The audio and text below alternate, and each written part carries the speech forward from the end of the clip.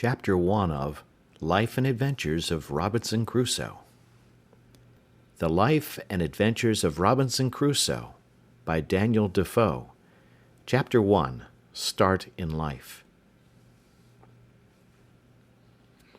I was born in the year 1632, in the city of York, of a good family, though not of that country, my father being a foreigner of Bremen, who settled first at Hull. He got a good estate by merchandise, and leaving off his trade, lived afterwards at York, from whence he had married my mother, whose relations were named Robinson, a very good family in that country, and from whom I was called Robinson Crusoe. But by the usual corruption of words in England, we are now called, nay, we call ourselves, and write our name, Crusoe, and so my companions always called me. I had two elder brothers, one of whom was lieutenant colonel to an English regiment of foot in Flanders, formerly commanded by the famous Colonel Lockhart, and was killed at the battle near Dunkirk against the Spaniards. What became of my second brother I never knew, any more than my father or mother knew what became of me. Being the third son of the family and not bred to any trade, my head began to be filled very early with rambling thoughts. My father, who was very ancient, had given me a competent share of learning as far as house education and a country free school generally go, and designed me for the law, but I would be satisfied with nothing but going to sea, and my inclination to this led me so strongly against the will, nay, the commands of my father, and against all the entreaties and persuasions of my mother and other friends, that there seemed to be something fatal in that propensity of nature, tending directly to the life of misery which was to befall me. My father, a wise and grave man, gave me serious and excellent counsel against what he foresaw was my design. He called me one morning into his chamber, where he was confined by the gout, and expostulated very warmly with me upon this subject.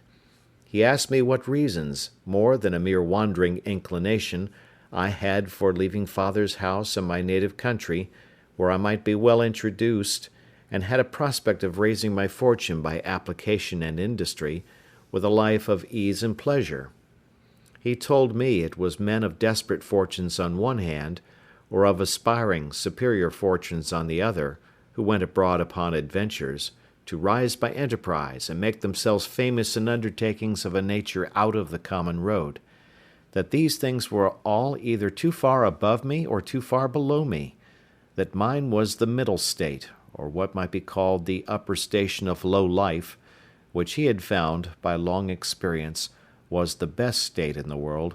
the most suited to human happiness, not exposed to the miseries and hardships, the labor and sufferings of the mechanic part of mankind, and not embarrassed with the pride, luxury, ambition, and envy of the upper part of mankind. He told me I might judge of the happiness of this state by this one thing, that this was the state of life which all other people envied, that kings have frequently lamented the miserable consequence of being born to great things, and wished they had been placed in the middle of the two extremes, between the mean and the great, that the wise man gave his testimony to this, as the standard of felicity, when he prayed to have neither poverty nor riches. He bade me observe it, and I should always find that the calamities of life were shared among the upper and lower part of mankind, but that the middle station had the fewest disasters, and was not exposed to so many vicissitudes as the higher or lower part of mankind. Nay, they were not subjected to so many distempers and uneasinesses, either of body or mind, as those were who, by vicious living, luxury, and extravagances on the one hand, or by hard labor, want of necessaries, and mean or insufficient diet, on the other hand, bring distemper upon themselves by the natural consequences of their way of living. That the middle station of life was calculated for all kind of virtue and all kind of enjoyments, that peace and plenty were the handmaids of a middle fortune, that temperance, moderation, quietness, health, society, all agreeable diversions and all desirable pleasures were the blessings attending the middle station of life, that this way men went silently and smoothly through the world, and comfortably out of it, not embarrassed with the labors of the hands or of the head, not sold to a life of slavery for daily bread, nor harassed with perplexed circumstances, which rob the soul of peace and the body of rest, nor enraged with the passion of envy, or the secret burning lust of ambition for great things, but in easy circumstances, sliding gently through the world, and sensibly tasting the sweets of living, without the bitter, feeling that they are happy and learning by every day's experience to know it more sensibly. After this he pressed me earnestly, and in the most affectionate manner, not to play the young man, nor to precipitate myself into miseries which nature and the station of life I was born in seemed to have provided against, that I was under no necessity of seeking my bread,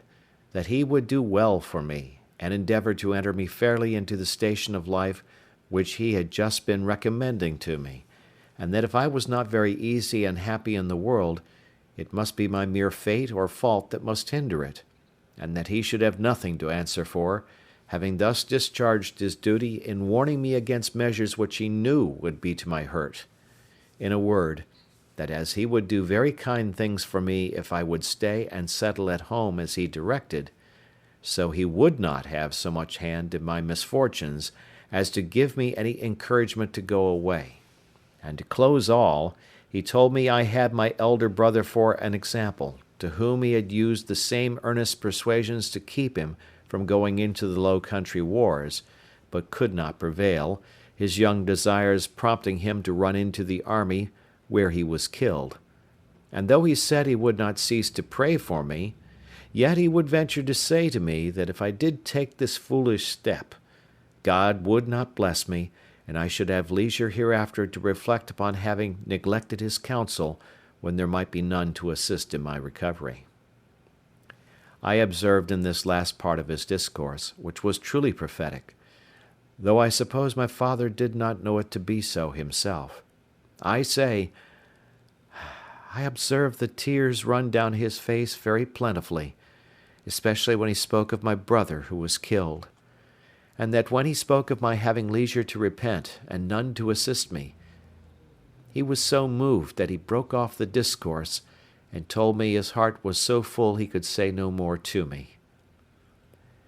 I was sincerely affected with this discourse, and indeed, who could be otherwise? And I resolved not to think of going abroad any more, but to settle at home according to my father's desire. But alas, a few days wore it all off, and in short, to prevent any of my father's further importunities, in a few weeks after, I resolved to run quite away from him. However, I did not act quite so hastily as the first heat of my resolution prompted, but I took my mother at a time when I thought her a little more pleasant than ordinary, and told her that my thoughts were so entirely bent upon seeing the world that I should never settle to anything with resolution enough to go through with it, and my father had better give me his consent than force me to go without it, that I was now 18 years old, which was too late to go apprentice to a trade or clerk to an attorney, that I was sure if I did I should never serve out my time, but I should certainly run away from my master before my time was out, and go to sea. And if she would speak to my father to let me go one voyage abroad, if I came home again and did not like it, I would go no more, and I would promise by a double diligence to recover the time that I had lost. This put my mother into a great passion. She told me she knew it would be to no purpose to speak to my father upon any such subject, that he knew too well what was my interest to give his consent to anything so much for my hurt, and that she wondered how I could think of any such thing after the discourse I had had with my father, and such kind and tender expressions as she knew my father had used to me, and that, in short, if I would ruin myself, there was no help for me, but I might depend I should never have their consent to it, that for her part she would not have so much hand in my destruction, and I should never have it to say that my mother was willing when my father was not. Though my mother refused to move it to my father, yet I heard afterwards that she reported all the discourse to him, and that my father, after showing a great concern at it, said to her with a sigh, That boy might be happy if he would stay at home, but if he goes abroad, he will be the most miserable wretch that ever was born. I can give no consent to it." It was not until almost a year after this that I broke loose, though, in the meantime, I continued obstinately deaf to all proposals of settling to business, and frequently expostulated with my father and mother about their being so positively determined against what they knew my inclinations prompted me to. But being one day at Hull, where I went casually and without any purpose of making an elopement at that time, but, I say, being there, and one of my companions being about to sail to London in his father's ship, and prompting me to go with them with the common allurement of seafaring men, that it should cost me nothing for my passage, I consulted neither father nor mother any more, nor so much as sent them word of it, but leaving them to hear of it as they might, without asking God's blessing or my father's, without any consideration of circumstances or consequences, and in an ill hour, God knows, on the 1st of September, 1651, I went on board a ship bound for London. Never any young adventurer's misfortunes, I believe, began sooner or continued longer than mine. The ship was no sooner out of the Humber than the wind began to blow and the sea to rise in a most frightful manner, and, as I had never been at sea before, I was most inexpressibly sick in body and terrified in mind. I began now seriously to reflect upon what I had done, and how justly I was overtaken by the judgment of Heaven for my wicked leaving my father's house, and abandoning my duty. All the good counsels of my parents, my father's tears, and my mother's entreaties came now fresh into my mind, and my conscience, which was not yet come to the pitch of hardness to which it has since, reproached me with the contempt of advice and the breach of my duty to God and my father.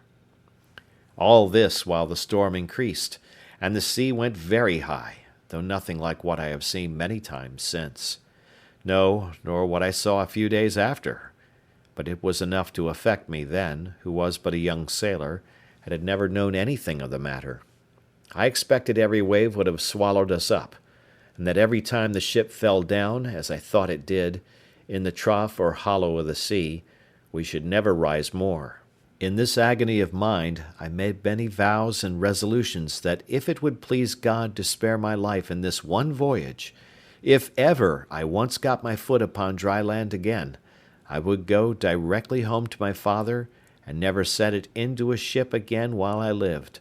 that I would take his advice and never run myself into such miseries as these any more.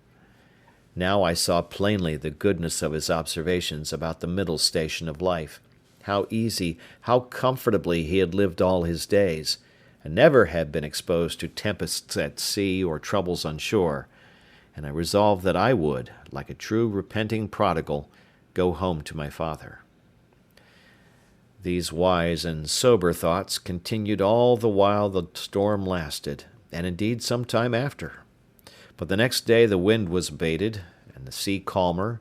and I began to be a little inured to it. However, I was very grave for all that day, being also a little seasick still. But towards night the weather cleared up, the wind was quite over, and a charming fine evening followed. The sun went down perfectly clear, and arose so the next morning, and having little or no wind, and a smooth sea, the sun shining upon it, the sight was, as I thought, the most delightful that ever I saw. I had slept well in the night, and was now no more seasick, but very cheerful, looking with wonder upon the sea that was so rough and terrible the day before, and could be so calm and so pleasant in so little a time after. And now, lest my good resolutions should continue, my companion, who had enticed me away, comes to me. "Well, Bob," says he, clapping me upon the shoulder, "how do you do after it? I warrant you were frighted, weren't you, last night, when it blew but a capful of wind?" "A capful, do you call it?" said I. "'Twas a terrible storm." "A storm, you fool you," replies he. "Do you call that a storm? Ha! Why, it was nothing at all. Give us but a good ship and sea room, and we think nothing of such a squall of wind as that. But you're but a freshwater sailor, Bob. Come, let us make a bowl of punch, and we'll forget all that. Do you see what charming weather 'tis now?" To make short this sad part of my story, we went the way of all sailors. The punch was made, and I was made half drunk with it. And in that one night's wickedness I drowned all my repentance, all my reflections upon my past conduct, all my resolutions for the future. In a word, as the sea was returned to its smoothness of surface and settled calmness by the abasement of that storm, so the hurry of my thoughts being over, my fears and apprehensions of being swallowed up by the sea being forgotten, and the current of my former desires returned, I entirely forgot the vows and promises that I made in my distress. I found, indeed, some intervals of reflection, and the serious thoughts did, as it were, endeavour to return again sometimes. But I shook them off, and roused myself from them as it were from a distemper, and applying myself to drinking and company, soon mastered the return of those fits, for so I called them, and I had in 5 or 6 days got as complete a victory over conscience as any young fellow that resolved not to be troubled with it could desire. But I was to have another trial for it still, and Providence, as in such cases generally it does, resolved to leave me entirely without excuse, for if I would not take this for a deliverance, the next was to be such a one as the worst and most hardened wretch among us would confess both the danger and the mercy of. The 6th day of our being at sea, we came into Yarmouth Roads. The wind having been contrary and the weather calm, we had made but little way since the storm. Here we were obliged to come to an anchor, and here we lay, the wind continuing contrary, that is, at southwest, for 7 or 8 days, during which time a great many ships from Newcastle came into the same roads, as the common harbour where the ships might wait for a wind for the river. We had not, however, rid here so long that we should have tided it up the river, but that the wind blew too fresh, and after we had lain 4 or 5 days, blew very hard. However, the roads being reckoned as good as a harbour, the anchorage good, and our ground tackle very strong, our men were unconcerned, and not in the least apprehensive of danger, but spent the time in rest and mirth, after the manner of the sea. But the 8th day, in the morning, the wind increased, and we had all hands at work to strike our topmasts, and make everything snug and close, that the ship might ride as easy as possible. By noon the sea went very high indeed, and our ship rode forecastle in, shipped several seas, and we thought once or twice our anchor had come home, upon which our master ordered out the sheet anchor, so that we rode with 2 anchors ahead, and the cables veered out to the bitter end. By this time it blew a terrible storm indeed, and now I began to see terror and amazement in the faces even of the seamen themselves. The master, though vigilant in the business of preserving the ship, yet as he went in and out of his cabin by me, I could hear him softly to himself say, several times, "Lord, be merciful to us, we shall be all lost, we shall be all undone," and the like. During these first hurries I was stupid, lying still in my cabin, which was in the steerage, and cannot describe my temper. I could ill resume the first penitence which I had so apparently trampled upon and hardened myself against. I thought the bitterness of death had been past, and that this would be nothing like the first. But when the master himself came by me, as I said just now, and said we should be all lost, I was dreadfully frighted. I got up out of my cabin and looked out, but such a dismal sight I never saw. The sea ran mountains high, and broke upon us every 3 or 4 minutes. When I could look about, I could see nothing but distress round us. 2 ships that rode near us, we found, had cut their masts by the board, being deep laden, and our men cried out that a ship which rode about a mile ahead of us was foundered. 2 more ships, being driven from their anchors, were run out of the roads to sea, at all adventures, and that with not a mast standing. The light ships fared the best, as not so much labouring in the sea, but 2 or 3 of them drove, and came close by us, running away with only their spritsail out before the wind. Towards evening the mate and boatswain begged the master of our ship to let them cut away the foremast, which he was very unwilling to do. But the boatswain protesting to him that if he did not the ship would founder, he consented, and when they had cut away the foremast, the mainmast stood so loose and shook the ship so much they were obliged to cut that away also, and make a clear deck. Any one may judge what a condition I must be in at all this, who was but a young sailor, and who had been in such a fright before at but a little. But if I can express at this distance the thoughts I had about me at that time, I was in tenfold more horror of mine upon account of my former convictions, and the having returned from them to the resolutions I had wickedly taken at first, than I was at death itself. And these, added to the terror of the storm, put me into such a condition that I can by no words describe it. But the worst was not come yet. The storm continued with such fury that the seamen themselves acknowledged they had never seen a worse. We had a good ship, but she was deep laden, and swallowed in the sea, so that the seamen every now and then cried out she would founder. It was my advantage in one respect that I did not know what they meant by founder till I inquired. However, the storm was so violent that I saw, which is not often seen, the master, the boatswain, and some others more sensible than the rest, at their prayers, and expecting every moment when the ship would go to the bottom. In the middle of the night, and under all the rest of our distresses, one of the men that had been down to see cried out we had sprung a leak. Another said there was 4 feet water in the hold. Then all hands were called to the pump. At that word, my heart, as I thought, died within me, and I fell backwards upon the side of my bed where I sat, into the cabin. However, the men roused me, and told me that I, that was able to do nothing before, was as well able to pump as another, at which I stirred up and went to the pump, and worked very heartily.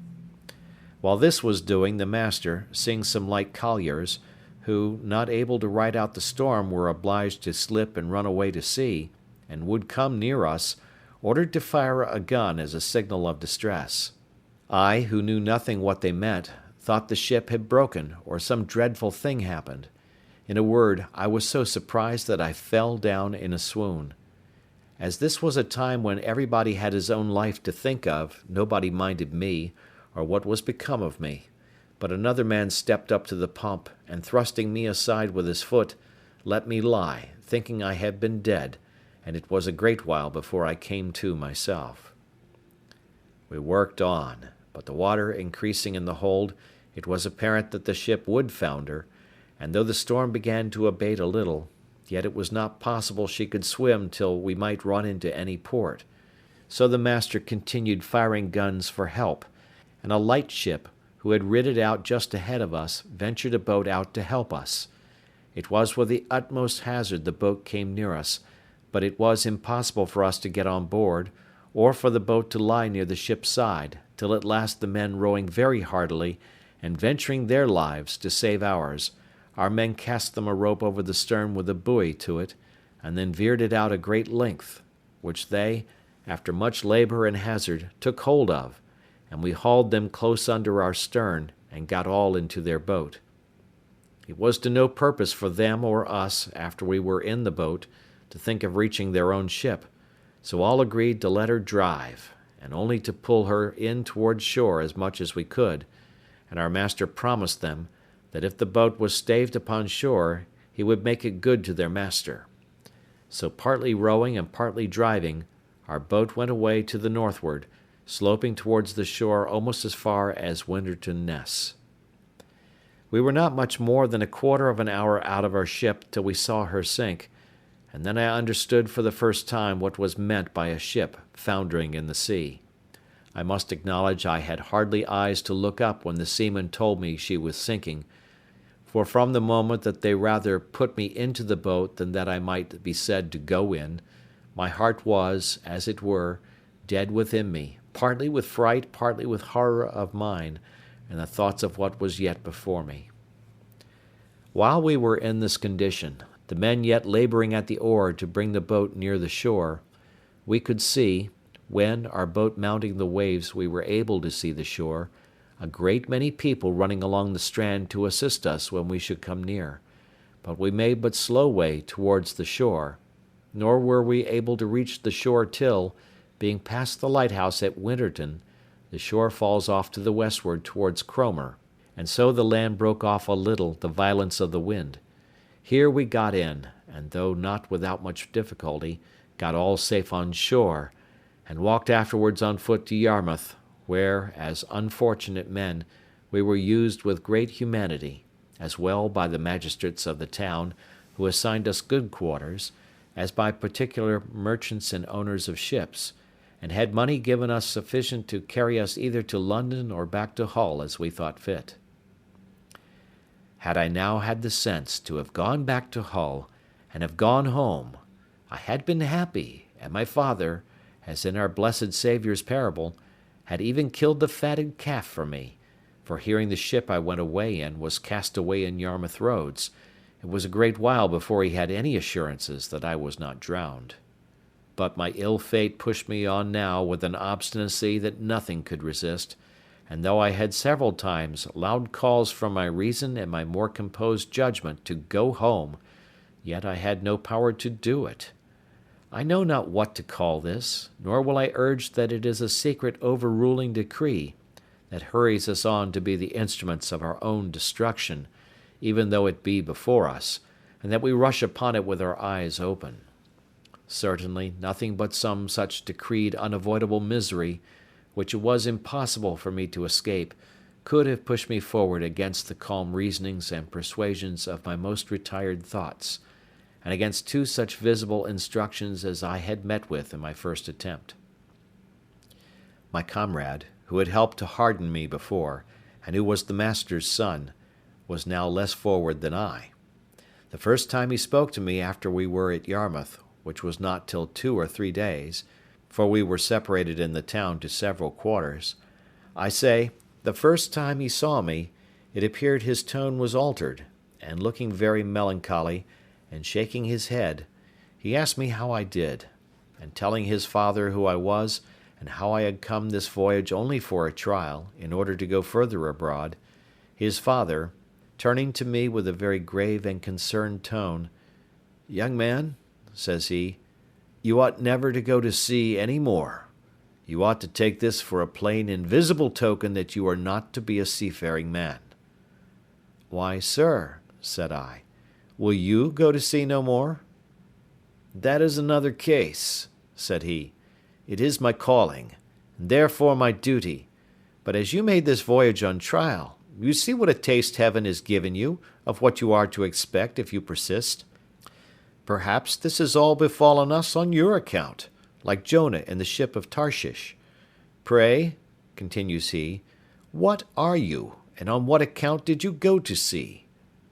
Upon that I told him some of my story, at the end of which he burst out into a strange kind of passion.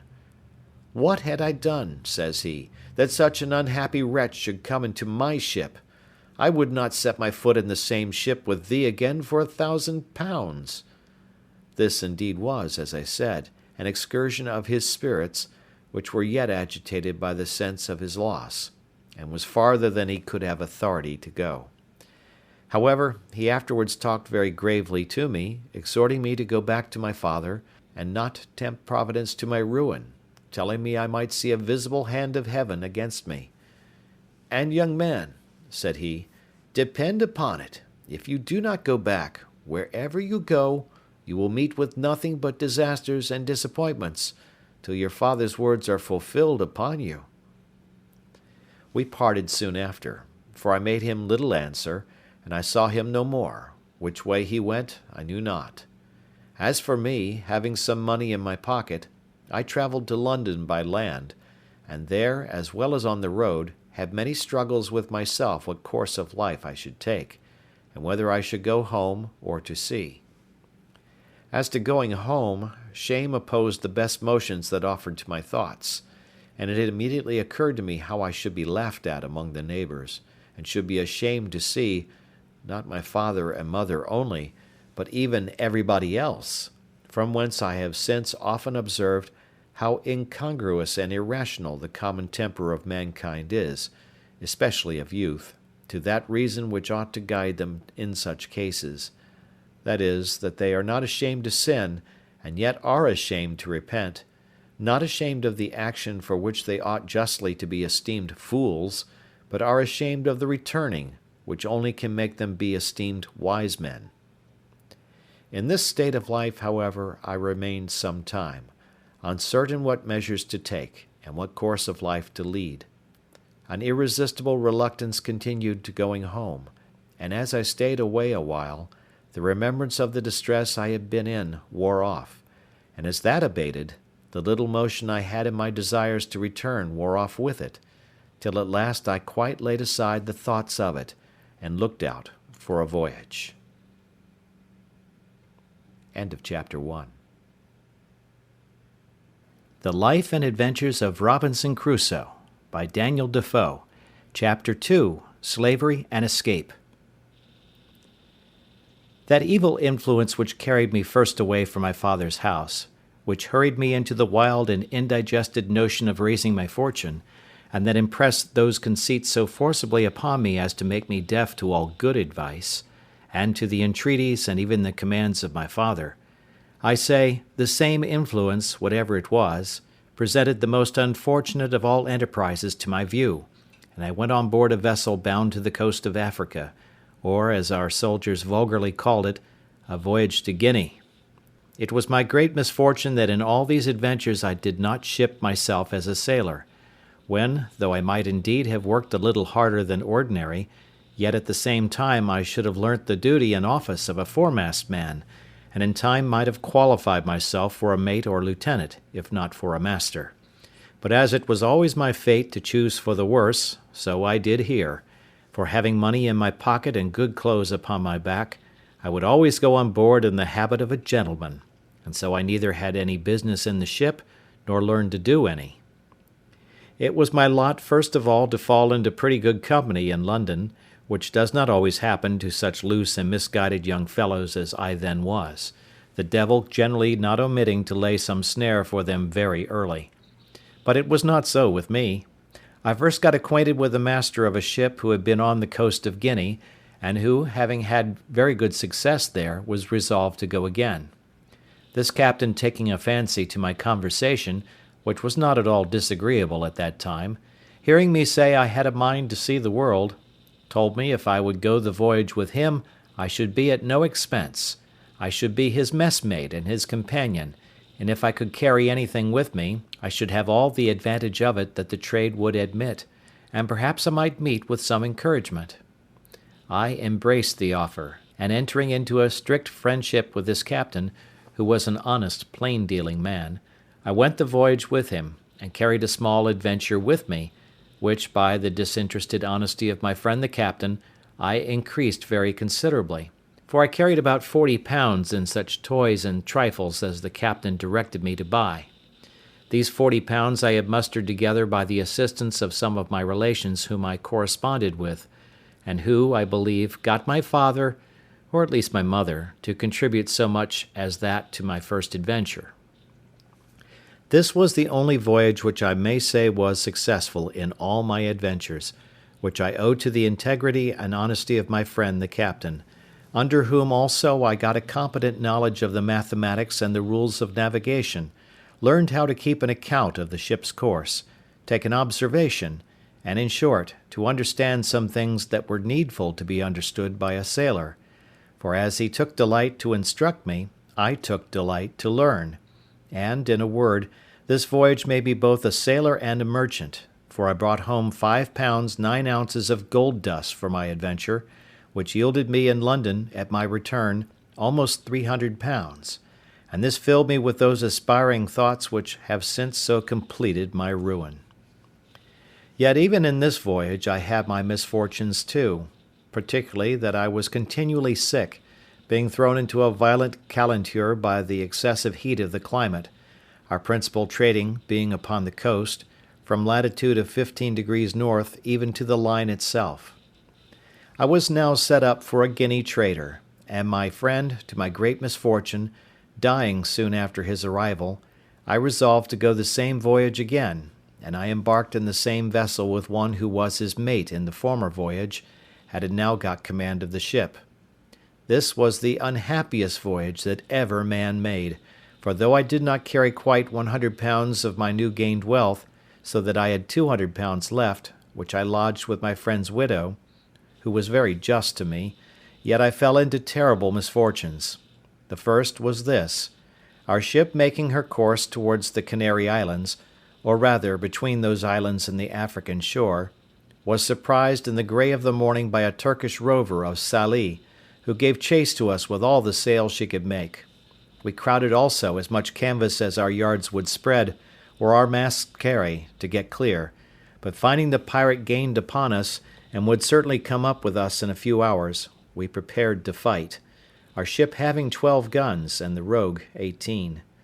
About 3 in the afternoon he came up with us, and bringing to, by mistake, just athwart our quarter, instead of athwart our stern, as he intended, we brought 8 of our guns to bear on that side, and poured in a broadside upon him, which made him sheer off again, after returning our fire, and pouring in also his small shot from near 200 men which he had on board. However, we had not a man touched, all our men keeping close. He prepared to attack us again, and we to defend ourselves. But laying us on board the next time upon our other quarter, he entered 60 men upon our decks, who immediately fell to cutting and hacking the sails and rigging. We plied them with small shot, half-pikes, powder chests, and such like, and cleared our deck of them twice. However, to cut short this melancholy part of our story, our ship being disabled, and 3 of our men killed and 8 wounded, we were obliged to yield, and were carried all prisoners into Sallee, a port belonging to the Moors. The usage I had there was not so dreadful as at first I apprehended, nor was I carried up the country to the Emperor's court, as the rest of our men were, but was kept by the captain of the rover as his proper prize, and made his slave, being young and nimble, and fit for his business. At this surprising change of my circumstances, from a merchant to a miserable slave, I was perfectly overwhelmed, and now I looked back upon my father's prophetic discourse to me, that I should be miserable and have none to relieve me, which I thought was now so effectually brought to pass that I could not be worse. For now the hand of heaven had overtaken me, and I was undone without redemption. But, alas, this was but a taste of the misery I was to go through, as will appear in the sequel of this story. As my new patron, or master, had taken me home to his house, so I was in hopes that he would take me with him when he went to sea again, believing that it would some time or other be his fate to be taken by a Spanish or Portugal man of war, and that then I should be set at liberty. But this hope of mine was soon taken away, for when he went to sea, he left me on shore to look after his little garden, and do the common drudgery of slaves about his house,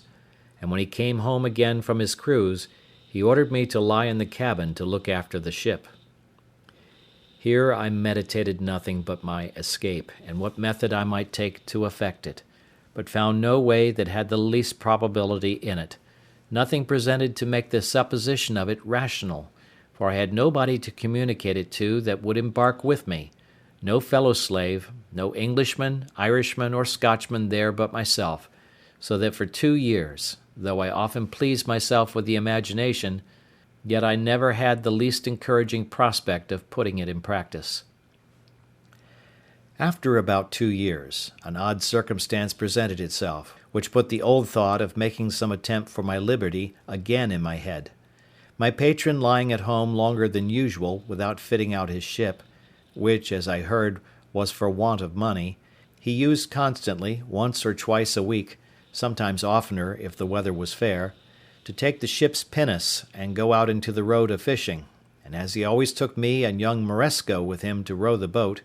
we made him very merry, and I proved very dexterous in catching fish, insomuch that sometimes he would send me with a Moor, one of his kinsmen, and the youth, the Moresco, as they called him, to catch a dish of fish for him.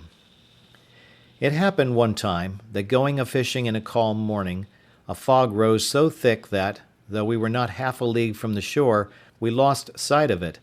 and rowing we knew not whither or which way, we laboured all day, and all the next night. And when the morning came we found we had pulled off to sea instead of pulling in for the shore, and that we were at least 2 leagues from the shore. However, we got well in again, though with a great deal of labour and some danger, for the wind began to blow pretty fresh in the morning, but we were all very hungry. But our patron, warned by this disaster, resolved to take more care of himself for the future, and having lying by him the longboat of our English ship that he had taken, he resolved he would not go a-fishing any more without a compass and some provision, so he ordered the carpenter of his ship, who was also an English slave, to build a little state-room or cabin in the middle of the longboat, like that of a barge, with a place to stand behind it to steer, and haul home the main-sheet, the room before for a hand or two to stand and work the sails. She sailed with what we call a shoulder of mutton sail, and the boom jibed over the top of the cabin, which lay very snug and low, and had in it room for him to lie, with a slave or two, and a table to eat on, with some small lockers to put in some bottles of such liquor as he thought fit to drink, and his bread, rice, and coffee. We went frequently out with this boat a-fishing, and as I was most dexterous to catch fish for him, he never went without me. It happened that he had appointed to go out in this boat, either for pleasure or for fish, with 2 or 3 Moors of some distinction in that place, and for whom he had provided extraordinarily, and had therefore sent on board the boat overnight a larger store of provisions than ordinary, and had ordered me to get ready 3 fusees with powder and shot, which were on board his ship, so that they designed some sport of fowling as well as fishing. I got all things ready as he had directed, and waited the next morning with the boat washed clean, her ancient and pendants out, and everything to accommodate his guests, when by and by my patron came on board alone, and told me his guests had put off going from some business that fell out, and ordered me, with the man and boy, as usual, to go out with the boat and catch them some fish, so that his friends were to sup at his house, and commanded that as soon as I got some fish I should bring it home to his house, all of which I prepared to do. This moment my former notions of deliverance darted into my thoughts, for now I found I was likely to have a little ship at my command, and my master being gone, I prepared to furnish myself, not for fishing business, but for a voyage, though I knew not, neither did I so much as consider, whither I should steer. Anywhere to get out of that place was my desire. My first contrivance was to make a pretence to speak to this Moor, to get something for our subsistence on board, for I told him we must not presume to eat of our patron's bread.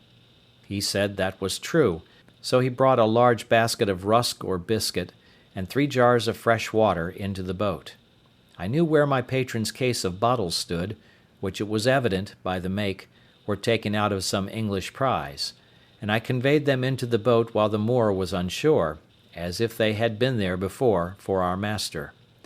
I conveyed also a great lump of beeswax into the boat, which weighed about 1/2 hundredweight, with a parcel of twine or thread, a hatchet, a saw, and a hammer, all of which were of great use to us afterwards, especially the wax, to make candles. Another trick I tried upon him, which he innocently came into also. His name was Ismail, which they call Muley or Moly, so I called to him, "Moly," said I, "our patron's guns are on board the boat. Can you not get a little powder and shot? It may be we may kill some alcamies, a fowl like our curlews, for ourselves, for I know he keeps the gunner's stores in the ship." "Yes," says he, "I'll bring some." And accordingly he brought a great leather pouch, which held 1.5 pounds of powder, or rather more, and another with shot, that had 5 or 6 pounds, with some bullets, and put all into the boat. At the same time I had found some powder of my master's in the great cabin, with which I filled one of the large bottles in the case, which was almost empty, pouring what was in it into another, and thus furnished with everything needful, we sailed out of the port to fish. The castle, which is at the entrance of the port, knew who we were, and took no notice of us, and we were not above a mile out of port before we hauled in our sail and set us down to fish. The wind blew from the north-northeast, which was contrary to my desire, for had it blown southerly I had been sure to have made the coast of Spain, and at least reached to the Bay of Cadiz, but my resolutions were, blow which way it would, I would be gone from that horrid place where I was, and leave the rest to fate. After we had fished some time and caught nothing, for when I had fish on my hook I would not pull them up, that he might not see them, I said to the Moor, "This will not do, our master will not be thus served, we must stand farther off." He, thinking no harm, agreed, and being in the head of the boat, set the sails, and, as I had the helm, I ran the boat out near a league farther, and then brought her to, as if I would fish, when, giving the boy the helm, I stepped forward to where the Moor was, and making as if I stooped for something behind him, I took him by surprise with my arm under his waist, and tossed him clear overboard into the sea. He rose immediately, for he swam like a cork, and called to me, begged to be taken in, told me he would go all over the world with me. He swam so strong after the boat that he would have reached me very quickly, there being but little wind, upon which I stepped into the cabin, and fetching one of the fowling pieces, I presented it at him, and told him I had done him no hurt, and if he would be quiet, I would do him none. "But," said I, "you swim well enough to reach to the shore, and the sea is calm. Make the best of your way to shore, and I will do you no harm. But if you come near the boat, I'll shoot you through the head, for I am resolved to have my liberty." So he turned himself about, and swam for the shore, and I make no doubt but he reached it with ease, for he was an excellent swimmer. I could have been content to have taken this Moor with me, and have drowned the boy, but there was no venturing to trust him. When he was gone, I turned to the boy, whom they called Xury, and said to him, "Xury, if you will be faithful to me, I'll make you a great man. But if you will not stroke your face to be true to me, that is, swear by Mahomet and his father's beard, I must throw you into the sea too." The boy smiled in my face, and spoke so innocently that I could not distrust him, and swore to be faithful to me, and go all over the world with me. While I was in view of the Moor that was swimming, I stood out directly to sea with the boat, rather stretching to windward, that they might think me gone toward the strait's mouth, as indeed any one that had been in their wits must have been supposed to do. For who would have supposed we were sailed on to the southward, to the truly barbarian coast, where whole nations of negroes were sure to surround us with their canoes and destroy us, where we could not go on shore but we should be devoured by savage beasts, or more merciless savages of humankind? But as soon as it grew dusk in the evening, I changed my course, and steered directly south and by east, bending my course a little towards the east, that I might keep in with the shore, and having a fair fresh gale of wind, and a smooth quiet sea, I made such sail that I believe by the next day, at 3 o'clock in the afternoon, when I first made the land, I could not be less than 150 miles south of Sallee, quite beyond the Emperor of Morocco's dominions, or indeed of any other king thereabouts, for we saw no people. Yet such was the fright I had taken of the Moors, and the dreadful apprehensions I had of falling into their hands, that I would not stop, or go on shore, or come to an anchor, the wind continuing fair till I had sailed in that manner 5 days, and then the wind shifting to the southward. I concluded also that if any of our vessels were in chase of me, they also would now give over. So I ventured to make to the coast, and came to an anchor in the mouth of a little river, I knew not what, nor where, neither what latitude, what country, what nation, or what river. I neither saw nor desired to see any people. The principal thing I wanted was fresh water. We came into this creek in the evening, resolving to swim on shore as soon as it was dark, and discover the country. But as soon as it was quite dark, we heard such dreadful noises of the barking, roaring, and howling of wild creatures, of we knew not what kinds, that the poor boy was ready to die with fear, and begged of me not to go on shore till day. "Well, Xury," said I, "then I won't. But it may be that we may see men by day, who will be as bad to us as those lions." "Then we give them the shoot gun," says Xury, laughing. "Make them run way." Such English Xury spoke by conversing among us slaves. However, I was glad to see the boy so cheerful, and I gave him a dram out of our patron's case of bottles to cheer him up. After all, Xury's advice was good, and I took it. We dropped our little anchor, and lay still all night. I say still, for we slept none, for in 2 or 3 hours we saw vast great creatures, we knew not what to call them, of many sorts, come down to the seashore and run into the water, wallowing and washing themselves for the pleasure of cooling themselves, and they made such hideous howlings and yellings that I never indeed heard the like. Xury was dreadfully frighted, and indeed so was I too, but we were both more frighted when we heard one of these mighty creatures come swimming towards our boat. We could not see him, but we might hear him by his blowing to be a monstrous, huge, and furious beast. Xury said it was a lion, and it might be so for aught I know, but poor Xury cried to me to weigh the anchor and row away. "No," says I, "Xury, we can slip our cable, with the buoy to it, and go off to sea. They cannot follow us far." I had no sooner said so, but I perceived the creature, whatever it was, within 2 oars' length, which somewhat surprised me. However, I immediately stepped to the cabin door, and taking up my gun, fired at him, upon which he immediately turned about and swam towards the shore again. But it is impossible to describe the horrid noises and hideous cries and howlings that were raised, as well upon the edge of the shore as higher within the country, upon the noise or report of the gun, a thing I have some reason to believe those creatures had never heard before. This convinced me that there was no going on shore for us in the night on that coast, and how to venture on shore in the day was another question too. For to have fallen into the hands of any of the savages had been as bad as to have fallen into the hands of the lions and tigers. At least we were equally apprehensive of the danger of it.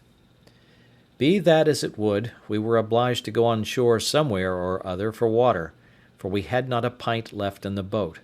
When and where to get to it was the point. Xury said if I would let him go on shore with one of the jars,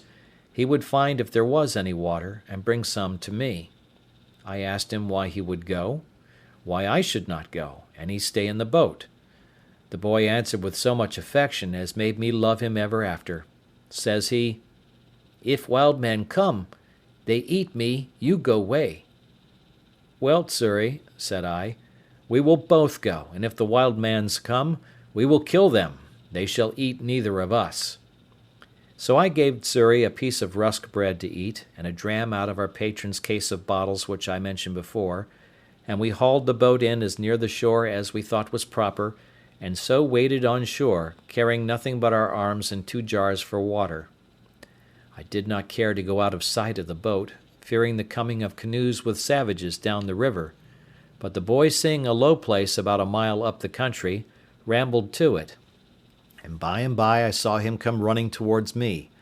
I thought he was pursued by some savage, or frighted with some wild beast, and I ran forward towards him to help him, but when I came nearer to him I saw something hanging over his shoulders, which was a creature that he had shot, like a hare, but different in colour, and longer legs. However, we were very glad of it, and it was very good meat, but the great joy that poor Xury came with was to tell me he had found good water and seen no wild mans. But we found afterwards that we need not take such pains for water, for a little higher up the creek where we were we found the water fresh when the tide was out, which flowed but a little way up. So we filled our jars, and feasted on the hare he had killed, and prepared to go on our way, having seen no footsteps of any human creature in that part of the country. As I had been one voyage to this coast before, I knew very well that the islands of the Canaries, and the Cape de Verde islands also, lay not far off from the coast. But as I had no instruments to take an observation to know what latitude we were in, and not exactly knowing, or at least remembering, what latitude they were in, I knew not where to look for them, or when to stand off to sea towards them. Otherwise I might now easily have found some of these islands. But my hope was, that if I stood along this coast till I came to that part where the English traded, I should find some of their vessels upon their usual design of trade, that would relieve and take us in. By the best of my calculation, that place where I now was must be that country which, lying between the Emperor of Morocco's dominions and the Negroes, lies waste and uninhabited, except by wild beasts, the negroes having abandoned it and gone farther south for fear of the Moors, and the Moors not thinking it worth inhabiting by reason of its barrenness, and indeed both forsaking it because of the prodigious number of tigers, lions, leopards, and other furious creatures which harbour there, so that the Moors use it for their hunting only, where they go like an army, 2,000 or 3,000 men at a time. And indeed, for near 100 miles together upon this coast, we saw nothing but a waste, uninhabited country by day, and heard nothing but howlings and roaring of wild beasts by night. Once or twice in the daytime I thought I saw the Pico of Teneriffe, being the high top of the mountain Teneriffe in the Canaries, and had a great mind to venture out, in hopes of reaching thither, but having tried twice, I was forced in again by contrary winds, the sea also going too high for my little vessel. So I resolved to pursue my first design, and keep along the shore. Several times I was obliged to land for fresh water, after we had left this place, and once in particular, being early in morning, we came to an anchor under a little point of land, which was pretty high, and the tide beginning to flow, we lay still to go farther in. Xury, whose eyes were more about him than it seems mine were, calls softly to me, and tells me that we had best go farther off the shore. For, says he, look, yonder lies a dreadful monster on the side of that hillock fast asleep. I looked where he pointed, and saw a dreadful monster indeed, for it was a terrible great lion that lay on the side of the shore, under the shade of a piece of the hill that hung, as it were, a little over him. Xury, says I, you shall on shore and kill him. Xury looked frighted, and said, me kill, he eat me at one mouth. One mouthful he meant. However, I said no more to the boy, but bade him lie still, and I took our biggest gun, which was almost musket bore, and loaded it with a good charge of powder and with 2 slugs, and laid it down. Then I loaded another gun with 2 bullets, and the third, for we had 3 pieces, I loaded with 5 smaller bullets. I took the best aim I could with the first piece to have shot him in the head, but he lay so with his leg raised a little above his nose, that the slugs hit his leg about the knee and broke the bone. He started up, growling at first, but finding his leg broken, fell down again, and then got upon 3 legs, and gave the most hideous roar that ever I heard. I was a little surprised that I had not hit him on the head. However, I took up the second piece immediately, and though he began to move off, fired again, and shot him in the head, and had the pleasure to see him drop and make but little noise, but lie struggling for life.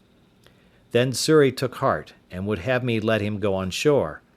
Well, go, said I. So the boy jumped into the water, and taking a little gun in one hand, swam to the shore with the other hand, and coming close to the creature, put the muzzle of the piece to his ear, and shot him in the head again, which dispatched him quite.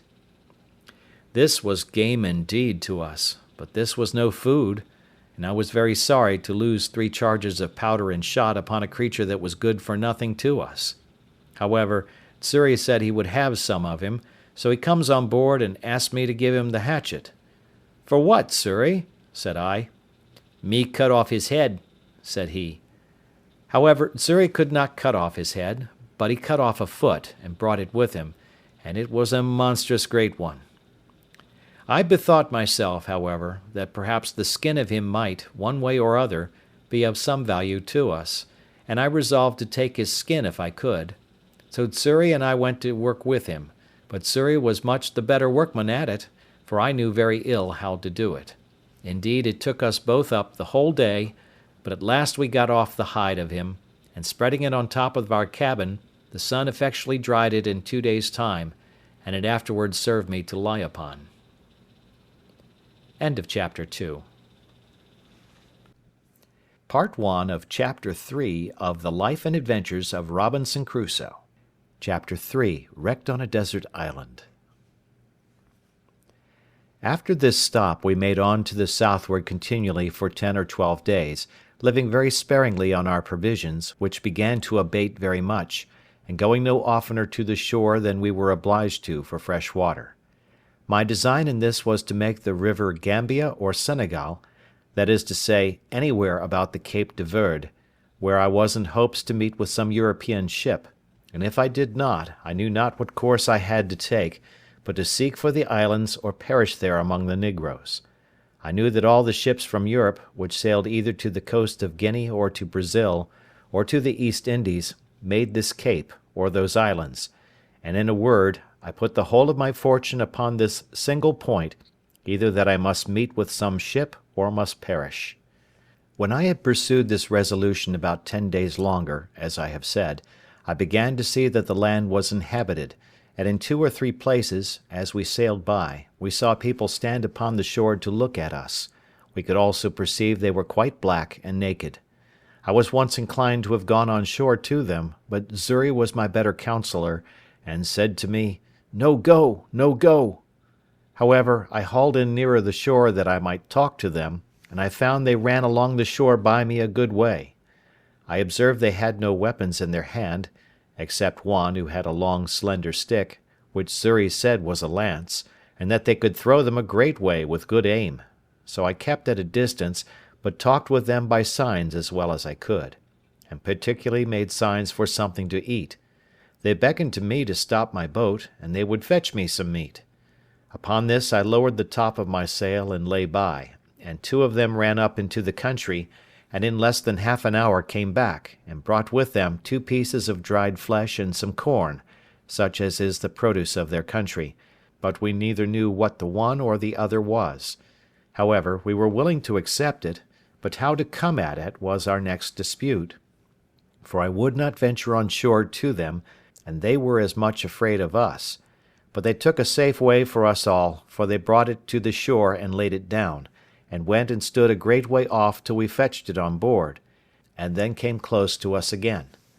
We made signs of thanks to them, for we had nothing to make them amends, but an opportunity offered that very instant to oblige them wonderfully, for while we were lying by the shore came 2 mighty creatures, one pursuing the other, as we took it,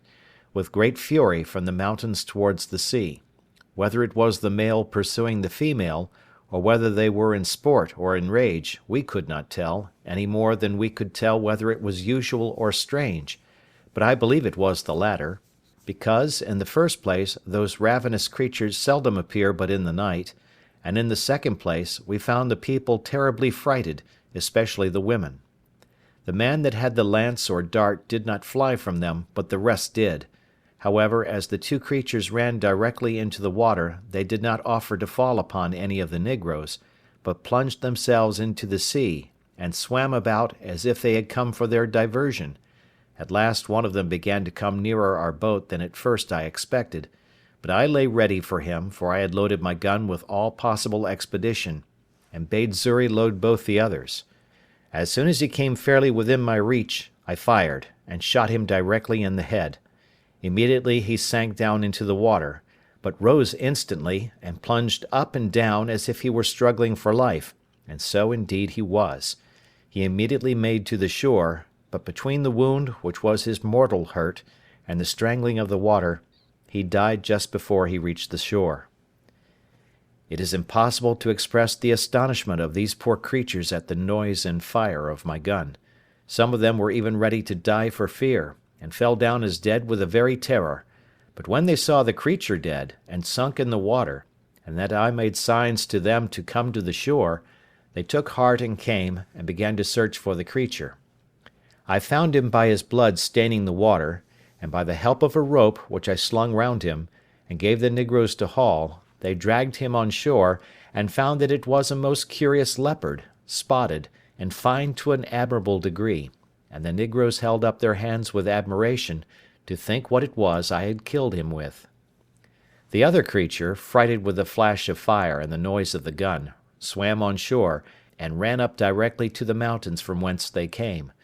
nor could I, at that distance, know what it was. I found quickly the negroes wished to eat the flesh of this creature, so I was willing to have them take it as a favour from me, which, when I made signs to them that they might take him, they were very thankful for. Immediately they fell to work with him, and though they had no knife, yet with a sharpened piece of wood, they took off his skin as readily, and much more readily, than we could have done with a knife. They offered me some of the flesh, which I declined, pointing out that I would give it them, but made signs for the skin, which they gave me very freely, and brought me a great deal more of their provisions, which, though I did not understand, yet I accepted. I then made signs to them for some water, and held out one of my jars to them, turning it bottom upward, to show that it was empty, and that I wanted to have it filled.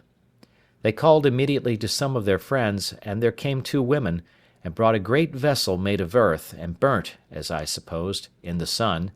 This they set down to me as before, and I sent Xury on shore with my jars, and filled them all 3. The women were as naked as the men. I was now furnished with roots and corn, such as it was, and water, and leaving my friendly negroes, I made forward for about 11 days more, without offering to go near the shore, till I saw the land run out a great length into the sea, at about the distance of 4 or 5 leagues before me,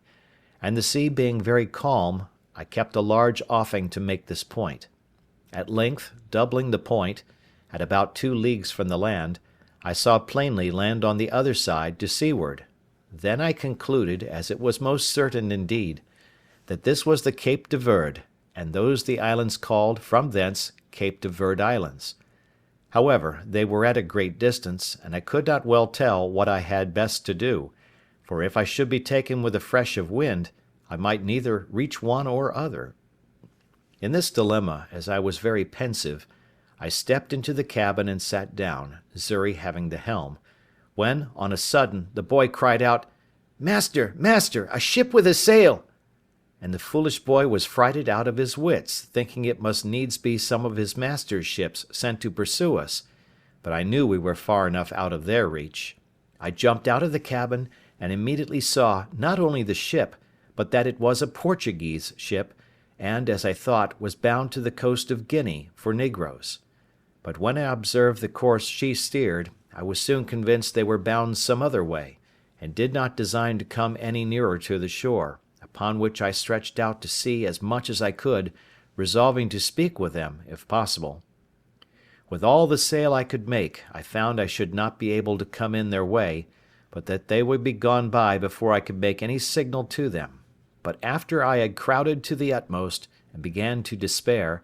they, it seems, saw by the help of their glasses that it was some European boat, which they supposed must belong to some ship that was lost, so they shortened sail to let me come up. I was encouraged with this, and as I had my patron's ancient on board, I made a waft of it to them, for a signal of distress, and fired a gun, both which they saw, for they told me they saw the smoke, though they did not hear the gun. Upon these signals they very kindly brought to, and lay by for me, and in about 3 hours' time I came up with them. They asked me what I was, in Portuguese, and in Spanish, and in French, but I understood none of them. But at last a Scotch sailor, who was on board, called to me, and I answered him, and told him I was an Englishman, that I had made my escape out of slavery from the Moors, at Sallee. They then bade me come on board, and very kindly took me in, and all my goods. It was an inexpressible joy to me, which any one will believe, that I was thus delivered, as I esteemed it, from such a miserable and almost hopeless condition as I was in, and I immediately offered all I had to the captain of the ship as a return for my deliverance,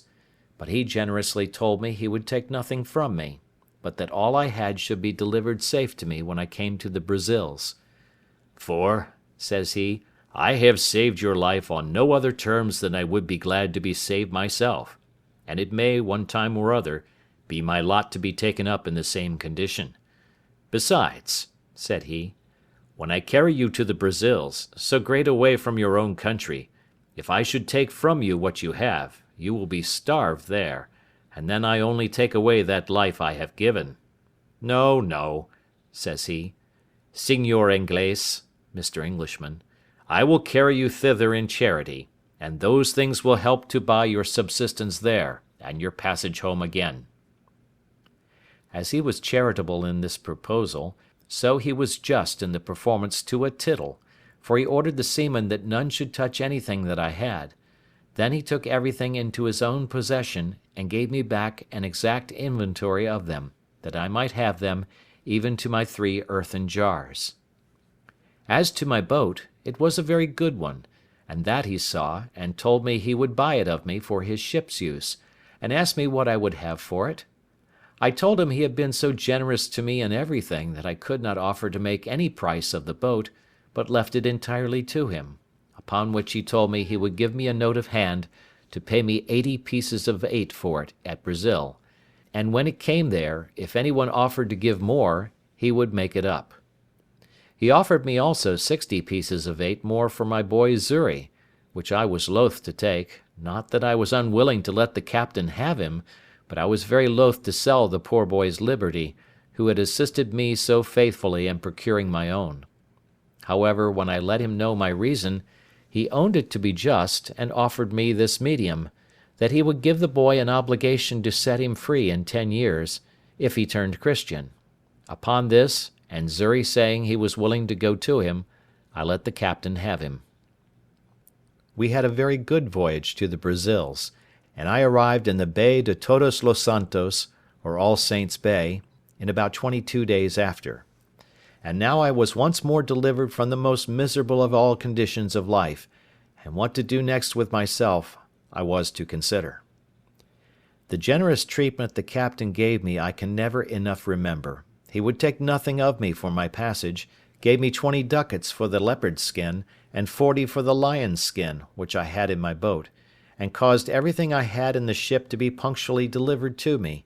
and what I was willing to sell he bought of me, such as the case of bottles, 2 of my guns, and a piece of the lump of beeswax, for I had made candles of the rest. In a word, I made about 220 pieces of 8 of all my cargo, and with this stock I went on shore in the Brazils.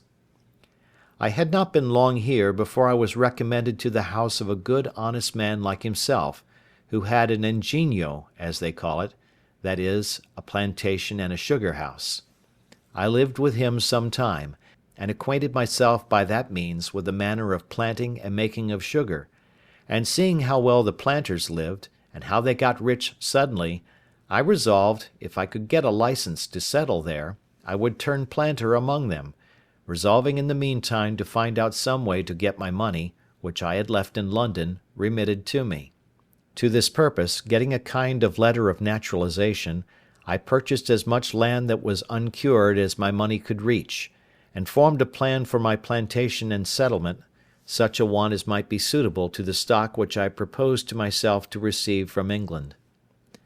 I had a neighbour, a Portuguese, of Lisbon, but born of English parents, whose name was Wells, and in much such circumstances as I was. I call him my neighbour because his plantation lay next to mine, and we went on very sociably together. My stock was but low, as well as his, and we rather planted for food than anything else for about 2 years. However, we began to increase, and our land began to come into order, so that the 3rd year we planted some tobacco, and made each of us a large piece of ground ready for planting canes in the year to come. But we both wanted help, and now I found, more than before, I had done wrong in parting with my boy Xury. But, alas, for me to do wrong that never did right was no great wonder. I had no remedy but to go on. I had got into an employment quite remote to my genius, and directly contrary to the life I delighted in, and for which I forsook my father's house, and broke through all his good advice. Nay, I was coming into the very middle station, or upper degree of low life, which my father advised me to before, and which, if I resolved to go on with, I might as well have stayed at home, and never have fatigued myself in the world as I had done. And I used often to say to myself, I could have done this as well in England, among my friends, as have gone 5,000 miles off to do it among strangers and savages, in a wilderness, and at such a distance as never to hear from any part of the world that had the least knowledge of me. In this manner I used to look upon my condition with the utmost regret. I had nobody to converse with, but now and then this neighbour, no work to be done, but by the labour of my hands, and I used to say, I lived just like a man cast away upon some desolate island, that had nobody there but himself. But how just has it been, and how should all men reflect, that when they compare their present conditions with others that are worse, Heaven may oblige them to make the exchange, and be convinced of their former felicity by their experience. I say, how just has it been, that the true solitary life I reflected on, in an island of mere desolation, should be my lot, who had so often unjustly compared it with the life which I then led, in which, had I continued, I had in all probability been exceeding prosperous and rich. I was in some degree settled in my measures for carrying on the plantation before my kind friend, the captain of the ship that took me up at sea, went back; for the ship remained there, in providing his lading and preparing for his voyage, nearly 3 months. When telling him what little stock I had left behind me in London, he gave me this friendly and sincere advice. "Señor Inglés," says he, for so he always called me, "if you will give me letters, and a procuration in form to me, with orders to the person who has your money in London to send your effects to Lisbon, to such persons as I shall direct, and in such goods as are proper for this country, I will bring you the produce of them, God willing, at my return. But since human affairs are all subject to changes and disasters, I would have you give orders but for £100 sterling, which, you say, is half your stock, and let the hazard be run for the first, so that, if it comes safe, you may order the rest the same way, and, if it miscarry, you may have the other half to have recourse to for your supply." This was so wholesome advice, and looked so friendly, that I could not but be convinced it was the best course I could take; so I accordingly prepared letters to the gentlewoman with whom I had left my money, and a procuration to the Portuguese captain, as he desired. I wrote the English captain's widow a full account of all my adventures, my slavery, escape, and how I had met with the Portuguese captain at sea, the humanity of his behaviour, and what condition I was now in, with all other necessary directions for my supply; and when this honest captain came to Lisbon, he found means, by some of the English merchants there, to send over, not the order only, but a full account of my story to a merchant in London, who represented it effectually to her, whereupon she not only delivered the money, but out of her own pocket sent the Portugal captain a very handsome present for his humanity and charity to me. The merchant in London, vesting this £100 in English goods, such as the captain had written for, sent them directly to him at Lisbon, and he brought them all safe to me in the Brazils, among which, without my direction, for I was too young in my business to think of them, he had taken care to have all sorts of tools, ironwork, and utensils necessary for my plantation, and which were of great use to me. When this cargo arrived, I thought my fortune made, for I was surprised with the joy of it; and my good steward, the captain, had laid out the £5, which my friend had sent him for a present for himself, to purchase and bring me over a servant, under bond for 6 years' service, and would not accept of any consideration except a little tobacco, which I would have him accept, being of my own produce. Neither was this all; for my goods being all English manufacture, such as cloths, stuffs, baize, and things particularly valuable and desirable in the country, I found means to sell them to a very great advantage, so that I might say I had more than 4 times the value of my first cargo, and was now infinitely beyond my poor neighbour,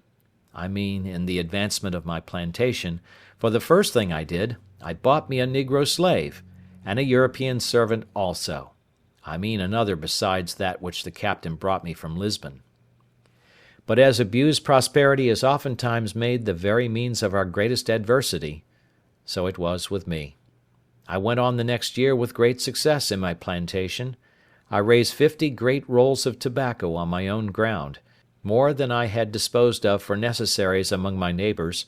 and these 50 rolls, being each of above 1 hundredweight, were well cured, and laid by against the return of the fleet from Lisbon; and now increasing in business and wealth, my head began to be full of projects and undertakings beyond my reach, such as are, indeed, often the ruin of the best heads in business.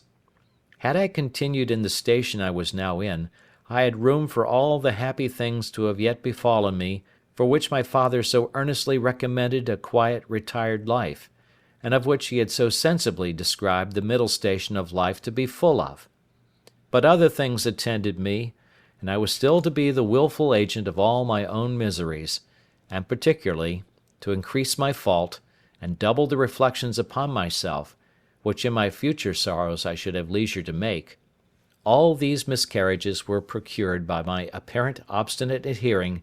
to my foolish inclination of wandering abroad, and pursuing that inclination, in contradiction to the clearest views of doing myself good in a fair and plain pursuit of those prospects, and those measures of life, which nature and Providence concurred to present me with, and to make my duty. As I had once done thus in my breaking away from my parents, so I could not be content now, but I must go and leave the happy view I had of being a rich and thriving man in my new plantation, only to pursue a rash and immoderate desire of rising faster than the nature of the thing admitted. And thus I cast myself down again into the deepest gulf of human misery that ever man fell into, or perhaps could be consistent with life and a state of health in the world. End of Part 1 of Chapter 3. Chapter 3, Part 2 of The Life and Adventures of Robinson Crusoe. To come then by the just degrees to the particulars of this part of my story. You may suppose that having now lived almost 4 years in the Brazils, and beginning to thrive and prosper very well upon my plantation, I had not only learned the language, but had contracted acquaintance and friendship among my fellow planters, as well as among the merchants at San Salvador, which was our port; and that, in my discourses among them, I had frequently given them an account of my 2 voyages to the coast of Guinea, the manner of trading with the negroes there, and how easy it was to purchase upon the coast for trifles, such as beads, toys, knives, scissors, hatchets, bits of glass, and the like, not only gold dust, guinea grains, elephants' teeth, etc., but negroes, for the service of the Brazils, in great numbers. They listened always very attentively to my discourses on these heads, but especially to that part which related to the buying of negroes, which was a trade at that time, not only far entered into, but as far as it was, had been carried on by asientos, or permission of the kings of Spain and Portugal, and engrossed in the public stock, so that few negroes were bought, and these excessively dear. It happened, being in company with some merchants and planters of my acquaintance, and talking of those things very earnestly, 3 of them came to me next morning, and told me they had been musing very much upon what I had discoursed with them of the last night, and they came to make a secret proposal to me; and, after enjoining me to secrecy, they told me that they had a mind to fit out a ship to go to Guinea, that they had all plantations as well as I, and were straitened for nothing so much as servants; that as it was a trade that could not be carried on, because they could not publicly sell the negroes when they came home, so they desired to make but one voyage, to bring the negroes on shore privately, and divide them among their own plantations; and, in a word, the question was whether I would go their supercargo in the ship, to manage the trading part upon the coast of Guinea, and they offered me that I should have my equal share of the negroes, without providing any part of the stock. This was a fair proposal, it must be confessed, had it been made to any one that had not had a settlement and a plantation of his own to look after, which was in a fair way of coming to be very considerable, and with a good stock upon it. But for me, that was thus entered and established, and had nothing to do but to go on as I had begun, for 3 or 4 years more, and to have sent for the other £100 from England, and who in that time, and with that little addition, could scarce have failed of being worth £3,000 or £4,000 sterling, and that increasing too. For me to think of such a voyage was the most preposterous thing that ever man in such circumstances could be guilty of. But I, that was born to be my own destroyer, could no more resist the offer than I could restrain my first rambling designs when my father's good counsel was lost upon me. In a word, I told them I would go with all my heart, if they would undertake to look after my plantation in my absence, and would dispose of it to such as I should direct if I miscarried. This they all engaged to do, and entered into writings or covenants to do so, and I made a formal will, disposing of my plantation and effects in case of my death, making the captain of the ship that had saved my life, as before, my universal heir, but obliging him to dispose of my effects as I had directed in my will, one half of the produce being to himself, and the other to be shipped to England. In short, I took all possible caution to preserve my effects and to keep up my plantation. Had I used half as much prudence to have looked into my own interest, and have made a judgment of what I ought to have done and not to have done, I had certainly never gone away from so prosperous an undertaking, leaving all the probable views of a thriving circumstance, and gone upon a voyage to sea, attended with all its common hazards, to say nothing of the reasons I had to expect particular misfortunes to myself. But I was hurried on, and obeyed blindly the dictates of my fancy rather than my reason, and, accordingly, the ship being fitted out, and the cargo furnished, and all things done, as by agreement, by my partners in the voyage, I went on board in an evil hour, the 1st of September, 1659, being the same day 8 years that I went from my father and mother at Hull, in order to act the rebel to their authority, and the fool to my own interests. Our ship was about 120 tons burden, carried 6 guns and 14 men, besides the master, his boy, and myself.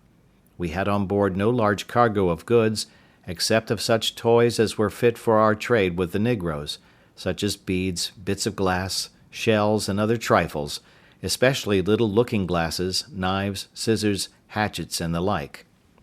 The same day I went on board we set sail, standing away to the northward upon our own coast, with design to stretch over for the African coast when we came about 10 or 12 degrees of northern latitude, which, it seems, was the manner of course in those days.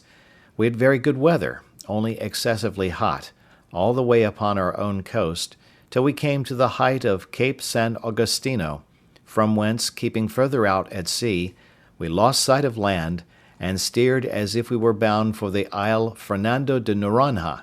holding our course northeast by north, and leaving those isles on the east. In this course we passed the line in about 12 days' time, and were, by our last observation, in 7 degrees 22 minutes northern latitude, when a violent tornado or hurricane took us quite out of our knowledge. It began from the southeast, came about to the northwest, and then settled in the northeast, from whence it blew in such a terrible manner that for 12 days together we could do nothing but drive, and scudding away before it, let it carry us whither fate and the fury of the winds directed. And during those 12 days, I need not say that I expected every day to be swallowed up, nor, indeed, did any in the ship expect to save their lives. In this distress we had, besides the terror of the storm, one of our men die of the calenture, and one man and the boy washed overboard. About the 12th day, the weather abating a little, the master made an observation as well as he could, and found that he was in about 11 degrees north latitude, but that he was 22 degrees of longitude difference west from Cape San Augustino, so that he found he was upon the coast of Guiana, or the north part of Brazil, beyond the river Amazon, toward that of the river Orinoco, commonly called the Great River, and began to consult with me what course he should take, for the ship was leaky and very much disabled, and he was going directly back to the coast of Brazil. I was positively against that, and looking over the charts of the sea-coast of America with him, we concluded there was no inhabited country for us to have recourse to till we came within the circle of the Caribbee Islands, and therefore resolved to stand away for Barbados, which, by keeping off at sea, to avoid the indraft of the Bay or Gulf of Mexico, we might easily perform, as we hoped, in about 15 days' sail, whereas we could not possibly make our voyage to the coast of Africa without some assistance both to our ship and to ourselves. With this design we changed our course, and steered away northwest by north, in order to reach some of our English islands, where I hoped for relief. But our voyage was otherwise determined, for being in the latitude of 12 degrees 18 minutes, a second storm came upon us, which carried us away with the same impetuosity westward, and drove us so out of the way of all human commerce that, had our lives been saved as to the sea, we were rather in danger of being devoured by savages than ever returning to our own country. In this distress, the wind still blowing very hard, one of our men early in the morning cried out, "Land!" and we had no sooner run out of the cabin to look out, in hopes of seeing whereabouts in the world we were, than the ship struck upon a sand, and in a moment her motion being so stopped, the sea broke over her in such a manner that we expected we should all have perished immediately, and we were immediately driven into our close quarters, to shelter us from the very foam and spray of the sea. It is not easy for anyone who has not been in the like condition to describe or conceive the consternation of men in such circumstances. We knew nothing where we were, or upon what land it was we were driven, whether an island or the main, whether inhabited or not inhabited. As the rage of the wind was still great, though rather less than at first, we could not so much as hope to have the ship hold many minutes without breaking into pieces, unless the winds, by a kind of miracle, should turn immediately about. In a word, we sat looking upon one another, and expecting death every moment, and every man accordingly preparing for another world, for there was little or nothing more for us to do in this. That which was our present comfort, and all the comfort we had, was that, contrary to our expectation, the ship did not break yet, and that the master said the wind began to abate. Now, though we thought that the wind did a little abate, yet the ship having thus struck upon the sand, and sticking too fast for us to expect her getting off, we were in a dreadful condition indeed, and had nothing to do but to think of saving our lives as well as we could. We had a boat at our stern just before the storm, but she was first staved by dashing against the ship's rudder, and in the next place she broke away, and either sunk or was driven off to sea, so there was no hope from her. We had another boat on board, but how to get her off into the sea was a doubtful thing. However, there was no time to debate, for we fancied that the ship would break in pieces every minute, and some told us she was actually broken already. In this distress the mate of our vessel laid hold of the boat, and with the help of the rest of the men got her slung over the ship's side, and getting all into her, let go, and committed ourselves, being 11 in number, to God's mercy and the wild sea, for though the storm was abated considerably, yet the sea ran dreadfully high upon the shore, and might be well called Den Wildsee, as the Dutch call the sea in a storm. And now our case was very dismal indeed, for we all saw plainly that the sea went so high that the boat could not live, and that we should be inevitably drowned. As to making sail, we had none, nor if we had could we have done anything with it. So we worked at the oar towards the land, though with heavy hearts, like men going to execution, for we all knew that when the boat came near the shore, she would be dashed in 1,000 pieces by the breach of the sea. However, we committed our souls to God in the most earnest manner, and the wind driving us towards the shore, we hastened our destruction with our own hands, putting as well as we could towards land. What the shore was, whether rock or sand, whether steep or shoal, we knew not. The only hope that could rationally give us the least shadow of expectation was, if we might find some bay or gulf, or the mouth of some river, where by great chance we might have run our boat in, or got under the lee of the land, and perhaps made smooth water. But there was nothing like this appeared. But, as we made nearer and nearer the shore, the land looked more frightful than the sea. After we had rowed, or rather driven about 1.5 leagues, as we reckoned it, a raging wave, mountain-like, came rolling astern of us, and plainly bade us expect the coup de grace. It took us with such a fury that it overset the boat at once, and separating us as well from the boat as from one another, gave us no time to say, "O God!" for we were all swallowed up in a moment. Nothing can describe the confusion of thought which I felt when I sank into the water, for though I swam very well, yet I could not deliver myself from the wave so as to draw breath, till that wave having driven me, or rather carried me, a vast way on towards the shore, and having spent itself, went back, and left me upon the land almost dry, but half dead with the water I took in. I had so much presence of mind, as well as breath left, that seeing myself nearer the mainland than I expected, I got upon my feet, and endeavoured to make on towards the land as fast as I could, before another wave should return and take me up again.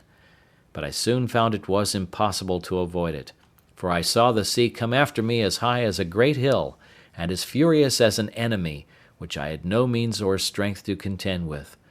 My business was to hold my breath, and raise myself upon the water if I could, and so, by swimming, to preserve my breathing, and pilot myself towards the shore if possible, my greatest concern now being that the sea, as it would carry me a great way towards the shore when it came on, might not carry me back again with it when it gave back towards the sea.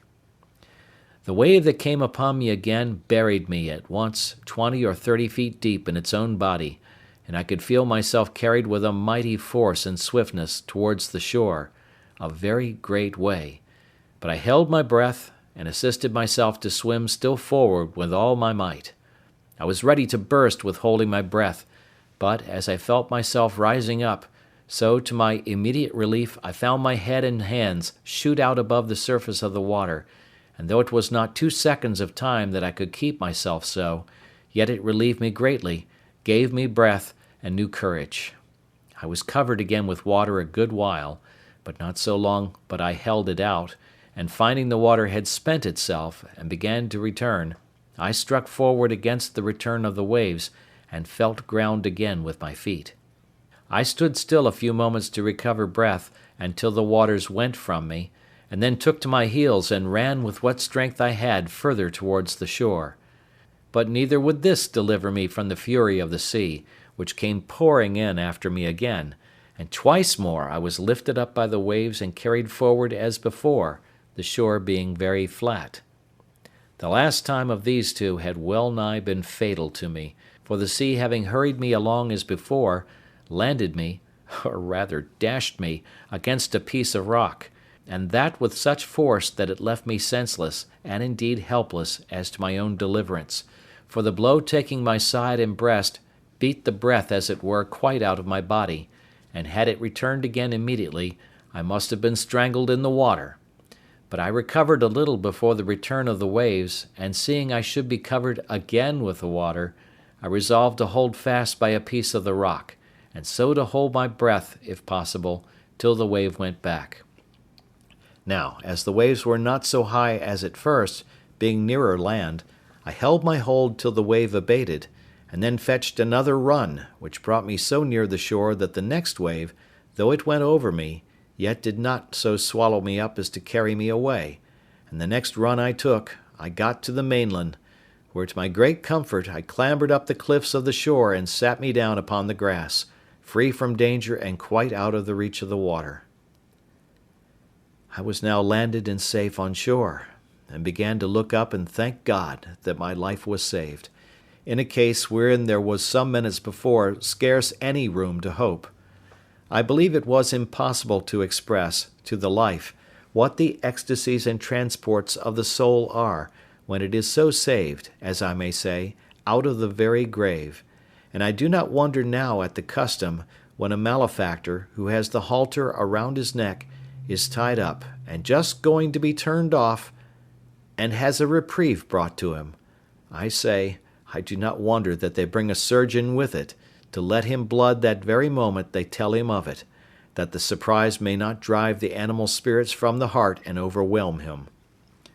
For sudden joys, like griefs, confound at first. I walked about on the shore lifting up my hands, and my whole being, as I may say, wrapped up in a contemplation of my deliverance, making 1,000 gestures and motions which I cannot describe, reflecting upon all my comrades that were drowned, and that there should not be one soul saved but myself, for, as for them, I never saw them afterwards, or any sign of them, except 3 of their hats, 1 cap, and 2 shoes that were not fellows. I cast my eye to the stranded vessel, when, the breach in the froth of the sea being so big I could hardly see it, it lay so far off, and considered, Lord, how was it possible I could get on shore? After I had solaced my mind with the comfortable part of my condition, I began to look around me, to see what kind of place I was in, and what was next to be done. And I soon found my comforts abate, and that, in a word, I had a dreadful deliverance, for I was wet, had no clothes to shift me, nor anything either to eat or drink to comfort me, neither did I see any prospect before me but that of perishing with hunger or being devoured by wild beasts, and that which was particularly afflicting to me was, that I had no weapon, either to hunt and kill any creature for my sustenance, or to defend myself against any other creature that might desire to kill me for theirs. In a word, I had nothing about me but a knife, a tobacco pipe, and a little tobacco in a box. This was all my provisions, and this threw me into such terrible agonies of mind, that for a while I ran about like a madman. Night coming upon me, I began with a heavy heart to consider what would be my lot if there were any ravenous beasts in that country, as at night they always come abroad for their prey. All the remedy that offered to my thoughts at that time was to get up into a thick bushy tree like a fir, but thorny, which grew near me, and where I resolved to sit all night, and consider the next day what death I should die, for as yet I saw no prospect of life. I walked about a furlong from the shore, to see if I could find any fresh water to drink, which I did, to my great joy, and having drank, and put a little tobacco into my mouth to prevent hunger, I went to the tree, and getting up into it, endeavoured to place myself so that if I should sleep, I might not fall. And having cut me a short stick, like a truncheon, for my defence, I took up my lodging, and having been excessively fatigued, I fell fast asleep, and slept as comfortably as, I believe, few could have done in my condition, and found myself more refreshed with it than, I think, I ever was on such an occasion. End of Chapter 3.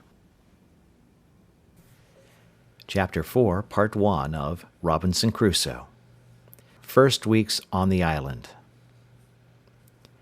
When I waked it was broad day, the weather clear, and the storm abated, so that the sea did not rage and swell as before.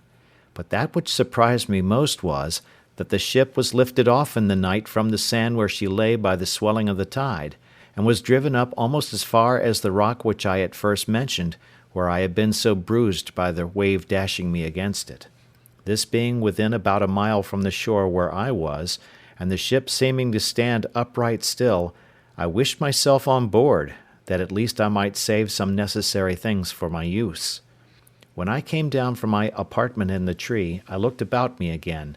and the first thing I found was the boat, which lay, as the wind and the sea had tossed her up, upon the land, about 2 miles on my right hand. I walked as far as I could upon the shore to have got to her, but found a neck or inlet of water between me and the boat, which was about half a mile broad. So I came back for the present, being more intent upon getting at the ship,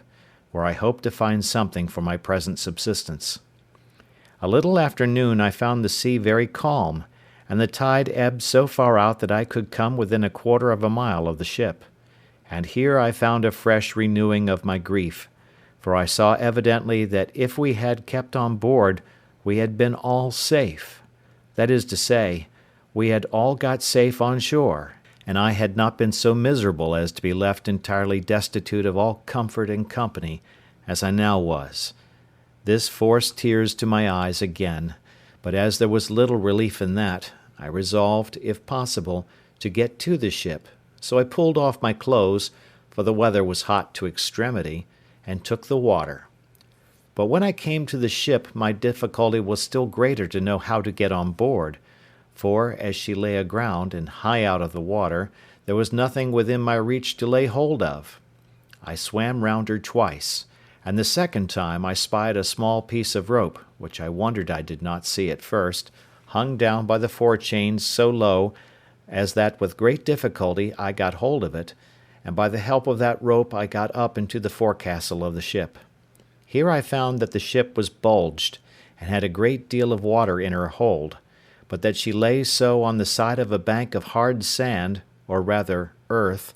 that her stern lay lifted up upon the bank, and her head low, almost to the water. By this means all her quarter was free, and all that was in that part was dry, for you may be sure my first work was to search, and to see what was spoiled and what was free. And, first, I found that all the ship's provisions were dry and untouched by the water, and being very well disposed to eat, I went to the bread room and filled my pockets with biscuit, and ate it as I went about other things, for I had no time to lose. I also found some rum in the great cabin, of which I took a large dram, and which I had indeed need enough of to spirit me for what was before me. Now I wanted nothing but a boat to furnish myself with many things which I foresaw would be very necessary to me.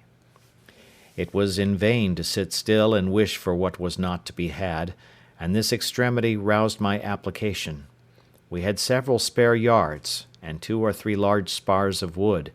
and a spare topmast or 2 in the ship. I resolved to fall to work with these, and I flung as many of them overboard as I could manage for their weight, tying every one with a rope, that they might not drive away. When this was done, I went down the ship's side, and pulling them to me, I tied 4 of them together at both ends as well as I could, in the form of a raft, and laying 2 or 3 short pieces of plank upon them crossways, I found I could walk upon it very well, but that it was not able to bear any great weight, the pieces being too light. So I went to work, and with a carpenter's saw I cut a spare topmast into 3 lengths, and added them to my raft, with a great deal of labour and pains.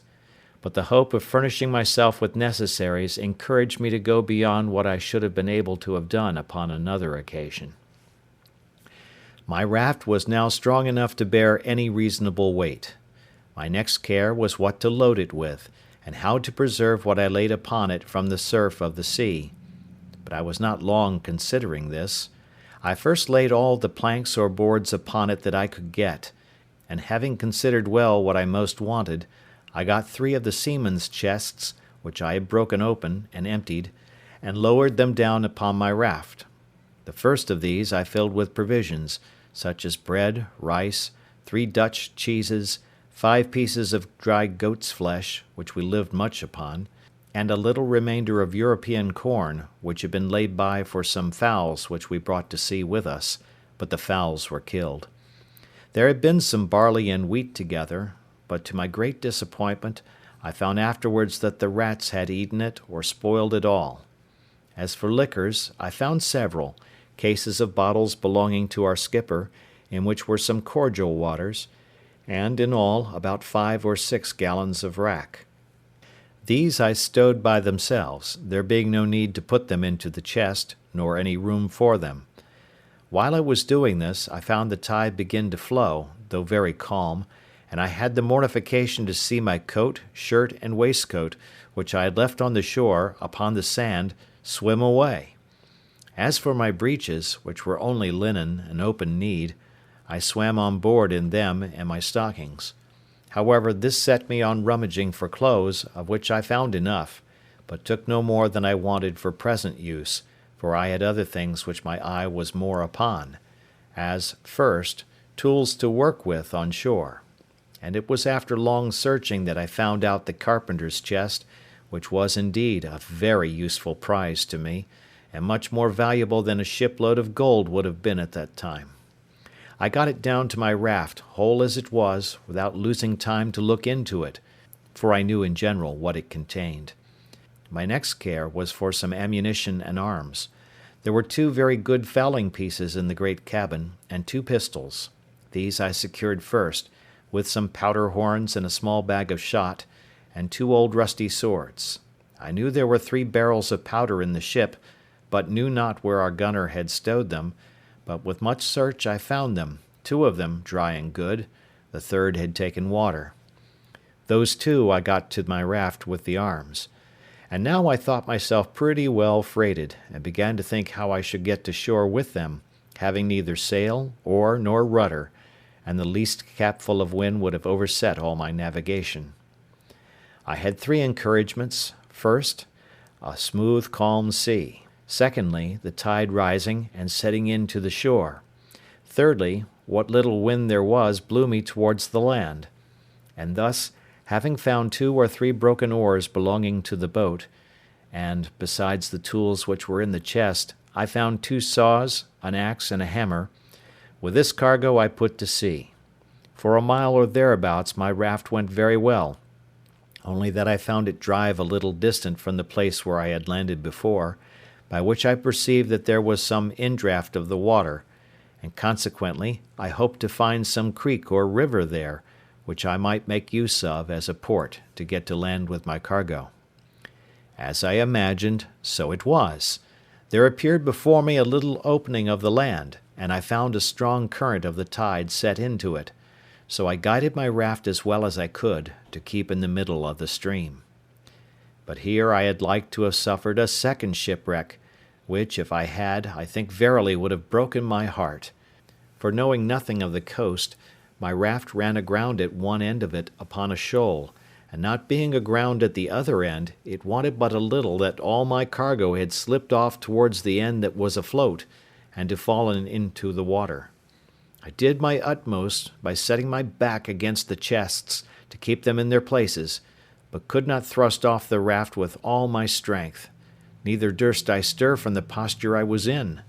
but holding up the chests with all my might, I stood in that manner near half an hour, in which time the rising of the water brought me a little more upon a level, and a little after, the water still rising, my raft floated again, and I thrust her off with the oar I had into the channel, and then driving up higher, I at length found myself in the mouth of a little river, with land on both sides and a strong current of tide running up. I looked on both sides for a proper place to get to shore, for I was not willing to be driven too high up the river, hoping in time to see some ships at sea, and therefore resolved to place myself as near the coast as I could. At length I spied a little cove on the right shore of the creek, to which with great pain and difficulty I guided my raft, and at last got so near that, reaching ground with my oar, I could thrust her directly in. But here I had like to have dipped all my cargo into the sea again, for that shore lying pretty steep, that is to say, sloping, there was no place to land but where one end of my float, if it ran on shore, would lie so high, and the other sink lower, as before, that it would endanger my cargo again. All that I could do was to wait till the tide was at the highest, keeping the raft with my oar like an anchor, to hold the side of it fast to the shore near a flat piece of ground, which I expected the water would flow over, and so it did. As soon as I found water enough, for my raft drew about a foot of water, I thrust her upon that flat piece of ground, and there fastened or moored her, by sticking my two broken oars into the ground, one on one side near one end, and one on the other side near the other end, and thus I lay till the water ebbed away, and left my raft and all my cargo safe on shore. My next work was to view the country, and seek a proper place for my habitation, and where to stow my goods to secure them from whatever might happen. Where I was, I yet knew not, whether on the continent or on an island, whether inhabited or not inhabited, whether in danger of wild beasts or not. There was a hill not above a mile from me, which rose up very steep and high, and which seemed to overtop some other hills, which lay as in a ridge from it northward. I took out one of the fowling pieces, and one of the pistols, and a horn of powder, and thus armed I travelled for discovery up to the top of that hill, where, after I had with great labour and difficulty got to the top, I saw my fate, to my great affliction, that I was in an island environed every way with the sea,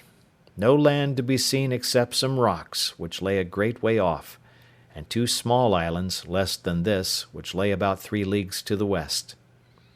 I found also that the island I was in was barren, and as I saw good reason to believe, uninhabited except by wild beasts, of whom, however, I saw none. Yet I saw abundance of fowls, but knew not their kinds, neither when I killed them could I tell what was fit for food, and what not. At my coming back, I shot at a great bird which I saw sitting upon a tree on the side of a great wood. I believe it was the first gun that had been fired there since the creation of the world. I had no sooner fired, than from all parts of the wood there arose an innumerable number of fowls, of many sorts, making a confused screaming and crying, and every one according to his usual note, but not one of them of any kind that I knew. As for the creature I killed, I took it to be a kind of hawk, its colour and beak resembling it, but it had no talons or claws more than common. Its flesh was carrion, and fit for nothing. Contented with this discovery, I came back to my raft and fell to work to bring my cargo on shore, which took me up the rest of that day. What to do with myself at night, I knew not, nor indeed where to rest, for I was afraid to lie down on the ground, not knowing but some wild beast might devour me, though, as I afterwards found, there was really no need for those fears. However, as well as I could, I barricaded myself round with the chest and boards that I had brought on shore, and made a kind of hut for that night's lodging. As for food, I yet saw not which way to supply myself, except that I had seen 2 or 3 creatures like hares run out of the wood where I shot the fowl. I now began to consider that I might yet get a great many things out of the ship which would be useful to me, and particularly some of the rigging and sails, and such other things as might come to land, and I resolved to make another voyage on board the vessel, if possible. And as I knew that the first storm that blew must necessarily break her all in pieces, I resolved to set all other things apart till I had got everything out of the ship that I could get. Then I called a council, that is to say, in my thoughts, whether I should take back the raft, but this appeared impracticable, so I resolved to go as before, when the tide was down, and I did so, only that I stripped before I went from my hut, having nothing on but my checkered shirt, a pair of linen drawers, and a pair of pumps on my feet. I got on board the ship as before, and prepared a second raft, and having had experience of the first, I neither made this so unwieldy, nor loaded it so hard, but yet I brought away several things very useful to me. As first, in the carpenter's stores, I found 2 or 3 bags full of nails and spikes, a great screw-jack, a dozen or 2 of hatchets, and above all that most useful thing called a grindstone. All these I secured, together with several things belonging to the gunner, particularly 2 or 3 iron crows, and 2 barrels of musket bullets, 7 muskets, another fowling piece, with some small quantity of powder more, a large bagful of small shot, and a great roll of sheet lead, but this last was so heavy, I could not hoist it up to get it over the ship's side. Besides these things, I took all the men's clothes that I could find, and a spare foretopsail, a hammock, and some bedding, and with this I loaded my second raft, and brought them all safe on shore, to my very great comfort. I was under no apprehension, during my absence from the land, that at least my provisions might be devoured on shore, but when I came back I found no sign of any visitor, only there sat a creature like a wild cat upon one of the chests, which, when I came towards it, ran away a little distance, and then stood still. She sat very composed and unconcerned, and looked full in my face, as if she had a mind to be acquainted with me. I presented my gun at her, but as she did not understand it, she was perfectly unconcerned at it, nor did she offer to stir away, upon which I tossed her a bit of biscuit, though, by the way, I was not very free of it, for my store was not great. However, I spared her a bit, I say, and she went to it, smelled at it, and ate it, and looked as if pleased for more. But I thanked her, and could spare no more, so she marched off. Having got my second cargo on shore, though I was fain to open the barrels of powder and bring them by parcels, for they were too heavy, being large casks, I went to work to make me a little tent with a sail, and some poles which I cut for that purpose, and into this tent I brought everything that I knew would spoil either with rain or sun, and I piled all the empty chests and casks up in a circle around the tent, to fortify it from any sudden attempt, either from man or beast. When I had done this, I blocked up the door of the tent with some boards within, and an empty chest set up on end without, and spreading one of the beds upon the ground, laying my 2 pistols just at my head, and my gun at length by me, I went to bed for the first time, and slept very quietly all night, for I was very weary and heavy. For the night before I had slept little, and had labored very hard all day to fetch all these things from the ship, and to get them on shore. I had the biggest magazine of all kinds now that ever was laid up, I believe, for one man. But I was not satisfied still, for while the ship sat upright in that posture, I thought I ought to get everything out of her that I could. So every day at low water I went on board, and brought away something or other, but particularly the third time I went, I brought away as much of the rigging as I could, as also all the small ropes and rope twine I could get, with a piece of spare canvas, which was to mend the sails upon occasion,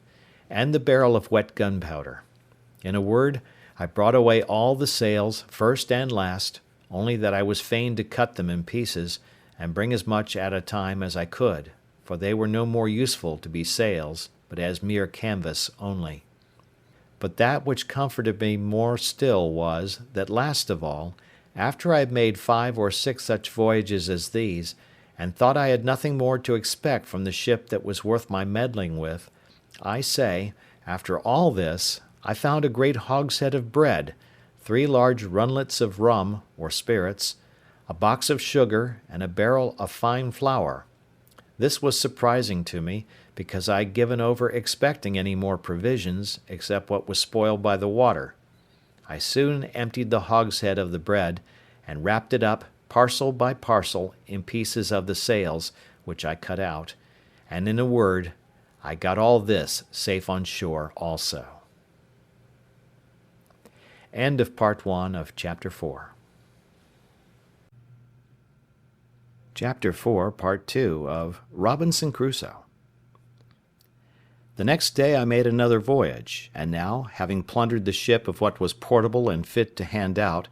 I began with the cables. Cutting the great cable into pieces, such as I could move, I got 2 cables and a hawser on shore, with all the ironwork I could get, and having cut down the spritsail yard and the mizzen yard, and everything I could, to make a large raft, I loaded it with all these heavy goods, and came away.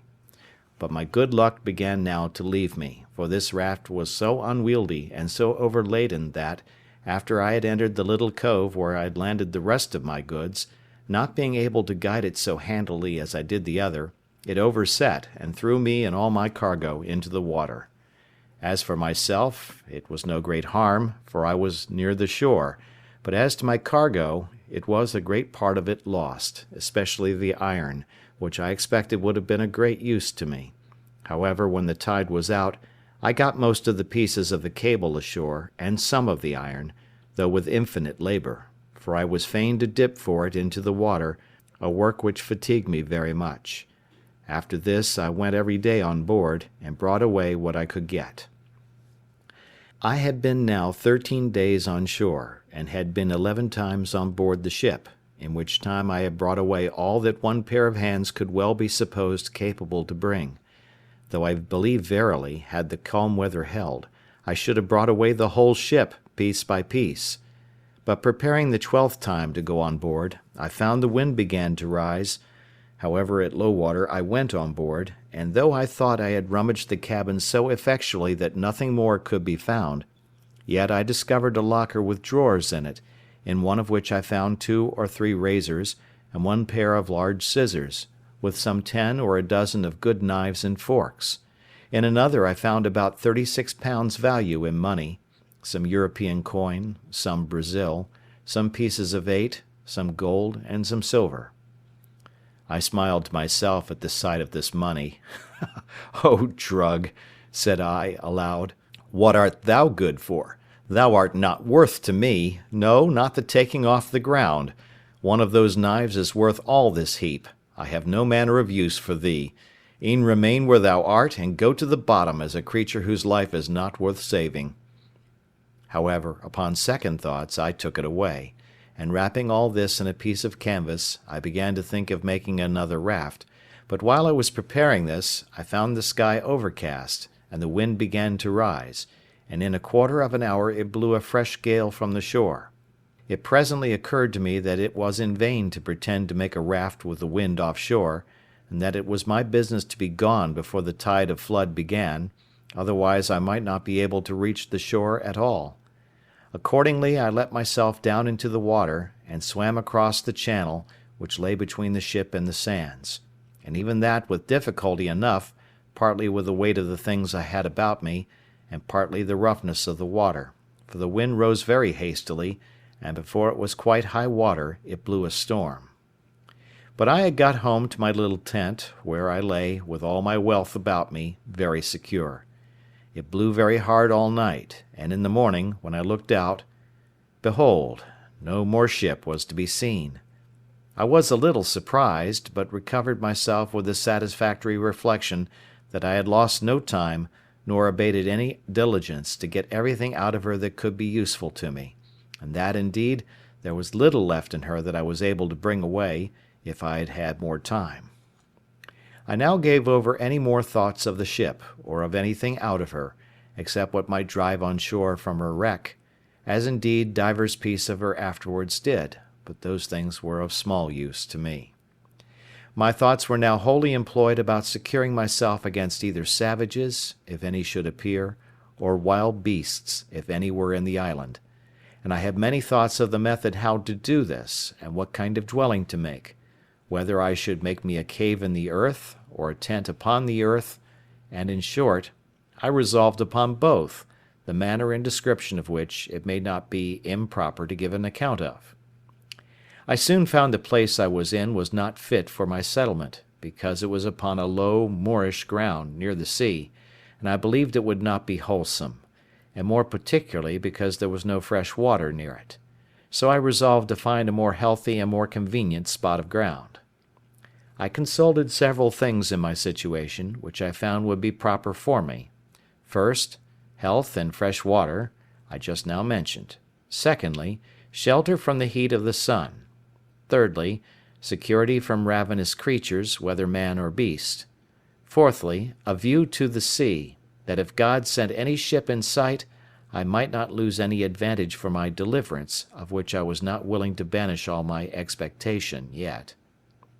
In search of a place proper for this, I found a little plain on the side of a rising hill, whose front towards this little plain was steep as a house side, so that nothing could come down upon me from the top. On the one side of the rock there was a hollow place, worn a little way in, like the entrance or door of a cave, but there was not really any cave or way into the rock at all. On the flat of the green, just before this hollow place, I resolved to pitch my tent. This plain was not above 100 yards broad, and about twice as long, and lay like a green before my door, and, at the end of it, descended irregularly every way down into the low ground by the seaside. It was on the north-northwest side of the hill, so that it was sheltered from the heat every day, till it came to a west and by south sun, or thereabouts, which in those countries is near the setting. Before I set up my tent I drew a half circle before the hollow place, which took in about 10 yards in its semi-diameter from the rock, and 20 yards in its diameter from its beginning and ending. In this half circle I pitched 2 rows of strong stakes, driving them into the ground till they stood very firm like piles, the biggest end being out of the ground above 5 feet and a half, and sharpened on the top. The 2 rows did not stand above 6 inches from one another.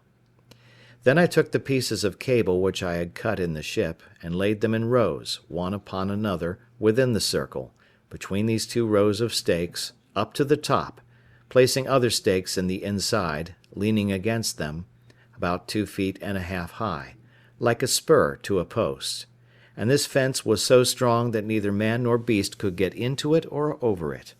This cost me a great deal of time and labor, especially to cut the piles in the woods, bring them to the place, and drive them into the earth.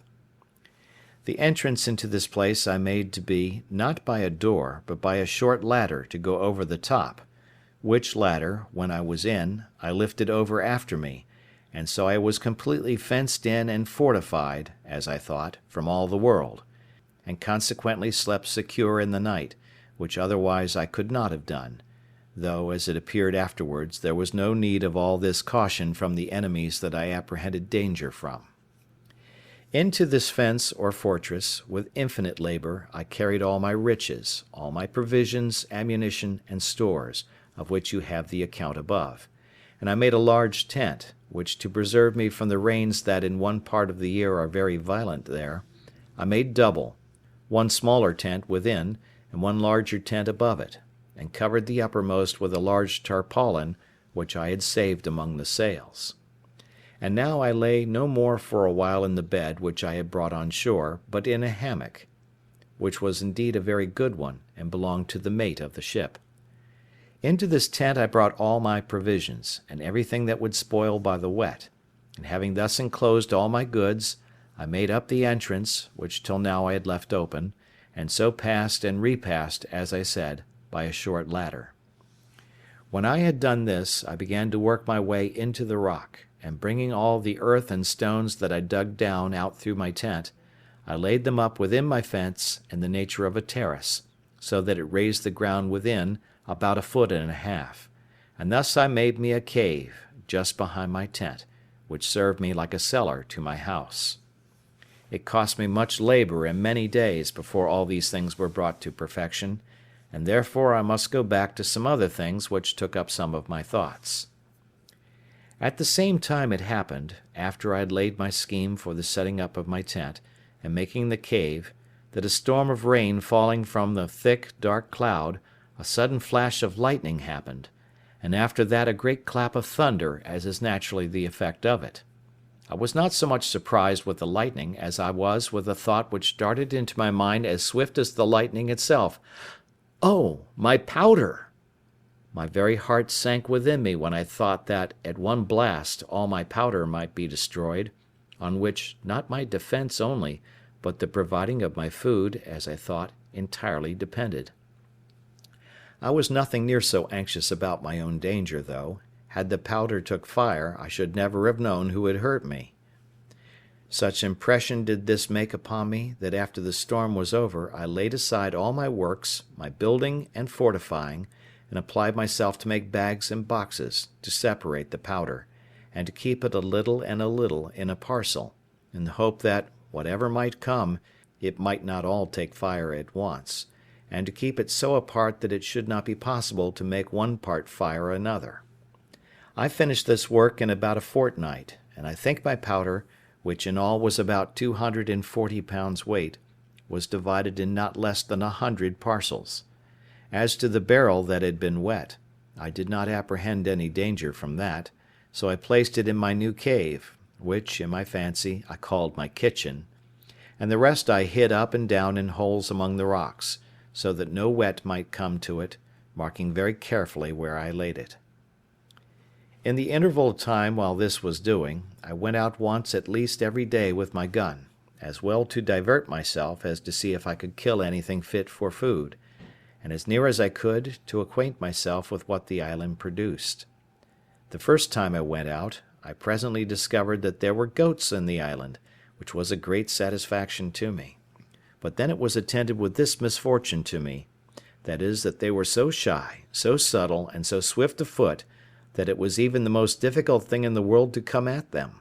But I was not discouraged at this, not doubting but I might now and then shoot one, as it soon happened, for after I had found their haunts a little, I laid wait in this manner for them. I observed if they saw me in the valleys, though they were upon the rocks, they would run away, as in a terrible fright.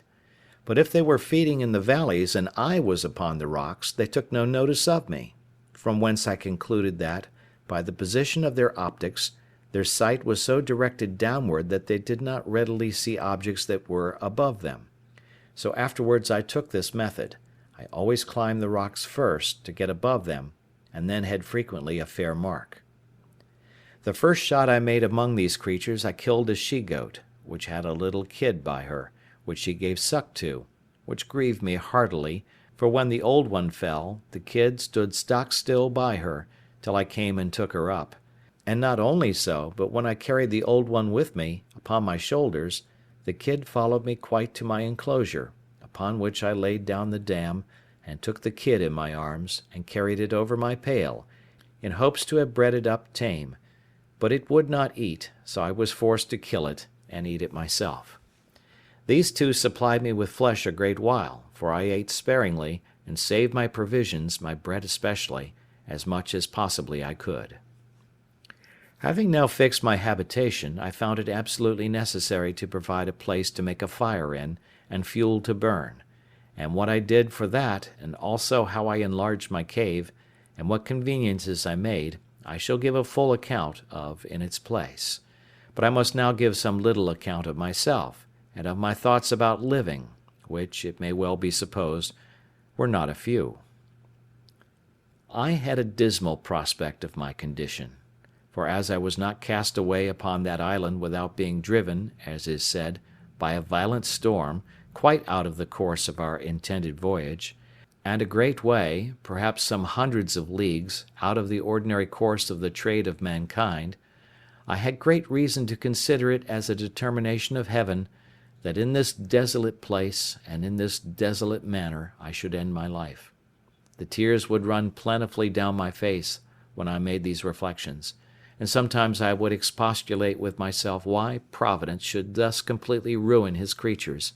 and render them so absolutely miserable, so without help, abandoned, so entirely depressed, that it could hardly be rational to be thankful for such a life. But something always returned swift upon me to check these thoughts, and to reprove me; and particularly one day, walking with my gun in my hand by the seaside, I was very pensive upon the subject of my present condition, when reason, as it were, expostulated with me the other way, thus: "Well, you are in a desolate condition, it is true; but, pray remember, where are the rest of you? Did not you come, 11 of you, in the boat? Where are the 10? Why were they not saved, and you lost? Why were you singled out? Is it better to be here or there?" And then I pointed to the sea. All evils are to be considered with the good that is in them, and with what worse attends them. Then it occurred to me again, how well I was furnished for my subsistence, and what would well have been my case if it had not happened, which was 100,000 to 1, that the ship floated from the place where she first struck, and was driven so near the shore that I had time to get all these things out of her.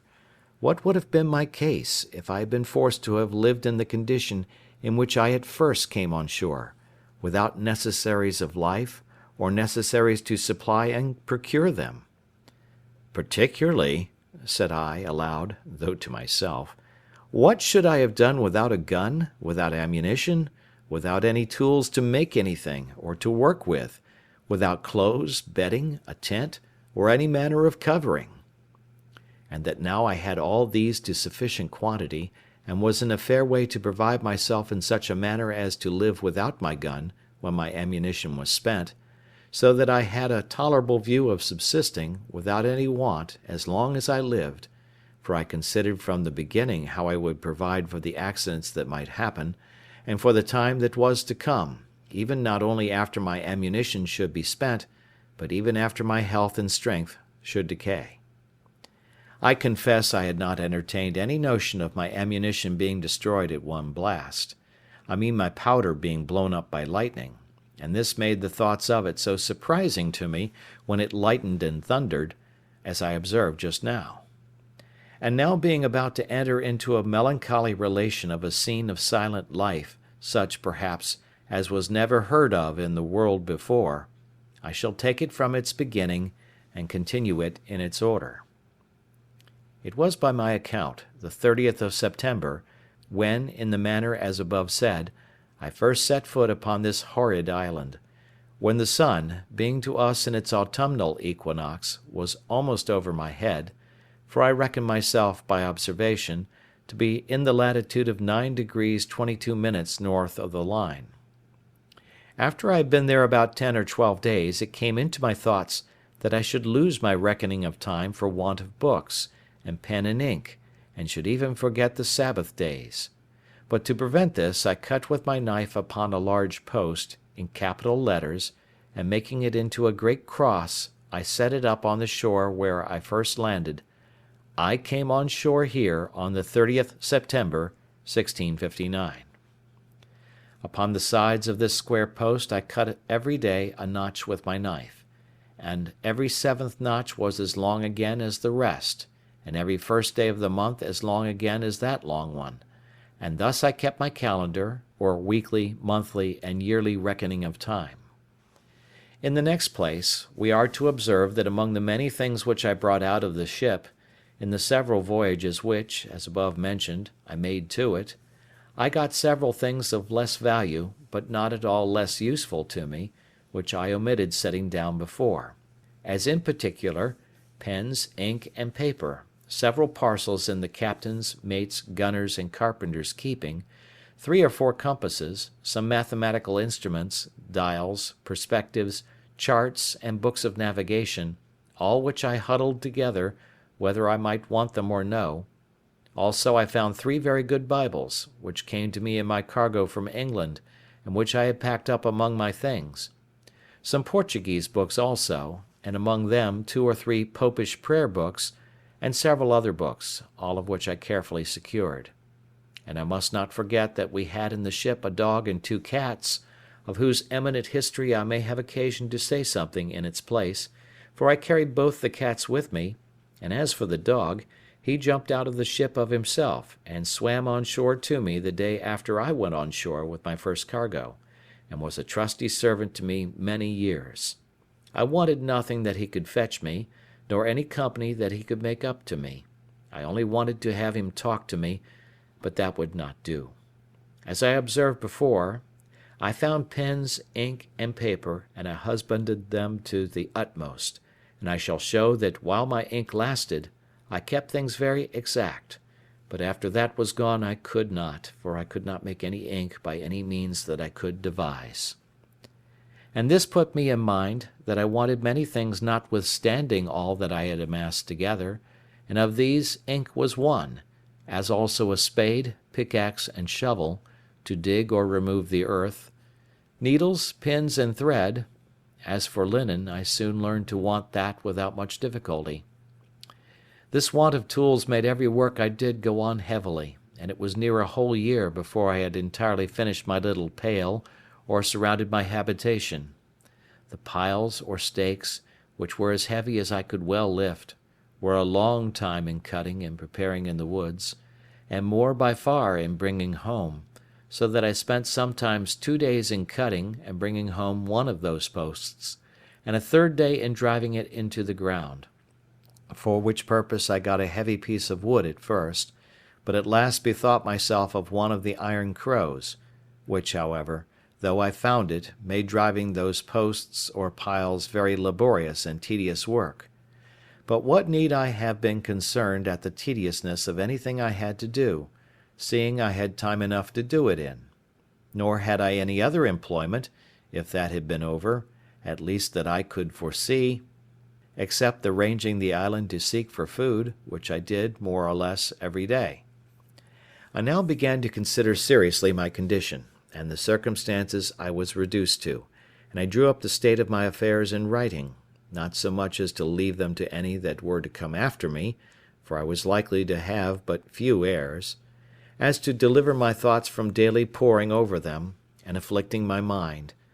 and as my reason began now to master my despondency, I began to comfort myself as well as I could, and to set the good against the evil, that I might have something to distinguish my case from worse; and I stated very impartially, like debtor and creditor, the comforts I enjoyed against the miseries I suffered, thus: on the evil side, I am cast upon a horrid, desolate island, void of all hope of recovery. On the good side, but I am alive, and not drowned, as all my ship's company were. On evil, I am singled out and separated, as it were, from all the world, to be miserable. But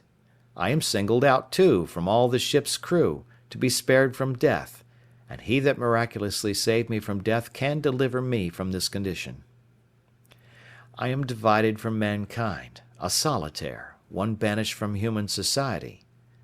But I am not starved, or perishing on a barren place, affording no sustenance. I have no clothes to cover me. But I am in a hot climate, where, if I had clothes, I could hardly wear them. I am without any defence, or means to resist any violence of man or beast. But I am cast on an island where I see no wild beasts to hurt me, as I saw on the coast of Africa, and what if I had been shipwrecked there? I have no soul to speak to or relieve me. But God wonderfully sent the ship in near enough to the shore that I have got out as many necessary things as will either supply my wants or enable me to supply myself, even as long as I live. Upon the whole, here was an undoubted testimony that there was scarce any condition in the world so miserable, but there was something negative or something positive to be thankful for in it. And let this stand as a direction from the experience of the most miserable of all conditions in this world, that we may always find in it something to comfort ourselves from, and to set, in the description of good and evil, on the credit side of the account. Having now brought my mind a little to relish my condition, and given over looking out to see if I could spy a ship, I say, giving over these things, I began to apply myself to arrange my way of living, and to make things as easy to me as I could. I have already described my habitation, which was a tent under the side of a rock, surrounded with a strong pale of posts and cables, but I might now rather call it a wall, for I raised a kind of wall up against it of turfs, about 2 feet thick on the outside, and after some time, I think it was a year and a half, I raised rafters from it, leaning to the rock, and thatched or covered it with boughs of trees, and such things as I could get, to keep out the rain, which I found at some times of the year very violent. I have already observed how I brought all my goods into this pale, and into the cave which I had made behind me. But I must observe, too, that at first this was a confused heap of goods, which, as they lay in no order, so they took up all my place. I had no room to turn myself, so I set myself to enlarge my cave, and work farther into the earth, for it was a loose sandy rock, which yielded easily to the labour I bestowed on it. And so when I found I was pretty safe as to beasts of prey, I worked sideways, to the right hand, into the rock, and then, turning to the right again, worked quite out, and made me a door to come out on the outside of my pale or fortification. This gave me not only egress and regress, as it was a back way to my tent and to my storehouse, but gave me room to store my goods. And now I began to apply myself to make such necessary things as I found I most wanted,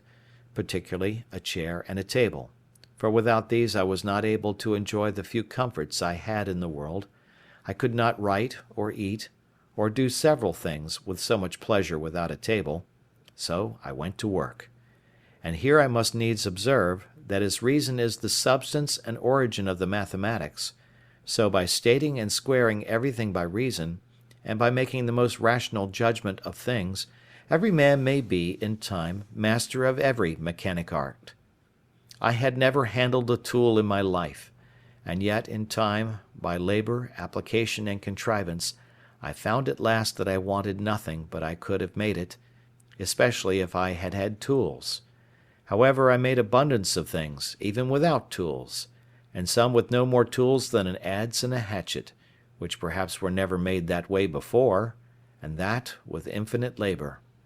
For example, if I wanted a board, I had no other way but to cut down a tree, set it on an edge before me, and hew it flat on either side with my axe, till I brought it to be thin as a plank, and then dub it smooth with my adze.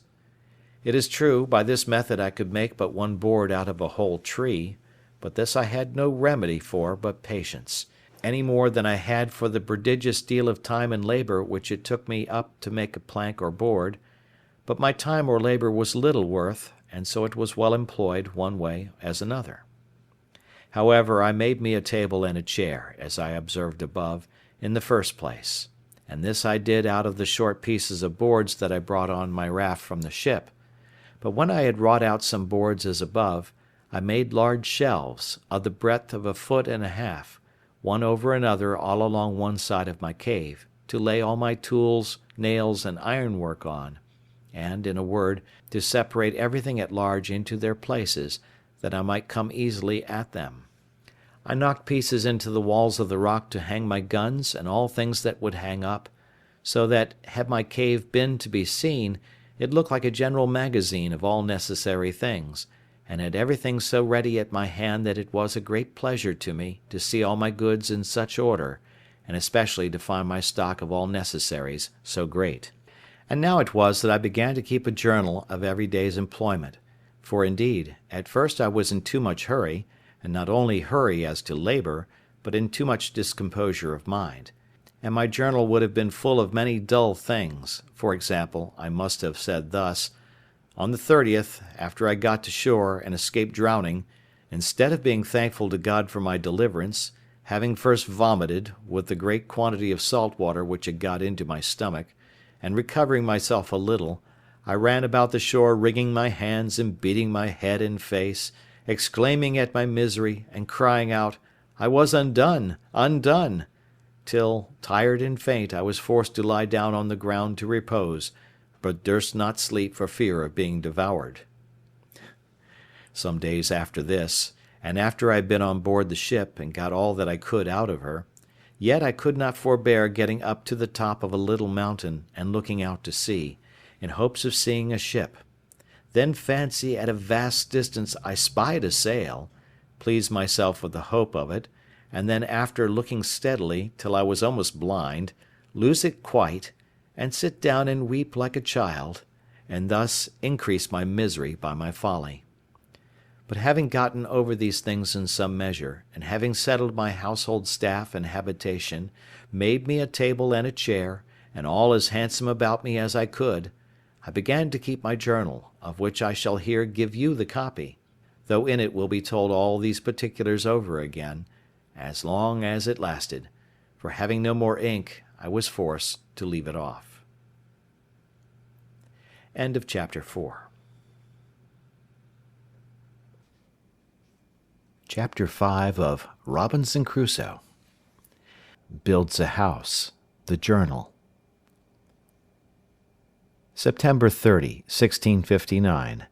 I, poor miserable Robinson Crusoe, being shipwrecked during a dreadful storm in the offing, came on shore on this dismal, unfortunate island, which I called the Island of Despair, all the rest of the ship's company being drowned, and myself almost dead. All the rest of the day I spent in afflicting myself at the dismal circumstances I was brought to, that is, I had neither food, house, clothes, weapon, nor place to fly to, and in despair of any relief, saw nothing but death before me, either that I should be devoured by wild beasts, murdered by savages, or starved to death for want of food.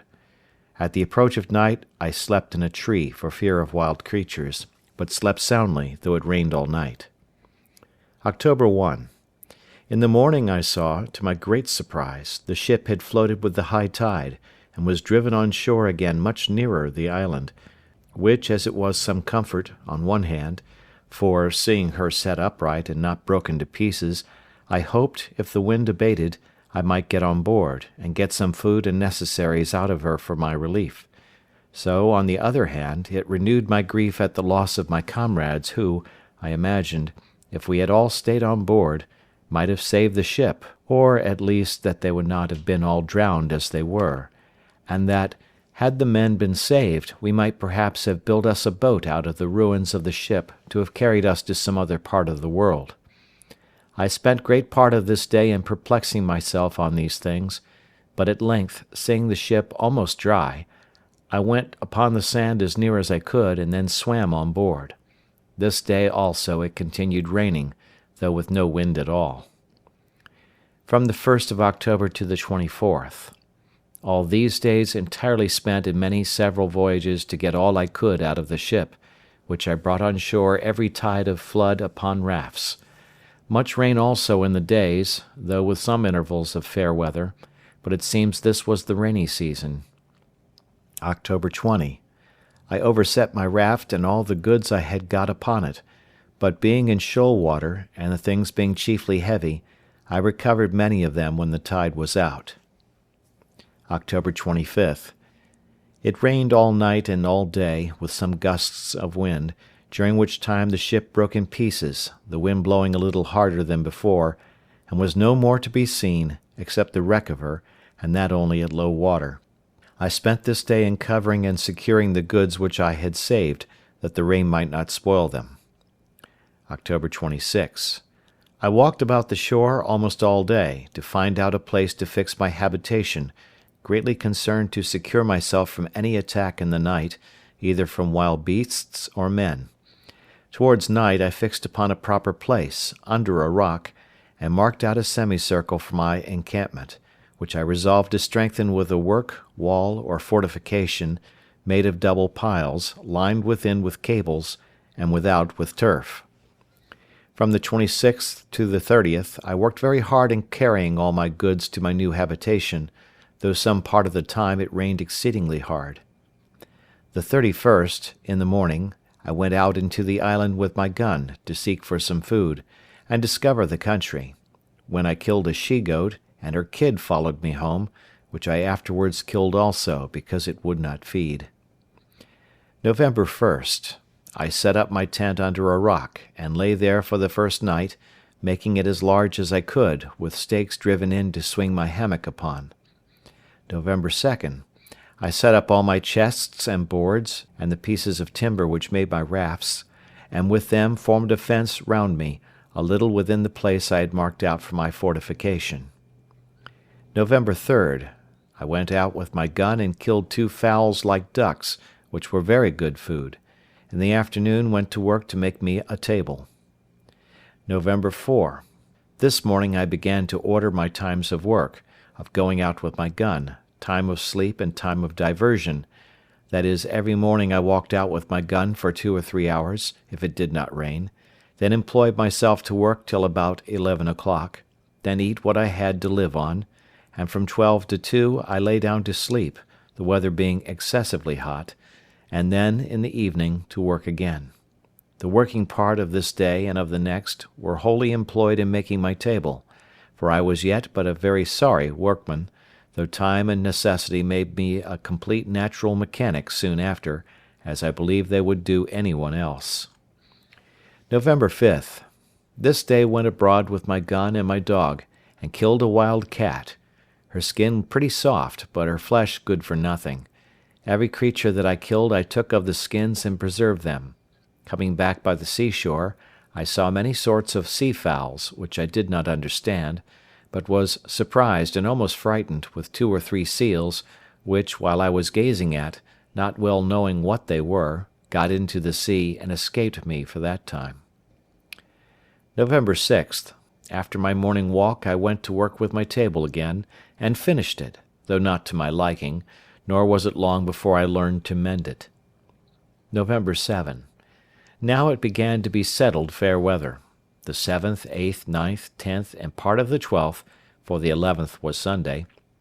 I took wholly up to make me a chair, and with much ado brought it to a tolerable shape, but never to please me, and even in the making I pulled it in pieces several times.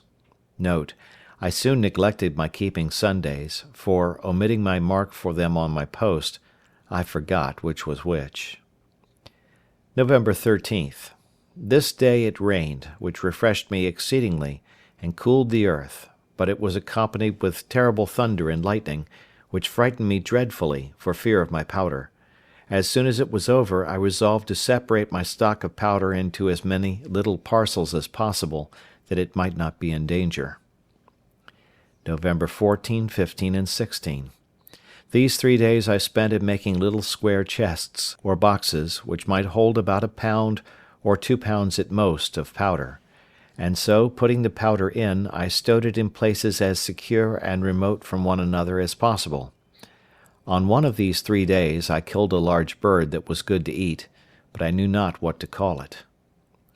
November 17. This day I began to dig behind my tent into the rock, to make room for my further conveniency. Note: 3 things I wanted excessively for this work, viz., a pickaxe, a shovel, and a wheelbarrow or basket, so I desisted from my work and began to consider how to supply that want, and make me some tools. As for the pickaxe, I made use of the iron crows, which were proper enough, though heavy. But the next thing was a shovel or spade. This was so absolutely necessary that, indeed, I could do nothing effectually without it, but what kind of one to make I knew not. November 18. The next day, in searching the woods, I found a tree of that wood, or like it, which in the Brazils they call the iron tree, for its exceeding hardness. Of this, with great labour, and almost spoiling my axe, I cut a piece, and brought it home too with difficulty enough, for it was exceeding heavy. The excessive hardness of the wood, and my having no other way, made me a long while upon this machine, for I worked it effectually by little and little into the form of a shovel or spade,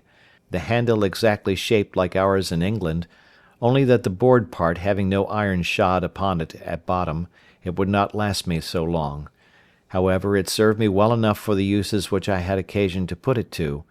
but never was a shovel, I believe, made after that fashion, or so long in making. I was still deficient, for I wanted a basket or a wheelbarrow. A basket I could not make by any means, having no such things as twigs that would bend to make wicker ware, at least none yet found out, and as to a wheelbarrow, I fancied I could make all but the wheel, but that I had no notion of, neither did I know how to go about it. Besides, I had no possible way to make the iron gudgeons for the spindle or axis of the wheel to run in, so I gave it over, and so, for carrying away the earth which I dug out of the cave, I made me a kind of thing like a hod, which the labourers carry mortar in when they serve the bricklayers. This was not so difficult to me as the making of the shovel, and yet this and the shovel, and the attempt which I made in vain to make a wheelbarrow, took me up no less than 4 days. I mean always excepting my morning walk with my gun, which I seldom failed, and very seldom failed also bringing home something fit to eat. November 23rd. My other work having now stood still, because of my making these tools, when they were finished I went on, and working every day, as my strength and time allowed, I spent 18 days entirely in widening and deepening my cave, that it might hold my goods commodiously. Note, during all this time I worked to make this room or cave spacious enough to accommodate me as a warehouse or magazine, a kitchen, a dining room, and a cellar. As for my lodging, I kept to the tent, except that sometimes, in the wet season of the year, it rained so hard that I could not keep myself dry, which caused me afterwards to cover all my place within my pale with long poles, in the form of rafters, leaning against the rock, and load them with flags and large leaves of trees like a thatch. December 10. I began now to think my cave or vault finished, when on a sudden, it seems I had made it too large, a great quantity of earth fell down from the top on one side, so much that, in short, it frighted me, and not without reason too, for if I had been under it, I had never wanted a grave digger. I had now a great deal of work to do over again, for I had the loose earth to carry out, and which was of more importance, I had the ceiling to prop up, that I might be sure no more would come down. December 11th. This day I went to work with it accordingly, and got 2 shores or posts pitched upright to the top, with 2 pieces of boards across over each post. This I finished the next day, and setting more posts up with boards, in about a week more I had the roof secured, and the posts, standing in rows, served me for partitions to part off the house. December 17th. From this day to the 20th I placed shelves, and knocked up nails on the posts, to hang everything up that could be hung up, and now I began to be in some order within doors. December 20. Now I carried everything into the cave, and began to furnish my house, and set up some pieces of boards like a dresser, to order my victuals upon, but boards began to be very scarce with me, also I made me another table. December 24th. Much rain all night and all day, no stirring out. December 25. Rain all day. December 26th. No rain, and the earth much cooler than before, and pleasanter. December 27th. Killed a young goat, and lamed another, so that I caught it and led it home in a string. When I had it at home, I bound and splinted up its leg, which was broke. N.B. I took such care of it that it lived, and the leg grew well and as strong as ever, but by my nursing it so long, it grew tame, and fed upon the little green at my door, and would not go away. This was the first time that I entertained a thought of breeding up some tame creatures, that I might have food when my powder and shot was all spent. December 28, 29, 30, 31st. Great heats and no breeze, so that there was no stirring abroad, except in the evening, for food. This time I spent in putting all my things in order within doors. January 1. Very hot still, but I went abroad early and late with my gun, and lay still in the middle of the day. This evening, going farther into the valleys which lay towards the centre of the island, I found there were plenty of goats, though exceedingly shy and hard to come at. However, I resolved to try if I could not bring my dog to hunt them down. January 2. Accordingly, the next day I went out with my dog, and set him upon the goats, but I was mistaken, for they all faced about upon the dog, and he knew his danger too well, for he would not come near them. January 3rd. I began my fence or wall, which, being still jealous of my being attacked by somebody, I resolved to make very thick and strong. N.B. This wall being described before, I purposely omit what was said in the journal. It is sufficient to observe that I was no less time than from the 2nd of January to the 14th of April working, finishing, and perfecting this wall, though it was no more than about 24 yards in length, being a half circle from one place in the rock to another place, about 8 yards from it, the door of the cave being in the centre behind it.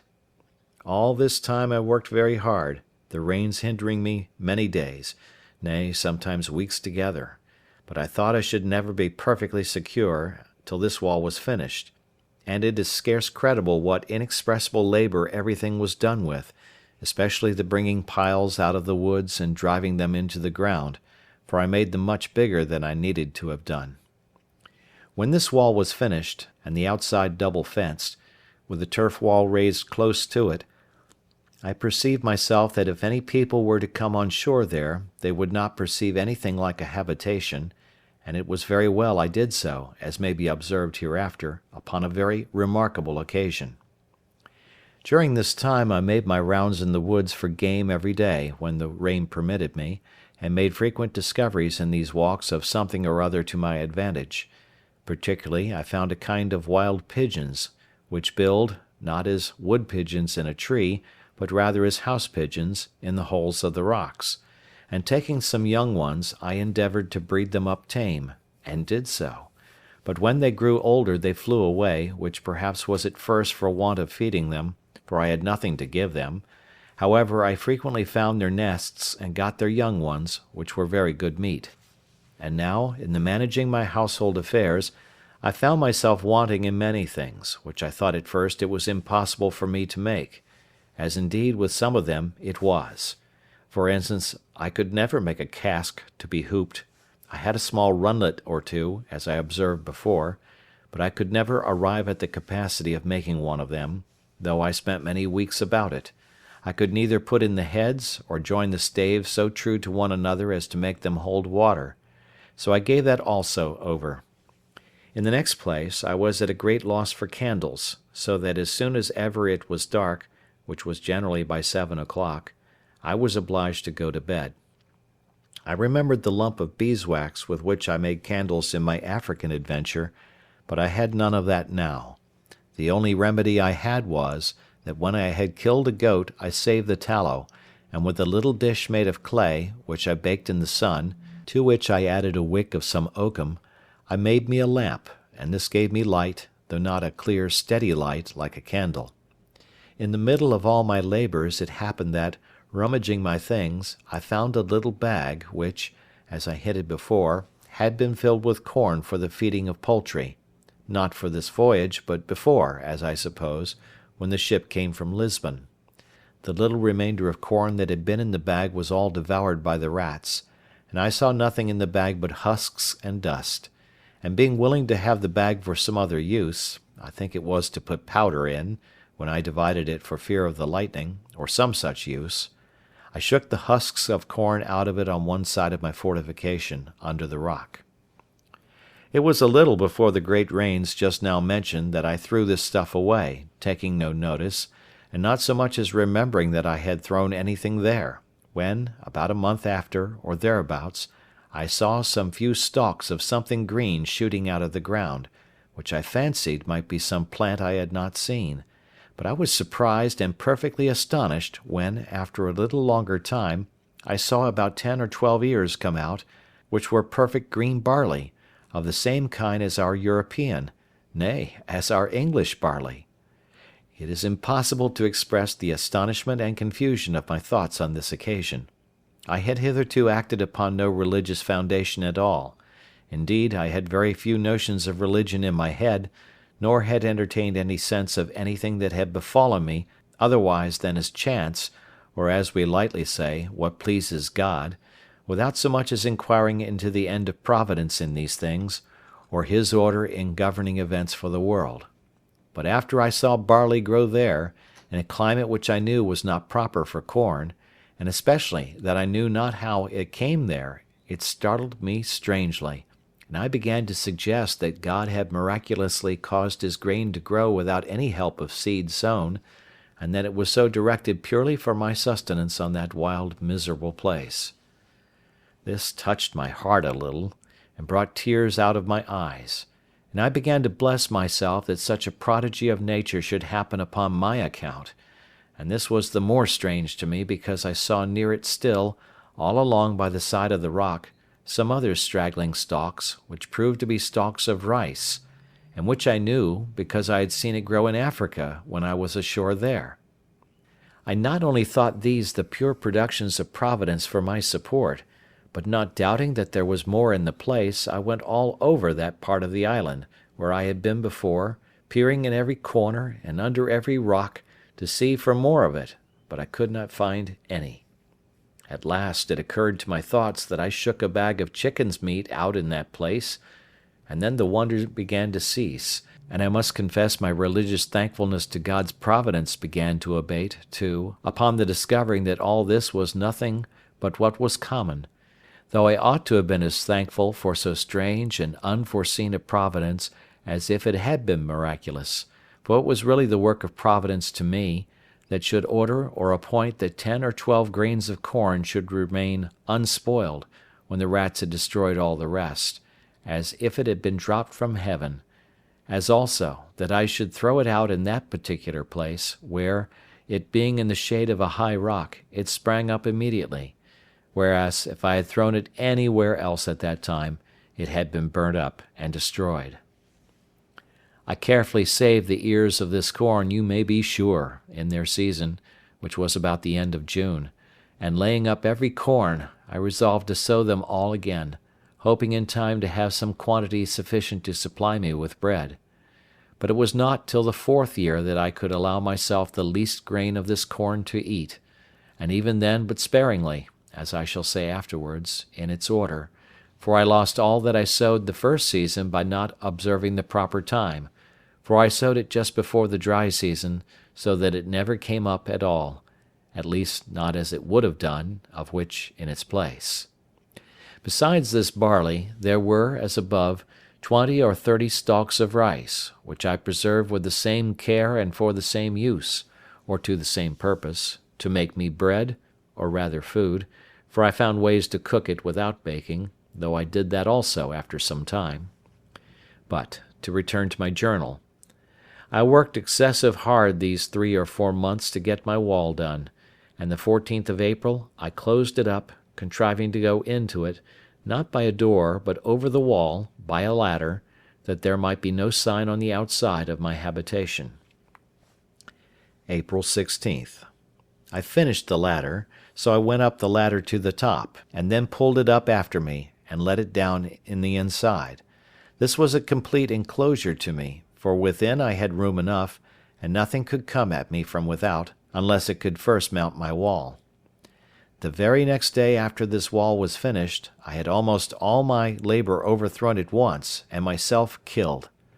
The case was thus. As I was busy in the inside, behind my tent, just at the entrance into my cave, I was terribly frighted with a most dreadful, surprising thing indeed, for all on a sudden I found the earth come crumbling down from the roof of my cave, and from the edge of the hill over my head, and 2 of the posts I had set up in the cave cracked in a frightful manner. I was heartily scared, but thought nothing of what was really the cause, only thinking that the top of my cave was fallen in, as some of it had done before, and for fear I should be buried in it I ran forward to my ladder, and not thinking myself safe there neither, I got over my wall for fear of the pieces of the hill, which I expected might roll down upon me. I had no sooner stepped to ground than I plainly saw it was a terrible earthquake, for the ground I stood on shook 3 times at about 8 minutes' distance, with 3 such shocks as would have overturned the strongest building that could be supposed to have stood on the earth, and a great piece of the top of a rock which stood about half a mile from me, next the sea, fell down with such a terrible noise as I never heard in all my life. I perceived also the very sea was put into violent motion by it, and I believe the shocks were stronger under the water than on the island.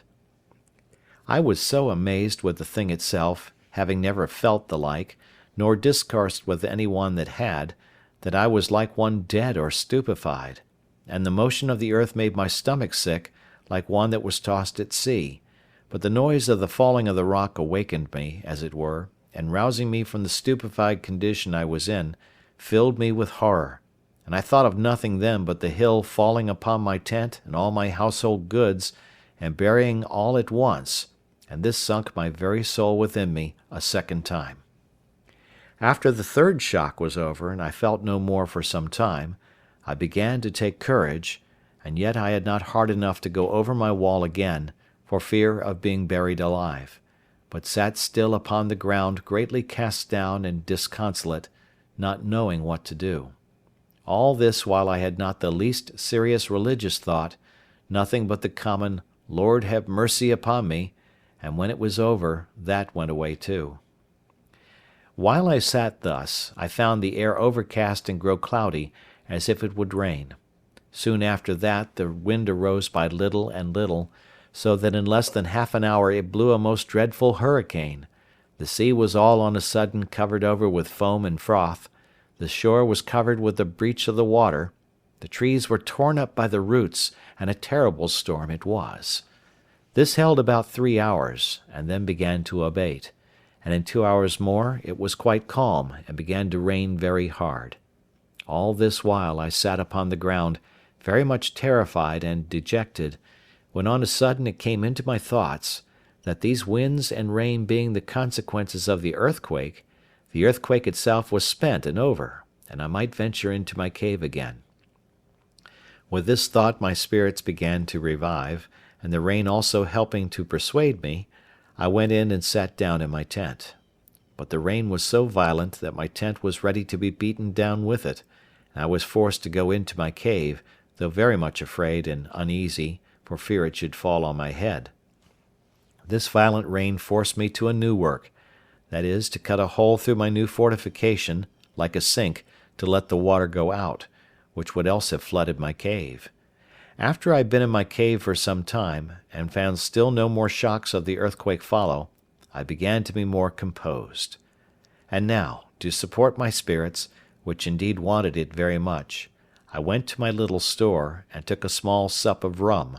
which, however, I did then and always very sparingly, knowing I could have no more when that was gone.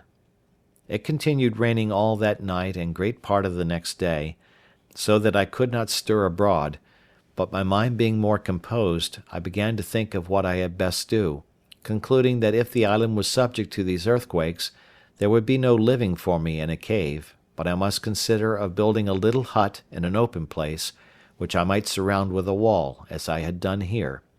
and so make myself secure from wild beasts or men, for I concluded if I stayed where I was, I should certainly one time or other be buried alive.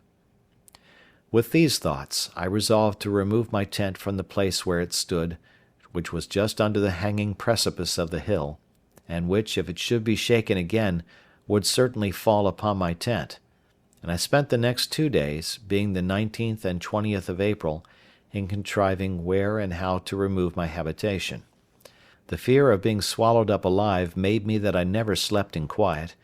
and yet the apprehension of lying abroad without any fence was almost equal to it, but still, when I looked about, and saw how everything was put in order, how pleasantly concealed I was, and how safe from danger, it made me very loath to remove. In the meantime, it occurred to me that it would require a vast deal of time for me to do this, and that I must be contented to venture where I was, till I had formed a camp for myself, and had secured it so as to remove to it. So with this resolution I composed myself for a time, and resolved that I would go to work with all speed to build me a wall with piles and cables, etc., in a circle, as before, and set my tent up in it when it was finished, but that I would venture to stay where I was till it was finished, and fit to remove. This was the 21st. April 22nd. The next morning I began to consider of means to put this resolve into execution, but I was at great loss about my tools. I had 3 large axes, and abundance of hatchets, for we carried the hatchets for traffic with the Indians, but with much chopping and cutting knotty hardwood they were all full of notches and dull, and though I had a grindstone I could not turn it and grind my tools too. This cost me as much thought as a statesman would have bestowed upon a grand point of politics, or a judge upon the life and death of a man. At length I contrived a wheel with a string, to turn it with my foot, that I might have both my hands at liberty. Note: I had never seen any such thing in England, or at least not to take notice how it was done, though since I have observed, it is very common there. Besides that, my grindstone was very large and heavy. This machine cost me a full week's work to bring it to perfection. April 28th and 29th. These 2 whole days I took up in grinding my tools, my machine for turning my grindstone performing very well. April 30th. Having perceived my bread had been low a great while, now I took a survey of it, and reduced myself to 1 biscuit cake a day, which made my heart very heavy. May 1st. In the morning, looking towards the seaside, the tide being low, I saw something lie on the shore bigger than ordinary, and it looked like a cask. When I came to it, I found a small barrel, and 2 or 3 pieces of the wreck of the ship, which were driven on shore by the late hurricane, and looking towards the wreck itself, I thought it seemed to lie higher out of the water than it used to do. I examined the barrel which was driven on shore, and soon found it was a barrel of gunpowder, but it had taken water, and the powder was caked as hard as a stone. However, I rolled it farther on shore for the present, and went on upon the sands, as near as I could to the wreck of the ship, to look for more. End of Chapter 5. Chapter 6 of Robinson Crusoe. Ill and Conscience-Stricken. When I came down to the ship I found it strangely removed. The forecastle, which lay before buried in sand, was heaved up at least 6 feet, and the stern, which was broke in pieces and parted from the rest by the force of the sea, soon after I had left rummaging her, was tossed as it were up and cast on one side, and the sand was thrown so high on that side next her stern, that whereas there was a great place of water before, so that I could not come within 1/4 of a mile of the wreck without swimming, I could now walk quite up to her when the tide was out. I was surprised with this at first, but soon concluded it must be done by the earthquake. And as by this violence the ship was more broke open than formerly, so many things came daily on shore, which the sea had loosened, and which the winds and water rolled by degrees to the land.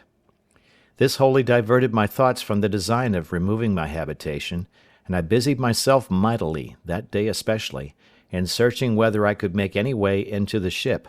but I found nothing was to be expected of that kind, for all the inside of the ship was choked up with sand. However, as I had learned not to despair of anything, I resolved to pull everything to pieces that I could of the ship, concluding that everything I could get from her would be of some use or other to me. May 3rd. I began with my saw, and cut a piece of a beam through, which I thought held some of the upper part or quarter-deck together, and when I had cut it through, I cleared away the sand as well as I could from the side which lay highest, but the tide coming in, I was obliged to give over for that time.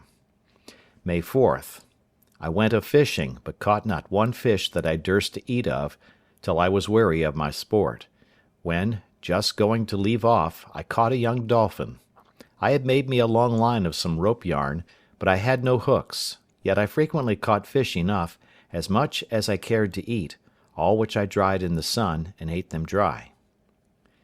May 5th. Worked on the wreck, cut another beam asunder, and brought 3 great fir planks off from the decks, which I tied together, and made to float on shore when the tide of flood came on.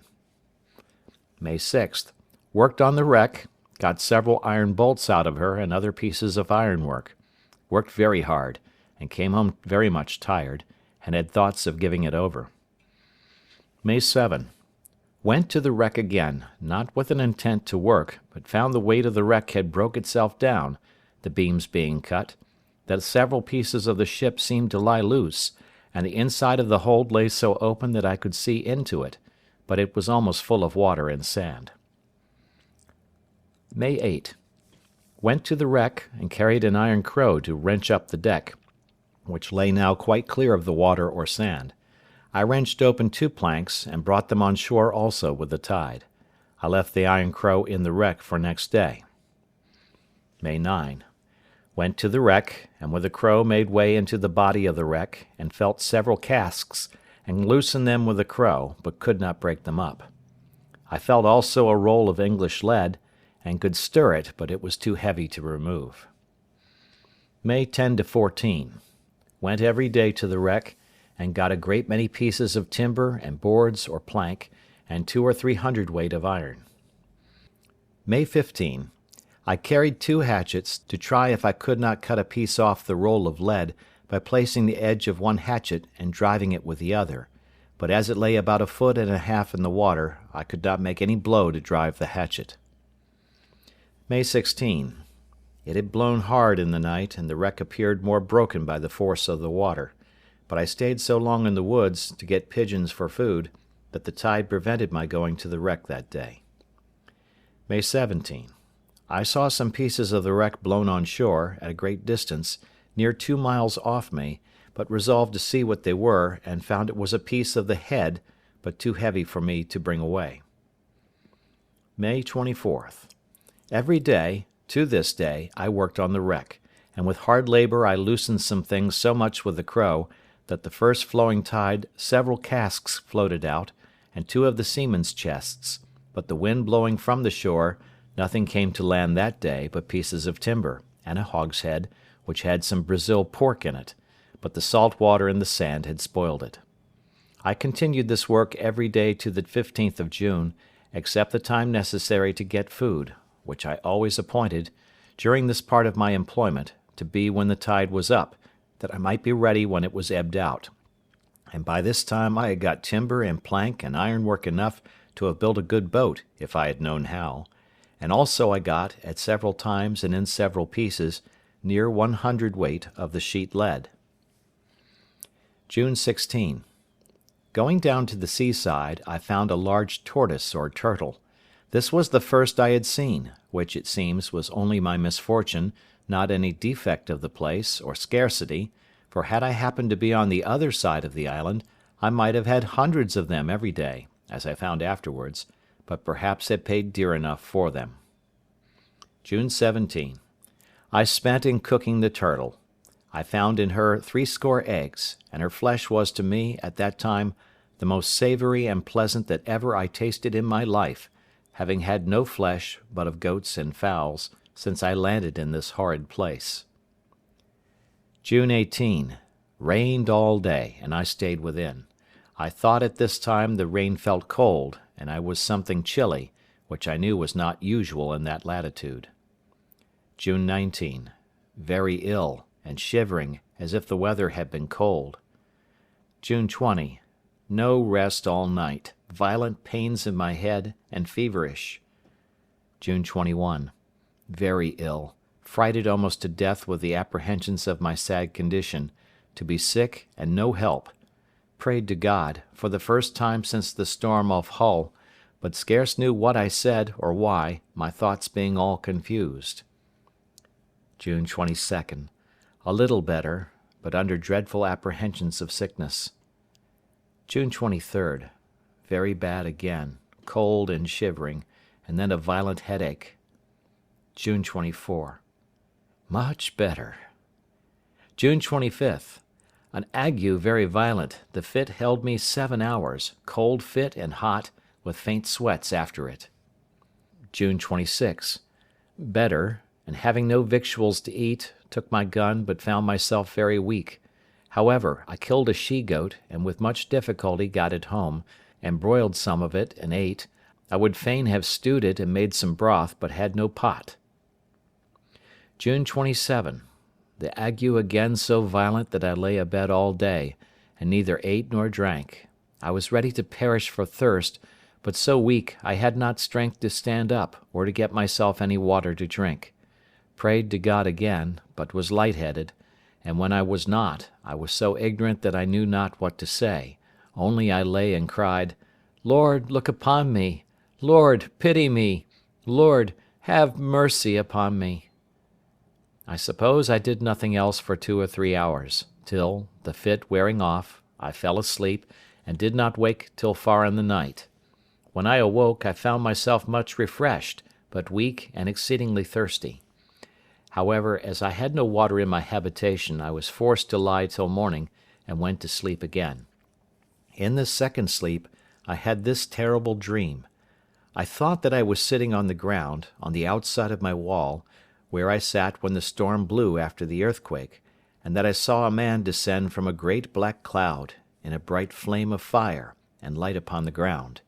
He was all over as bright as a flame, so that I could but just bear to look towards him.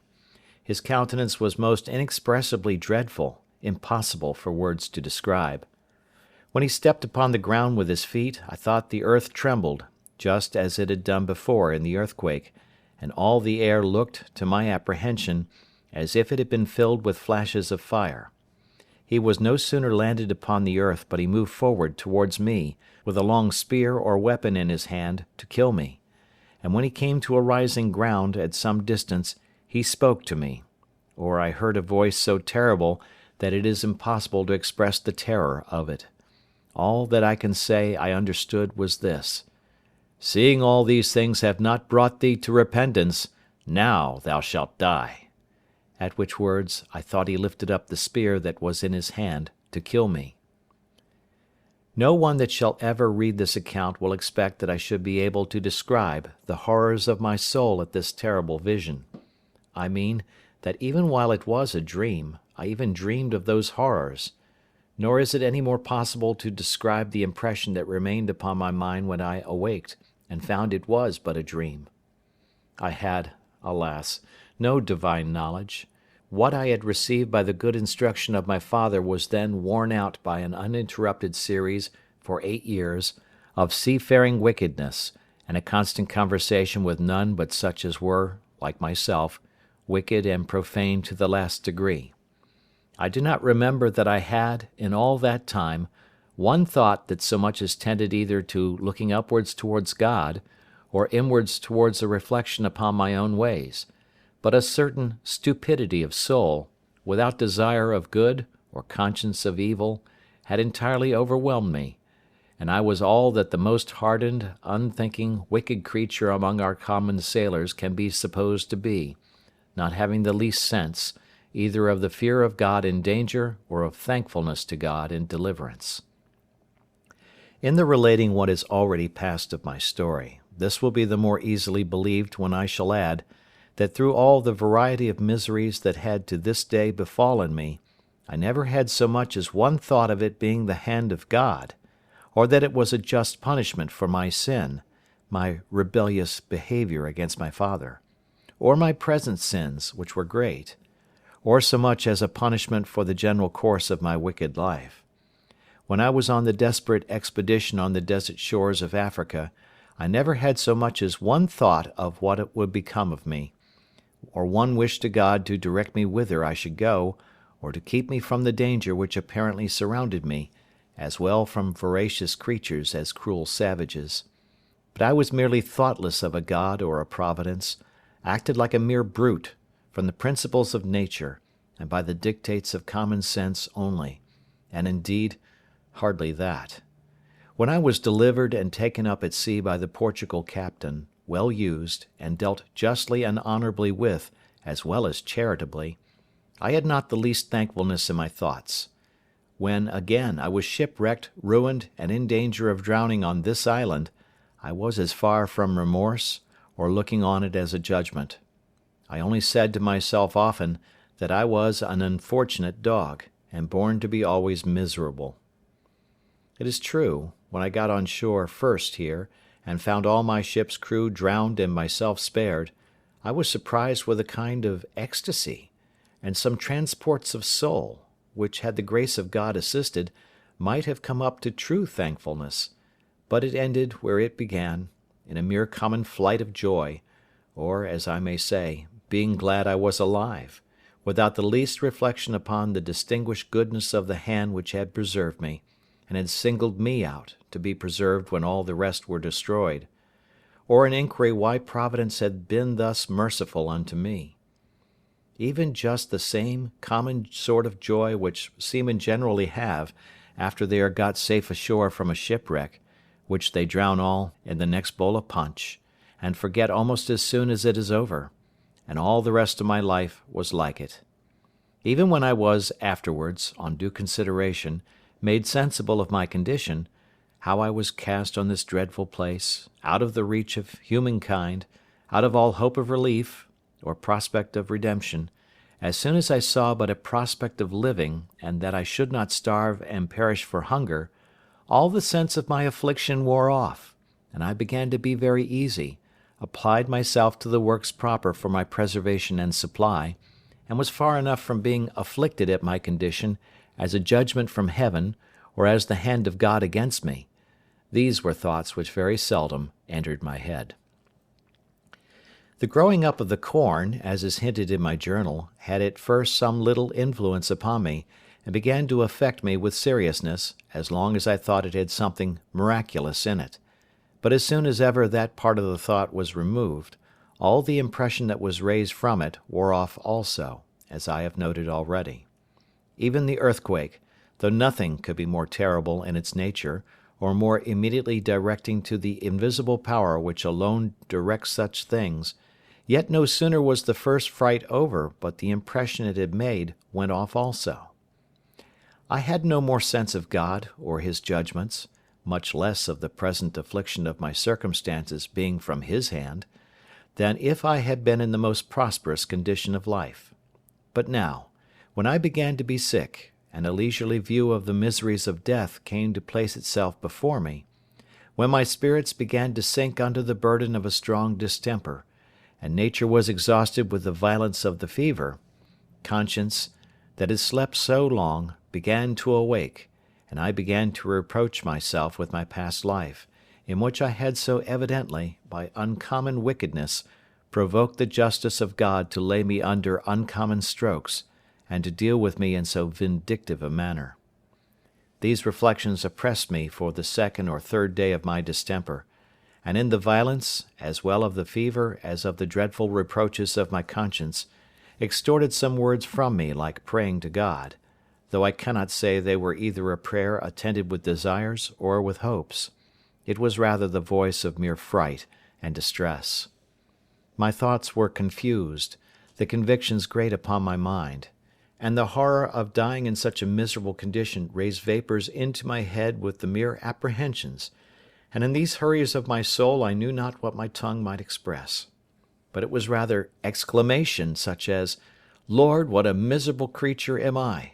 If I should be sick, I shall certainly die for want of help, and what will become of me?" Then the tears burst out of my eyes, and I could say no more for a good while. In this interval the good advice of my father came to my mind, and presently his prediction, which I mentioned at the beginning of this story, that is, if I did take this foolish step, God would not bless me, and I would have leisure hereafter to reflect upon having neglected his counsel when there might be none to assist in my recovery. "Now," said I, aloud, "my dear father's words are come to pass. God's justice has overtaken me, and I have none to help or hear me. I rejected the voice of Providence, which had mercifully put me in a posture or station of life wherein I might have been happy and easy. but I would neither see it myself nor learn to know the blessing of it from my parents. I left them to mourn over my folly, and now I am left to mourn under the consequences of it. I abused their help and assistance, who would have lifted me in the world, and would have made everything easy to me, and now I have difficulties to struggle with, too great for even nature itself to support, and no assistance, no help, no comfort, no advice. Then I cried out, "Lord, be my help, for I am in great distress." This was the first prayer, if I may call it so, that I had made for many years. But to return to my journal. June 28th. Having been somewhat refreshed with the sleep I had had, and the fit being entirely off, I got up, and though the fright and terror of my dream was very great, yet I considered that the fit of the ague would return again the next day, and now was my time to get something to refresh and support myself when I should be ill. And the first thing I did, I filled a large square case bottle with water, and set it upon my table, in reach of my bed, and to take off the chill or aguish disposition of the water, I put about a quarter of a pint of rum into it, and mixed them together. Then I got me a piece of the goat's flesh and broiled it on the coals, but could eat very little. I walked about, but was very weak, and withal very sad and heavy-hearted under a sense of my miserable condition, dreading the return of my distemper the next day. At night I made my supper of 3 of the turtle's eggs, which I roasted in the ashes, and ate, as we call it, in the shell, and this was the first bit of meat I had ever asked God's blessing to, that I could remember, in my whole life. After I had eaten I tried to walk, but found myself so weak that I could hardly carry a gun, for I never went out without that. So I went but a little way, and sat down upon the ground, looking out upon the sea, which was just before me, and very calm and smooth. As I sat here, some such thoughts as these occurred to me. What is this earth and sea of which I have seen so much? Whence is it produced? And what am I, and all the other creatures wild and tame, human and brutal? Whence are we? Sure, we are all made by some secret power, who formed the earth and sea, the air and sky. And who is that? Then it followed most naturally, it is God that has made all.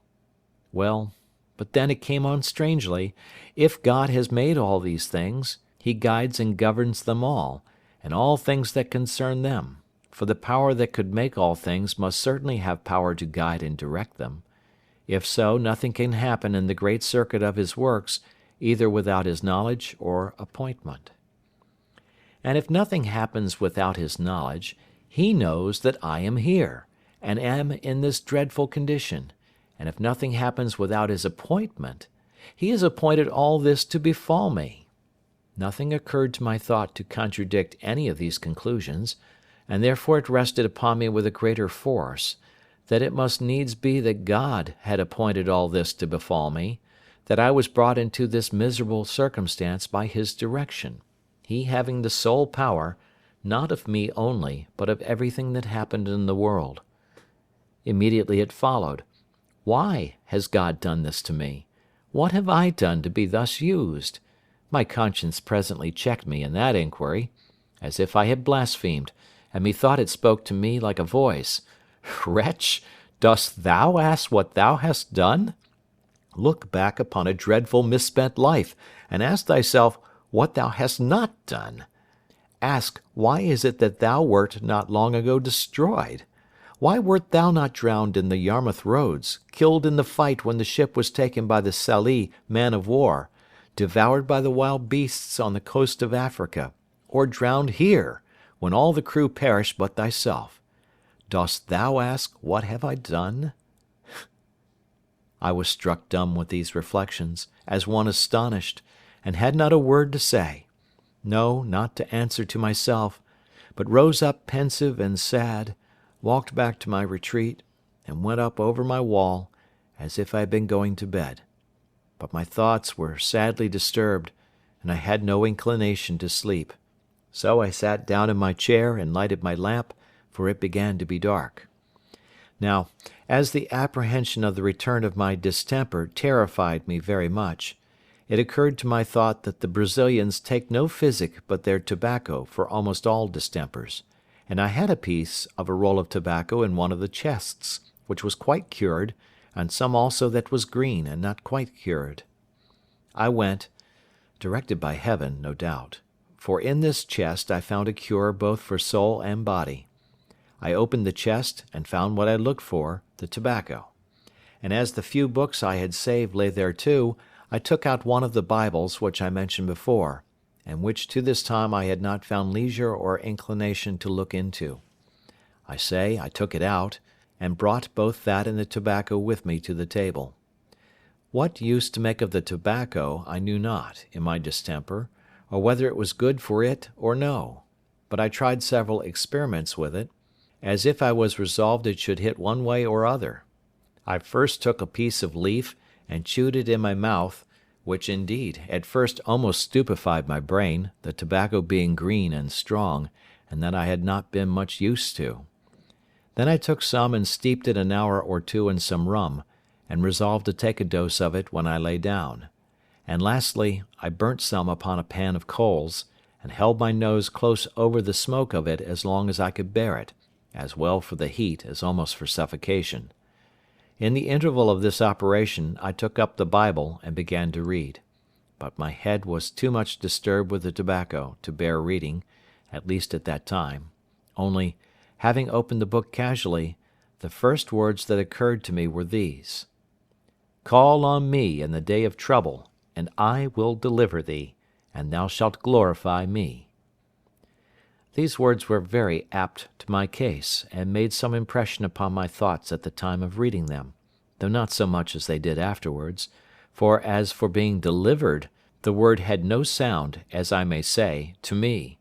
The thing was so remote, so impossible in my apprehension of things, that I began to say, as the children of Israel did when they were promised flesh to eat, "Can God spread a table in the wilderness?" So I began to say, "Can God himself deliver me from this place?" And as it was not for many years that any hopes appeared, this prevailed very often upon my thoughts. But, however, the words made a great impression upon me, and I mused upon them very often. It grew now late, and the tobacco had, as I said, dozed my head so much that I inclined to sleep, so I left my lamp burning in the cave, lest I should want anything in the night, and went to bed. But before I lay down, I did what I never had done in all my life. I kneeled down, and prayed to God to fulfil the promise to me, that if I called upon him in the day of trouble, he would deliver me. After my broken and imperfect prayer was over, I drank the rum in which I had steeped the tobacco, which was so strong and rank of the tobacco that I could scarcely get it down. Immediately upon this I went to bed. I found presently it flew up into my head violently, but I fell into a sound sleep, and waked no more till, by the sun, it must necessarily be near 3 o'clock in the afternoon the next day. Nay, to this hour I am partly of opinion that I slept all the next day and night, and till almost 3 the day after. For otherwise I know not how I should lose a day out of my reckoning in the days of the week, as it appeared some years after I had done.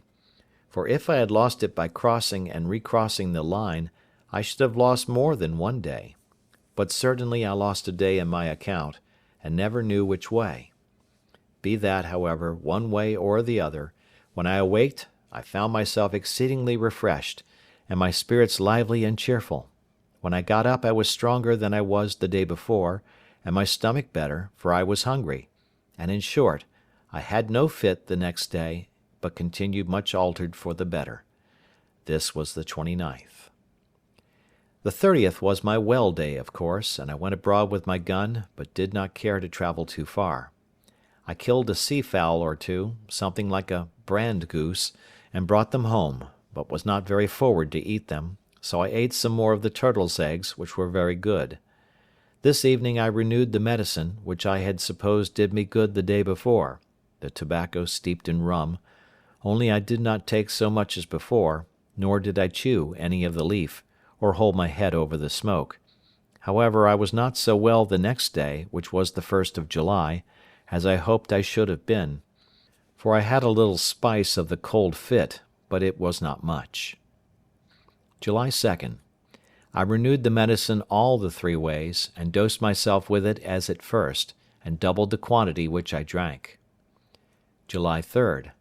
I missed the fit for good and all, though I did not recover my full strength for some weeks after. While I was thus gathering strength, my thoughts ran exceedingly upon this scripture, "I will deliver thee," and the impossibility of my deliverance lay much upon my mind, in bar of my ever expecting it. But as I was discouraging myself with such thoughts, it occurred to my mind that I poured so much upon my deliverance from the main affliction, that I disregarded the deliverance I had received; and I was, as it were, made to ask myself such questions as these: Have I not been delivered, and wonderfully too, from sickness, from the most distressed condition that could be, and that was so frightful to me? And what notice had I taken of it? Had I done my part? God had delivered me, but I had not glorified him; that is to say, I had not owned and been thankful for that as a deliverance, and how could I expect greater deliverance? This touched my heart very much, and immediately I knelt down, and gave God thanks aloud for my recovery from my sickness. July 4. In the morning I took the Bible, and beginning at the New Testament, I began seriously to read it, and imposed upon myself to read a while every morning and every night, not tying myself to the number of chapters, but long as my thoughts should engage me. It was not long after I set seriously to this work till I found my heart more deeply and sincerely affected with the wickedness of my past life. The impression of my dream revived, and the words, "All these things have not brought thee to repentance," ran seriously through my thoughts. I was earnestly begging of God to give me repentance, when it happened providentially, the very day that, reading the Scripture, I came to these words: "He is exalted a Prince and a Saviour, to give repentance and to give remission." I threw down the book, and with my heart as well as my hands lifted up to heaven, in a kind of ecstasy of joy, I cried out aloud, "Jesus, thou Son of David! Jesus, thou exalted Prince and Saviour, give me repentance!" This was the first time I could say, in the true sense of the words, that I prayed in all my life, for now I prayed with a sense of my condition, and a true Scripture view of hope, founded on the encouragement of the Word of God, and from this time, I may say, I began to hope that God would hear me. Now I began to construe the words mentioned above, "Call on me, and I will deliver thee," in a different sense from what I had ever done before. For then I had no notion of anything being called deliverance, but my being delivered from the captivity I was in; for though I was indeed at large in the place, yet the island was certainly a prison to me, and that in the worst sense in the world. But now I learned to take it in another sense. Now I looked back upon my past life with such horror, and my sins appeared so dreadful, that my soul sought nothing of God but deliverance from the load of guilt that bore down all my comfort. As for my solitary life, it was nothing. I did not so much as pray to be delivered from it or think of it. It was all of no consideration in comparison to this. And I add this part here, to hint to whoever shall read it, that whenever they come to a true sense of things, they will find deliverance from sin a much greater blessing than deliverance from affliction. But, leaving this part, I return to my journal. My condition began now to be, though not less miserable as to my way of living, yet much easier to my mind, and my thoughts being directed, by a constant reading the Scripture and praying to God, to things of a higher nature. I had a great deal of comfort within, which till now I knew nothing of.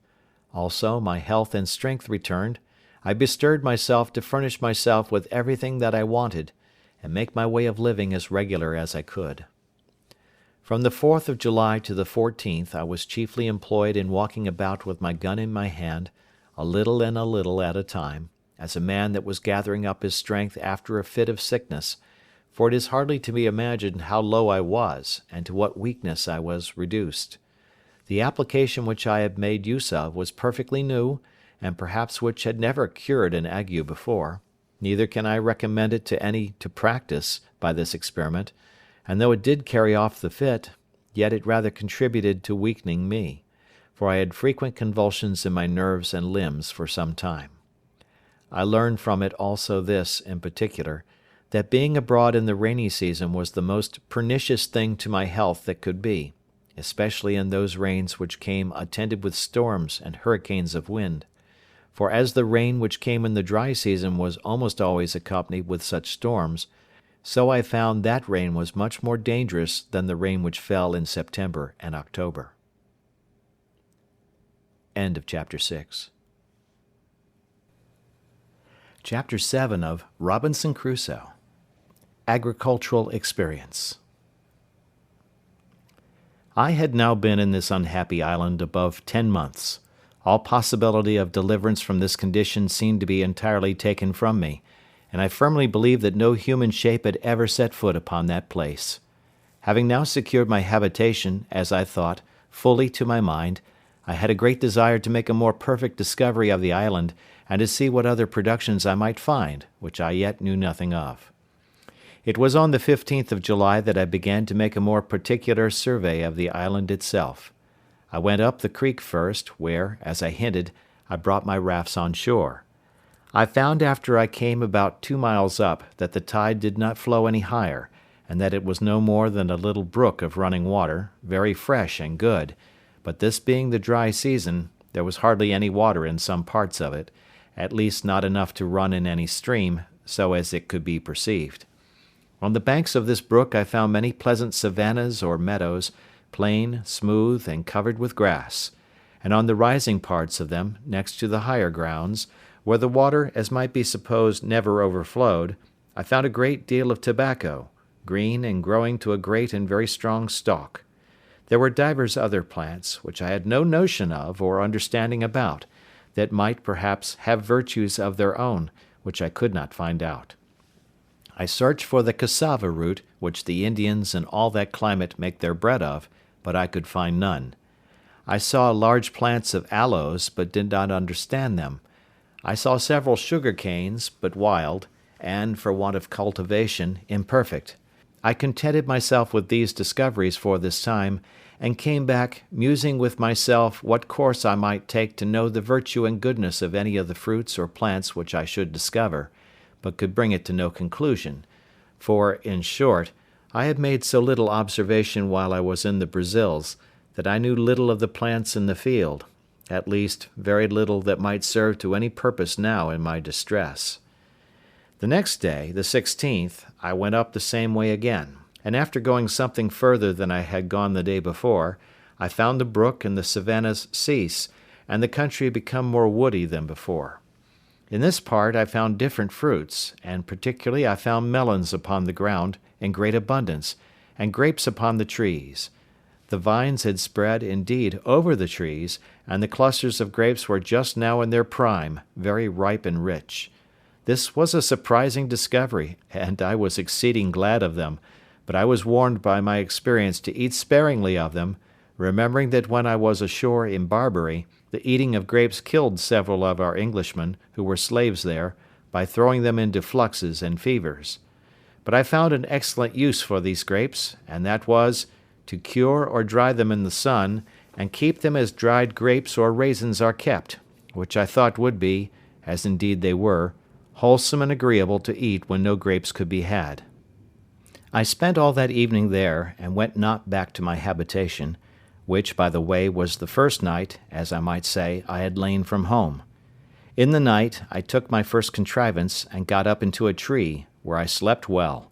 and the next morning proceeded upon my discovery, travelling nearly 4 miles, as I might judge by the length of the valley, keeping still due north, with a ridge of hills on the south and north side of me. At the end of this march I came to an opening where the country seemed to descend to the west, and a little spring of fresh water, which issued out of the side of the hill by me, ran the other way, that is, due east, and the country appeared so fresh, so green, so flourishing, everything being in a constant verdure or flourish of spring, that it looked like a planted garden. I descended a little on the side of that delicious vale, surveying it with a secret kind of pleasure, though mixed with my other afflicting thoughts, to think that this was all my own, that I was king and lord of all this country indefensibly, and had a right of possession, and if I could convey it, I might have it in inheritance as completely as any lord of a manor in England. I saw here abundance of cocoa trees, orange and lemon and citron trees, but all wild, and very few bearing any fruit, at least not then. However, the green limes that I gathered were not only pleasant to eat, but very wholesome, and I mixed their juice afterwards with water, which made it very wholesome, and very cool and refreshing. I found now I had business enough to gather and carry home, and I resolved to lay up a store as well of grapes as limes and lemons, to furnish myself for the wet season, which I knew was approaching.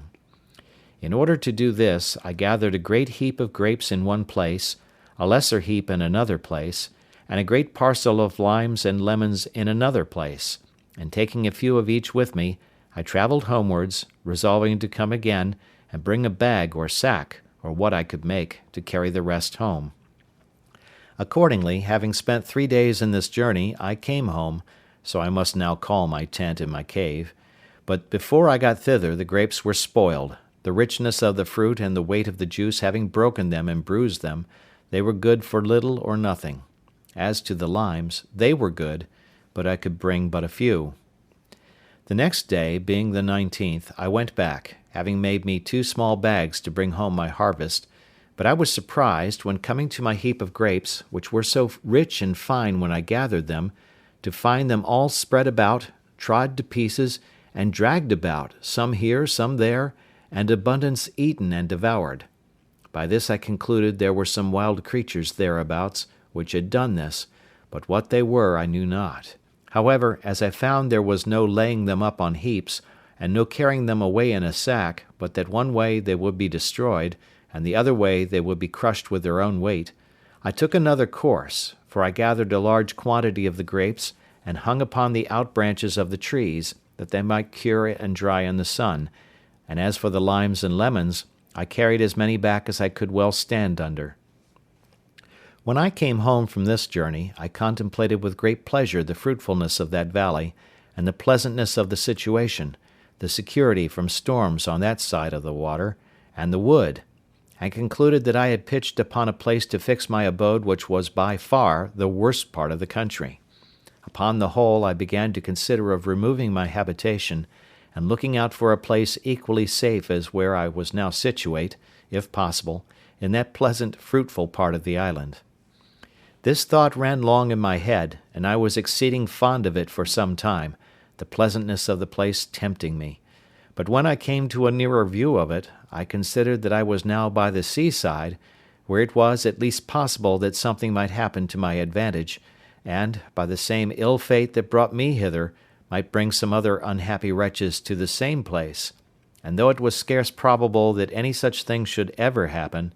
yet to enclose myself among the hills and woods in the centre of the island was to anticipate my bondage, and to render such an affair not only improbable but impossible, and that therefore I ought not by any means to remove. However, I was so enamoured of this place that I spent much of my time there for the whole of the remaining part of the month of July, and though upon second thoughts I resolved not to remove, yet I built me a little kind of a bower, and surrounded it at a distance with a strong fence, being a double hedge, as high as I could reach, well staked and filled between with brushwood, and here I lay very secure, sometimes 2 or 3 nights together, always going over it with a ladder, so that I fancied now I had my country house and my sea-coast house, and this work took me up to the beginning of August.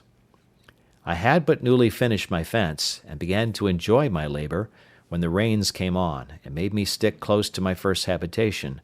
for though I had made me a tent like the other, with a piece of a sail, and spread it very well, yet I had not the shelter of a hill to keep me from storms, nor a cave behind me to retreat into when the rains were extraordinary. About the beginning of August, as I said, I had finished my bower, and began to enjoy myself. The 3rd of August I found the grapes I had hung up perfectly dried, and indeed were excellent good raisins of the sun, so I began to take them down from the trees, and it was very happy that I did so, for the rains which followed would have spoiled them, and I had lost the best part of my winter food, for I had above 200 large bunches of them. No sooner had I taken them all down, and carried the most of them home to my cave, than it began to rain,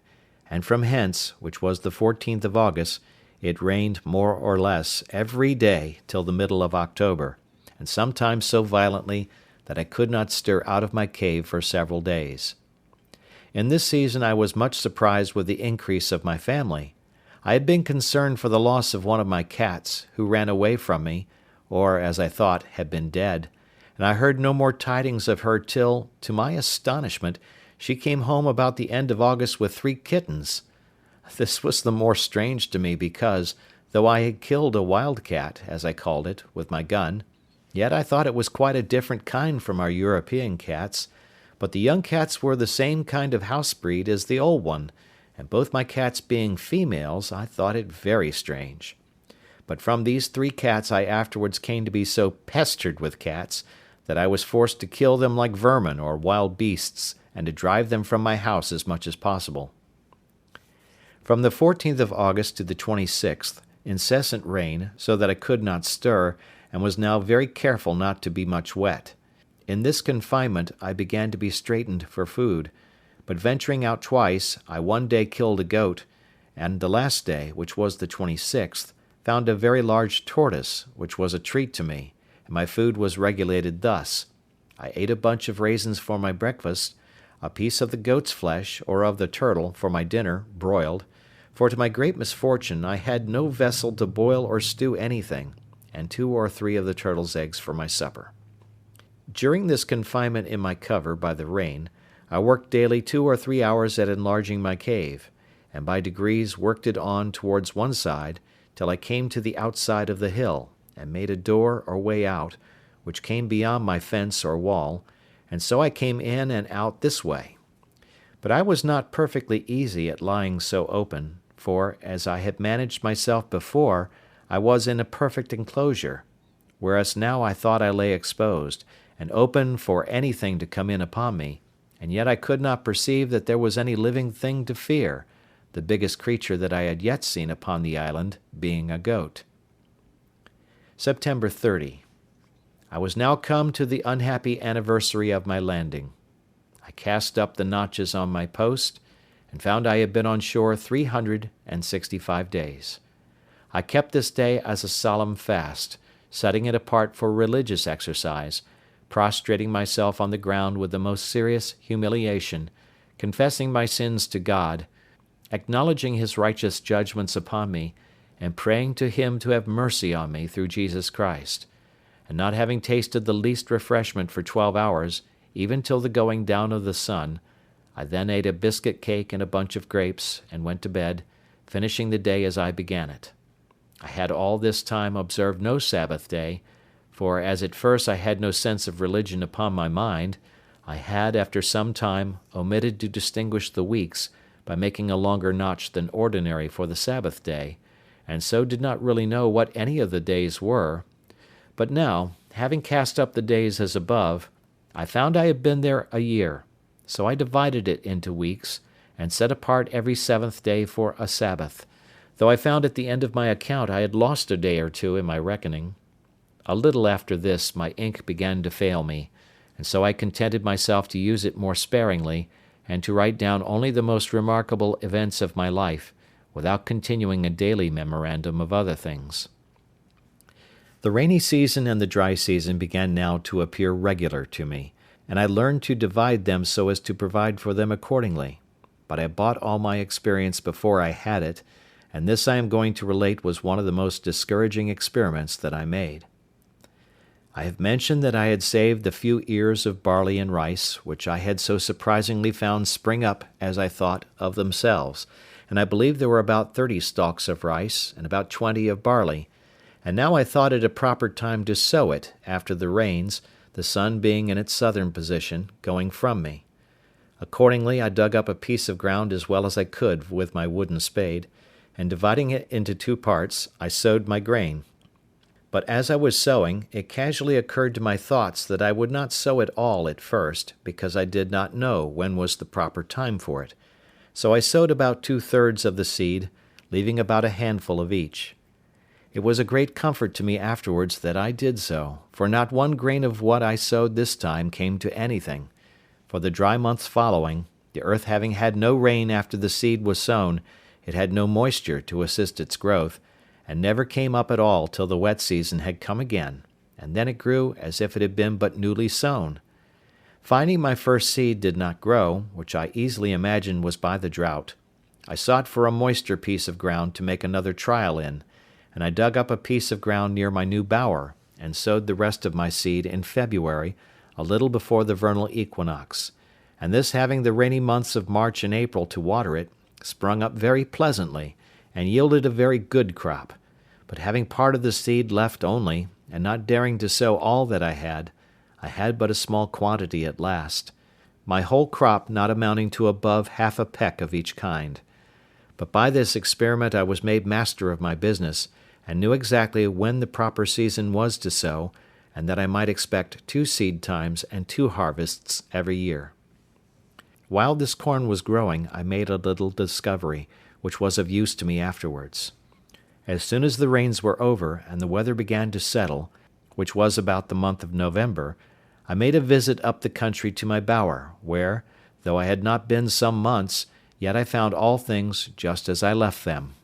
The circle or double hedge that I had made was not only firm and entire, but the stakes which I had cut out of some trees that grew thereabouts were all shot out and grown with long branches, as much as a willow tree usually shoots the first year after lopping its head. I could not tell what tree to call it that these stakes were cut from. I was surprised, and yet very well pleased, to see the young trees grow, and I pruned them, and led them up to grow as much alike as I could, and it is scarce credible how beautiful a figure they grew into in 3 years, so that though the hedge made a circle of about 25 yards in diameter, yet the trees, for such I might now call them, soon covered it, and it was a complete shade, sufficient to lodge under all the dry season. This made me resolve to cut some more stakes, and make me a hedge like this, and a semicircle round my wall, I mean that of my first dwelling, which I did, and placing the trees or stakes in a double row, at about 8 yards distance from my first fence, they grew presently, and were at first a fine cover to my habitation, and afterwards served as a defence also, as I shall observe in its order. I found now that the seasons of the year might generally be divided, not into summer and winter, as in Europe, but into the rainy seasons and the dry seasons, which were generally thus: the half of February, the whole of March, and the half of April, rainy, the sun being then on or near the equinox; the half of April, the whole of May, June, and July, and the half of August, dry, the sun being then to the north of the line; the half of August, the whole of September, and the half of October, rainy, the sun being then come back; the half of October, the whole of November, December, and January, and the half of February, dry, the sun being then to the south of the line. The rainy seasons sometimes held longer or shorter as the winds happened to blow, but this was the general observation I made. After I had found by experience the ill consequences of being abroad in the rain, I took care to furnish myself with provisions beforehand, that I might not be obliged to go out, and I sat within doors as much as possible during the wet months. This time I found much employment, and very suitable also to the time, for I found great occasion for many things which I had no way to furnish myself with but by hard labour and constant application. Particularly, I tried many ways to make myself a basket, but all the twigs I could get for the purpose proved so brittle they would do nothing. It proved of excellent advantage to me now, that when I was a boy I used to take great delight in standing at a basket maker's, in the town where my father lived, to see them make their wicker ware, and being, as boys usually are, very officious to help, and a great observer of the manner in which they worked those things, and sometimes lending a hand, I had by these means full knowledge of the methods of it, and I wanted nothing but the materials, when it came into my mind that the twigs of that tree from whence I cut my stakes that grew might possibly be as tough as the sallows, willows, and osiers in England, and I resolved to try. Accordingly, the next day I went to my country house, as I called it, and cutting some of the smaller twigs, I found them to my purpose as much as I could desire, whereupon I came the next time prepared with a hatchet to cut down a quantity, which I soon found, for there was great plenty of them. These I set up to dry within my circle or hedge, and when they were fit for use I carried them to my cave, and here, during the next season, I employed myself in making, as well as I could, a great many baskets, both to carry earth, or to carry or lay up anything, as I had occasion, and though I did not finish them very handsomely, yet I made them sufficiently serviceable for my purpose. Thus, afterwards, I took care never to be without them, and as my wicker ware decayed, I made more, especially strong, deep baskets to place my corn in, instead of sacks, when I should come to have any quantity of it. Having mastered this difficulty, and employed a world of time about it, I bestirred myself to see, if possible, how to supply two wants. I had no vessels to hold anything that was liquid, except two runlets, which were almost full of rum, and some glass bottles, some of the common size, and others which were case bottles, square, for the holding of water, spirits, etc. I had not so much as a pot to boil anything, except a great kettle, which I saved out of the ship, and which was too big for such as I desired it, that is, to make broth, and stew a bit of meat by itself. The second thing I fain would have had was a tobacco pipe, but it was impossible to me to make one. However, I found a contrivance for that, too, at last. I employed myself in planting my second rows of stakes or piles, and in this wicker working all the summer or dry season, when another business took me up more time than it could be imagined I could spare. End of Chapter 7. Chapter 8. Robinson Crusoe surveys his position. I mentioned before that I had a great mind to see the whole island, and that I had travelled up the brook, and so on to where I built my bower, and where I had an opening quite to the sea on the other side of the island. I now resolved to travel quite across to the seashore on that side, so taking my gun, a hatchet, and my dog, and a larger quantity of powder and shot than usual, with 2 biscuit cakes and a great bunch of raisins in my pouch for my store, I began my journey. When I had passed the vale where my bower stood, as above, I came within view of the sea to the west, and it being a very clear day, I fairly descried land, whether an island or a continent I could not tell, but it lay very high, extending from the west to the west-southwest at a very great distance. By my guess it could not be less than 15 or 20 leagues off. I could not tell what part of the world this might be, otherwise than that I knew it must be part of America, and, as I concluded by all my observations, must be near the Spanish dominions, and perhaps was all inhabited by savages, where, if I had landed, I had been in a worse condition than I was now; and therefore I acquiesced in the dispositions of Providence, which I began now to own and to believe ordered everything for the best. I say I quieted my mind with this, and left off afflicting myself with fruitless wishes of being there. Besides, after some thought upon this affair, I considered that if this land was the Spanish coast, I should certainly, one time or other, see some vessel pass or repass, one way or other; but if not, then it was the savage coast between the Spanish country and Brazils, where are found the worst of savages, for they are cannibals or man-eaters, and fail not to murder and devour all the human bodies that fall into their hands. With these considerations I walked very leisurely forward. I found that side of the island where I now was much pleasanter than mine, the open or savanna fields sweet, adorned with flowers and grass, and full of very fine woods. I saw abundance of parrots, and fain I would have caught one, if possible, to have kept it to be tame, and taught it to speak to me. I did, after some painstaking, catch a young parrot, for I knocked it down with a stick, and having recovered it, I brought it home; but it was some years before I could make him speak.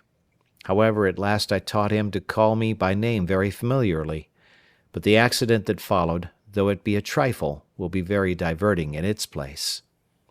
I was exceedingly diverted with this journey. I found in the low grounds hares, as I thought them to be, and foxes, but they differed greatly from all the other kinds I had met with, nor could I satisfy myself to eat them, though I killed several. But I had no need to be venturous, for I had no want of food, and of that which was very good too, especially these three sorts: goats, pigeons, and turtle or tortoise, which added to my grapes.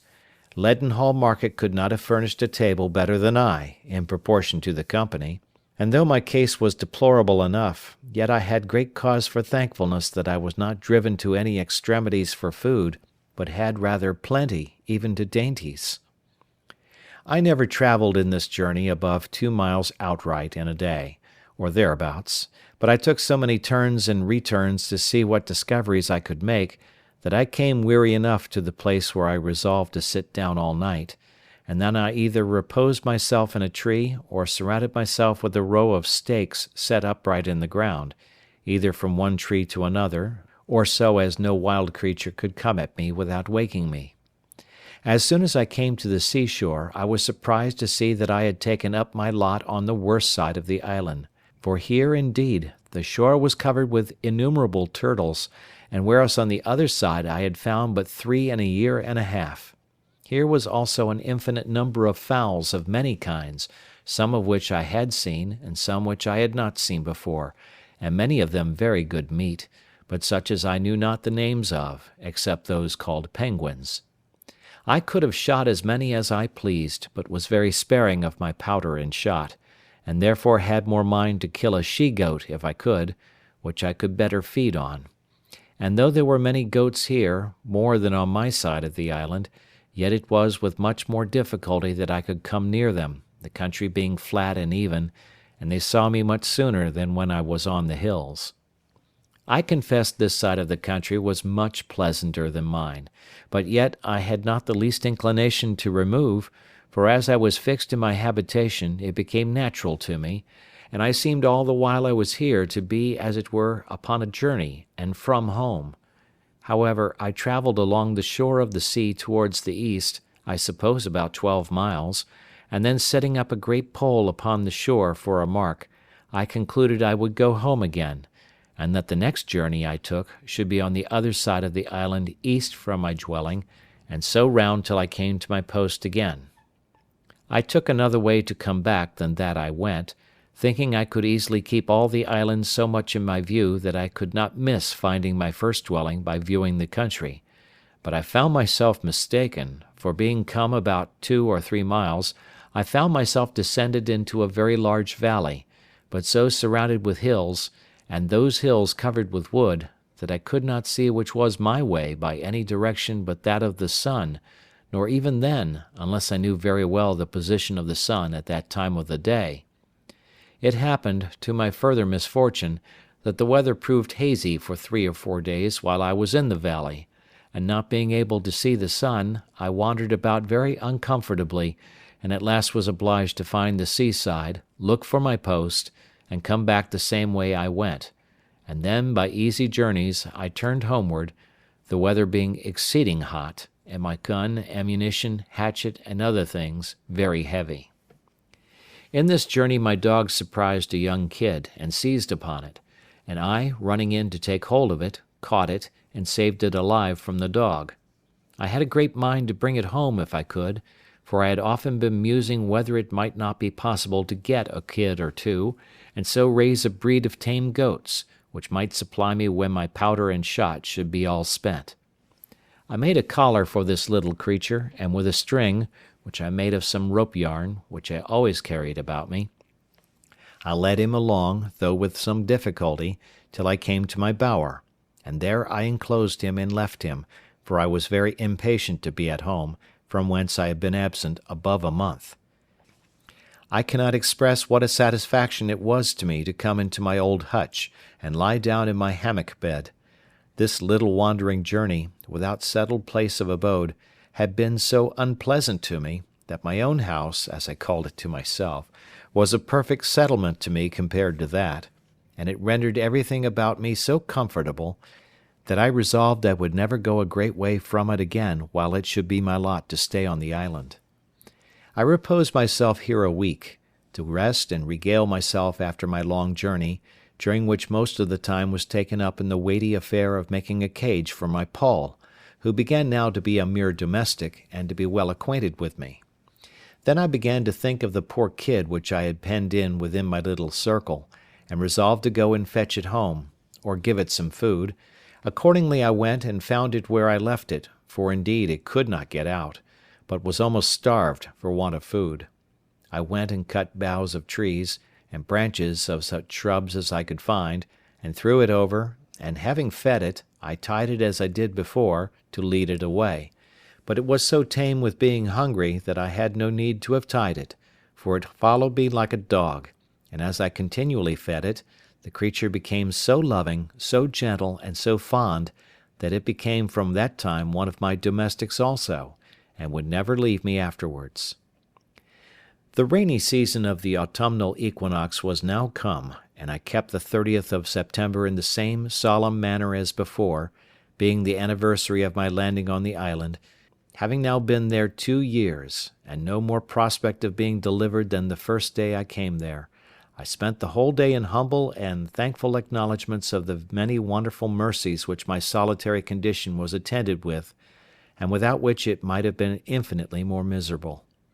I gave humble and hearty thanks that God had been pleased to discover to me that it was possible I might be more happy in this solitary condition than I should have been in the liberty of society, and in all the pleasures of the world; that He could fully make up to me the deficiencies of my solitary state, and the want of human society, by His presence and the communications of His grace to my soul, supporting, comforting, and encouraging me to depend upon His providence here, and hope for His eternal presence hereafter. It was now that I began sensibly to feel how much more happy this life I now led was, with all its miserable circumstances, than the wicked, cursed, abominable life I had led all the past part of my days; and now I changed both my sorrows and my joys; my very desires altered, my affections changed their gusts, and my delights were perfectly new from what they were at my first coming, or indeed for the 2 years past. Before, as I walked about, either on my hunting or for viewing the country, the anguish of my soul at my condition would break out upon me on a sudden; my very heart would die within me, to think of the woods, the mountains, the deserts I was in, and how I was a prisoner, locked up with the eternal bars and bolts of the ocean, in an uninhabited wilderness, without redemption. In the midst of the greatest composure of my mind this would break out upon me like a storm, and make me wring my hands and weep like a child. Sometimes it would take me in the middle of my work, and I would immediately sit down and sigh, and look upon the ground for an hour or two together, and this was still worse to me, for if I could burst out into tears, or vent myself by words, it would go off, and the grief, having exhausted itself, would abate. But now I began to exercise myself with new thoughts. I daily read the Word of God, and applied all the comforts of it to my present state. One morning, being very sad, I opened the Bible upon these words: "I will never, never leave thee, nor forsake thee." Immediately it occurred that these words were to me. Why else should they be directed in such a manner, just at the moment when I was mourning over my condition, as one forsaken of God and man? "Well then," said I, "if God does not forsake me, of what ill consequence can it be? Or what matters it, though the world should all forsake me, seeing on the other hand, if I had all the world, and should lose the favour and blessing of God, there would be no comparison in the loss."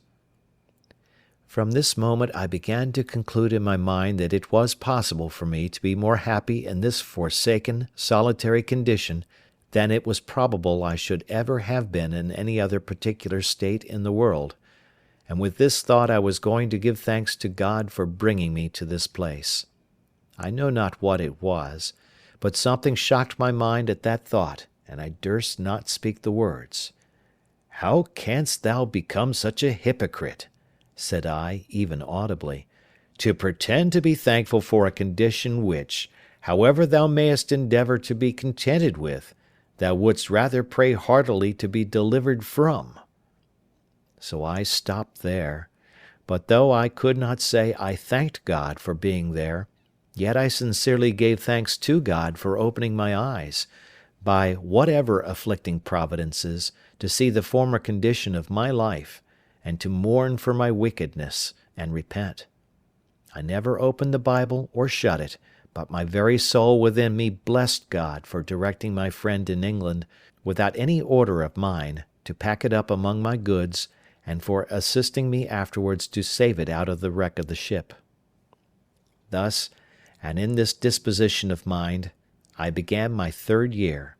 and though I have not given the reader the trouble of so particular an account of my works this year as the first, yet in general it may be observed that I was very seldom idle, but having regularly divided my time according to the several daily employments that were before me, such as, first, my duty to God and the reading the Scriptures, which I constantly set apart some time for, thrice every day.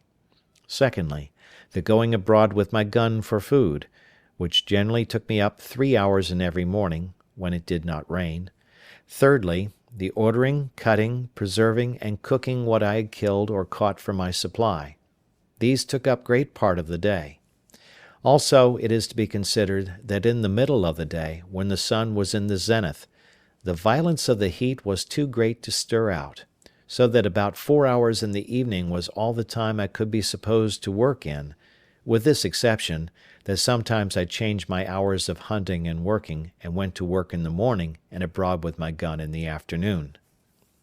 To this short time allowed for labour I desire may be added the exceeding laboriousness of my work, the many hours which, for want of tools, want of help, and want of skill, everything I did took up out of my time. For example, I was full 42 days in making a board for a long shelf, which I wanted in my cave, whereas 2 sawyers, with their tools and a saw-pit, would have cut 6 of them out of the same tree in half a day. My case was this: it was to be a large tree which was to be cut down, because my board was to be a broad one. This tree I was 3 days in cutting down, and 2 more cutting off the boughs, and reducing it to a log or piece of timber. With inexpressible hacking and hewing I reduced both the sides of it into chips, till it began to be light enough to move. Then I turned it, and made one side of it smooth and flat as a board from end to end. Then, turning that side downward, cut the other side till I brought the plank to be about 3 inches thick, and smooth on both sides. Any one may judge the labour of my hands in such a piece of work, but labour and patience carried me through that, and many other things. I only observe this in particular, to show the reason why so much of my time went away with so little work, that is, that what might be a little to be done with help and tools, was a vast labour and required a prodigious time to do alone and by hand. But notwithstanding this, with patience and labour I got through everything that my circumstances made necessary to me to do, as will appear by what follows. I was now, in the months of November and December, expecting my crop of barley and rice. The ground I had manured and dug up for them was not great, for, as I observed, my seed of each was not above the quantity of half a peck, for I had lost one whole crop by sowing in the dry season. But now my crop promised very well, when on a sudden I found I was in danger of losing it all again by enemies of several sorts, which was scarcely possible to keep from it, as first the goats and wild creatures which I called hares, who, tasting the sweetness of the blade, lay in it night and day, as soon as it came up, and eat it so close that it could get no time to shoot up into stalk. This I saw no remedy for but by making an enclosure about it with a hedge, which I did with a great deal of toil, and the more because it required speed. However, as my arable land was but small, suited to my crop, I got it totally well fenced in about 3 weeks' time, and shooting some of the creatures in the daytime, I set my dog to guard it in the night, tying him up to a stake at the gate, where he would stand and bark all night long, so in a little time the enemies forsook the place, and the corn grew very strong and well, and began to ripen apace. But as the beasts ruined me before, while my corn was in the blade, so the birds were as likely to ruin me now, when it was in the ear, for going along by the place to see how it throve, I saw my little crop surrounded with fowls, of I know not how many sorts, who stood, as it were, watching till I should be gone. I immediately let fly among them, for I always have my gun with me. I had no sooner shot, but there rose up a little cloud of fowls, which I had not seen at all, from among the corn itself. This touched me sensibly, for I foresaw that in a few days they would devour all my hopes, that I should be starved, and never be able to raise a crop at all, and what to do I could not tell. However, I resolved not to lose my corn, if possible, though I should watch it night and day.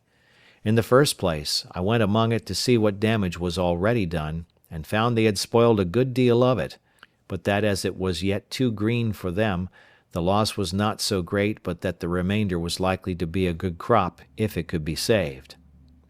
I stayed by it to load my gun, and then coming away, I could easily see the thieves sitting upon all the trees about me, as if they only waited till I was gone away,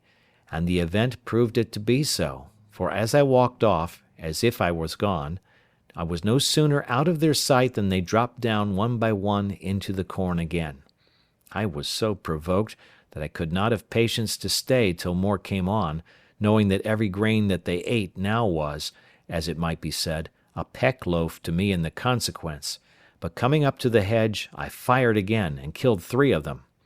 This was what I wished for, so I took them up, and served them as we serve notorious thieves in England,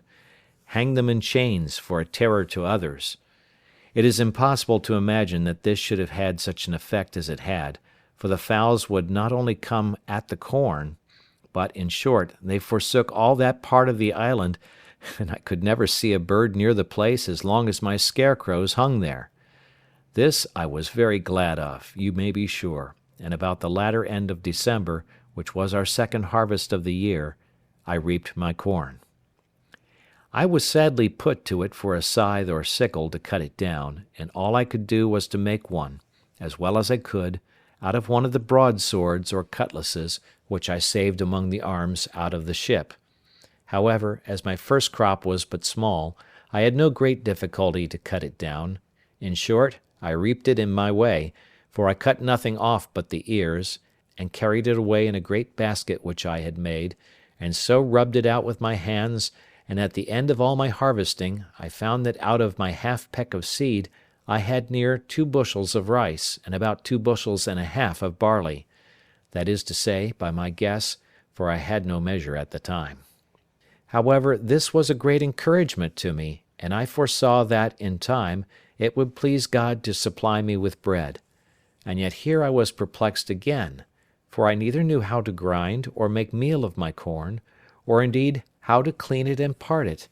nor, if made into meal, how to make bread of it, and if how to make it, yet I knew not how to bake it. These things being added to my desire of having a good quantity for store, and to secure a constant supply, I resolved not to taste any of this crop, but to preserve it all for seed against the next season, and in the meantime to employ all my study and hours of working to accomplish this great work of providing myself with corn and bread. It might be truly said that now I worked for my bread. I believe few people have thought much upon the strange multitude of little things necessary in the providing, producing, curing, dressing, making, and finishing this one article of bread. I, that was reduced to a mere state of nature, found this to my daily discouragement, and was made more sensible of it every hour, even after I had got the first handful of seed corn, which, as I have said, came up unexpectedly, and indeed to a surprise. First, I had no plough to turn up the earth, no spade or shovel to dig it.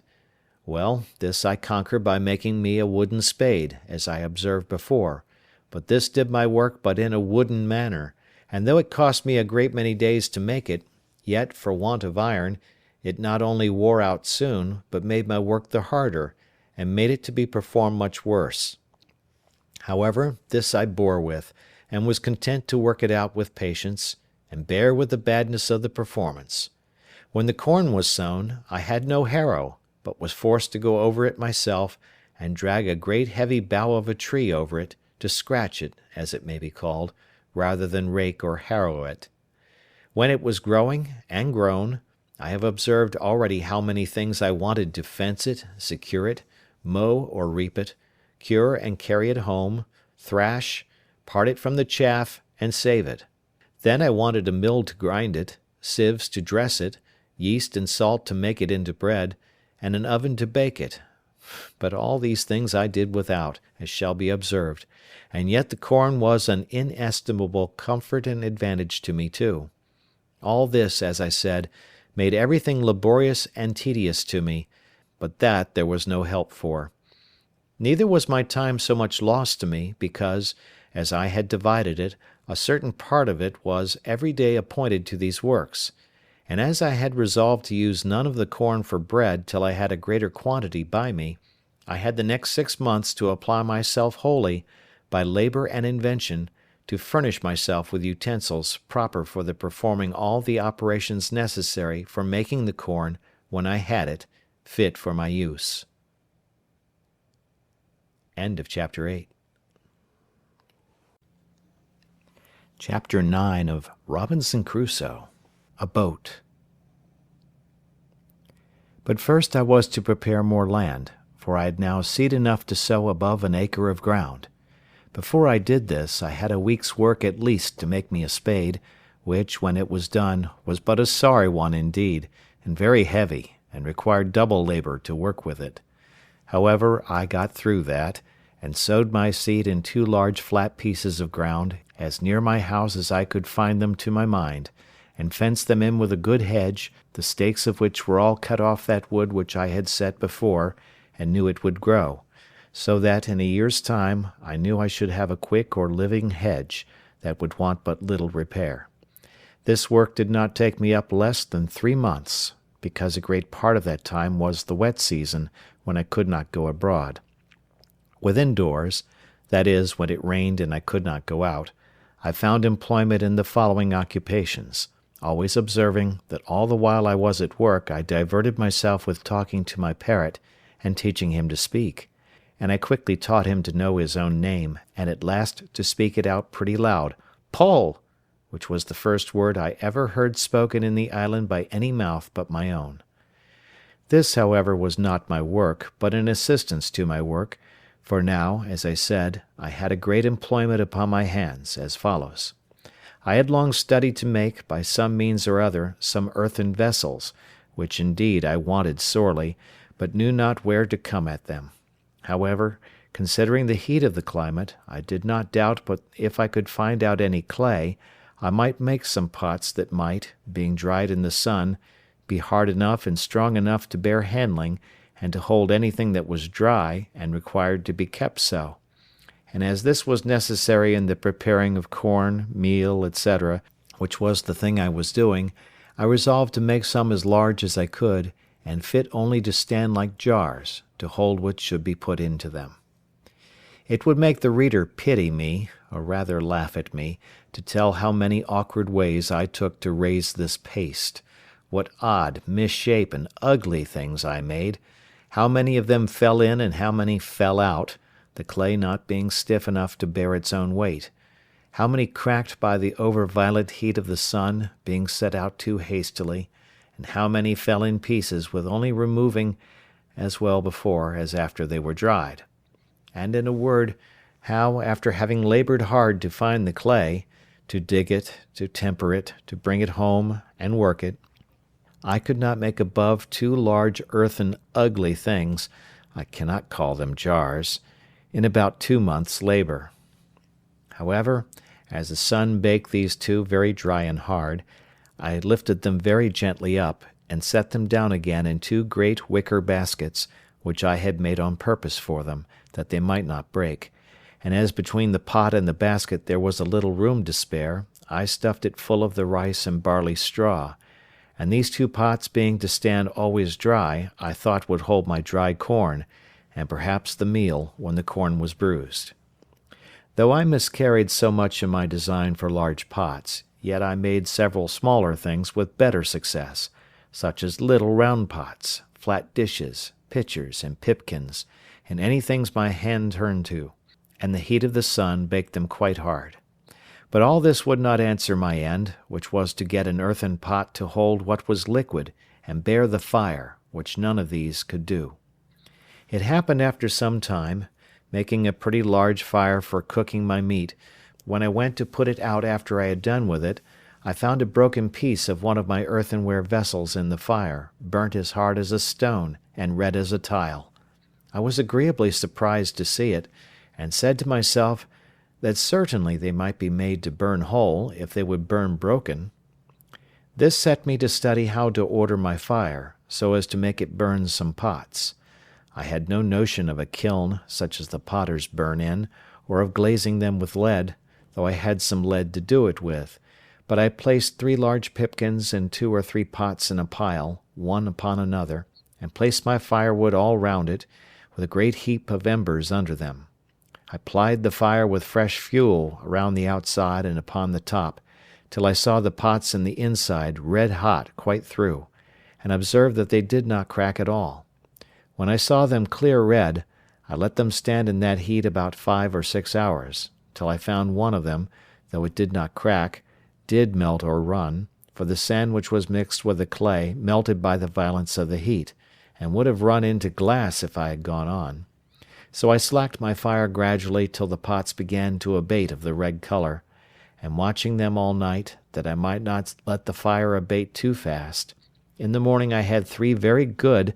I will not say handsome, pipkins, and 2 other earthen pots, as hard burnt as could be desired, and one of them perfectly glazed with the running of the sand. After this experiment, I need not say that I wanted no sort of earthenware for my use, but I must needs say, as to the shapes of them, they were very indifferent, as any one may suppose, when I had no way of making them but as the children make dirt pies, or as a woman would make pies that never learned to raise paste. No joy at a thing of so mean a nature was ever equal to mine, when I found I had made an earthen pot that would bear the fire, and I had hardly patience to stay till they were cold before I set one on the fire again with some water in it, to boil me some meat, which it did admirably well, and with a piece of a kid I made some very good broth, though I wanted oatmeal, and several other ingredients requisite to make it as good as I would have had it been. My next concern was to get me a stone mortar to stamp or beat some corn in, for as to the mill, there was no thought of arriving at that perfection of art with one pair of hands. To supply this want I was at a great loss, for of all the trades in the world I was as perfectly unqualified for a stone cutter as for any whatever, neither had I any tools to go about it with. I spent many a day to find out a great stone big enough to cut hollow, and make fit for a mortar, and could find none at all, except what was in the solid rock, and which I had no way to dig or cut out, nor indeed were the rocks in the island of hardness sufficient, but were all of a sandy crumbling stone, which neither would bear the weight of a heavy pestle, nor would break the corn without filling it with sand. So, after a great deal of time lost in searching for a stone, I gave it over, and resolved to look for a great block of hard wood,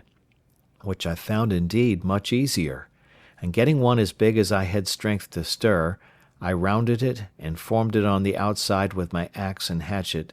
and then, with the help of fire and infinite labour, made a hollow place in it, as the Indians in Brazil make their canoes. After this I made a great heavy pestle or beater of the wood called the ironwood, and this I prepared and laid by against I had my next crop of corn, which I proposed to myself to grind, or rather pound into meal, to make bread. My next difficulty was to make a sieve or circe, to dress my meal, and to part it from the bran and the husk, without which I did not see it possible I could have any bread. This was a most difficult thing even to think on, for to be sure I had nothing like the necessary thing to make it. I mean fine thin canvas or stuff to circe the meal through, and here I was at a full stop for many months, nor did I really know what to do. Linen I had none left but what was mere rags. I had goat's hair, but neither knew how to weave it or spin it, and had I known how, here were no tools to work it with. All the remedy that I found for this was, that at last I did remember I had, among the seamen's clothes which were saved out of the ship, some neckcloths of calico or muslin, and with some pieces of these I made 3 small sieves proper enough for the work, and thus I made shift for some years. How I did afterwards I shall show in its place. The baking part was the next thing to be considered, and how I should make bread when I came to have corn, for first I had no yeast. As to that part, there was no supplying the want, so I did not concern myself much about it. But for an oven I was indeed in great pain. At length I found out an experiment for that also, which was this. I made some earthen vessels very broad but not deep, that is to say, about 2 feet diameter and not above 9 inches deep. These I burned in the fire, as I had done the other, and laid them by, and when I wanted to bake, I made a great fire upon my hearth, which I had paved with some square tiles of my own baking and burning also, but I should not call them square. When the firewood was burned pretty much into embers or live coals, I drew them forward onto this hearth, so as to cover it all over, and there I let them lie till the hearth was very hot. Then sweeping away all the embers, I set down my loaf or loaves, and whelming down the earthen pot upon them, drew the embers all around the outside of the pot, to keep in and add to the heat, and thus as well as in the best oven in the world I baked my barley loaves, and became in little time a good pastry cook into the bargain, for I made myself several cakes and puddings of the rice, but I made no pies, neither had I anything to put into them, supposing I had, except the flesh either of fowls or goats. It need not be wondered at if these things took me up most part of the 3rd year of my abode here, for it is to be observed that in the intervals of these things I had my new harvest and husbandry to manage, for I reaped my corn in its season, and carried it home as well as I could, and laid it up in the ear in my large baskets, till I had time to rub it out, for I had no floor to thrash it on, or instrument to thrash it with. And now, indeed, my stock of corn increasing, I really wanted to build my barns bigger.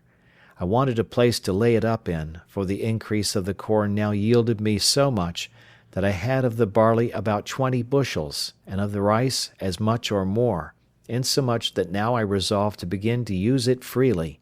for my bread had been quite gone a great while. Also I resolved to see what quantity would be sufficient for me a whole year, and to sow but once a year. Upon the whole, I found that the 40 bushels of barley and rice were much more than I could consume in a year, so I resolved to sow just the same quantity every year that I sowed the last, in hopes that such a quantity would fully provide me with bread, etc. All the while these things were doing, you may be sure my thoughts ran many times upon the prospect of land which I had seen from the other side of the island, and I was not without secret wishes that I were on shore there, fancying that, seeing the mainland, and an inhabited country, I might find some way or other to convey myself further, and perhaps at last find some means of escape. But all this while I made no allowance for the dangers of such an undertaking, and how I might fall into the hands of savages, and perhaps such as I might have reason to think far worse than the lions and tigers of Africa, that if I once came in their power, I should run a hazard of more than 1,000 to 1 of being killed, and perhaps of being eaten, for I had heard that the people of the Caribbean coast were cannibals or man-eaters, and I knew by the latitude that I could not be far from that shore. Then, supposing they were not cannibals, yet they might kill me, as many Europeans who had fallen into their hands had been served, even when they had been 10 or 20 together. Much more I, that was but one, and could make little or no defence. All these things, I say, which I ought to have considered well, and did come into my thoughts afterwards, yet gave me no apprehensions at first, and my head ran mightily upon the thought of getting over to the shore. Now I wished for my boy Xury, and the longboat with shoulder of mutton sail, with which I sailed above 1,000 miles on the coast of Africa, but this was in vain. Then I thought I would go and look at our ship's boat, which, as I have said, was blown up upon the shore a great way in the storm when we were first cast away. She lay almost where she did at first, but not quite, and was turned, by the force of the waves and the winds, almost bottom upward, against a high ridge of beachy, rough sand, but no water about her. If I had had hands to have refitted her, and to have launched her into the water, the boat would have done well enough, and I might have gone back into the Brazils with her easily enough. But I might have foreseen that I could no more turn her and set her upright upon her bottom than I could remove the island. However, I went to the woods, and cut levers and rollers, and brought them to the boat, resolving to try what I could do, suggesting to myself that if I could but turn her down, I might repair the damage she had received, and she would be a very good boat, and I might go to sea in her very easily. I spared no pains indeed in this piece of fruitless toil, and spent, I think, 3 or 4 weeks about it. At last, finding it impossible to heave it up with my little strength, I fell to digging away the sand, to undermine it, and so to make it fall down, setting pieces of wood to thrust and guide it right in the fall. But when I had done this, I was unable to stir it up again, or to get under it, much less to move it forward towards the water, so I was forced to give it over, and yet, though I gave over the hopes of the boat, my desire to venture over for the main increased, rather than decreased, as the means for it seemed impossible. This at length put me upon thinking whether it was not possible to make myself a canoe, or periagua, such as the natives of those climates make, even without tools, or, as I might say, without hands, of the trunk of a great tree. This I not only thought possible, but easy, and pleased myself extremely with the thoughts of making it, and with my having much more convenience for it than any of the negroes or Indians, but not at all considering the particular inconveniences which I lay under more than the Indians did, viz., want of hands to move it when it was made into the water,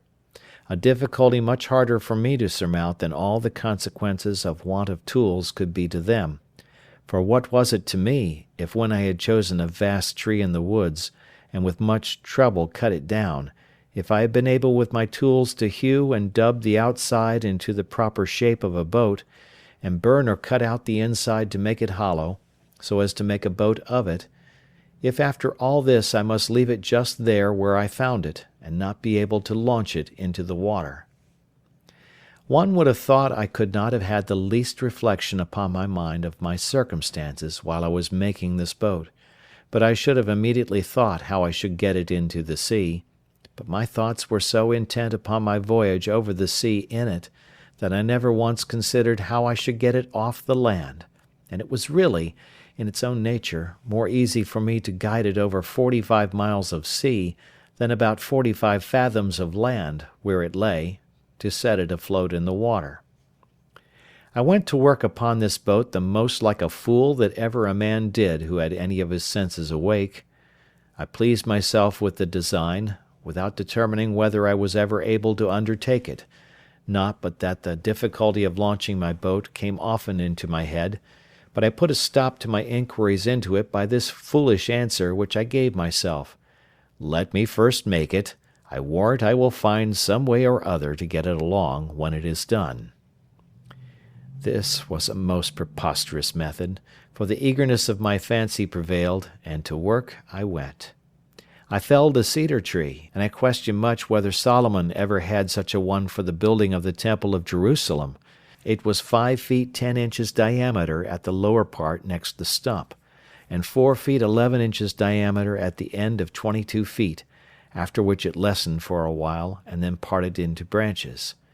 It was not without infinite labour that I felled this tree. I was 20 days hacking and hewing at it at the bottom.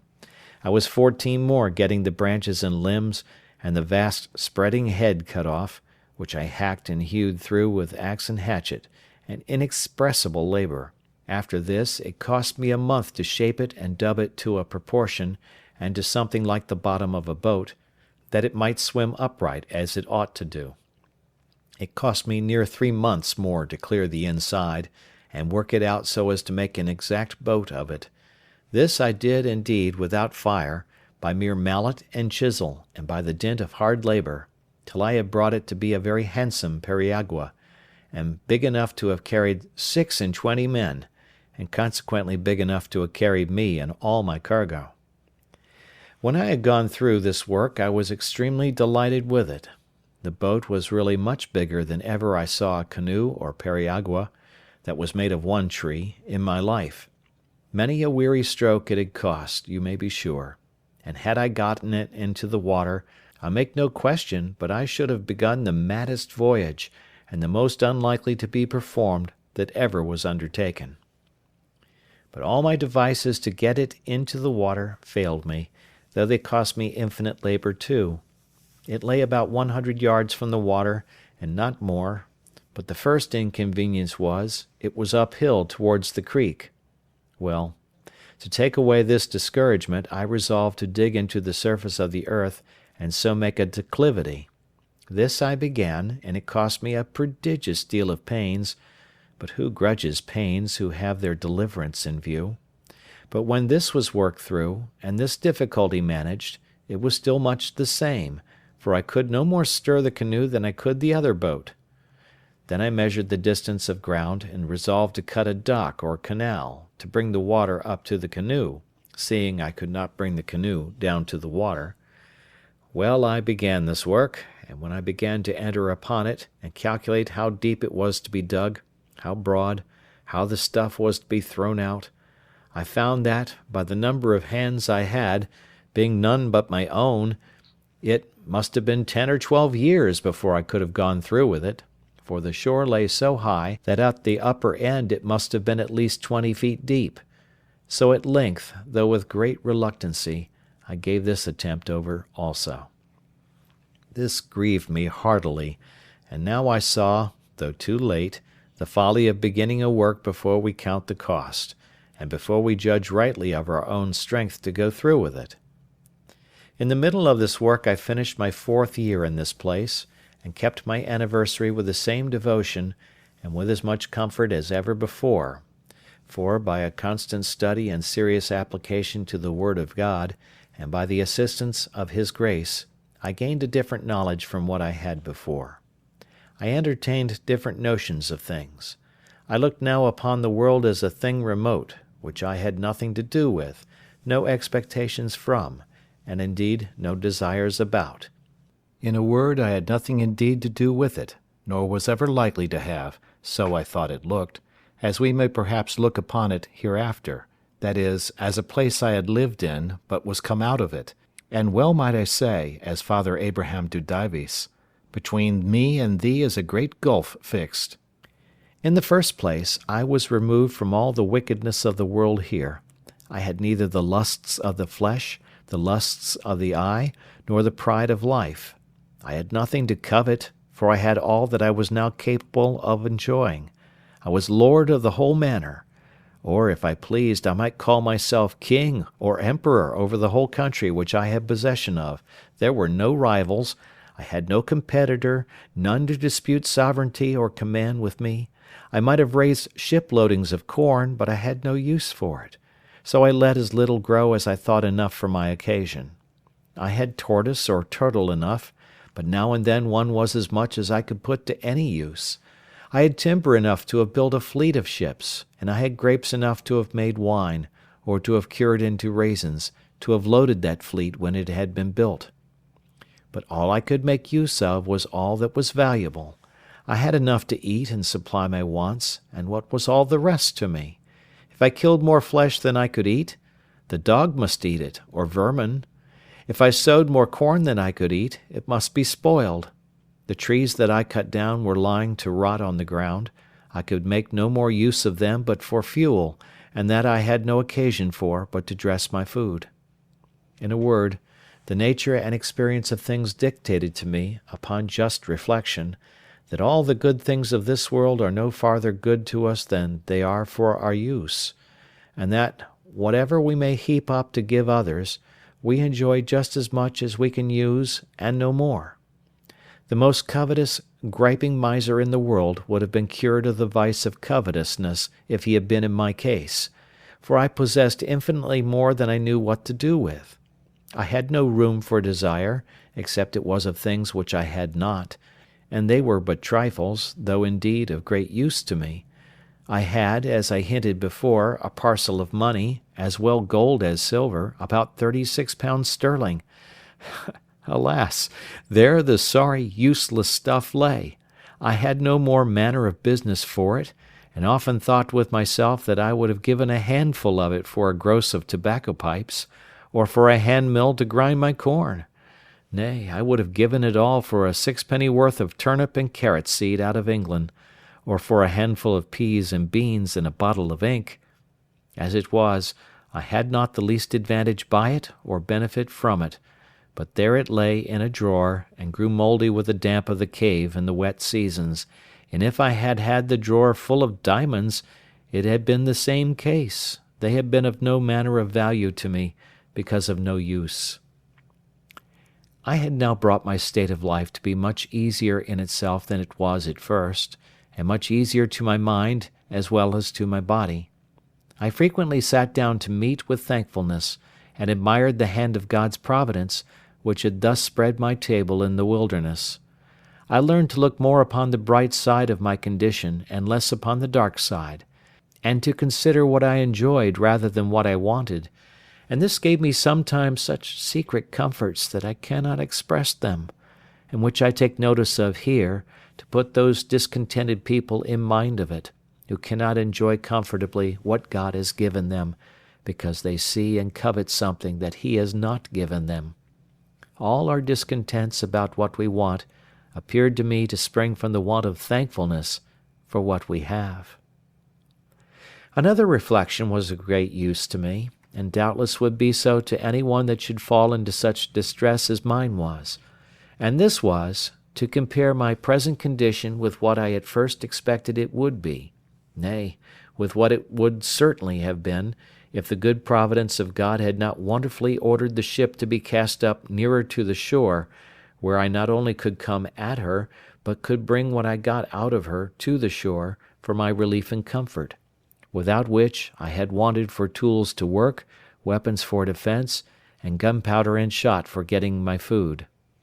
I spent whole hours, I may say whole days, in representing to myself, in the most lively colours, how I must have acted if I had got nothing out of the ship,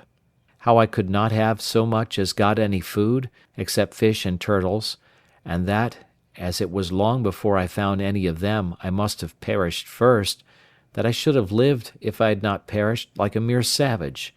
that if I had killed a goat or a fowl by any contrivance, I had no way to flay or open it, or part the flesh from the skin and the bowels, or to cut it up, but must gnaw it with my teeth and pull it with my claws like a beast. These reflections made me very sensible of the goodness of Providence to me, and very thankful for my present condition, with all its hardships and misfortunes, and this part also I cannot but recommend to the reflection of those who are apt, in their misery, to say, "Is any affliction like mine?" Let them consider how much worse the cases of some people are, and their case might have been, if Providence had thought fit. I had another reflection, which assisted me also to comfort my mind with hopes, and this was comparing my present situation with what I had deserved, and had therefore reason to expect from the hand of Providence. I had lived a dreadful life, perfectly destitute of the knowledge and fear of God. I had been well instructed by father and mother, neither had they been wanting to me in their early endeavours to infuse a religious awe of God into my mind, a sense of my duty, and what the nature and end of my being required of me.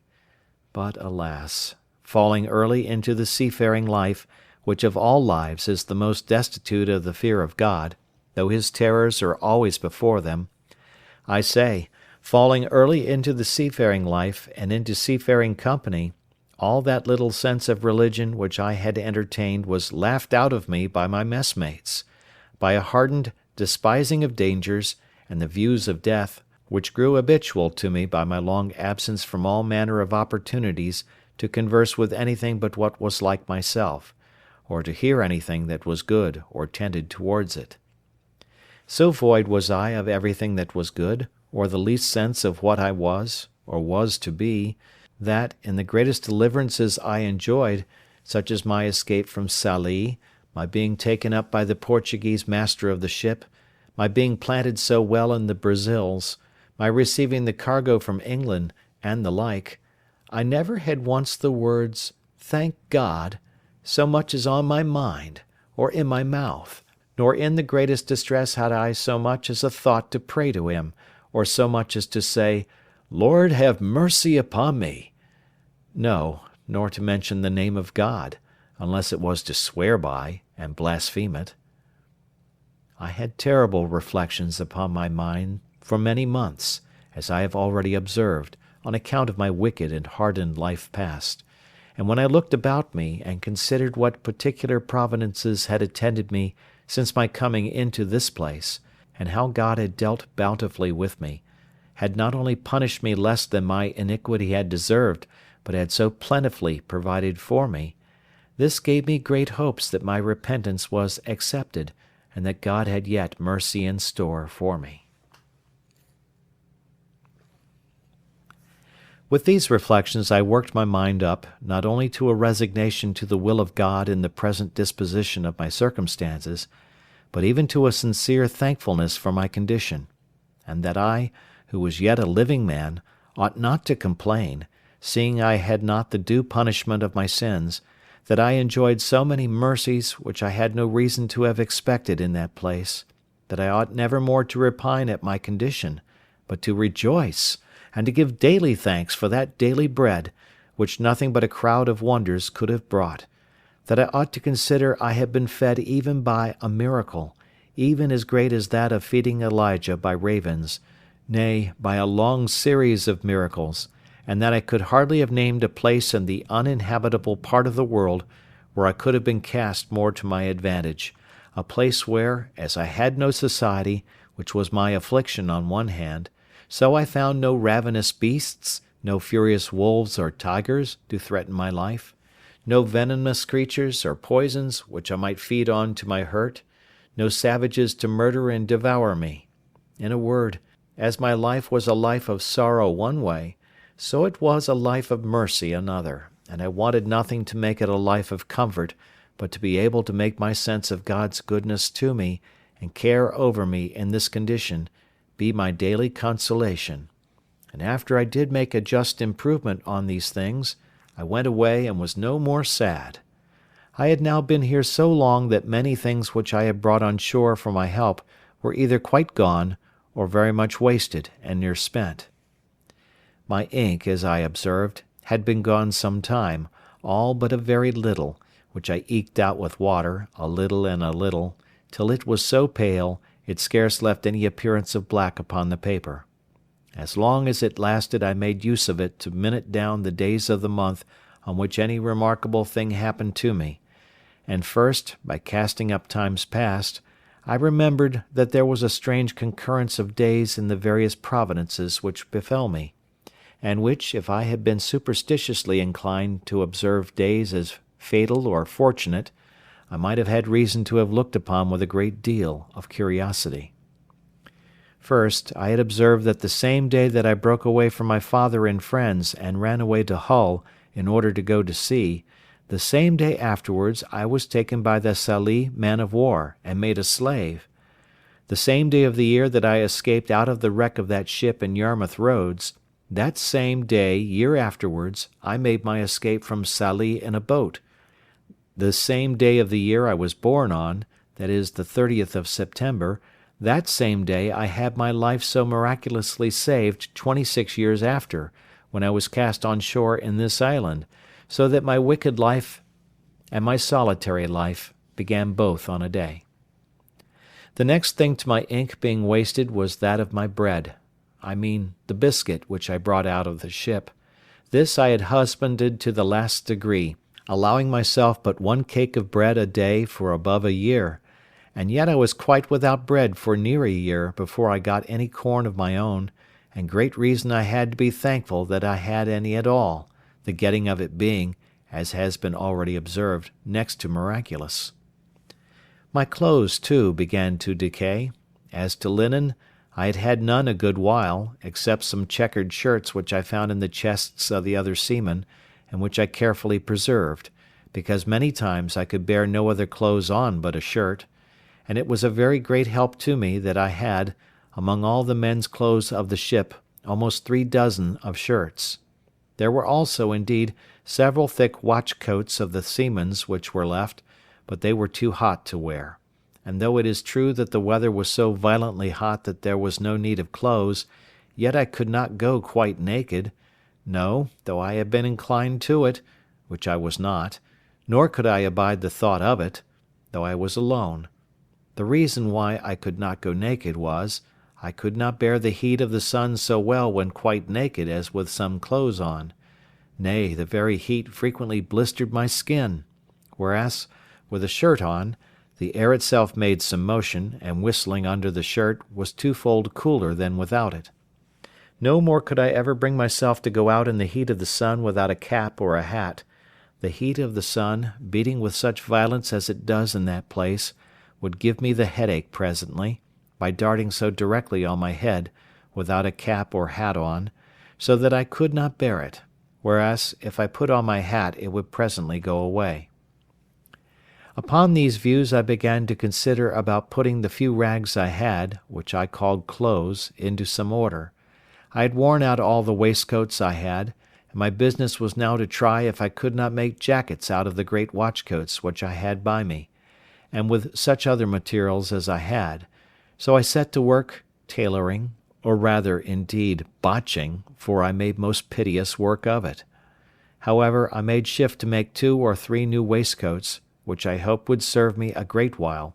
As for breeches or drawers, I made but a very sorry shift indeed till afterwards. I have mentioned that I saved the skins of all the creatures that I killed, I mean 4-footed ones, and I had them hung up, stretched out with sticks in the sun, by which means some of them were so dry and hard that they were fit for little, but others were very useful. The first thing I made of these was a great cap for my head, with the hair on the outside, to shoot off the rain, and this I performed so well, that after I made me a suit of clothes wholly of these skins, that is to say, a waistcoat, and breeches open at the knees, and both loose, for they were rather wanting to keep me cool than to keep me warm.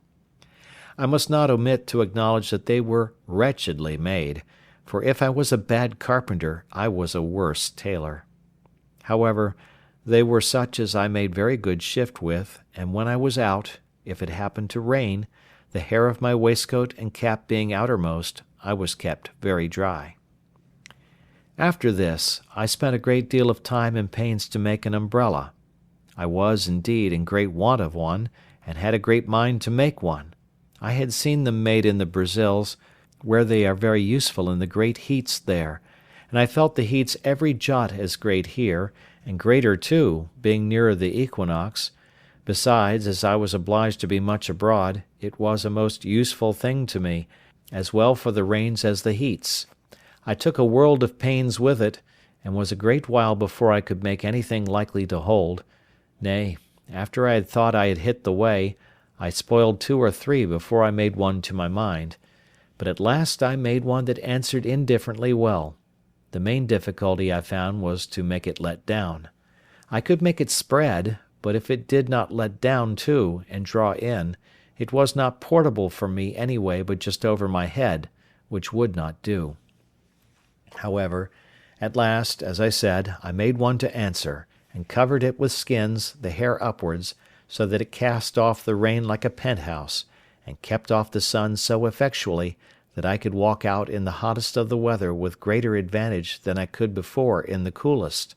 and when I had no need of it could close it, and carry it under my arm. Thus I lived mighty comfortably, my mind being entirely composed by resigning myself to the will of God, and throwing myself wholly upon the disposal of His providence. This made my life better than sociable, for when I began to regret the want of conversation, I would ask myself, whether thus conversing mutually with my own thoughts, and, as I hope I may say, with even God Himself, by ejaculations, was not better than the utmost enjoyment of human society in the world? End of Chapter 9. Chapter 10 of Robinson Crusoe. Tames Goats. I cannot say that after this, for 5 years, any extraordinary thing happened to me, but I lived on in the same course, in the same posture and place as before. The chief things I was employed in, besides my yearly labour of planting my barley and rice, and curing my raisins,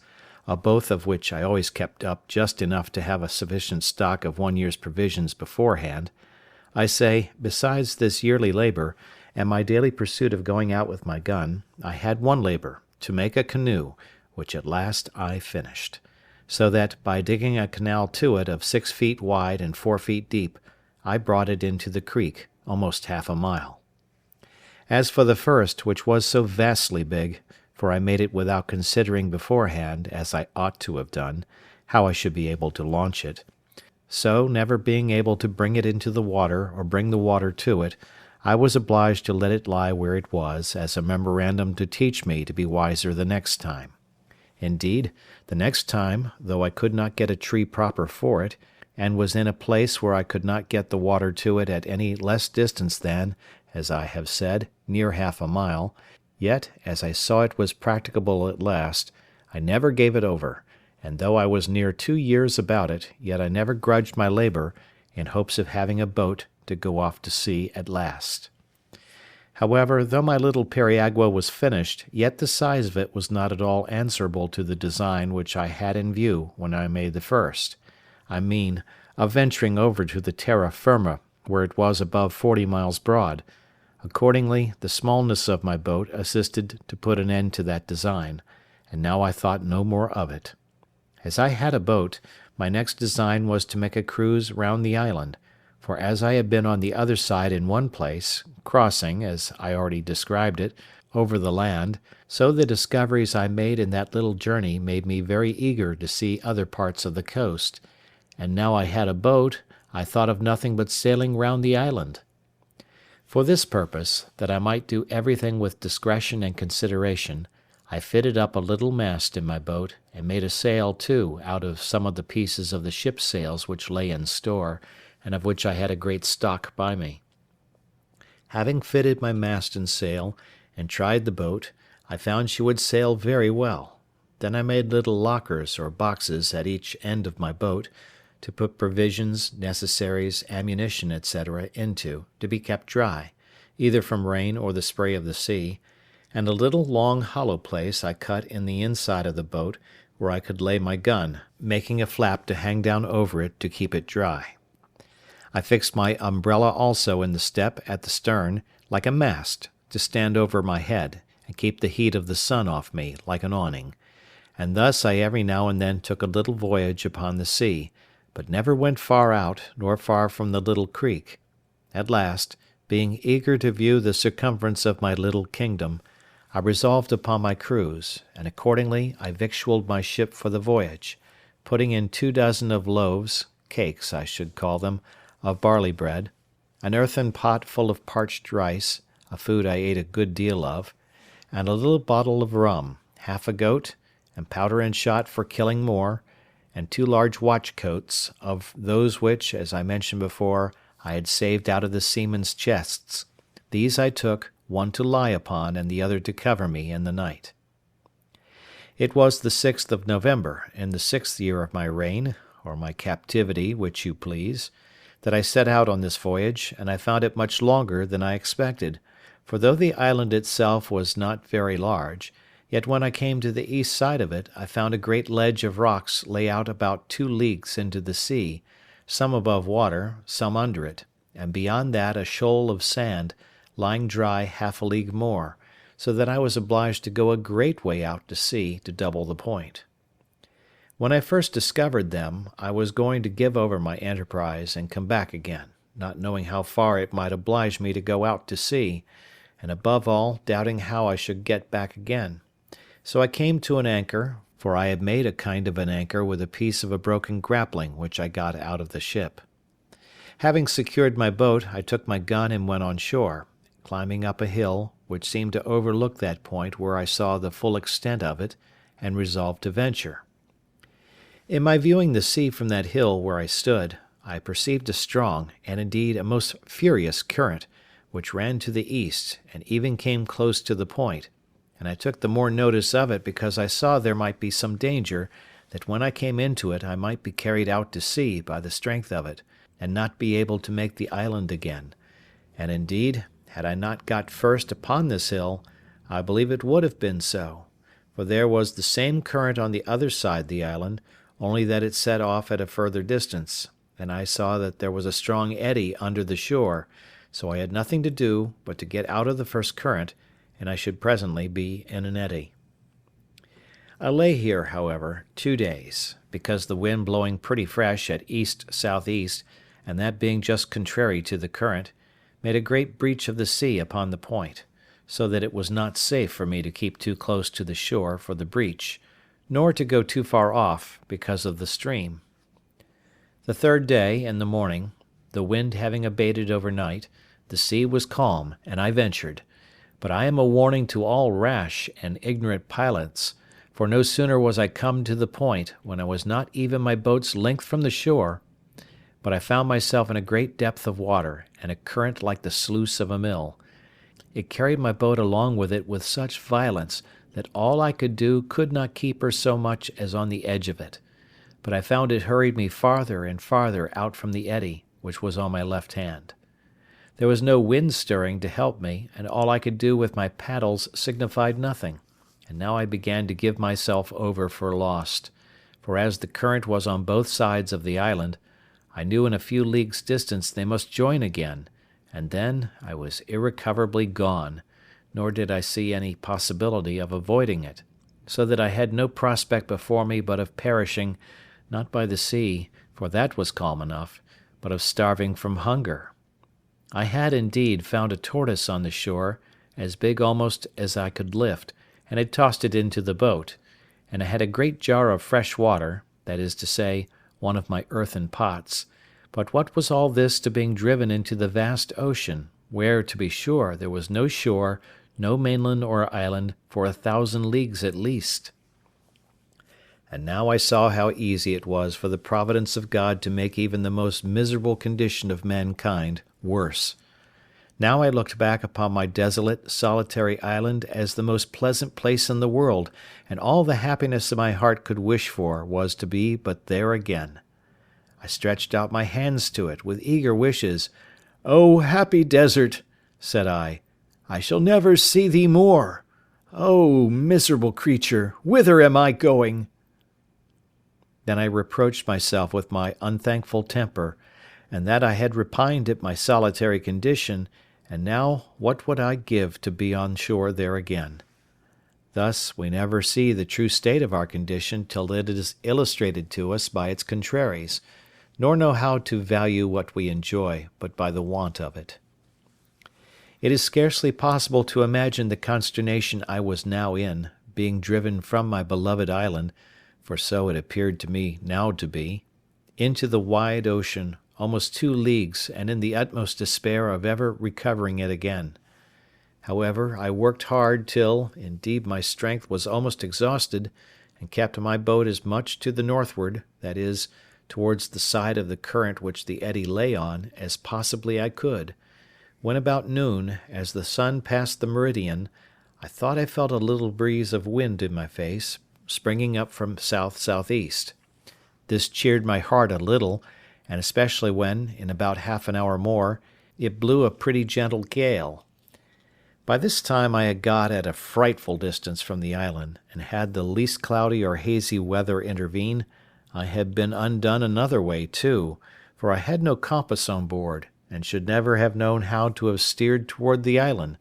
if I had but once lost sight of it. But the weather continuing clear, I applied myself to get up my mast again, and spread my sail, standing away to the north as much as possible, to get out of the current. Just as I had set my mast and sail, and the boat began to stretch away, I saw even by the clearness of the water some alteration of the current was near, for where the current was so strong the water was foul, but perceiving the water clear, I found the current abate, and presently I found to the east, at about half a mile, a breach of the sea upon some rocks. These rocks I found caused the current to part again, and as the main stress of it ran away more southerly, leaving the rocks to the northeast, so the other returned by the repulse of the rocks, and made a strong eddy, which ran back again to the northwest with a very sharp stream. They who know what it is to have a reprieve brought to them upon the ladder, or to be rescued from thieves just going to murder them, or who have been in such extremities, may guess what my present surprise of joy was, and how gladly I put my boat into the stream of this eddy, and the wind also freshening, how gladly I spread my sail to it, running cheerfully before the wind, and with a strong tide or eddy underfoot. This eddy carried me about a league on my way back again, directly towards the island, but about 2 leagues more to the northward than the current which carried me away at first, so that when I came near the island, I found myself open to the northern shore of it, that is to say, the other end of the island, opposite to that which I went out from. When I had made something more than a league of way by the help of this current or eddy, I found it was spent, and served me no further. However, I found that being between 2 great currents, that is, that on the south side, which had hurried me away, and that on the north, which lay about a league on the other side, I say, between these two, in the wake of the island, I found the water at least still, and running no way, and having still a breeze of wind fair for me, I kept on steering directly for the island, though not making such fresh way as I did before. About 4 o'clock in the evening, being then within a league of the island, I found the point of the rocks which occasioned this disaster stretching out, as is described before, to the southward, and casting off the current more southerly, had, of course, made another eddy to the north, and this I found very strong, but not directly setting the way my course lay, which was due west, but almost full north. However, having a fresh gale, I stretched across this eddy, slanting northwest, and in about an hour came within about a mile of the shore, where, it being smooth water, I soon got to land. When I was on shore, I fell on my knees and gave God thanks for my deliverance, resolving to lay aside all thoughts of my deliverance by my boat, and refreshing myself with such things as I had, I brought my boat close to the shore, in a little cove that I had spied under some trees, and laid me down to sleep, being quite spent with the labour and fatigue of the voyage. I was now at a great loss which way to get home with my boat. I had run so much hazard, and knew too much of the case, to think of attempting it by the way I went out, and what might be at the other side, I mean the west side, I knew not, nor had I any mind to run any more ventures, so I resolved on the next morning to make my way westward along the shore, and to see if there was no creek where I might lay up my frigate in safety, so as to have her again if I wanted her. In about 3 miles or thereabouts, coasting the shore, I came to a very good inlet or bay, about a mile over, which narrowed till it came to a very little rivulet or brook, where I found a very convenient harbour for my boat, and where she lay as if she had been in a little dock made on purpose for her. Here I put in, and having stowed my boat very safe, I went on shore to look about me and see where I was. I soon found I had but a little passed by the place where I had been before, when I travelled on foot to that shore, so taking nothing out of my boat but my gun and umbrella, for it was exceedingly hot, I began my march. The way was comfortable enough after such a voyage as I had been upon, and I reached my old bower in the evening, where I found everything standing as I left it, for I always kept it in good order, being, as I said before, my country house. I got over the fence, and laid me down in the shade to rest my limbs, for I was very weary, and fell asleep. But, judge you, if you can, that read my story, what a surprise I must be in when I was awaked out of my sleep by a voice calling me by my name several times. "Robin, Robin, Robin Crusoe! Poor Robin Crusoe! Where are you, Robin Crusoe? Where are you? Where have you been?" I was so dead asleep at first, being fatigued with rowing for part of the day, and with walking the latter part, that I did not wake thoroughly, but dozing thought I dreamed that somebody spoke to me. But as the voice continued to repeat, "Robin Crusoe, Robin Crusoe," at last I began to wake more perfectly, and was at first dreadfully frightened, and started up in the utmost consternation, but no sooner were my eyes open but I saw my Poll sitting on the top of the hedge, and immediately knew that it was he that spoke to me. For just in such bemoaning language I had used to talk to him and teach him, and he had learned it so perfectly that he would sit upon my finger, and lay his bill close to my face, and cry, "Poor Robin Crusoe, where are you? Where have you been? How came you here?" and such things as I had taught him. However, even though I knew it was the parrot, and that indeed it could be nobody else, it was a good while before I could compose myself. First I was amazed how the creature got thither, and then how he should just keep about the place and nowhere else. But as I was well satisfied it could be nobody but honest Poll, I got over it, and holding out my hand, and calling him by his name, "Poll," the sociable creature came to me, and sat upon my thumb as he used to do, and continued talking to me. "Poor Robin Crusoe, and how did I come here? And where had I been?"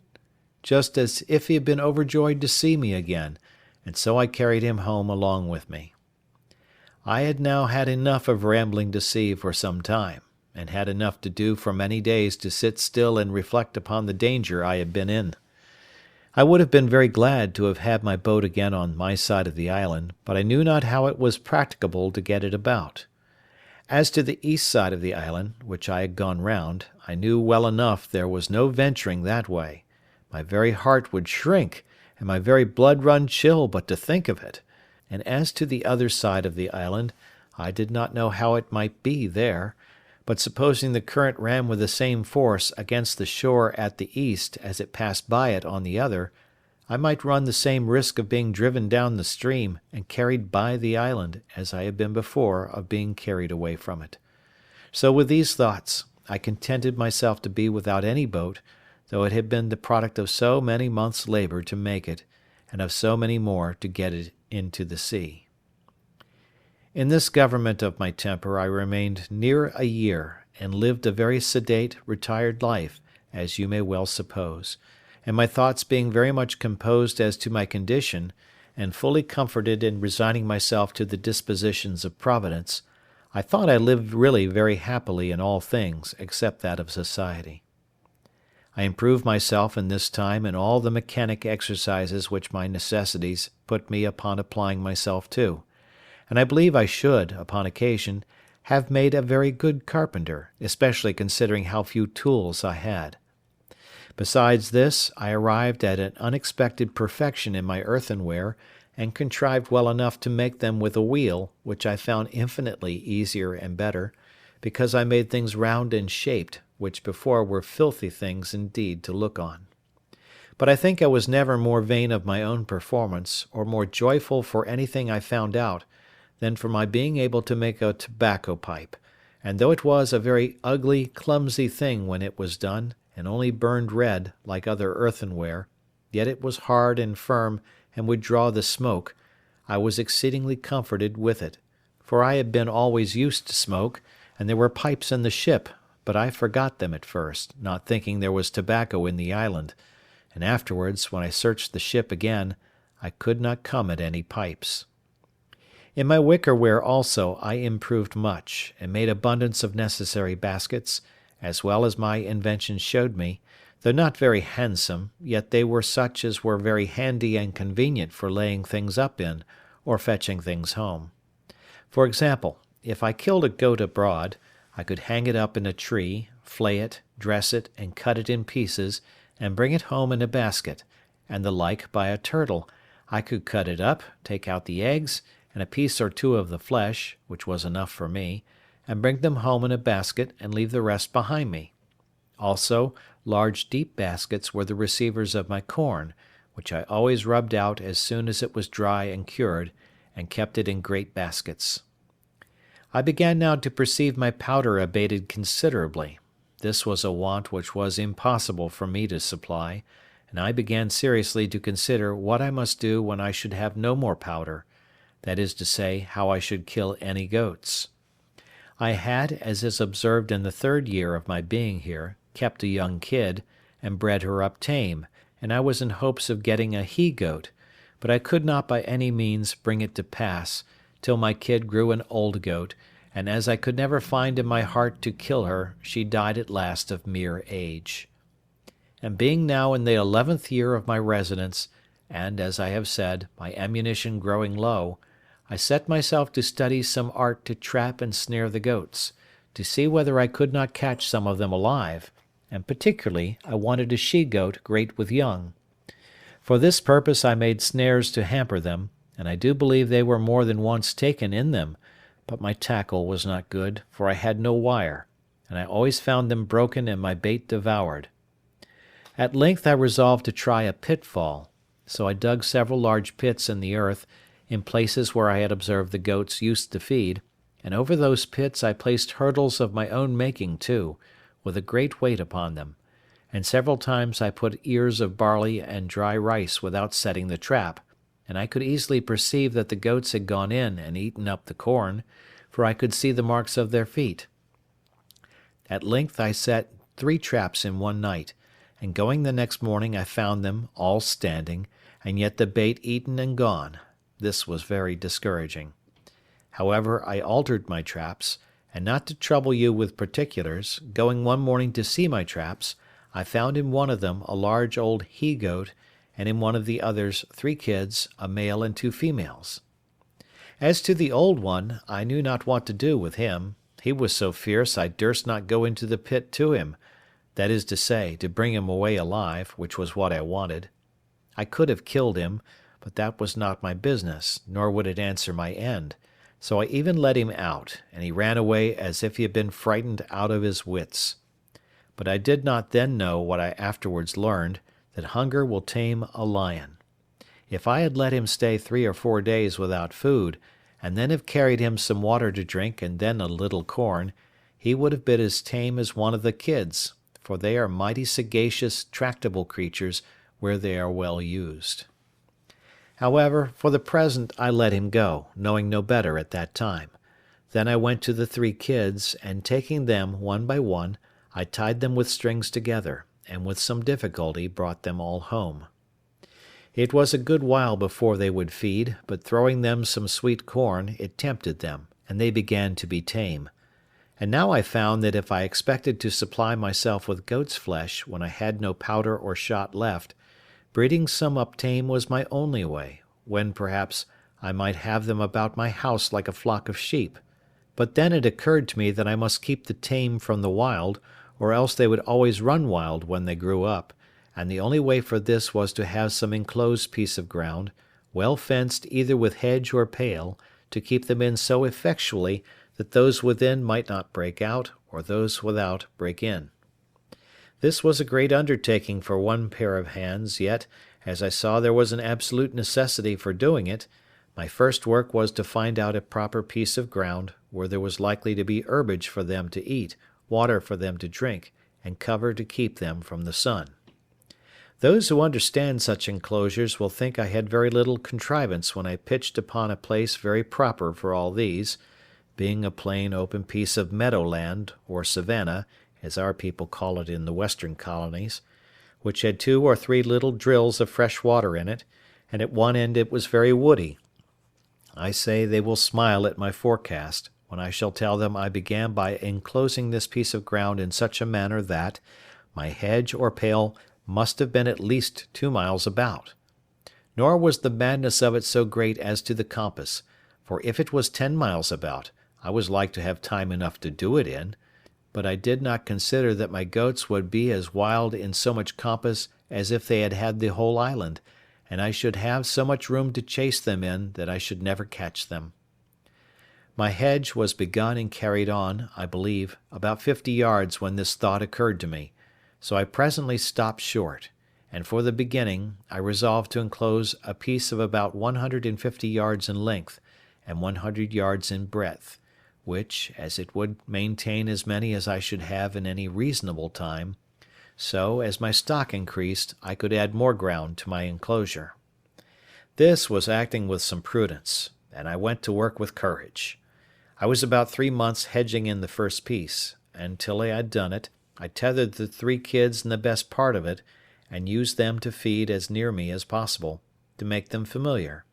and very often I would go and carry them some ears of barley, or a handful of rice, and feed them out of my hand, so that after my enclosure was finished and I let them loose, they would follow me up and down, bleating after me for a handful of corn.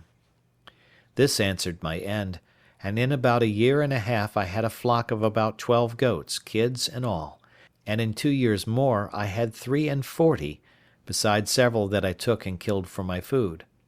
After that, I enclosed 5 several pieces of ground to feed them in, with little pens to drive them to take them as I wanted, and gates out of one piece of ground into another. But this was not all, for now I not only had goat's flesh to feed on when I pleased, but milk too, a thing which, indeed, in the beginning I did not so much as think of, and which, when it came into my thoughts, was really an agreeable surprise, for now I set up my dairy, and had sometimes a gallon or 2 of milk in a day. And as nature, who gives supplies of food to every creature, dictates even naturally how to make use of it, so I, that had never milked a cow, much less a goat, or seen butter or cheese made only when I was a boy, after a great many essays and miscarriages, made both butter and cheese at last, also salt, though I found it partly made to my hand by the heat of the sun upon some of the rocks of the sea, and never wanted it afterwards. How mercifully can our Creator treat his creatures, even in those conditions in which they are seen to be overwhelmed in destruction! How can he sweeten the bitterest providences, and give us cause to praise him for dungeons and prisons? What a table was here spread for me in the wilderness, where I saw nothing at first but to perish for hunger. End of chapter 10. Chapter 11 of Robinson Crusoe. Finds print of man's foot on the sand. It would have made a stoic smile to have seen me and my little family sit down to dinner. There was my Majesty the Prince and Lord of the whole island. I had the lives of all my subjects at my absolute command. I could hang, draw, give liberty, and take it away, and no rebels among all my subjects. Then to see how like a king I dined, too, all alone, attended by my servants. Paul, as if he had been my favourite, was the only person permitted to talk to me. My dog, who was now grown old and crazy, and had found no species to multiply his kind upon, sat always at my right hand, and 2 cats, one on one side of the table and one on the other, expecting now and then a bit from my hand as a mark of especial favour. But these were not the 2 cats which I brought on shore at first, for they were both of them dead, and had been interred near my habitation by my own hand, but one of them having multiplied by I know not what kind of creature, these were 2 which I had preserved tame, whereas the rest ran wild in the woods, and became indeed troublesome to me at last, for they would often come into my house and plunder me too, till at last I was obliged to shoot them, and did kill a great many. At length they left me. With this attendance, and in this plentiful manner I lived, neither could I be said to want anything but society, and of that, some time after this, I was likely to have too much. I was something impatient, as I have observed, to have the use of my boat, though very loath to run any more hazards, and therefore sometimes I sat contriving ways to get her about the island, and at other times I sat myself down contented enough without her. But I had a strange uneasiness in my mind to go down to the point of the island where, as I have said in my last ramble, I went up the hill to see how the shore lay, and how the current set, that I might see what I had to do. This inclination increased upon me every day, and at length I resolved to travel thither by land, following the edge of the shore. I did so, but had any one in England met such a man as I was, it must either have frightened him or raised a great deal of laughter, and as I frequently stood still to look at myself, I could not but smile at the notion of my travelling through Yorkshire with such an equipage, and in such a dress. Be pleased to take a sketch of my figure, as follows. I had a great high shapeless cap, made of a goat's skin, with a flap hanging down behind, as well to keep the sun from me as to shoot the rain off from running into my neck, nothing being so hurtful in these climates as the rain upon the flesh under the clothes. I had a short jacket of goat's skin, the skirts coming down to about the middle of the thighs, and a pair of open-kneed breeches of the same. The breeches were made of the skin of an old he-goat, whose hair hung down such a length on either side that, like pantaloons, it reached to the middle of my legs. Stockings and shoes I had none, but had made me a pair of somethings, I scarce knew what to call them, like buskins, to flap over my legs, and lace on either side like spatterdashes, but of a most barbarous shape, as indeed were all the rest of my clothes. I had on a broad belt of goat skin dried, which I drew together with 2 thongs of the same instead of buckles, and in a kind of a frog on either side of this, instead of a sword and dagger, hung a little saw and a hatchet, one on one side and one on the other. I had another belt not so broad, and fastened in the same manner, which hung over my shoulder, and at the end of it, under my left arm, hung 2 pouches, both made of goat skin too, in one of which hung my powder, in the other my shot.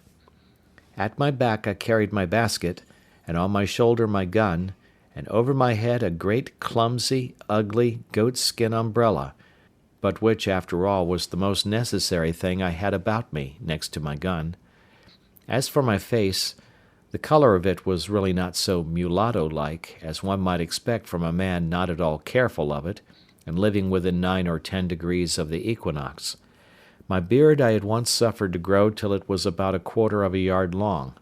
but as I had both scissors and razors sufficient, I had cut it pretty short, except what grew on my upper lip, which I had trimmed into a large pair of Mahometan whiskers, such as I had seen worn by some Turks at Sallee, for the Moors did not wear such, though the Turks did, of these mustachios or whiskers. I will not say they were long enough to hang my hat upon them, but they were of a length and shape monstrous enough, and such as in England would have passed for frightful.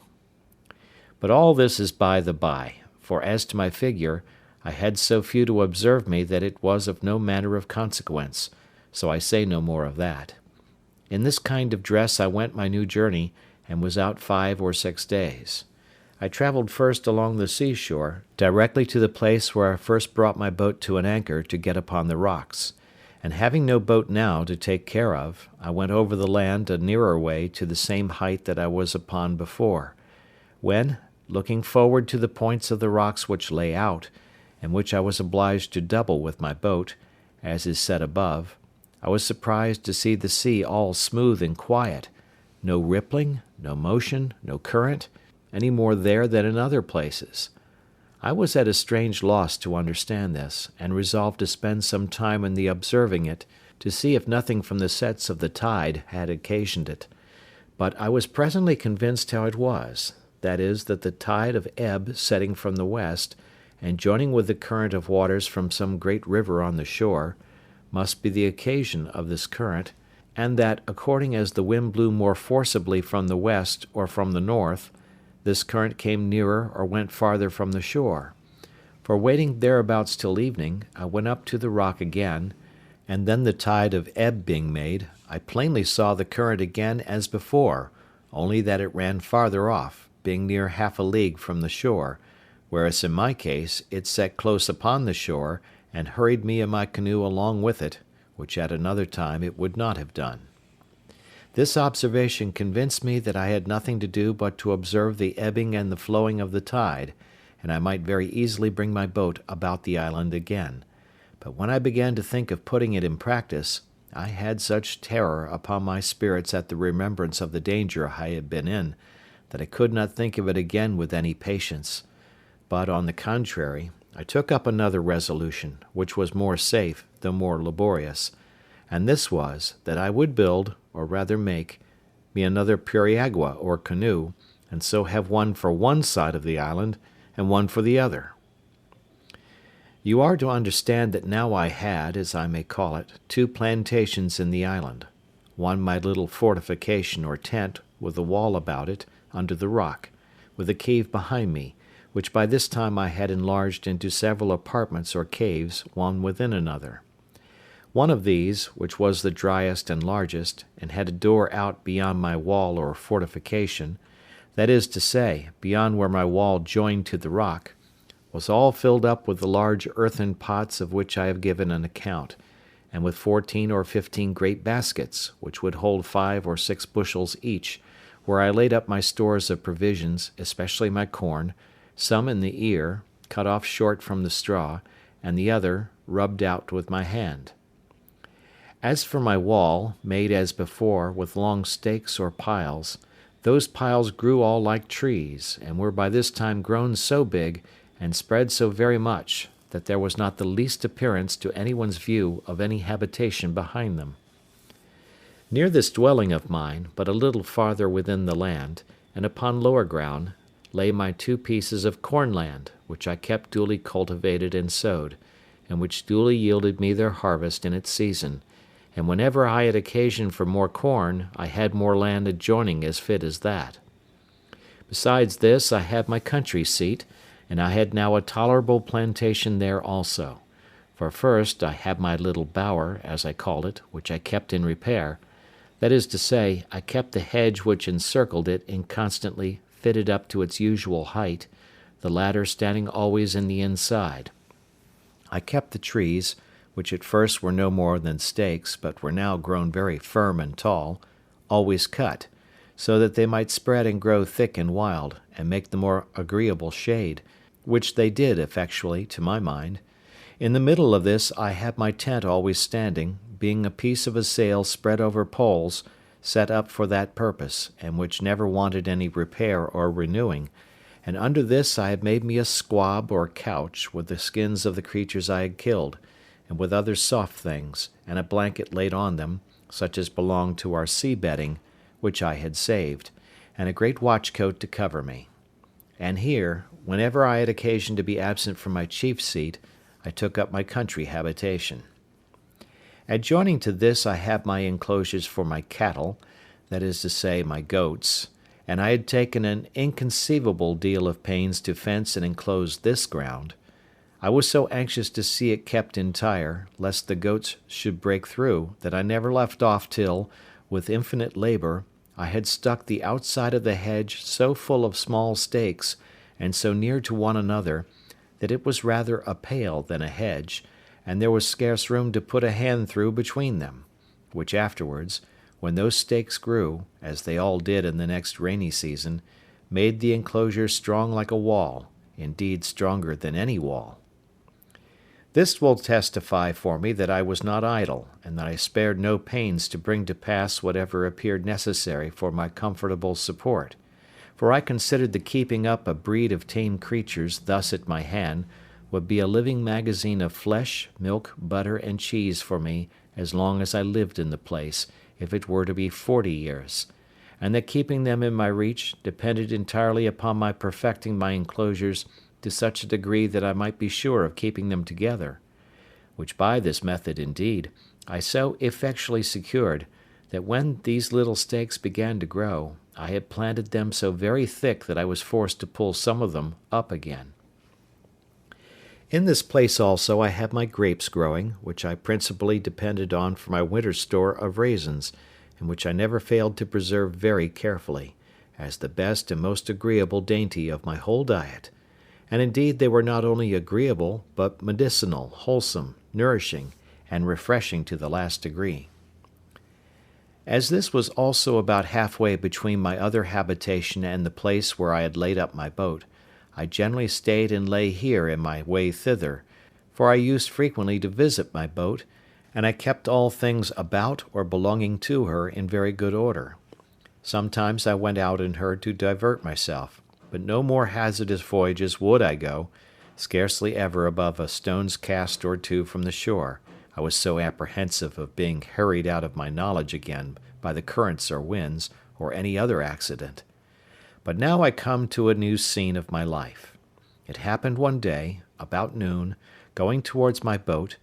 I was exceedingly surprised with the print of a man's naked foot on the shore, which was very plain to be seen on the sand. I stood like one thunderstruck, or as if I had seen an apparition. I listened, I looked round me, but I could hear nothing, nor see anything. I went up to a rising ground to look farther. I went up the shore and down the shore, but it was all one. I could see no other impression but that one.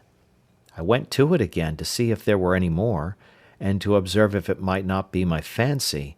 but there was no room for that, for there was exactly the print of a foot, toes, heel, and every part of a foot. How it came thither I knew not, nor could I in the least imagine, but after innumerable fluttering thoughts, like a man perfectly confused and out of myself, I came home to my fortification, not feeling, as we say, the ground I went on, but terrified to the last degree, looking behind me at every 2 or 3 steps, mistaking every bush and tree, and fancying every stump at a distance to be a man. Nor is it possible to describe how many various shapes my affrighted imagination represented things to me in, how many wild ideas were found every moment in my fancy, and what strange, unaccountable whimsies came into my thoughts by the way. When I came to my castle, for so I think I called it ever after this, I fled into it like one pursued. Whether I went over by the ladder, as first contrived, or went in at the hole in the rock, which I had called a door, I cannot remember. No, nor could I remember the next morning, for never frightened hare fled to cover, or fox to earth, with more terror of mind than I to this retreat. I slept none that night. The farther I was from the occasion of my fright, the greater my apprehensions were, which is something contrary to the nature of such things, and especially to the usual practice of all creatures in fear. But I was so embarrassed with my own frightful ideas of the thing, that I formed nothing but dismal imaginations to myself, even though I was now a great way off. Sometimes I fancied it must be the devil, and reason joined in with me in this supposition, for how should any other thing in human shape come into the place? Where was the vessel that brought them? What marks were there of any other footstep? And how was it possible a man should come there? But then, to think that Satan should take human shape upon him in such a place, where there could be no manner of occasion for it, but to leave the print of his foot behind him, and that even for no purpose too, for he could not be sure I should see it, this was an amusement the other way. I considered that the devil might have found out abundance of other ways to have terrified me than this of the single print of a foot, that as I lived quite on the other side of the island, he would never have been so simple as to leave a mark in a place where it was 10,000 to 1 whether I should ever see it or not, and in the sand too, which the first surge of the sea upon a high wind would have defaced entirely. All this seemed inconsistent with the thing itself, and with all the notions we usually entertain of the subtlety of the devil. Abundance of such things as these assisted to argue me out of all apprehensions of its being the devil, and I presently concluded then that it must be some more dangerous creature, that is, that it must be some of the savages of the mainland opposite who had wandered out to sea in their canoes, and either driven by the currents or by contrary winds had made the island and had been on shore, but were gone away again to sea, being as loath perhaps to have stayed in this desolate island as I would have been to have had them. While these reflections were rolling in my mind, I was very thankful in my thoughts that I was so happy as not to be thereabouts at that time, or that they did not see my boat, by which they would have concluded that some inhabitants had been in the place, and perhaps have searched farther for me. Then terrible thoughts racked my imagination about their having found out my boat, and that there were people here, and that, if so, I should certainly have them come again in greater numbers and devour me, that if it should happen that they should not find me, yet they would find my enclosure, destroy all my corn, and carry away all my flock of tame goats, and I should perish at last for mere want. Thus my fear banished all my religious hope, all that former confidence in God, which was founded upon such wonderful experience as I had had of his goodness, as if he that had fed me by miracle hitherto could not preserve by his power the provision which he had made for me by his goodness. I reproached myself with my laziness, that would not sow any more corn one year than would just serve me till the next season, as if no accident could intervene to prevent my enjoying the crop that was upon the ground. And this I thought so just a reproof, that I resolved for the future to have 2 or 3 years' corn beforehand, so that whatever might come, I might not perish for want of bread. How strange a checker work of Providence is the life of man, and by what secret different springs are the affections hurried about, as different circumstances present. Today we love what tomorrow we hate. Today we seek what tomorrow we shun. Today we desire what tomorrow we fear, nay, even tremble at the apprehensions of. This was exemplified in me at this time, in the most lively manner imaginable, for I, whose only affliction was that I seemed banished from human society, that I was alone, circumscribed by the boundless ocean, cut off from mankind, and condemned to what I call silent life, that I was as one whom heaven thought not worthy to be numbered among the living, or to appear among the rest of his creatures, that to have seen one of my own species would have seemed to me a raising me from death to life, and the greatest blessing that heaven itself, next to the supreme blessing of salvation, could bestow. I say, that I should now tremble at the very apprehensions of seeing a man, and was ready to sink into the ground at but the shadow or silent appearance of a man having set his foot in the island. Such is the uneven state of human life, and it afforded me a great many curious speculations afterwards, when I had a little recovered my first surprise. I considered that this was the station of life the infinitely wise and good providence of God had determined for me, that as I could not foresee what the ends of divine wisdom might be in all this, so I was not to dispute his sovereignty,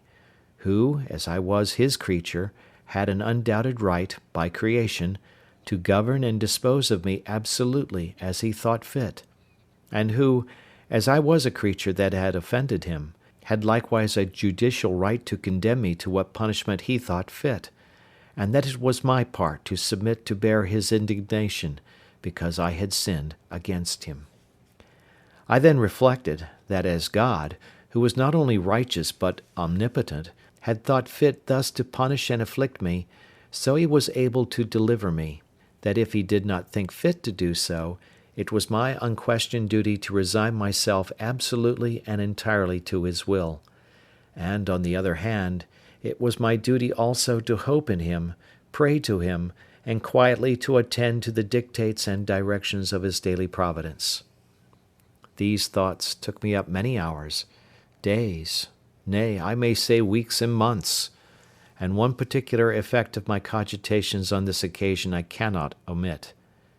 One morning early, lying in my bed, and filled with thoughts about my danger from the appearances of savages, I found it discomposed me very much, upon which these words of the Scripture came into my thoughts: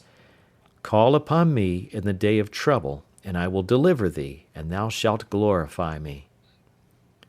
Upon this, rising cheerfully out of my bed, my heart was not only comforted, but I was guided and encouraged to pray earnestly to God for deliverance.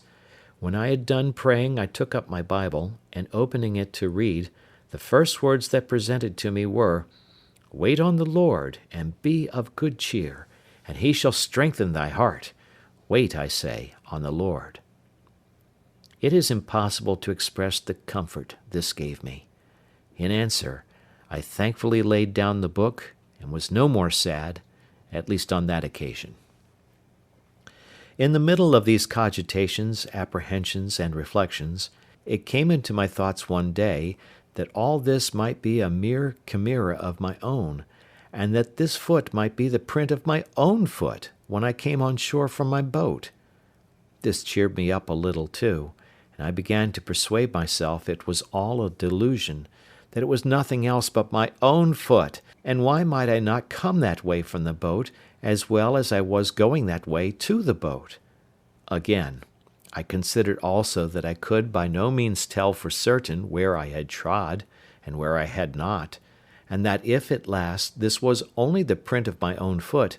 I had played the part of those fools who try to make stories of spectres and apparitions, and then are frightened at them more than anybody. Now I began to take courage, and to peep abroad again, for I had not stirred out of my castle for 3 days and nights, so that I began to starve for provisions, for I had little or nothing within doors but some barley cakes and water.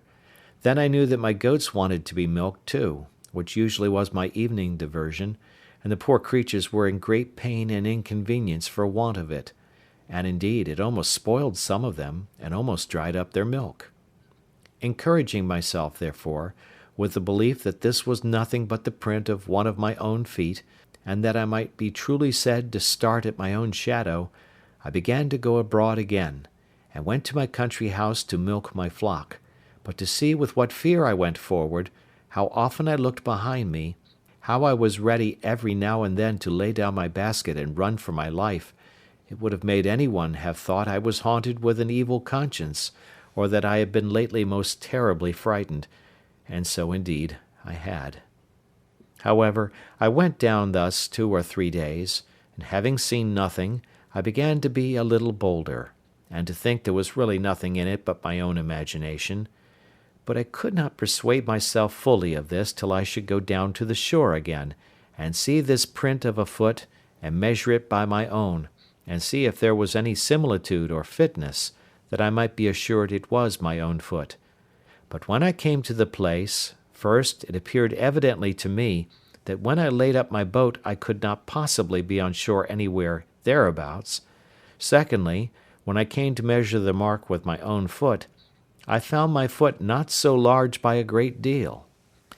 Both these things filled my head with new imaginations, and gave me the vapours again to the highest degree, so that I shook with cold like one in an ague, and I went home again filled with the belief that some man or men had been on shore there, or, in short, that the island was inhabited, and I might be surprised before I was aware, and what course to take for my security I knew not. Oh, what ridiculous resolutions men take when possessed with fear! It deprives them of the use of those means which reason offers for their relief. The first thing I proposed to myself was, to throw down my enclosures, and turn all my tame cattle wild into the woods, lest the enemy should find them, and then frequent the island in prospect of the same or the like booty.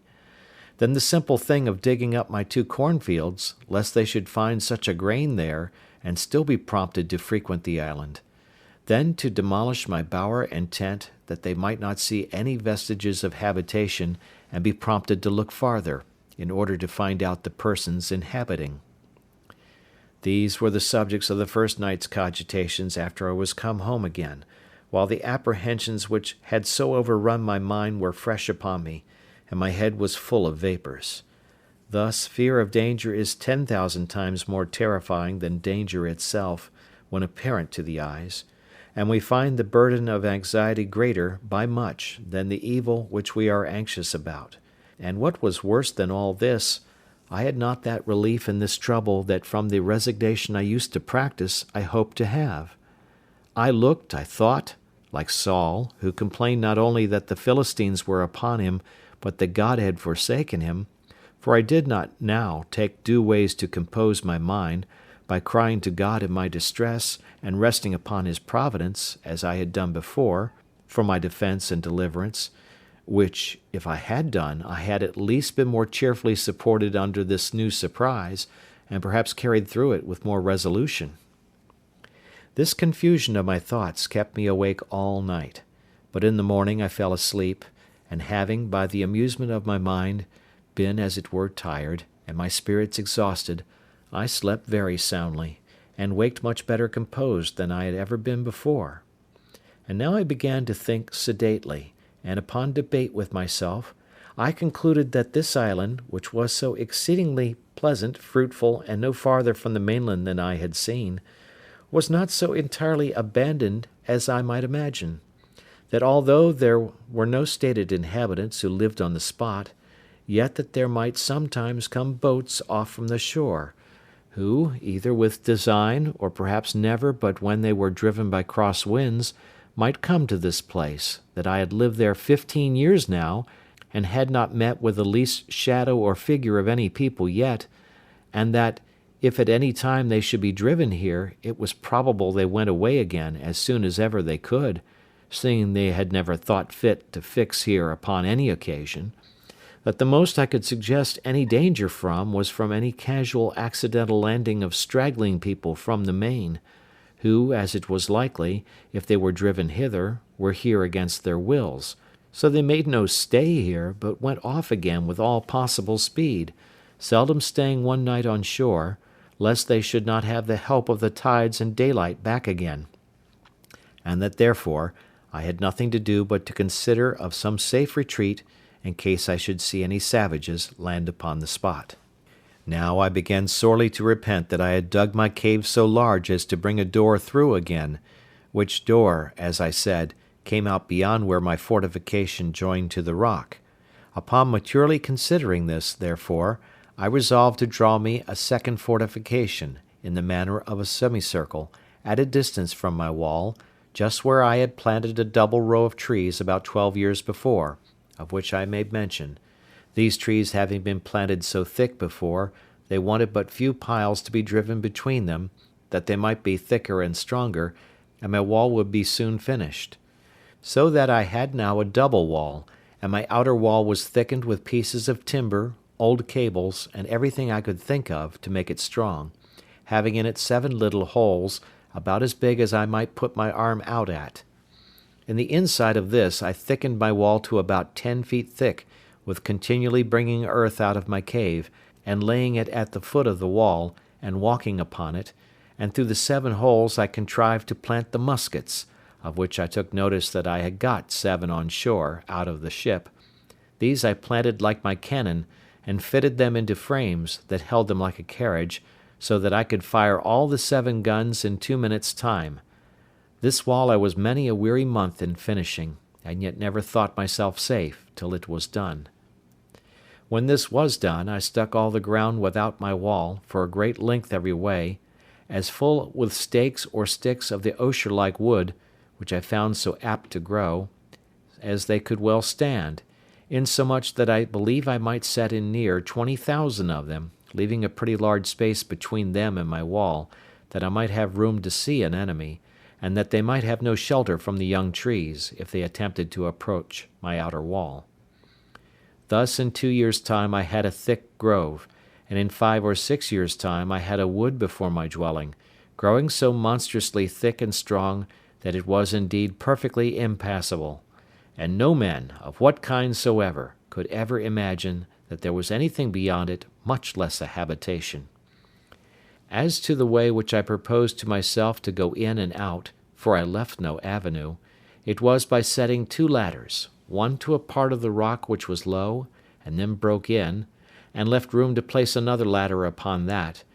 so when the 2 ladders were taken down no man living could come down to me without doing himself mischief, and if they had come down they were still on the outside of my outer wall. Thus I took all the measures human prudence could suggest for my own preservation, and it will be seen at length that they were not altogether without just reason, though I foresaw nothing at that time more than my mere fear suggested to me. End of chapter 11. Chapter 12 of Robinson Crusoe, A Cave Retreat. While this was doing, I was not altogether careless of my other affairs, for I had a great concern upon me for my little herd of goats. They were not only a ready supply to me on every occasion, and began to be sufficient for me, without the expense of powder and shot, but also without the fatigue of hunting after the wild ones, and I was loath to lose the advantage of them, and to have them all to nurse up over again. For this purpose, after long consideration, I could think of but 2 ways to preserve them. One was, to find another convenient place to dig a cave underground, and to drive them into it every night, and the other was to enclose 2 or 3 little bits of land, remote from one another, and as much concealed as I could, where I might keep about 6 young goats in each place, so that if any disaster happened to the flock in general, I might be able to raise them again with little trouble in time, and this, though it would require a good deal of time and labour, I thought was the most rational design. Accordingly, I spent some time to find out the most retired parts of the island,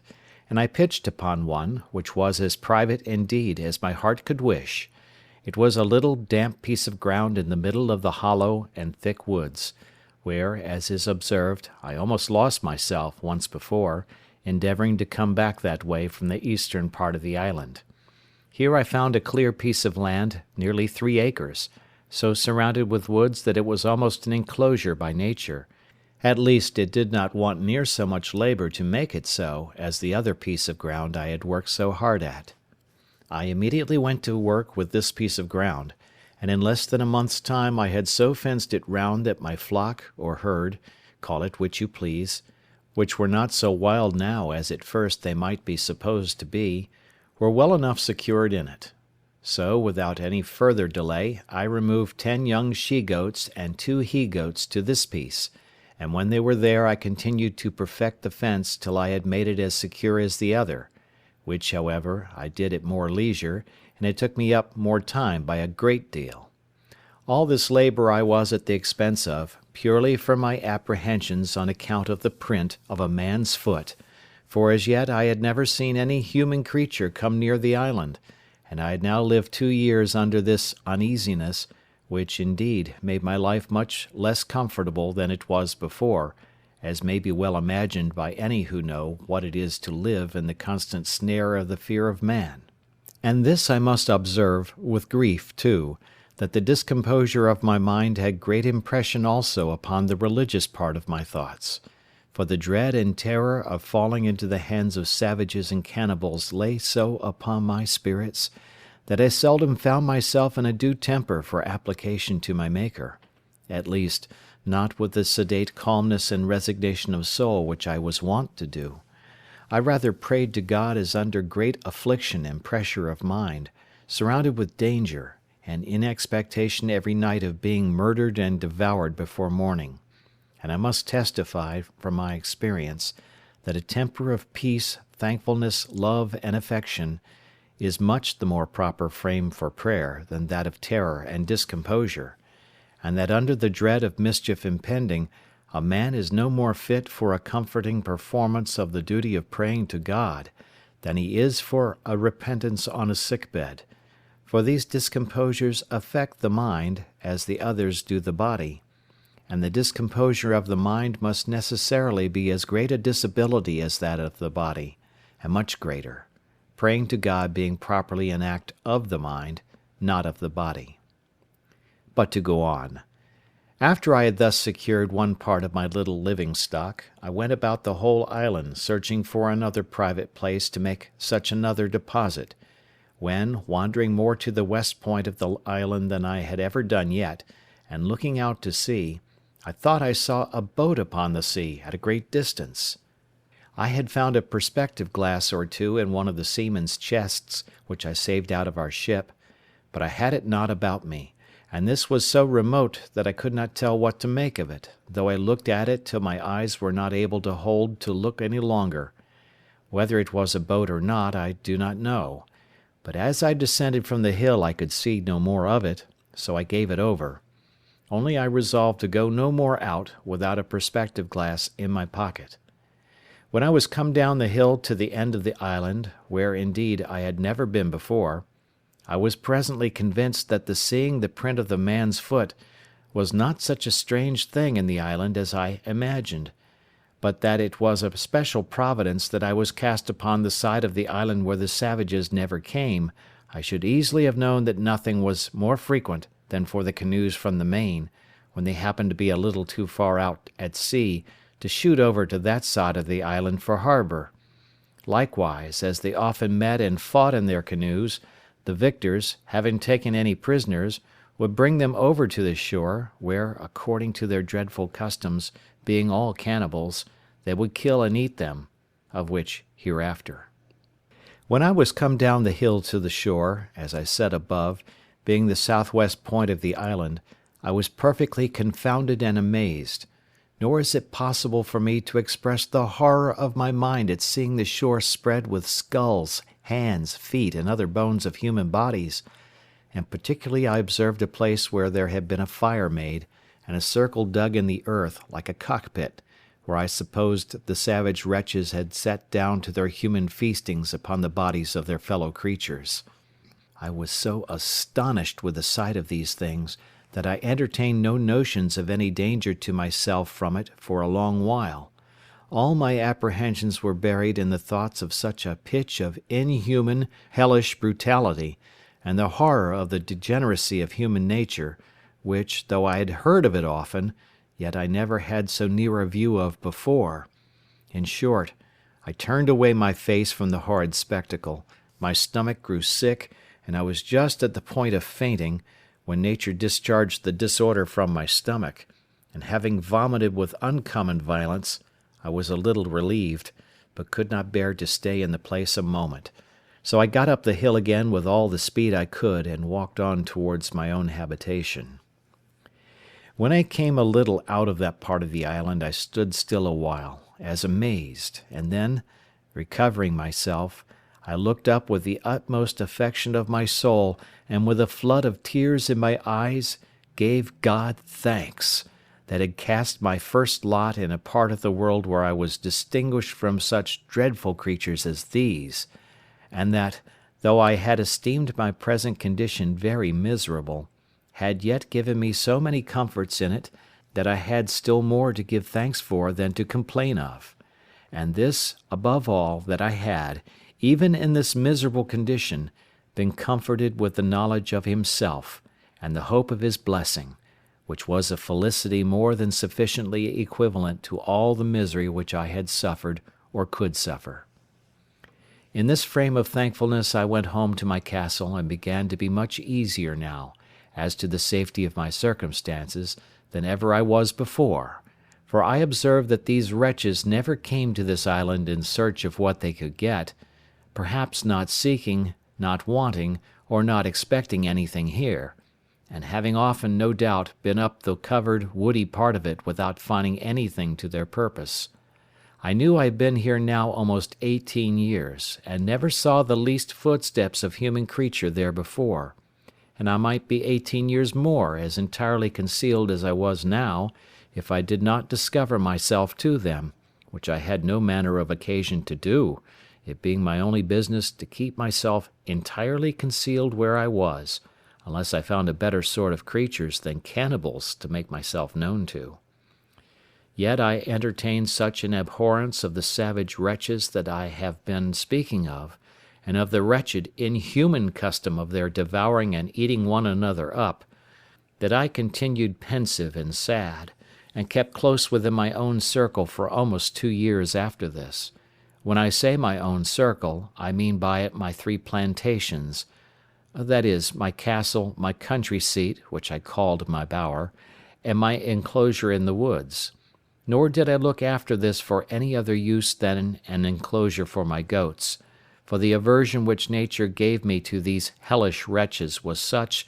that I was as fearful of seeing them as of seeing the devil himself. I did not so much as go to look after my boat all this time, but began rather to think of making another, for I could not think of ever making any more attempts to bring the other boat round the island to me, lest I should meet with some of these creatures at sea, in which case, if I had happened to have fallen into their hands, I knew what would have been my lot. Time, however, and the satisfaction I had that I was in no danger of being discovered by these people, began to wear off my uneasiness about them, and I began to live just in the same composed manner as before, only with this difference, that I used more caution, and kept my eyes more about me than I did before, lest I should happen to be seen by any of them, and particularly I was more cautious of firing my gun, lest any of them, being on the island, should happen to hear it. It was, therefore, a very good providence to me that I had furnished myself with a tame breed of goats, and that I had no need to hunt any more about the woods or shoot at them, and if I did catch any of them after this, it was by traps and snares, as I had done before, so that for 2 years after this I believe I never fired my gun once off, though I never went out without it. And what was more, as I saved 3 pistols out of the ship, I always carried them out with me, or at least 2 of them, sticking them in my goatskin belt. I also furbished up one of the great cutlasses that I had out of the ship, and made me a belt to hang it on also, so that I was now a most formidable fellow to look at when I went abroad, if you add to the former description of myself the particular of 2 pistols and a broadsword hanging at my side in a belt, but without a scabbard. Things going on thus, as I have said, for some time, I seemed, accepting these cautions, to be reduced to my former calm, sedate way of living. All these things tended to show me more and more how far my condition was from being miserable compared to some others, nay, to many other particulars of life which it may have pleased God to have made my lot.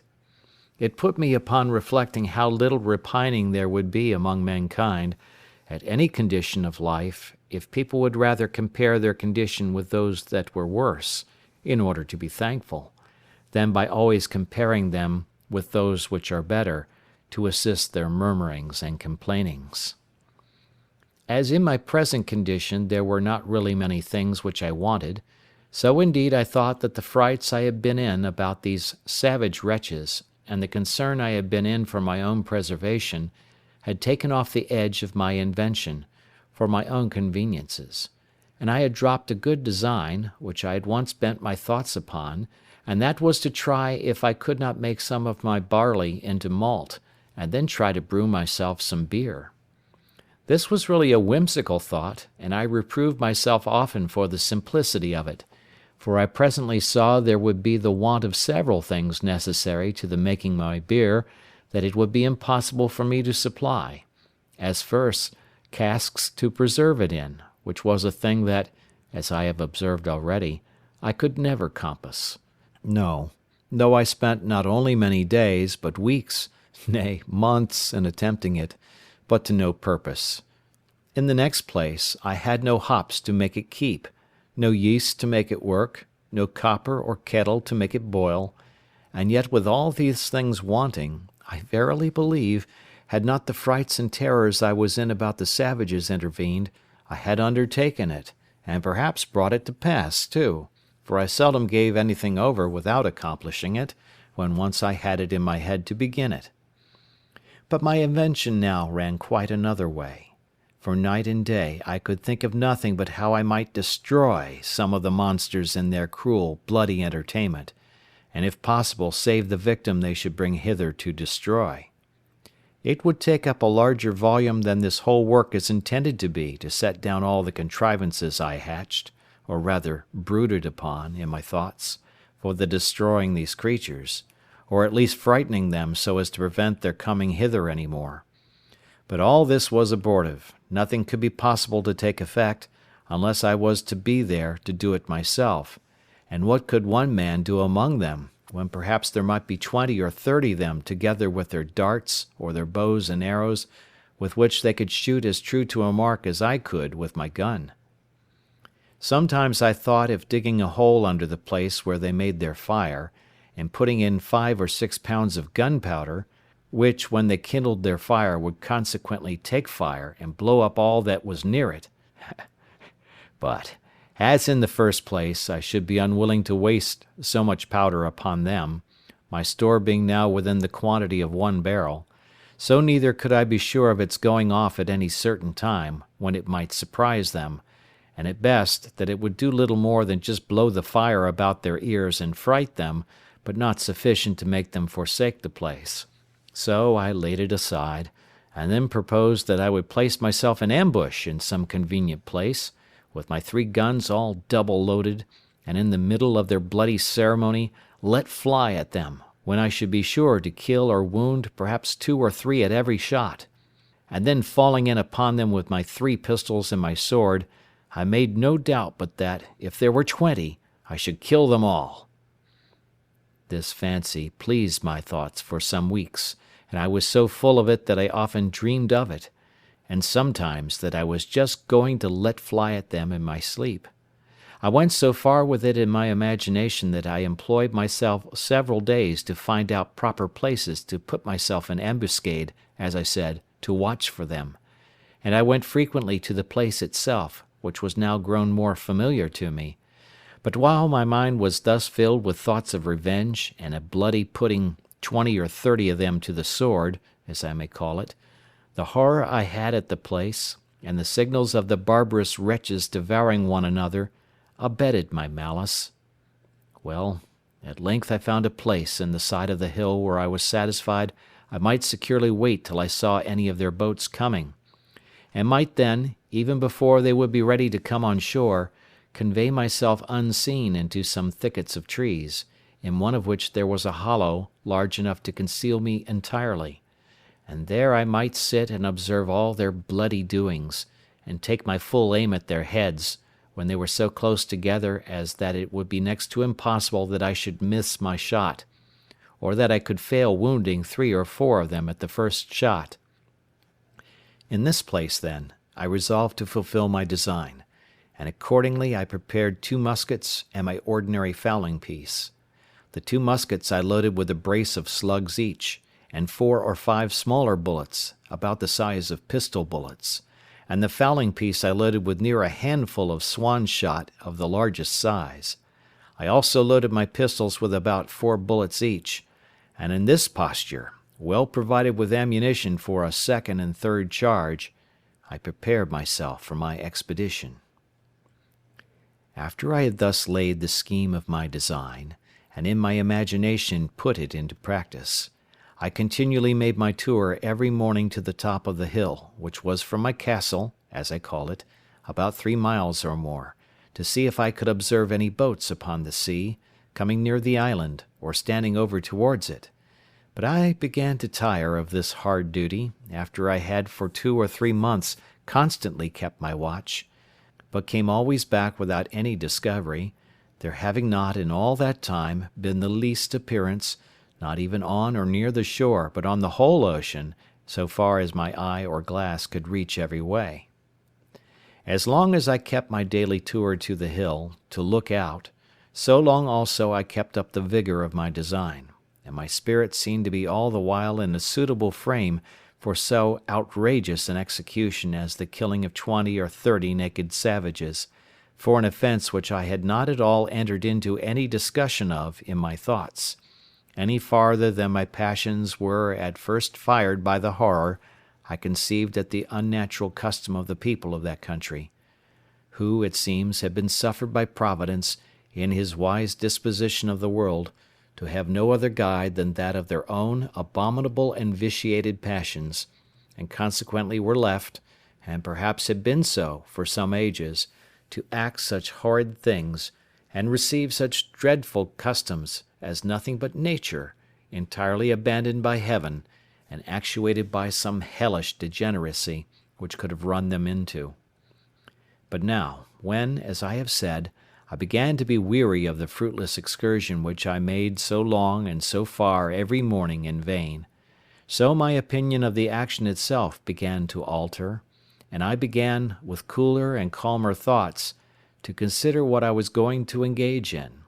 what authority or call I had to pretend to be judge and executioner upon these men as criminals,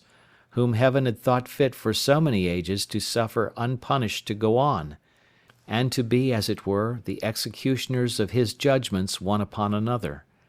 How far these people were offenders against me, and what right I had to engage in the quarrel of that blood which they shed promiscuously upon one another. I debated this very often with myself thus: how do I know what God himself judges in this particular case? It is certain these people do not commit this as a crime. It is not against their own consciences reproving, or their light reproaching them. They do not know it to be an offence, and then commit it in defiance of divine justice, as we do in almost all the sins we commit. They think it no more a crime to kill a captive taken in war than we do to kill an ox, or to eat human flesh than we do to eat mutton. When I considered this a little, it followed necessarily that I was certainly in the wrong, that these people were not murderers, in the sense that I had before condemned them in my thoughts, any more than those Christians were murderers who often put to death the prisoners taken in battle, or more frequently, upon many occasions, put whole troops of men to the sword, without giving quarter, though they threw down their arms and submitted. In the next place, It occurred to me that although the usage they gave one another was thus brutish and inhuman, yet it was really nothing to me. These people had done me no injury; that if they attempted, or I saw it necessary, for my own immediate preservation, to fall upon them, something might be said for it; but that I was yet out of their power, and they really had no knowledge of me, and consequently no design upon me, and therefore it could not be just for me to fall upon them; that this would justify the conduct of the Spaniards in all their barbarities practised in America, where they destroyed millions of these people, who, however they were idolaters and barbarians, and had several bloody and barbarous rites in their customs, such as sacrificing human bodies to their idols, were yet, as to the Spaniards, very innocent people; and that the rooting them out of the country is spoken of with the utmost abhorrence and detestation by even the Spaniards themselves at this time, and by all other Christian nations of Europe, as a mere butchery, a bloody and unnatural piece of cruelty unjustifiable either to God or man, and for which the very name of a Spaniard is reckoned to be frightful and terrible to all people of humanity or of Christian compassion; as if the kingdom of Spain were particularly eminent for the produce of a race of men who were without principles of tenderness, or the common bowels of pity to the miserable, which is reckoned to be a mark of generous temper in the mind. These considerations really put me to a pause, and to a kind of a full stop, and I began by little and little to be off my design, and to conclude I had taken wrong measures in my resolution to attack the savages, and that it was not my business to meddle with them unless they first attacked me, and this it was my business, if possible, to prevent; but that, if I were discovered and attacked by them, I knew my duty. On the other hand, I argued with myself that this really was the way not to deliver myself, but entirely to ruin and destroy myself; for unless I was sure to kill every one that not only should be on shore at that time, but that should ever come on shore afterwards, if but one of them escaped to tell their country people what had happened, they would come over again by thousands to revenge the death of their fellows, and I should only bring upon myself a certain destruction, which at present I had no manner of occasion for. Upon the whole, I concluded that I ought, neither in principle nor in policy, one way or other, to concern myself in this affair; that my business was, by all means possible, to conceal myself from them, and not to leave the least sign for them to guess by that there were any living creatures upon the island, I mean of human shape. Religion joined in with this prudential resolution, and I was convinced now, many ways, that I was perfectly out of my duty when I was laying all my bloody schemes for the destruction of innocent creatures, I mean innocent as to me. As to the crimes they were guilty of towards one another, I had nothing to do with them; they were national, and I ought to leave them to the justice of God, who is the governor of nations, and knows how, by national punishments, to make a just retribution for national offences, and to bring public judgments upon those who offend in a public manner, by such ways as best please him. This appeared so clear to me now, that nothing was a greater satisfaction to me than that I had not been suffered to do a thing which I now saw so much reason to believe would have been no less a sin than that of wilful murder, if I had committed it; and I gave most humble thanks on my knees to God, that he had thus delivered me from blood guiltiness, beseeching him to grant me the protection of his providence, that I might not fall into the hands of the barbarians, or that I might not lay my hands upon them, unless I had a more clear call from heaven to do it, in defence of my own life. In this disposition I continued for near a year after this, and so far was I from desiring an occasion for falling upon these wretches, that in all that time I never once went up the hill to see whether there were any of them in sight, or to know whether any of them had been on shore there or not, that I might not be tempted to renew any of my contrivances against them, or be provoked by any advantage that might present itself to fall upon them. Only this I did: I went and removed my boat, which I had on the other side of the island, and carried it down to the east end of the whole island, where I ran it into a little cove, which I found under some high rocks, and where I knew, by reason of the currents, the savages durst not, at least would not, come with their boats upon any account whatever. With my boat I carried away everything that I had left there belonging to her, though not necessary for the bare going thither, that is, a mast and sail which I had made for her, and a thing like an anchor, but which, indeed, could not be called either anchor or grapnel. However, it was the best I could make of its kind. All these I removed, that there might not be the least shadow for discovery, or appearance of any boat or of any human habitation upon the island. Besides this, I kept myself, as I said, more retired than ever, and seldom went from my cell except upon my constant employment to milk my she-goats and manage my little flock in the wood, which, as it was quite on the other part of the island, was out of danger, for certain. It was these savage people, who sometimes haunted this island, never came with any thoughts of finding anything here, and consequently never wandered off from the coast, and I doubt not but they might have been several times on shore after my apprehensions of them had made me cautious, as well as before.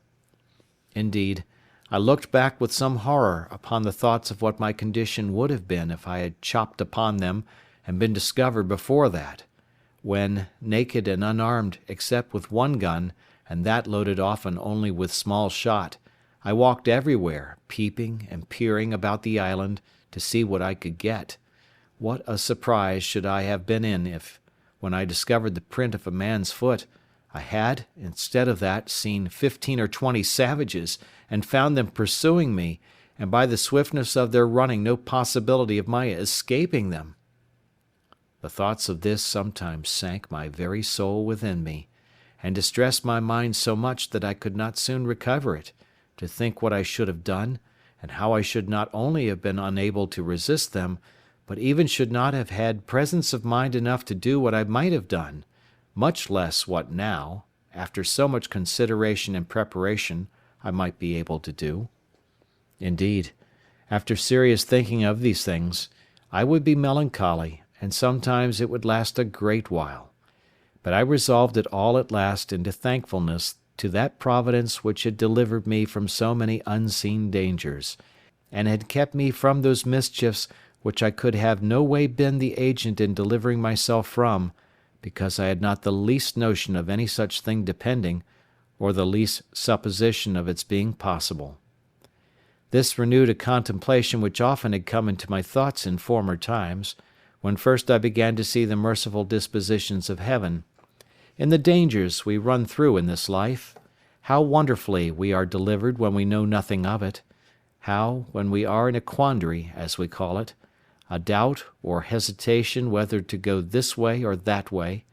a secret hint shall direct us this way, when we intended to go that way; nay, when sense, our own inclination, and perhaps business has called us to go the other way, yet a strange impression upon the mind, from we know not what springs, and by we know not what power, shall overrule us to go this way, and it shall afterwards appear that had we gone that way, which we should have gone, and even to our imagination ought to have gone, we should have been ruined and lost. Upon these and many like reflections, I afterwards made it a certain rule with me, that whenever I found those secret hints or pressings of mine to doing or not doing anything that presented, or going this way or that way, I never failed to obey the secret dictate, though I knew no other reason for it than such a pressure or such a hint hung upon my mind. I could give many examples of the success of this conduct in the course of my life, but more especially in the latter part of my inhabiting this unhappy island, because, besides many occasions which it is very likely I might have taken notice of, if I had seen with the same eyes that I see with now. But it is never too late to be wise, and I cannot but advise all considering men, whose lives are attended with such extraordinary incidents as mine, and even though not so extraordinary, not to slight such secret intimations of Providence, let them come from what invisible intelligence they will. That I shall not discuss, and perhaps cannot account for. but certainly they are a proof of the converse of spirits, and a secret communication between those embodied and those unembodied, and such a proof as can never be understood, of which I shall have occasion to give some remarkable instances in the remainder of my solitary residence in this dismal place. I believe the reader of this will not think it strange if I confess that these anxieties, these constant dangers I lived in, and the concern that was now upon me, put an end to all invention, and to all the contrivances that I had laid for my future accommodations and conveniences. I had the care of my safety more now upon my hands than that of my food. I cared not to drive a nail, or chop a stick of wood now, for fear the noise I might make should be heard. Much less would I fire a gun for the same reason, and above all I was intolerably uneasy at making any fire, lest the smoke, which is visible at a great distance in the day, should betray me. For this reason I removed that part of my business which required fire, such as burning of pots and pipes, etc., into my new apartment in the woods, where, after I had been some time, I found, to my unspeakable consolation, a mere natural cave in the earth, which went in a vast way, and where, I dare say, no savage, had he been at the mouth of it, would be so hardy as to venture in, nor indeed would any man else, but one who, like me, wanted nothing so much as a safe retreat. The mouth of this hollow was at the bottom of a great rock, where, by mere accident, I would say, if I did not see abundant reason to ascribe all such things now to Providence, I was cutting down some thick branches of trees to make charcoal, and before I go on, I must observe the reason of my making this charcoal, which was this. I was afraid of making a smoke about my habitation, as I said before, and yet I could not live there without baking my bread, cooking my meat, etc. So I contrived to burn some wood here, as I had seen done in England, under turf, till it became chark or dry coal, and then putting the fire out, I preserved the coal to carry home, and perform the other services for which fire was wanting, without danger of smoke. But this is by the by. While I was cutting down some wood here, I perceived that, behind a very thick branch of low brushwood or underwood, there was a kind of hollow place. I was curious to look in it, and getting with difficulty into the mouth of it, I found it was pretty large, that is to say, sufficient for me to stand upright in it, and perhaps another with me. But I must confess to you that I made more haste out than I did in, when looking farther into the place, and which was perfectly dark, I saw two broad shining eyes of some creature, whether devil or man I knew not, which twinkled like two stars, the dim light from the cave's mouth shining directly in, and making the reflection. However, after some pause, I recovered myself, and began to call myself 1,000 fools, and to think that he that was afraid to see the devil was not fit to live 20 years in an island all alone, and that I might well think there was nothing in this cave that was more frightful than myself. Upon this, plucking up my courage, I took up a firebrand, and in I rushed again, with the stick flaming in my hand. I had not gone 3 steps in before I was almost as frightened as before, for I heard a very loud sigh, like that of a man in some pain, and it was followed by a broken noise, as of words half expressed, and then a deep sigh again. I stepped back, and was indeed struck with such a surprise that it put me into a cold sweat, and if I had had a hat on my head, I will not answer for it that my hair might not have lifted it off. But still plucking up my spirits as well as I could, and encouraging myself a little with considering that the power and presence of God was everywhere, and was able to protect me, I stepped forward again, and by the light of the firebrand, holding it up a little over my head, I saw lying on the ground a monstrous, frightful old he-goat, just making his will, as we say, and gasping for life, and dying indeed of mere old age. I stirred him a little to see if I could get him out, and he essayed to get up, but was not able to raise himself, and I thought with myself he might even lie there, for if he had frightened me, so it would certainly fright any of the savages, if any of them should be so hardy as to come in there while he had any life in him. I was now recovered from my surprise, and began to look round me, when I found the cave was but very small. That is to say, it might be about 12 feet over, but in no manner of shape, neither round nor square, no hands having ever been employed in making it but those of mere nature. I observed also that there was a place at the farther side of it that went in further, but was so low that it required me to creep upon my hands and knees to go into it, and whither it went I knew not. So, having no candle, I gave it over for that time, but resolved to go again the next day provided with candles and a tinder box, which I had made of the lock of one of the muskets, with some wildfire in the pan. Accordingly, the next day I came provided with 6 large candles of my own making, for I made very good candles now of goat's tallow, but was hard set for candle wick, using sometimes rags or rope yarn, and sometimes the dried rind of a weed like nettles. And going into this low place I was obliged to creep upon all fours, as I have said, almost 10 yards, which, by the way, I thought was a venture bold enough, considering that I knew not how far it might go, nor what was beyond it. When I had got through the strait, I found the roof rose higher up, I believe near 20 feet, but never was such a glorious sight seen in the island, I dare say, as it was to look round the sides and roof of this vault, or cave. The wall reflected 100,000 lights to me from my 2 candles. What it was in the rock, whether diamonds or any other precious stones, or gold which I rather supposed it to be, I knew not. The place I was in was a most delightful cavity or grotto, though perfectly dark. The floor was dry and level, and had a sort of a small loose gravel upon it, so that there was no nauseous or venomous creature to be seen, neither was there any damp or wet on the sides or roof. The only difficulty in it was the entrance, which, however, as it was a place of security, and such a retreat as I wanted, I thought was a convenience, so that I really rejoiced at the discovery, and resolved, without any delay, to bring some of those things which I was most anxious about to this place.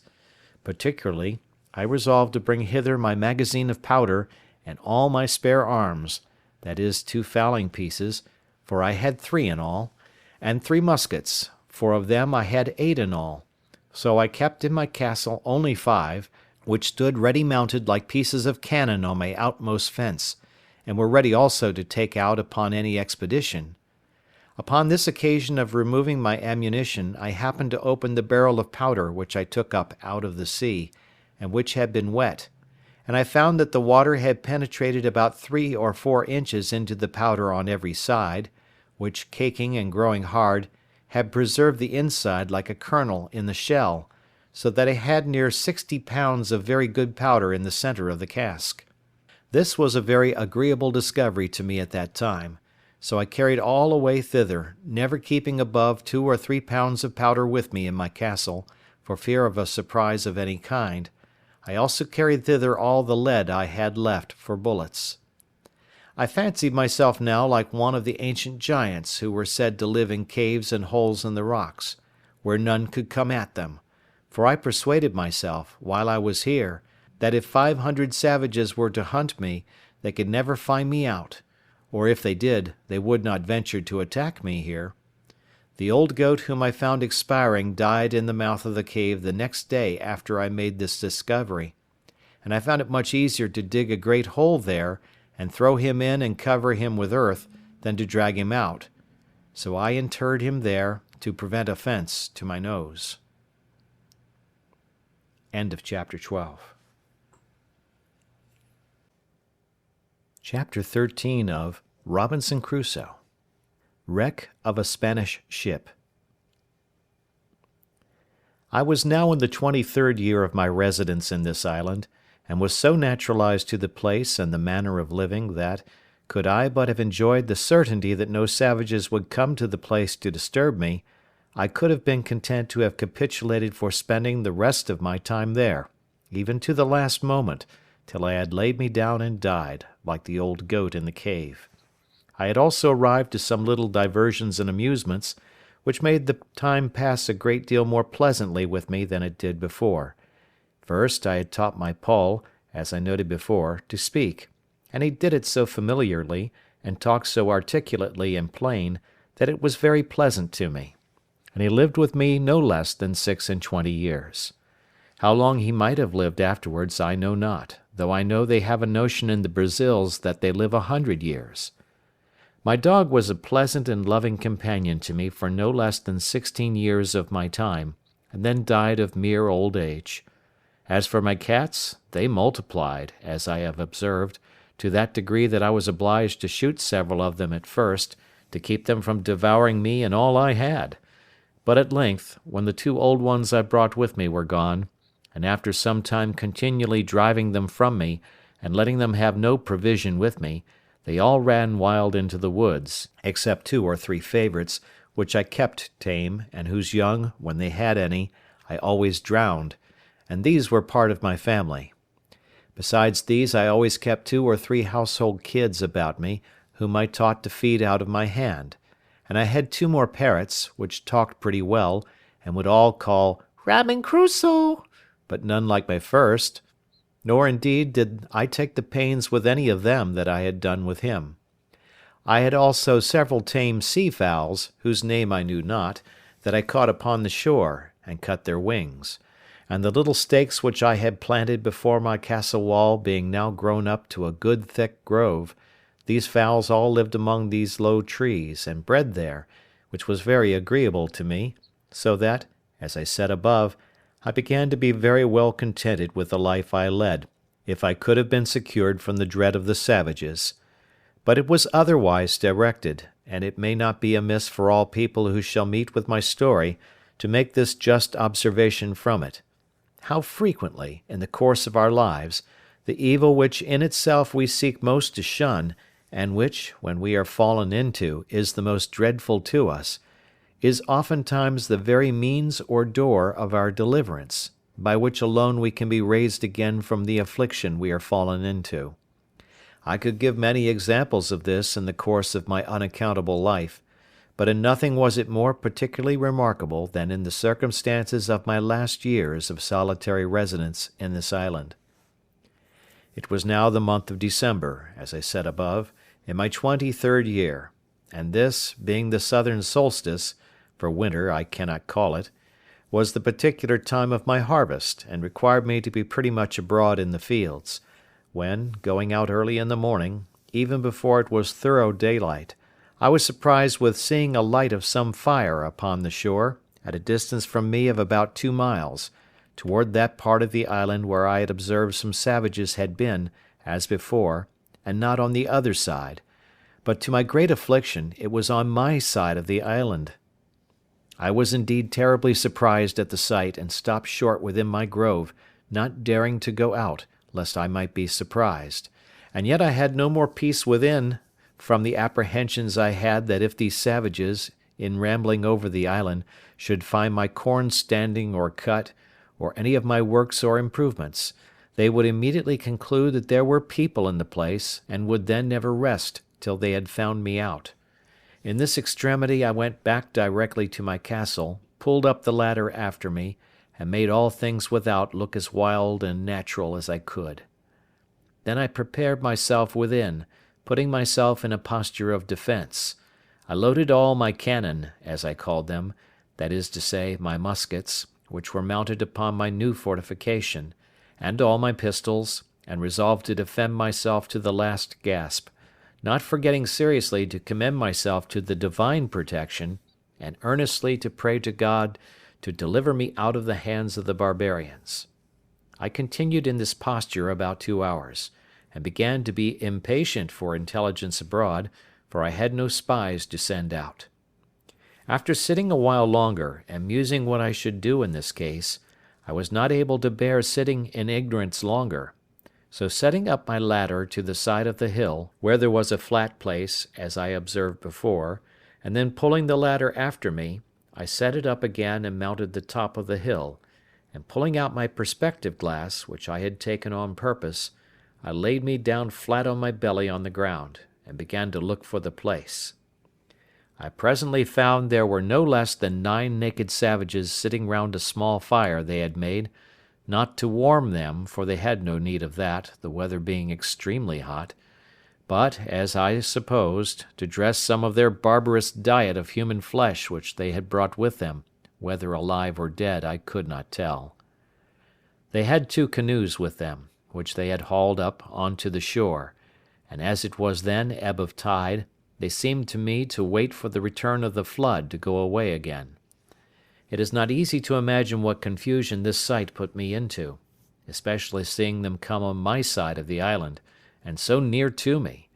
but when I considered their coming must be always with the current of the ebb, I began afterwards to be more sedate in my mind, being satisfied that I might go abroad with safety all the time of the flood of tide, if they were not on shore before;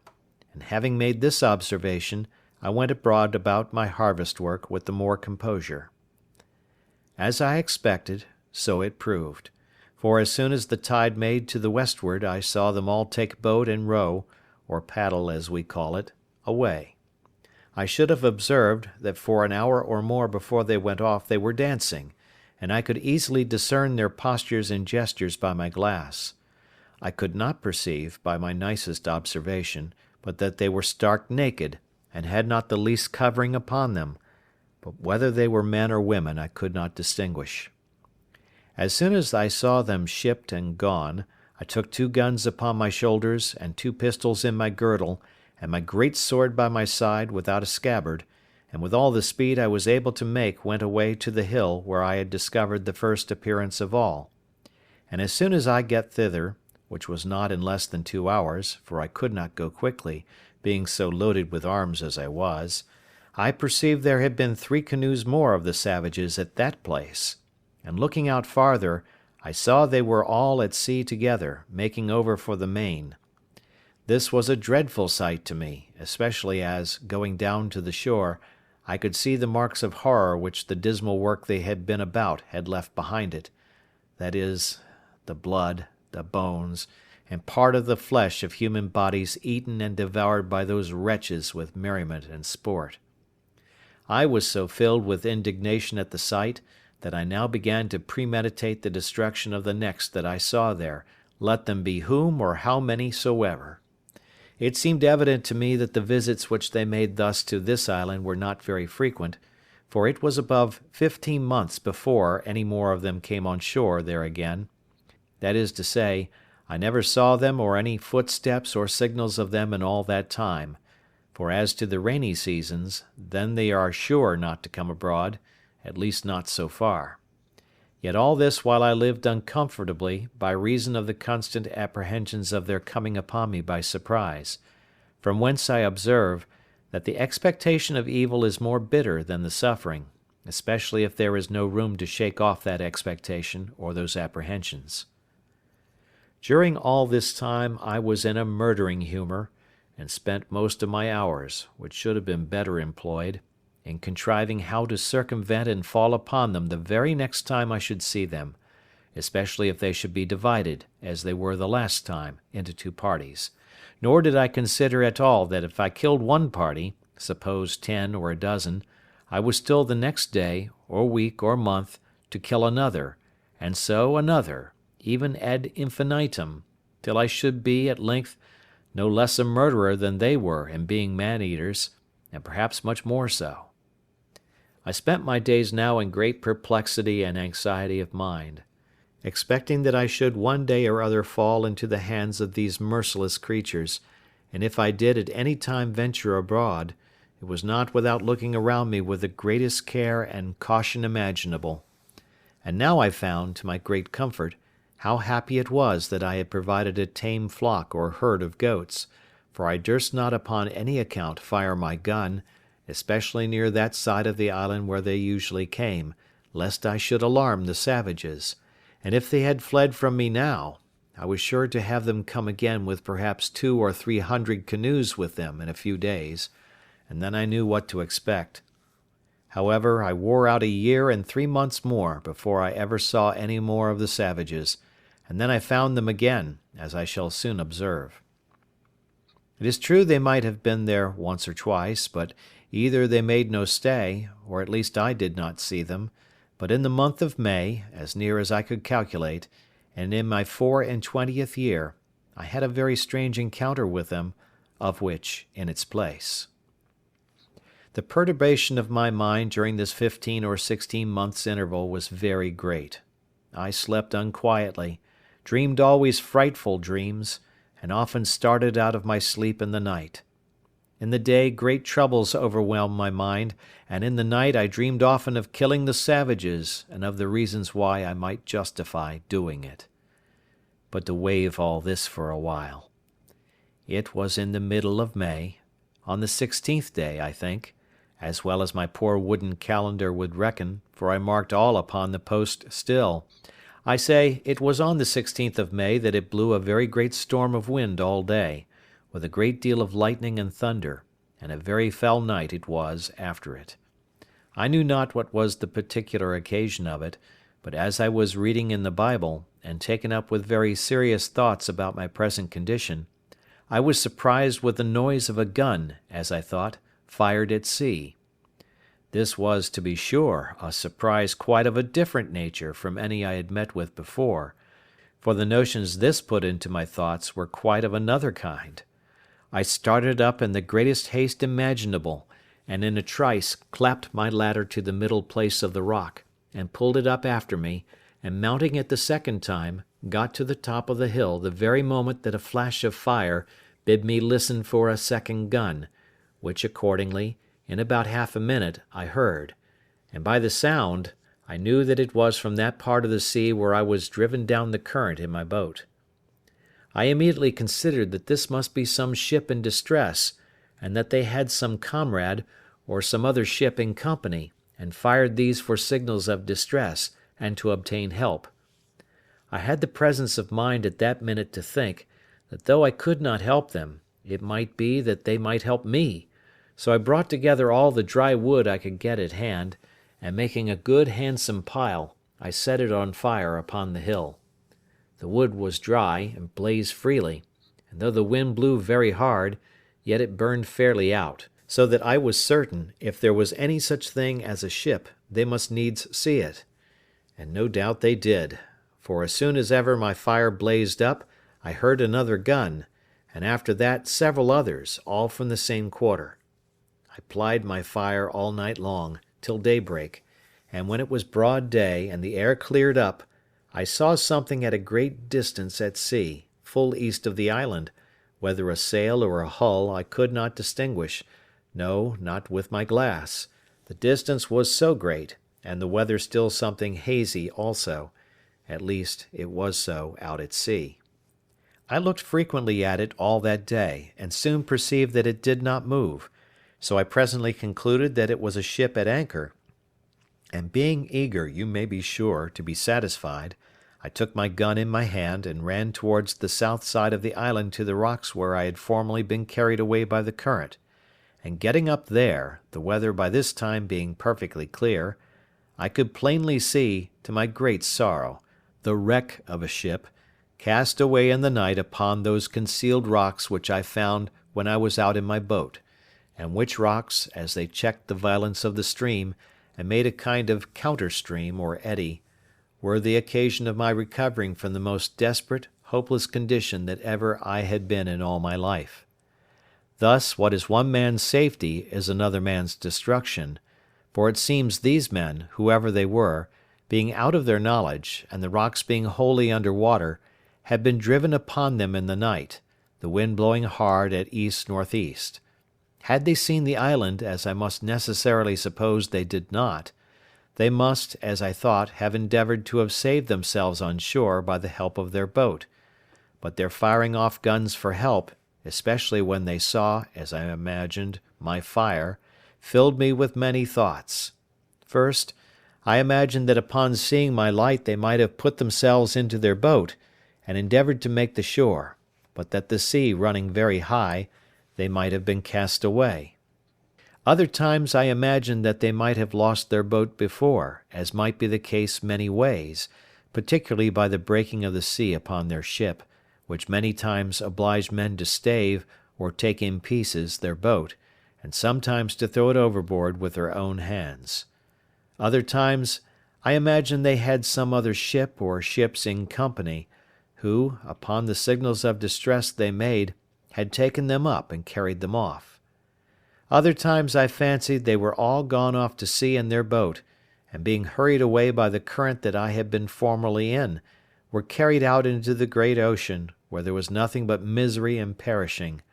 and that perhaps they might by this time think of starving, and of being in a condition to eat one another.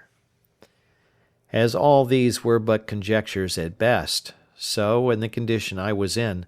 I could do no more than look upon the misery of the poor men and pity them,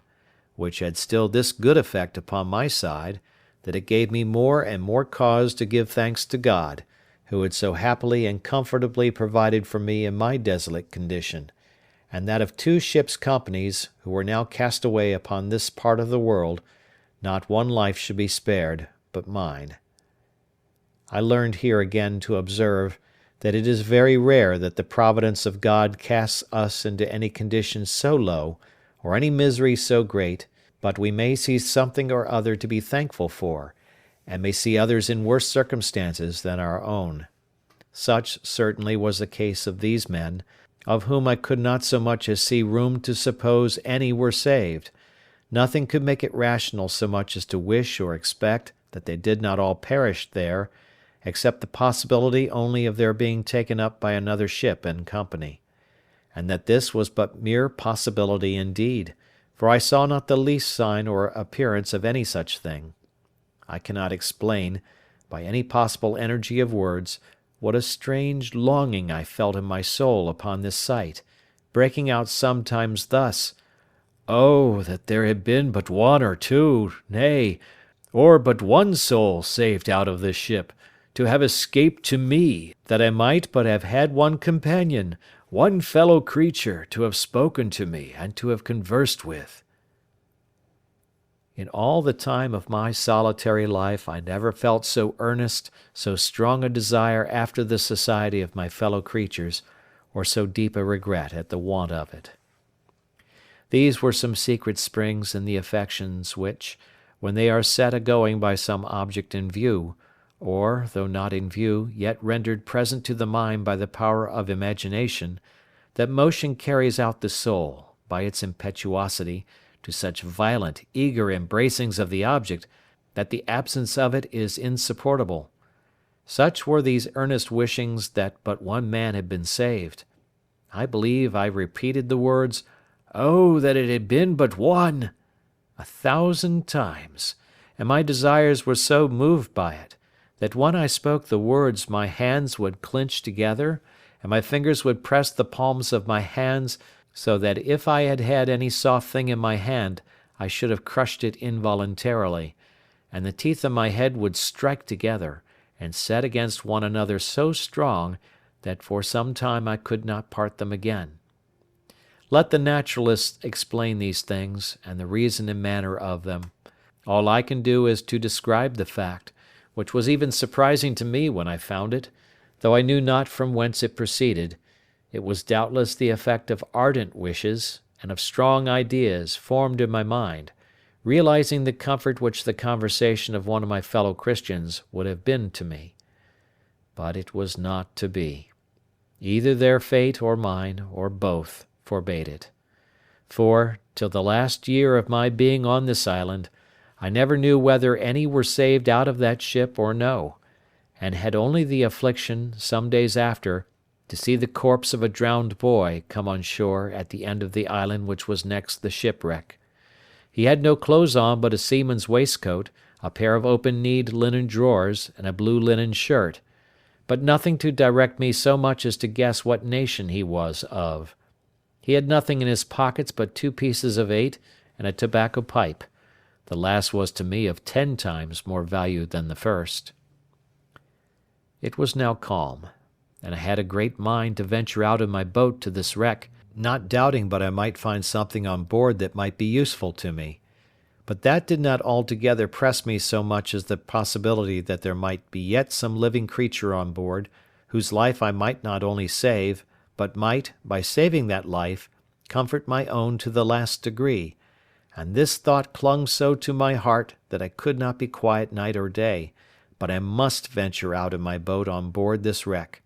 And committing the rest to God's providence, I thought the impression was so strong upon my mind that it could not be resisted, that it must come from some invisible direction, and that I should be wanting to myself if I did not go.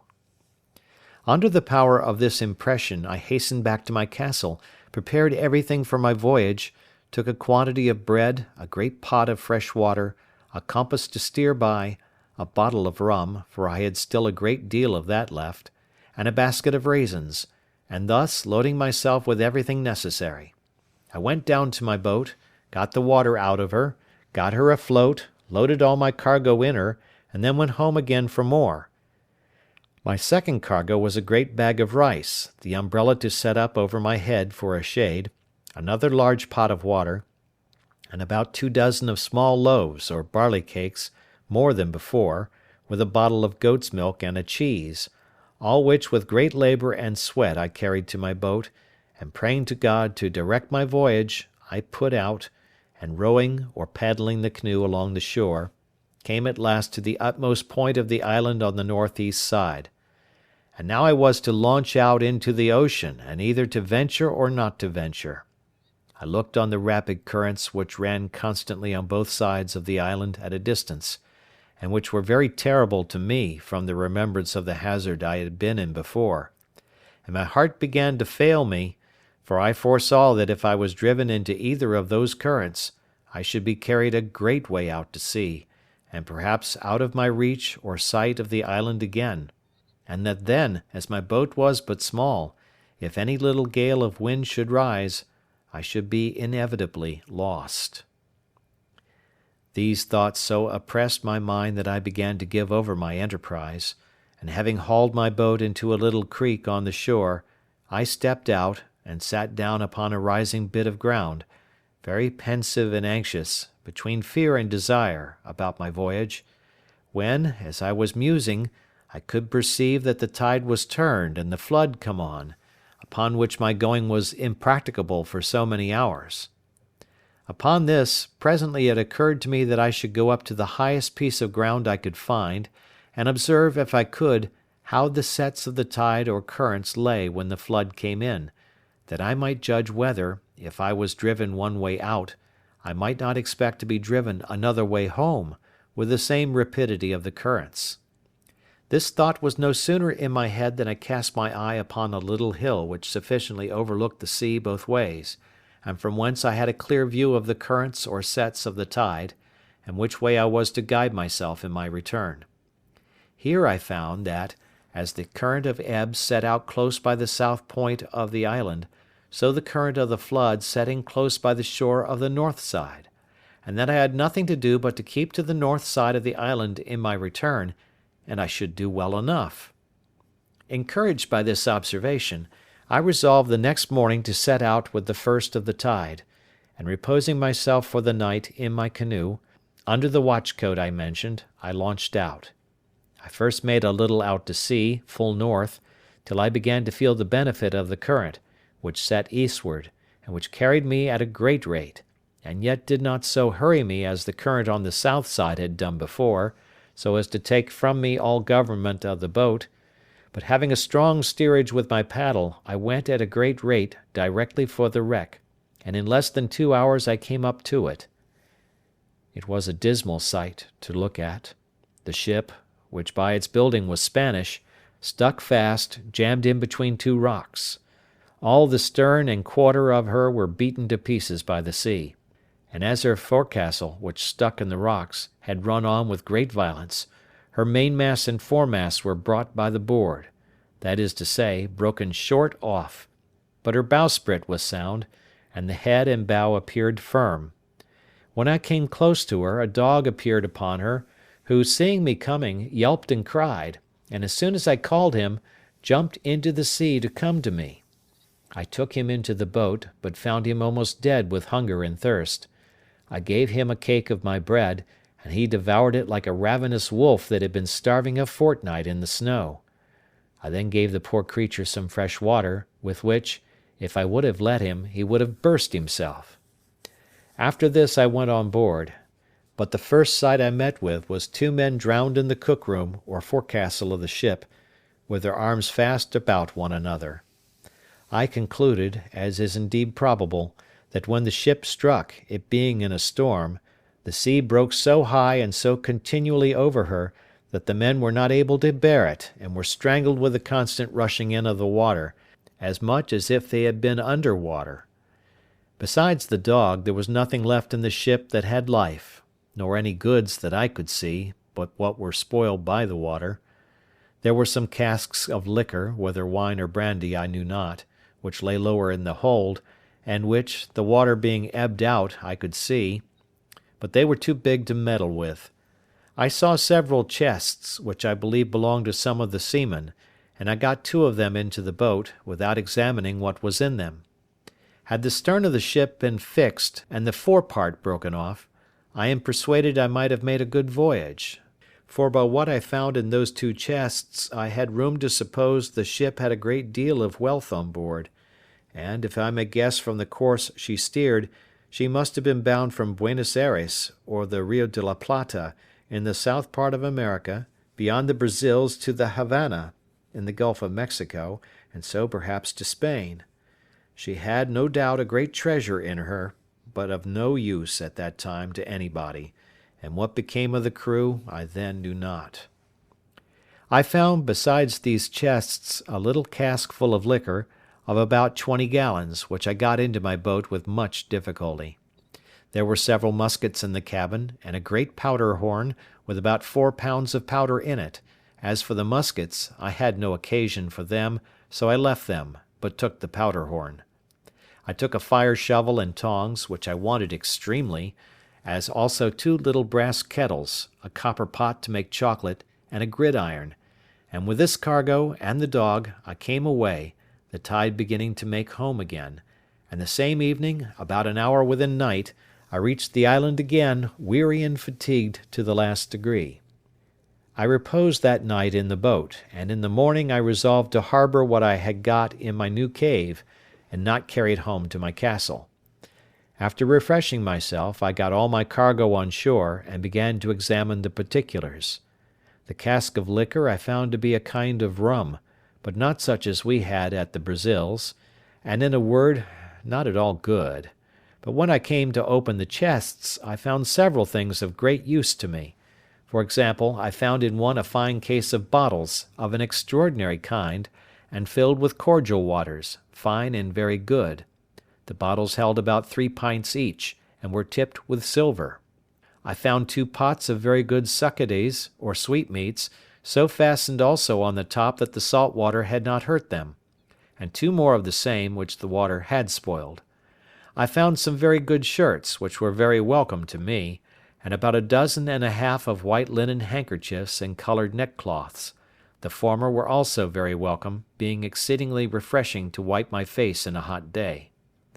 Besides this, when I came to the till in the chest, I found there 3 great bags of pieces of 8, which held about 1,100 pieces in all, and in one of them, wrapped up in a paper, 6 doubloons of gold, and some small bars or wedges of gold. I suppose they might all weigh near a pound. In the other chest were some clothes, but of little value, but, by the circumstances, it must have belonged to the gunner's mate, though there was no powder in it, except 2 pounds of fine glaze powder, and 3 flasks, kept, I suppose, for charging their fowling pieces on occasion. Upon the whole, I got very little by this voyage that was of any use to me, for, as to the money, I had no manner of occasion for it. It was to me as the dirt under my feet, and I would have given it all for 3 or 4 pair of English shoes and stockings, which were things I greatly wanted, but had had none on my feet for many years. I had, indeed, got 2 pair of shoes now, which I took off the feet of 2 drowned men whom I saw in the wreck, and I found 2 pair more in one of the chests, which were very welcome to me, but they were not like our English shoes, either for ease or service, being rather what we call pumps than shoes. I found in this seaman's chest about 50 pieces of 8, in reals, but no gold. I suppose this belonged to a poorer man than the other, which seemed to belong to some officer. Well, however,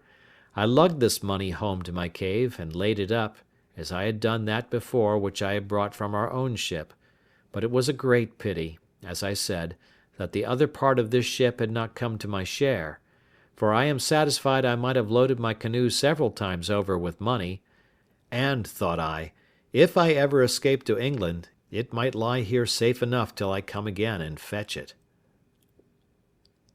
End of chapter 13.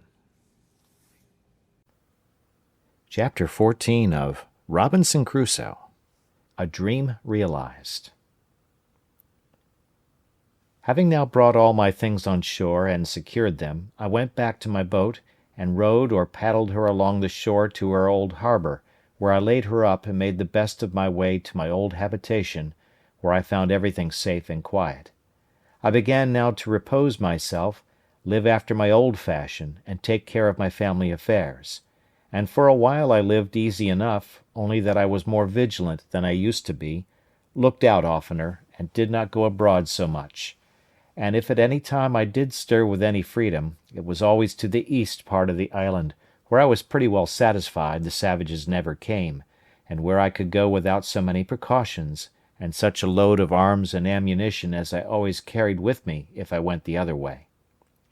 I lived in this condition near 2 years more, but my unlucky head, that was always to let me know it was born to make my body miserable, was all these 2 years filled with projects and designs how, if it were possible, I might get away from this island, for sometimes I was for making another voyage to the wreck, though my reason told me there was nothing left there worth the hazard of my voyage, sometimes for a ramble one way, sometimes another, and I believe verily, if I had had the boat that I went from Sallee in, I should have ventured to sea, bound anywhere, I knew not whither. I have been, in all my circumstances, a memento to those who are touched with the general plague of mankind,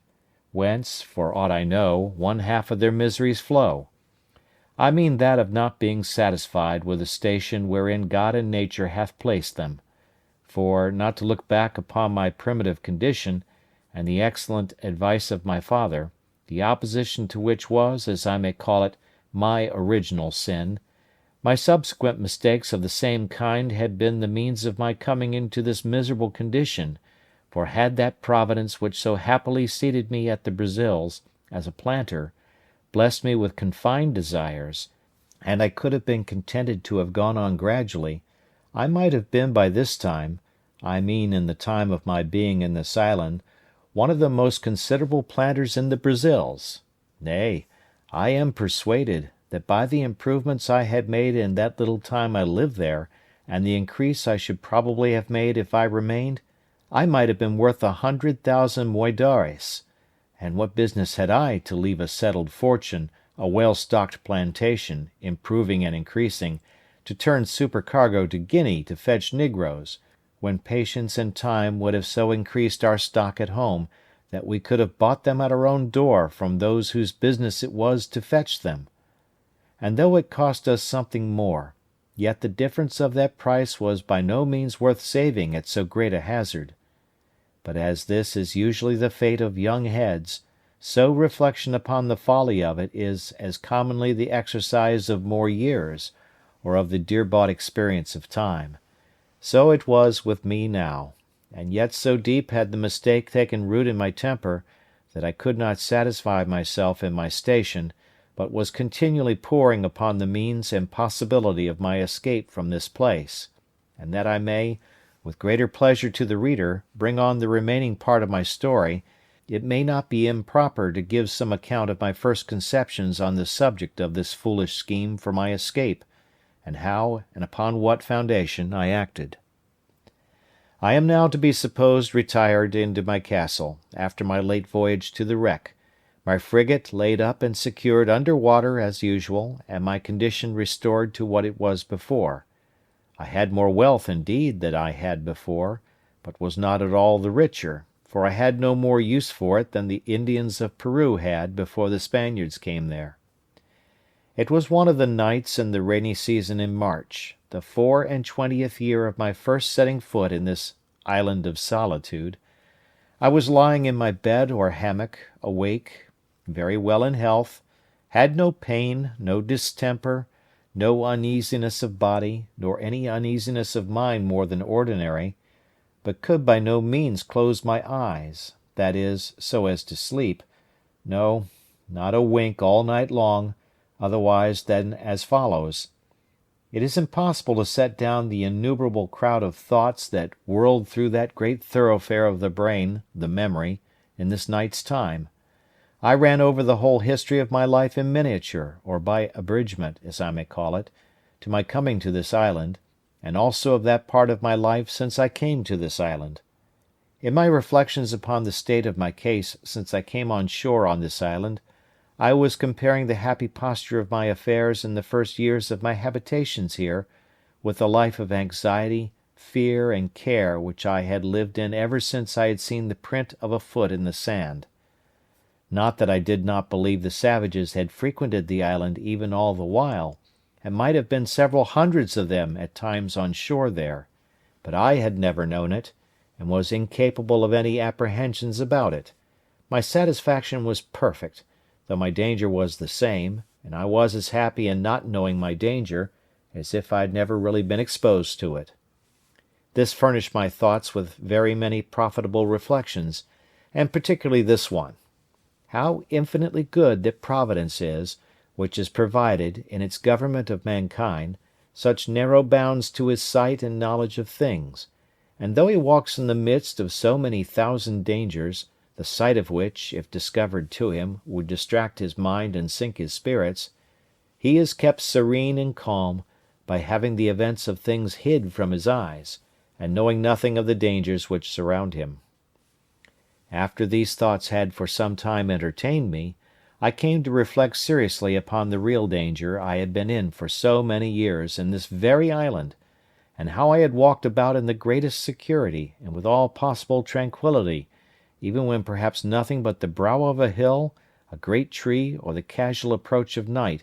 had been between me and the worst kind of destruction, that is, that of falling into the hands of cannibals and savages, who would have seized on me with the same view as I would on a goat or turtle, and would have thought it no more crime to kill and devour me than I did of a pigeon or a curlew. I would unjustly slander myself if I should say I was not sincerely thankful to my great preserver,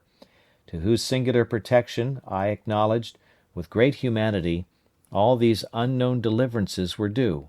and without which I must inevitably have fallen into their merciless hands. When these thoughts were over, my head was for some time taken up in considering the nature of these wretched creatures, I mean the savages, and how it came to pass in the world that the wise governor of all things should give up any of his creatures to such inhumanity, nay, to something so much below even brutality itself, as to devour its own kind. But as this ended in some, at that time, fruitless speculations, it occurred to me to inquire what part of the world these wretches lived in, how far off the coast was from whence they came, what they ventured over so far from home for, what kind of boats they had, and why I might not order myself and my business so that I might be able to go over thither as they were to come to me. I never so much as troubled myself to consider what I should do with myself when I went thither, what would become of me if I fell into the hands of these savages, or how I should escape them if they attacked me. No, nor so much as how it was possible for me to reach the coast, and not to be attacked by some or other of them, without any possibility of delivering myself, and if I should not fall into their hands, what I should do for provision, or whither I should bend my course. None of these thoughts, I say, so much as came in my way, but my mind was wholly bent upon the notion of my passing over in my boat to the mainland. I looked upon my present condition as the most miserable that could possibly be, that I was not able to throw myself into anything but death that could be called worse, and if I reached the shore of the main I might perhaps meet with relief, or I might coast along as I did on the African shore, till I came to some inhabited country, and where I might find some relief, and after all, perhaps I might fall in with some Christian ship that might take me in, and if the worst came to the worst, I could but die, which would put an end to all these miseries at once. pray note, all this was the fruit of a disturbed mind and impatient temper made desperate, as it were, by the long continuance of my troubles, and the disappointments I had met in the wreck I had been on board of, and where I had been so near obtaining what I so earnestly longed for, somebody to speak to, and to learn some knowledge from them of the place where I was, and of the probable means of my deliverance. I was agitated wholly by these thoughts. All my calm of mind, in my resignation to Providence, and waiting the issue of the dispositions of Heaven, seemed to be suspended, and I had, as it were, no power to turn my thoughts to anything but to the project of a voyage to the Main, which came upon me with such force and such an impetuosity of desire, that it was not to be resisted. When this had agitated my thoughts for 2 hours or more, with such violence that it set my very blood into a ferment, and my pulse beat as if I had been in a fever, merely with the extraordinary fervour of my mind about it, nature, as if I had been fatigued and exhausted with the very thoughts of it, threw me into a sound sleep. One would have thought I should have dreamed of it, but I did not, nor of anything relating to it, but I dreamed that as I was going out in the morning as usual from my castle, I saw upon the shore 2 canoes and 11 savages coming to land, and that they brought with them another savage whom they were going to kill in order to eat him, when on a sudden the savage that they were going to kill jumped away and ran for his life, and I thought in my sleep that he came running into my little thick grove before my fortification to hide himself, and that I, seeing him alone, and not perceiving that the others sought him that way, showed myself to him, and smiling upon him, encouraged him, that he kneeled down to me, seeming to pray me to assist him, upon which I showed him my ladder, made him go up, and carried him into my cave, and he became my servant, and that as soon as I had got this man, I said to myself, "Now I may certainly venture to the mainland, for this fellow will serve me as a pilot, and will tell me what to do, and whither to go for provisions, and whither not to go for fear of being devoured, what places to venture into, and what to shun." I waked with this thought, and was under such inexpressible impressions of joy at the prospect of my escape in my dream, that the disappointments which I felt upon coming to myself, and finding that it was no more than a dream, were equally extravagant the other way, and threw me into a very great dejection of spirits. Upon this, however, I made this conclusion, that my only way to go about to attempt an escape was, to endeavour to get a savage into my possession, and if possible it should be one of their prisoners, whom they had condemned to be eaten, and should bring hither to kill. But these thoughts still were attended with this difficulty, that it was impossible to effect this without attacking a whole caravan of them, and killing them all, and this was not only a very desperate attempt, and might miscarry, but on the other hand, I had greatly scrupled the lawfulness of it to myself, and my heart trembled at the thoughts of shedding so much blood, though it was for my deliverance. I need not repeat the arguments which occurred to me against this, they being the same mentioned before, but though I had other reasons to offer now, that is, that those men were enemies to my life, and would devour me if they could, that it was self-preservation in the highest degree to deliver myself from this death of a life, and was acting in my own defence as much as if they were actually assaulting me, and the like. I say, though these things argued for it, yet the thoughts of shedding human blood for my deliverance were very terrible to me, and such as I could by no means reconcile myself to for a great while. However, at last, after many secret disputes with myself, and after great perplexities about it, for all these arguments, one way and another, struggled in my head a long time, the eager prevailing desire of deliverance at length mastered all the rest, and I resolved, if possible, to get one of these savages into my hands, cost what it would.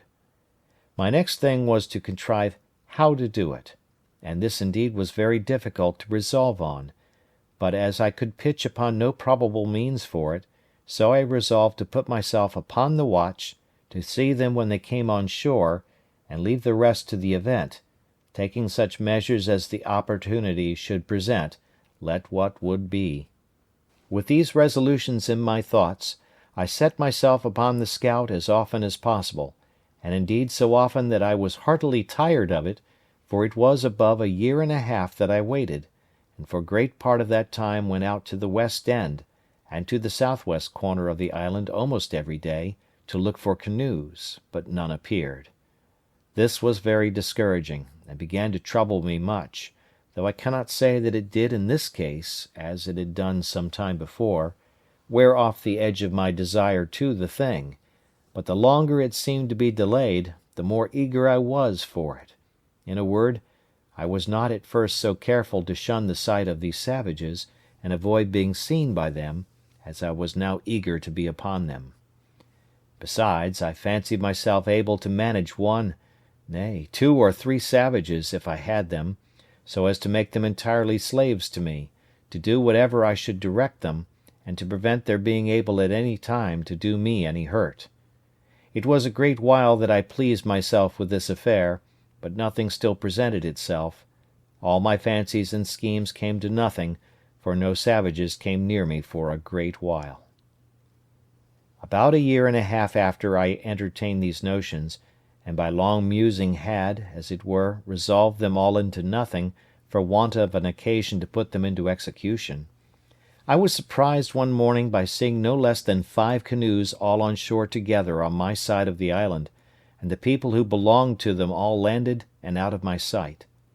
The number of them broke all my measures, for seeing so many, and knowing that they always came 4 or 6, or sometimes more in a boat, I could not tell what to think of it, or how to take my measures to attack 20 or 30 men single-handed, so lay still in my castle, perplexed and discomforted. However, I put myself into the same position for an attack that I had formerly provided, and was just ready for action, if anything had presented. Having waited a good while, listening to hear if they made any noise, at length, being very impatient, I set my guns at the foot of my ladder, and clambered up to the top of the hill, by my 2 stages, as usual; standing so, however, that my head did not appear above the hill, so they could not perceive me by any means. Here I observed, by the help of my perspective glass, that they were no less than 30 in number, that they had a fire kindled, and that they had meat dressed. How they had cooked it I knew not, or what it was, but they were all dancing, in I know not how many barbarous gestures and figures, their own way, round the fire.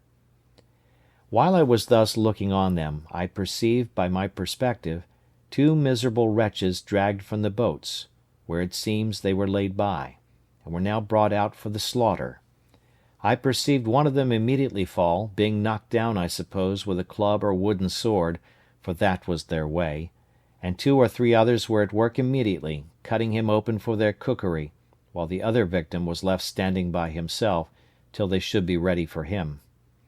In that very moment this poor wretch, seeing himself a little at liberty and unbound, nature inspired him with hopes of life, and he started away from them, and ran with incredible swiftness along the sands, directly towards me,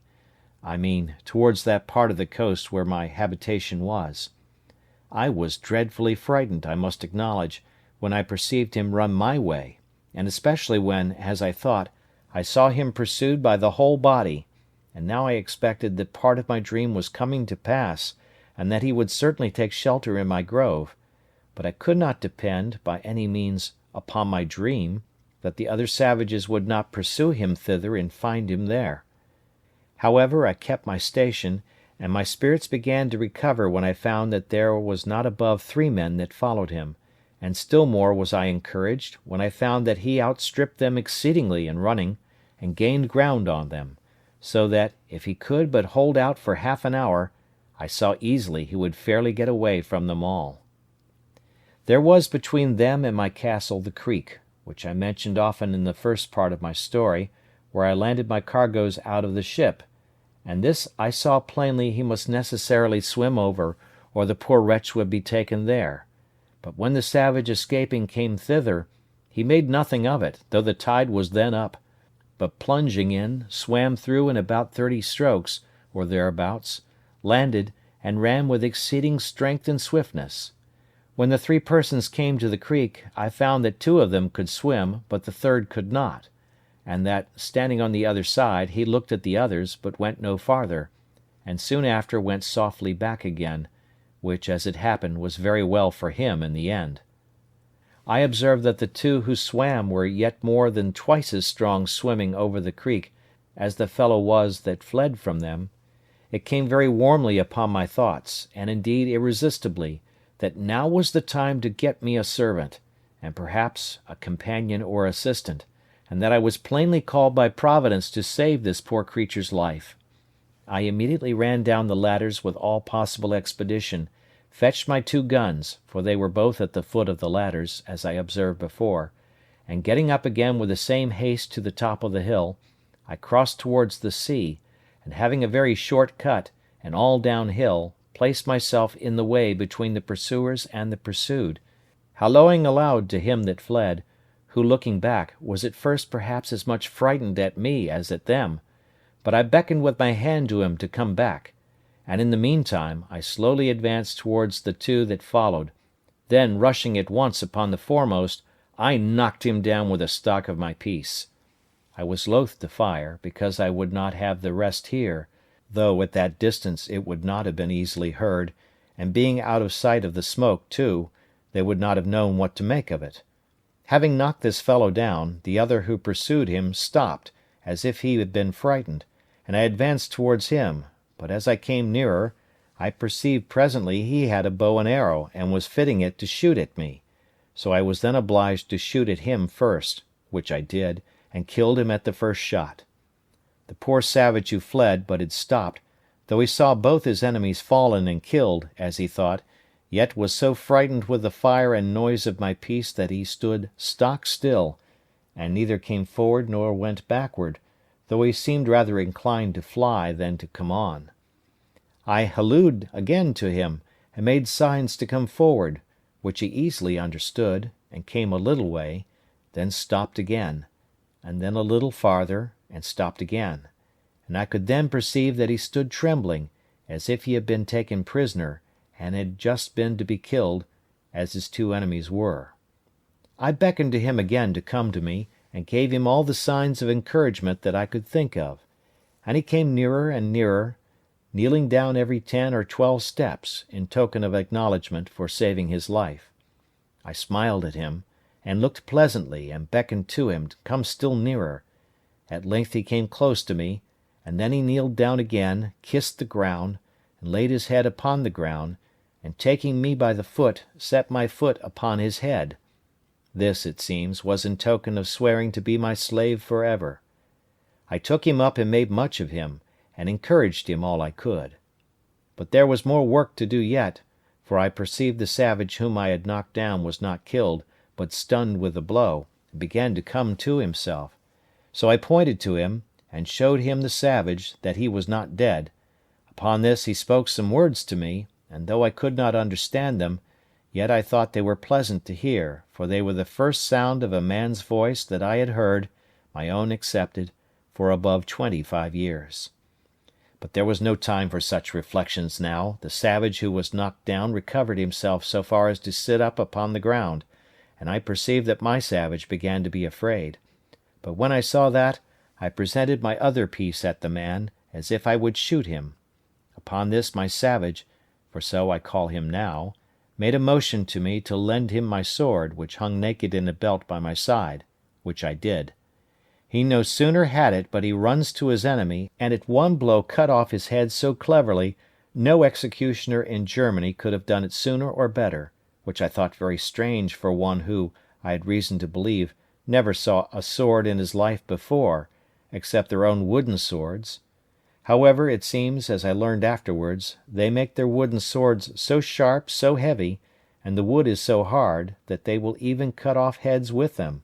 ay, and arms, and that at one blow too. When he had done this, he comes laughing to me in sign of triumph, and brought me the sword again, and with abundance of gestures which I did not understand, laid it down, with the head of the savage that he had killed, just before me. But that which astonished him most was to know how I killed the other Indian so far off, So pointing to him, he made signs to me to let him go to him, and I bade him go, as well as I could. When he came to him, he stood like one amazed, looking at him, turning him first on one side, then on the other, looking at the wound the bullet had made, which it seems was just in his breast, where it had made a hole, and no great quantity of blood had followed, but he had bled inwardly, for he was quite dead. He took up his bow and arrows, and came back. So I turned to go away, and beckoned him to follow me, making signs to him that more might come after them. Upon this he made signs to me that he should bury them with sand, that they might not be seen by the rest if they followed, and so I made signs to him again to do so. He fell to work, and in an instant he had scraped a hole in the sand with his hands big enough to bury the first in, and then dragged him into it and covered him, and did so by the other also. I believe he had buried them both in a quarter of an hour. Then, calling away, I carried him, not to my castle, but quite away to my cave, on the farther part of the island, so I did not let my dream come to pass in that part, that he came into my grove for shelter. Here I gave him bread and a bunch of raisins to eat, and a draught of water, which I found he was indeed in great distress for, from his running, and having refreshed him, I made signs for him to go and lie down to sleep, showing him a place where I had laid some rice straw and a blanket upon it, which I used to sleep upon myself sometimes, so the poor creature lay down and went to sleep. He was a comely, handsome fellow, perfectly well made, with straight, strong limbs, not too large, tall and well shaped, and as I reckon about 26 years of age. He had a very good countenance, not a fierce and surly aspect, but seemed to have something very manly in his face, and yet he had all the sweetness and softness of a European in his countenance too, especially when he smiled. His hair was long and black, not curled like wool, his forehead very high and large, and a great vivacity and sparkling sharpness in his eyes. The colour of his skin was not quite black, but very tawny, and yet not an ugly, yellow, nauseous tawny, as the Brazilians and Virginians and other natives of America are, but of a bright kind of a dun olive colour, that had in it something very agreeable, though not very easy to describe. His face was round and plump, his nose small, not flat, like the negroes, a very good mouth, thin lips, and his fine teeth well set, and as white as ivory.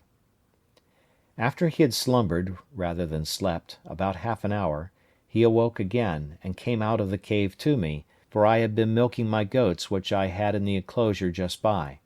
When he espied me, he came running to me, laying himself down again upon the ground, with all the possible signs of a humble, thankful disposition, making a great many antic gestures to show it. At last he lays his head flat upon the ground, close to my foot, and sets my other foot upon his head, as he had done before, and after this made all the signs to me of subjection, servitude, and submission imaginable, to let me know how he would serve me so long as he lived. I understood him in many things, and let him know I was very well pleased with him. In a little time I began to speak to him, and teach him to speak to me, and first, I let him know his name should be Friday, which was the day I saved his life.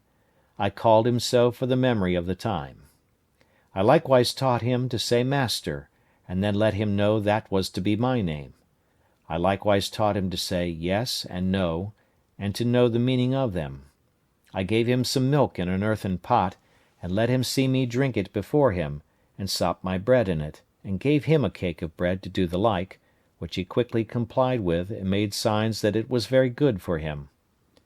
I kept there with him all that night, but as soon as it was day I beckoned to him to come with me, and let him know I would give him some clothes, at which he seemed very glad, for he was stark naked.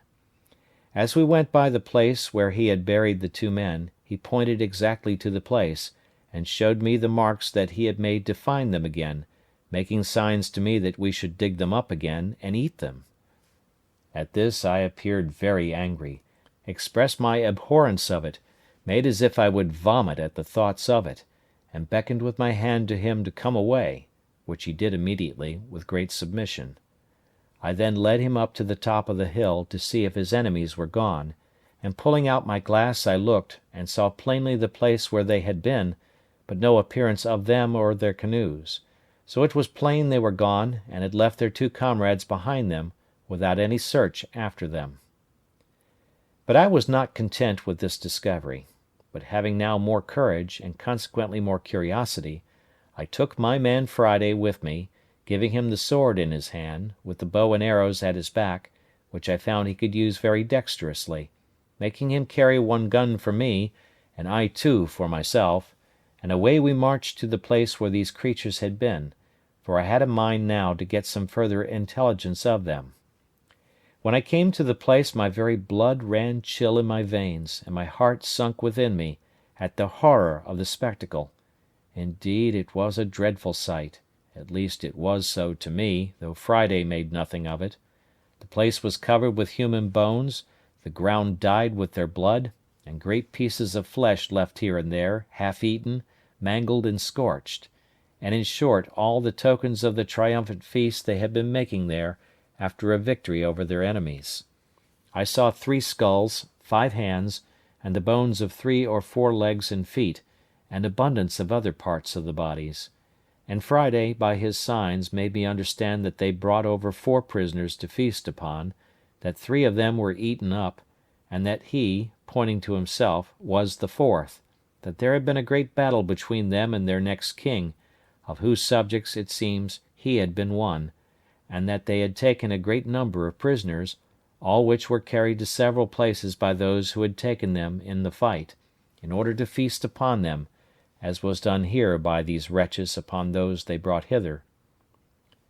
I caused Friday to gather all the skulls, bone, flesh, and whatever remained, and lay them together in a heap, and make a great fire upon it, and burn them all to ashes.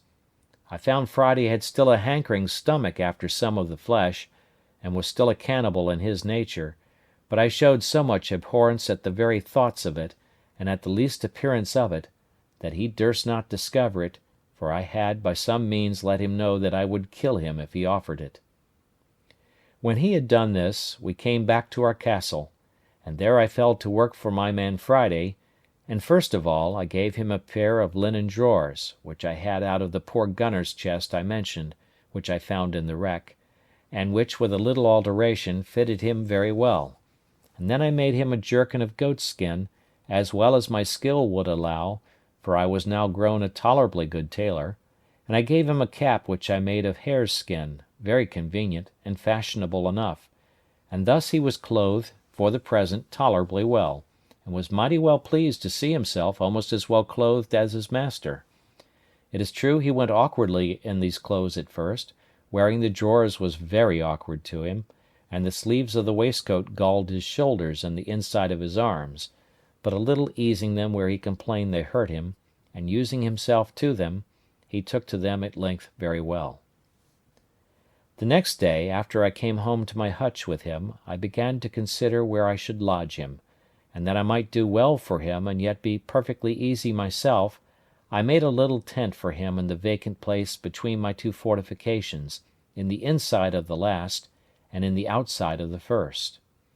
As there was a door or entrance there into my cave, I made a formal framed door case, and a door to it of boards, and set it up in the passage, a little within the entrance, and causing the door to open in the inside, I barred it up in the night, taking in my ladders too, so that Friday could no way come at me in the inside of my innermost wall, without making so much noise in getting over that it must needs awaken me, for my first wall had now a complete roof over it of long poles, covering all my tent, and leaning up to the side of the hill, which was again laid across with smaller sticks, instead of laths, and then thatched over a great thickness with the rice straw, which was strong like reeds, and at the hole or place which was left to go in or out by the ladder I had placed a kind of trap-door, which, if it had been attempted on the outside, would not have opened at all, but would have fallen down and made a great noise. As to weapons, I took them all into my side every night. But I needed none of all this precaution, for never man had a more faithful, loving, sincere servant than Friday was to me, without passions, sullenness, or designs, perfectly obliged and engaged, His very affections were tied to me, like those of a child to a father, and I dare say he would have sacrificed his life to save mine upon any occasion whatsoever. The many testimonies he gave me of this put it out of doubt, and soon convinced me that I needed to use no precautions for my safety on his account. This frequently gave me occasion to observe, and that with wonder, that however it had pleased God in his providence, and in the government of the works of his hands, to take from so great a part of the world of his creatures the best uses to which their faculties and the powers of their souls are adapted, yet that he has bestowed upon them the same powers, the same reason, the same affections, the same sentiments of kindness and obligation, the same passions and resentments of wrongs, the same sense of gratitude, sincerity, fidelity, and all the capacities of doing good and receiving good that he has given to us, and that when he pleases to offer them occasions of exerting these, they are as ready, nay, more ready, to apply them to the right uses for which they were bestowed, than we are. This made me very melancholy sometimes, in reflecting, as the several occasions presented,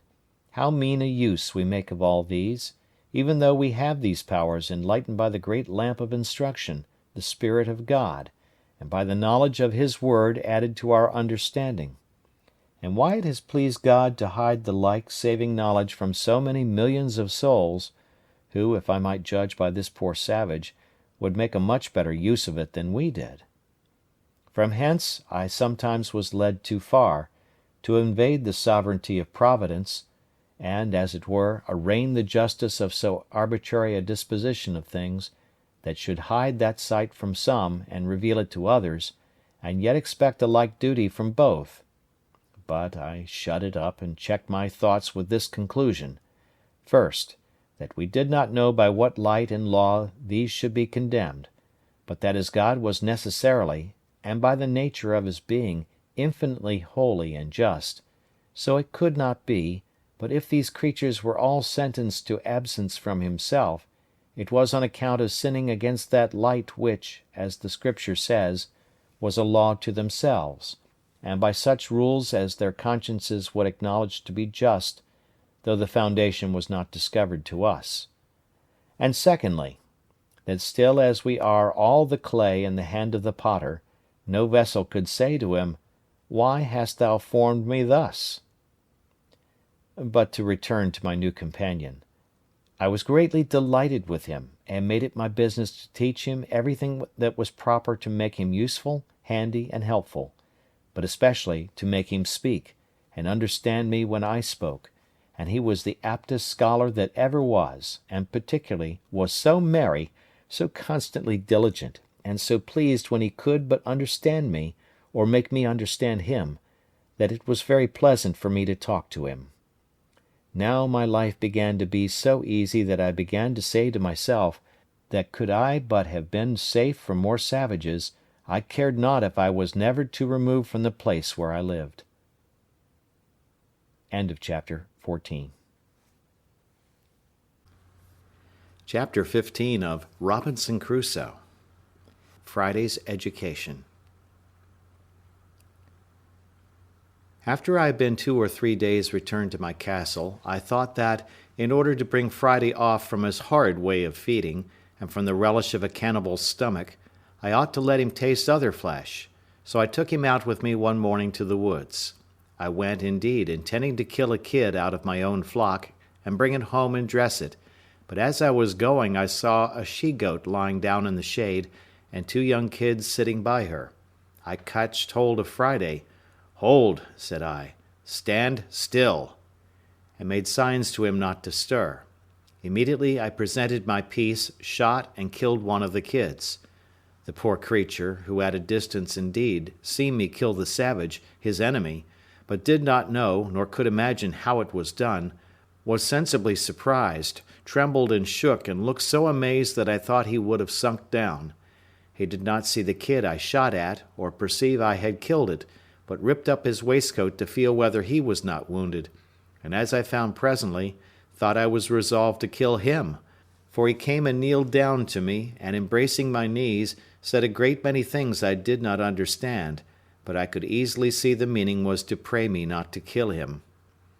I soon found a way to convince him that I would do him no harm, and taking him up by the hand, laughed at him, and pointing to the kid which I had killed, beckoned to him to run and fetch it, which he did, and while he was wondering and looking to see how the creature was killed, I loaded my gun again. By and by I saw a great fowl like a hawk sitting upon a tree within shot, so to let Friday understand a little what I would do, I called him to me again, pointed at the fowl, which was indeed a parrot, though I thought it had been a hawk. I say, pointing to the parrot and to my gun, and to the ground under the parrot, to let him see I would make it fall, I made him understand that I would shoot and kill that bird. Accordingly I fired, and bade him look, and immediately he saw the parrot fall. He stood like one frightened again, notwithstanding all I had said to him, and I found he was the more amazed, because he did not see me put anything into the gun, but thought that there must be some wonderful fund of death and destruction in that thing, able to kill man, beast, bird, or anything near or far off. And the astonishment this created in him was such as could not wear off for a long time, and I believe, if I would have let him, he would have worshipped me and my gun. As for the gun itself, he would not so much as touch it for several days after, but he would speak to it and talk to it, as if it had answered him when he was by himself, which, as I afterwards learned of him, was to desire it not to kill him. Well, after his astonishment was a little over at this, I pointed to him to run and fetch the bird I had shot, which he did, but stayed some time, for the parrot, not being quite dead, had fluttered away a good distance from the place where she fell. However, he found her, took her up, and brought her to me, and as I had perceived his ignorance about the gun before, I took this advantage to charge the gun again, and not to let him see me do it, that I might be ready for any other mark that might present, but nothing more offered at that time. So I brought home the kid, and the same evening I took the skin off, and cut it out as well as I could, and having a pot fit for that purpose, I boiled or stewed some of the flesh, and made some very good broth. After I had begun to eat some, I gave some to my man, who seemed very glad of it, and liked it very well, but that which was strangest to him was to see me eat salt with it. He made a sign to me that the salt was not good to eat, and putting a little into his own mouth, he seemed to nauseate it, and would spit and sputter at it, washing his mouth with fresh water after it. On the other hand, I took some meat into my mouth without salt, and I pretended to spit and sputter for want of salt, as much as he had done at the salt. But it would not do, he would never care for salt with meat or in his broth, at least, not for a great while, and then but a very little. Having thus fed him with boiled meat and broth, I was resolved to feast him the next day by roasting a piece of the kid. This I did by hanging it before the fire on a string, as I had seen many people do in England, setting 2 poles up, one on each side of the fire, and one across the top, and tying the string to the cross stick, letting the meat turn continually. This Friday admired very much, but when he came to taste the flesh, he took so many ways to tell me how well he liked it, that I could not but understand him, and at last he told me, as well as he could never eat man's flesh any more, which I was very glad to hear. The next day I set him to work beating some corn out, and sifting it in the manner I used to do, as I observed before, and he soon understood how to do it as well as I, especially after he had seen what the meaning of it was, and that it was to make bread of. For after that I let him see me make my bread, and bake it too, and in a little time Friday was able to do all the work for me as well as I could do it myself.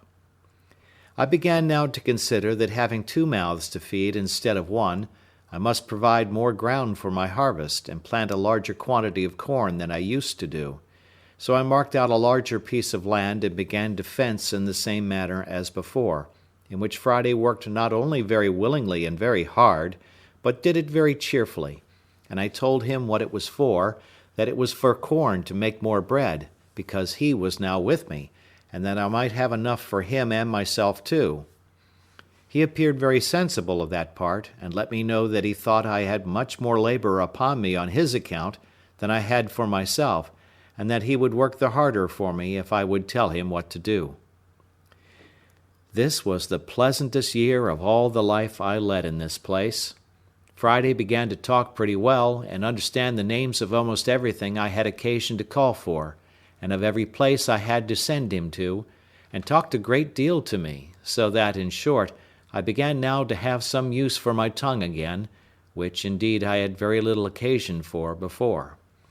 Besides the pleasure of talking to him, I had a singular satisfaction in the fellow himself.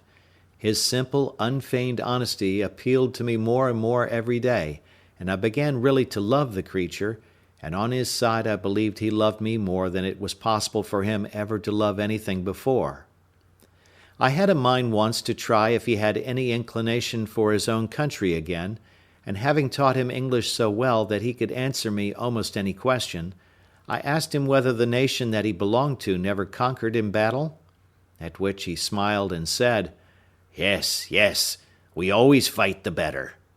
That is, he meant always get the better in a fight, and so we began the following discourse. Master: You always fight the better? How came you to be taken prisoner then, Friday? Friday: My nation beat much for all that. Master: How beat? If your nation beat them, how came you to be taken? Friday: They more many than my nation, in the place where me was. They take 1, 2, 3, and me. My nation overbeat them in the under place, where me no was. There my nation take 1, 2, great thousand. Master: But why did not your side recover you from the hands of your enemies then? Friday: They run 1, 2, 3, and me, and make go in the canoe. My nation have no canoe that time. Master: Well, Friday, and what does your nation do with the men they take? Do they carry them away and eat them, as these did? Friday: Yes, my nation eats mans too, eat all up. Master: Where do they carry them? Friday: Go to other place, where they think. Master: Do they come hither? Friday: Yes, yes, they come hither, come other else place. Master: Have you been here with them? Friday: Yes, I have been here. Points to the northwest side of the island, which it seems was their side. By this I understood that my man Friday had formerly been among the savages who used to come on shore on the farther part of the island. On the same man-eating occasions he was now brought for, and some time after, when I took the courage to carry him to that side, being the same I formerly mentioned, he presently knew the place, and told me he was there once, when they ate up 20 men, 2 women, and 1 child. He could not tell 20 in English, but he numbered them by laying so many stones in a row, and pointing to me to tell them over. I have told this passage because it introduces what follows, that after this discourse I had with him, I asked him how far it was from our island to the shore, and whether the canoes were not often lost. He told me there was no danger, no canoes ever lost, but that after a little way out to sea there was a current and wind, always one side in the morning, and the other in the afternoon. This I understood to be no more than the sets of the tide, as going out or coming in, but I afterwards understood it was occasioned by the great draught and reflux of the mighty river Orinoco, in the mouth or gulf of which river, as I found afterwards, our island lay, and that this land, which I perceived to be west and northwest, was the great island Trinidad, on the north point of the mouth of the river. I asked Friday 1,000 questions about the country, the inhabitants, the sea, the coast, and what nations were near. He told me all he knew with the greatest openness imaginable. I asked him the names of the several nations of his sort of people, but could get no other name than Caribs, from whence I easily understood that these were the Caribbees, which our maps place on the part of America which reaches from the mouth of the river Orinoco to Guiana, and onwards to St. Martha. He told me that up a great way beyond the moon, that was beyond the setting of the moon, which must be west from their country, there dwelt white bearded men like me, and pointed to my great whiskers, which I mentioned before, and that they had killed much mans, that was his word. By all which I understood he meant the Spaniards, whose cruelties in America had been spread over the whole country, and were remembered by all the nations from father to son. I inquired if he could tell me how I might go from this island, and get among those white men. He told me, "Yes, you may go in 2 canoe." I could not understand what he meant, or make him describe to me what he meant by 2 canoe, till at last, with great difficulty, I found he meant it must be in a large boat, as big as 2 canoes. This part of Friday's intercourse I began to relish very well, and from this time I entertained some hopes that, one time or other, I might find an opportunity to make my escape from this place, and that this poor savage might be a means to help me. During the long time that Friday had now been with me, and that he began to speak to me and understand me, I was not wanting to lay a foundation of religious knowledge in his mind. Particularly, I asked him one time, who made him? The creature did not understand me at all, but thought I had asked who was his father. But I took it up by another handle, and asked him who made the sea, the ground we walked on, and the hills and woods. He told me, "It was one Benamuckee, that lived beyond all." He could describe nothing of this great person but that he was very old, "much older," he said, "than the sea or land, than the moon or the stars." I asked him then, if this old person had made all things, why did not all things worship him? He looked very grave, and with a perfect look of innocence said, "All things say, oh, to him." I asked him if the people who die in his country went away anywhere? He said, "Yes, they all went to Benamuckee." Then I asked him whether those they eat up went thither too. He said, "Yes." From these things I began to instruct him in the knowledge of the true God. I told him that the great Maker of all things lived up there, pointing up towards heaven, that he governed the world by the same power and providence by which he made it, that he was omnipotent, and could do everything for us, give everything to us, take everything from us, and thus by degrees I opened his eyes. He listened with great attention, and received with pleasure the notion of Jesus Christ being sent to redeem us, and of the manner of making our prayers to God, and his being able to hear us, even in heaven. He told me one day that if our God could hear us up beyond the sun, he must needs be a greater God than their Benamuckee, who lived but a little way off, and yet could not hear till they went up to the great mountains where he dwelt to speak to them. I asked him if he ever went thither to speak to him. He said, "No, they never went that were young men, none went thither but the old men," whom he called their Oowokaki, that is, as I made him explain to me, their religious or clergy, and what they went to say, so he called saying prayers, and then came back and told them what Benamuckee said. By this I observed that there is priestcraft even among the most blinded, ignorant pagans in the world,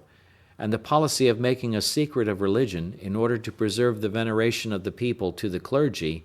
not only to be found in the Roman, but perhaps among all religions in the world, even among the most brutish and barbarous savages.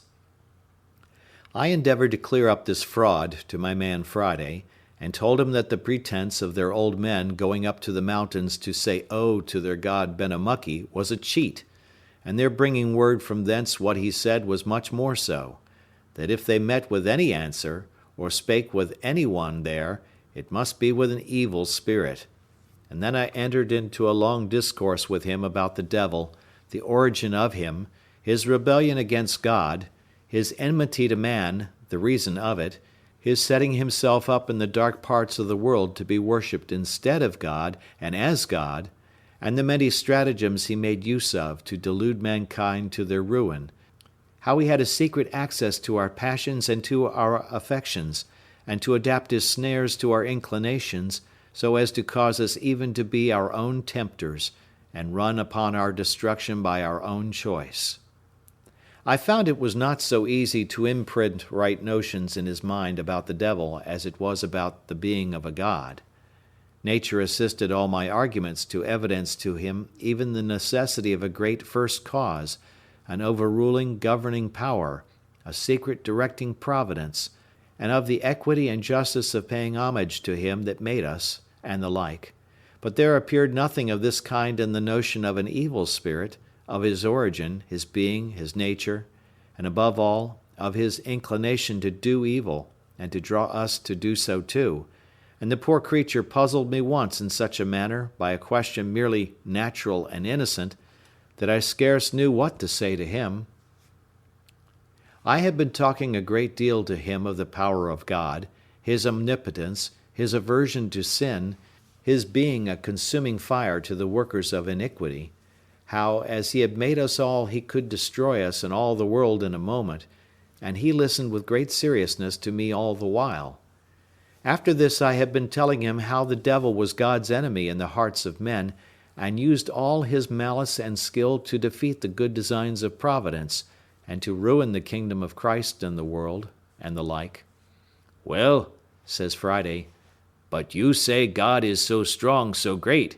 Is he not much strong, much might as the devil?" "Yes, yes," says I. "Friday, God is stronger than the devil. God is above the devil, and therefore we pray to God to tread him down under our feet, and enable us to resist his temptations and quench his fiery darts." "But," says he again, "if God much stronger, much might as the wicked devil, why God no kill the devil, so make him no more do wicked?" I was strangely surprised at this question, and after all, though I was now an old man, yet I was but a young doctor, and ill qualified for a casuist or a solver of difficulties, and at first I could not tell what to say, so I pretended not to hear him, and asked him what he said, but he was too earnest for an answer to forget his question, so that he repeated it in the very same broken words as above. By this time I had recovered myself a little, and I said, "God will at last punish him severely. He is reserved for the judgment, and is to be cast into the bottomless pit, to dwell with everlasting fire."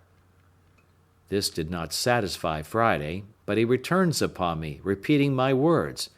"Reserve at last. Me no understand. But why not kill the devil now? Not kill great ago?" "You may as well ask me," said I, "why God does not kill you or me, when we do wicked things here that offend him. We are preserved to repent and be pardoned." He mused some time on this. "Well, well," says he, mighty affectionately, "that well. So you, I, devil, all wicked, all preserve, repent, God pardon all." Here I was run down again by him to the last degree, and it was a testimony to me how the mere notions of nature, though they will guide reasonable creatures to the knowledge of a God, and of a worship or homage due to the supreme being of God, as the consequence of our nature, yet nothing but divine revelation can form the knowledge of Jesus Christ, and of redemption purchased for us, of a mediator of the new covenant, and of an intercessor at the footstool of God's throne. I say, nothing but a revelation from heaven can form these in the soul, and that therefore the gospel of our Lord and Savior Jesus Christ, I mean the Word of God, and the Spirit of God, promised for the guide and sanctifier of his people, are the absolutely necessary instructors of the souls of men in the saving knowledge of God and the means of salvation. I therefore diverted the present discourse between me and my man, rising up hastily as upon some sudden occasion of going out, then sending him for something a good way off, I seriously prayed to God that he would enable me to instruct savingly this poor savage, assisting, by his Spirit, the heart of the poor ignorant creature to receive the light of the knowledge of God in Christ, reconciling him to himself, and would guide me so to speak to him from the Word of God, that his conscience might be convinced, his eyes opened, and his soul saved. When he came again to me, I entered into a long discourse with him upon the subject of the redemption of man by the Saviour of the world, and of the doctrine of the gospel preached from heaven, that is, of repentance towards God, and faith in our blessed Lord Jesus. I then explained to him as well as I could why our blessed Redeemer took not on him the nature of angels, but the seed of Abraham, and how, for that reason, the fallen angels had no share in the redemption, that he came only to the lost sheep of the house of Israel, and the like. I had, God knows, more sincerity than knowledge in all the methods I took for this poor creature's instruction, and must acknowledge, what I believe all that act upon the same principle will find, that in laying things open to him, I really informed and instructed myself in many things that either I did not know or had not fully considered before, but which occurred naturally to my mind upon searching into them, for the information of this poor savage, and I had more affection in my inquiry after things after this occasion than ever I felt before, so that, whether this poor wild wretch was better for me or no, I had great reason to be thankful that ever he came to me, my grief sat lighter upon me, my habitation grew comfortable to me beyond measure, and when I reflected that in this solitary life which I have been confined to, I had not only been moved to look up to heaven myself, and to seek the hand that had brought me here, but was now to be made an instrument under Providence to save the life, and for aught I knew, the soul of a poor savage, and bring him to the true knowledge of religion and of the Christian doctrine, that he might know Christ Jesus, in whom is life eternal. I say, when I reflected upon all these things, a secret joy ran through every part of my soul, and I frequently rejoiced that ever I was brought to this place, which I had so often thought the most dreadful of all afflictions that could possibly have befallen me. I continued in this thankful frame all the remainder of my time, and the conversation which employed the hours between Friday and me was such as made the 3 years which we lived there together perfectly and completely happy, if any such thing as complete happiness can be formed in a sublunary state. This savage was now a good Christian, a much better than I, though I have reason to hope, and bless God for it, that we were equally penitent, and comforted, restored penitents. We had here the word of God to read, and no farther off from his Spirit to instruct than if we had been in England. I always applied myself in reading the Scripture to let him know, as well as I could, the meaning of what I read, and he again, by his serious inquiries and questionings, made me, as I said before, a much better scholar in the Scripture knowledge than I ever should have been by my own mere private reading. Another thing I cannot refrain from observing here also, from experience in this retired part of my life, that is, how infinite and inexpressible a blessing it is that the knowledge of God, and of the doctrine of salvation by Christ Jesus, is so plainly laid down in the Word of God, so easy to be received and understood, that, as the bare reading the Scripture made me capable of understanding enough of my duty to carry me directly on to the great work of sincere repentance for my sins, and laying hold of a Saviour for life and salvation, to a stated reformation in practice, and obedience to all God's commands, and this without any teacher or instructor, I mean human. So the same plain instructions sufficiently served to the enlightening the savage creature, and bringing him to be such a Christian as I have known few equal to him in my life. As to all the disputes, wrangling, strife, and contention which have happened in the world about religion, whether niceties in doctrines or schemes of church government, they were all perfectly useless to us, and for aught I can yet see, they have been so to the rest of the world. We had the sure guide to heaven, that is, the Word of God, and we had, blessed be God, comfortable views of the Spirit of God teaching and instructing by His Word, leading us into all truth, and making us both willing and obedient to the instruction of His Word. And I cannot see the least use that the greatest knowledge of the disputed points of religion, which have made such confusion in the world, would have been to us, if we could have obtained it.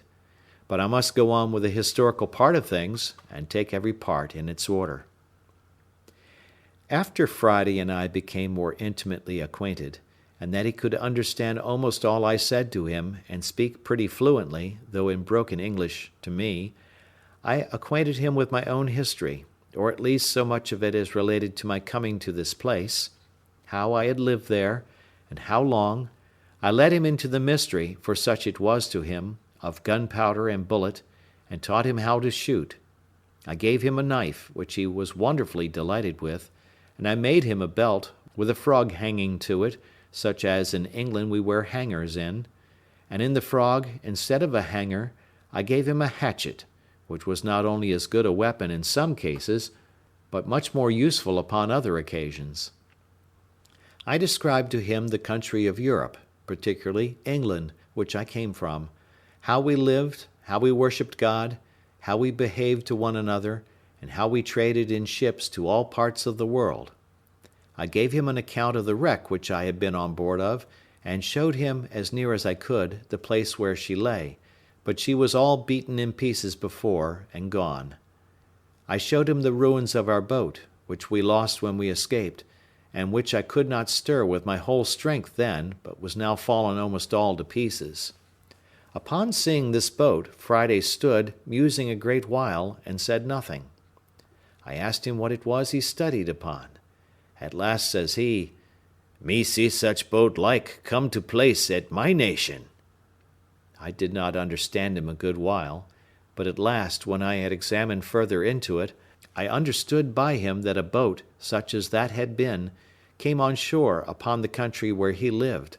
that is, as he explained it, was driven thither by stress of weather. I presently imagined that some European ship must have been cast away upon their coast, and the boat might get loose and drive ashore, but was so dull that I never once thought of men making their escape from a wreck thither, much less whence they might come, so I only inquired after a description of the boat. Friday described the boat to me well enough, but brought me better to understand him when he added with some warmth, "We saved the white mans from drown."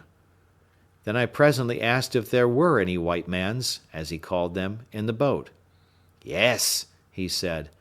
"the boat full of white mans." I asked him how many.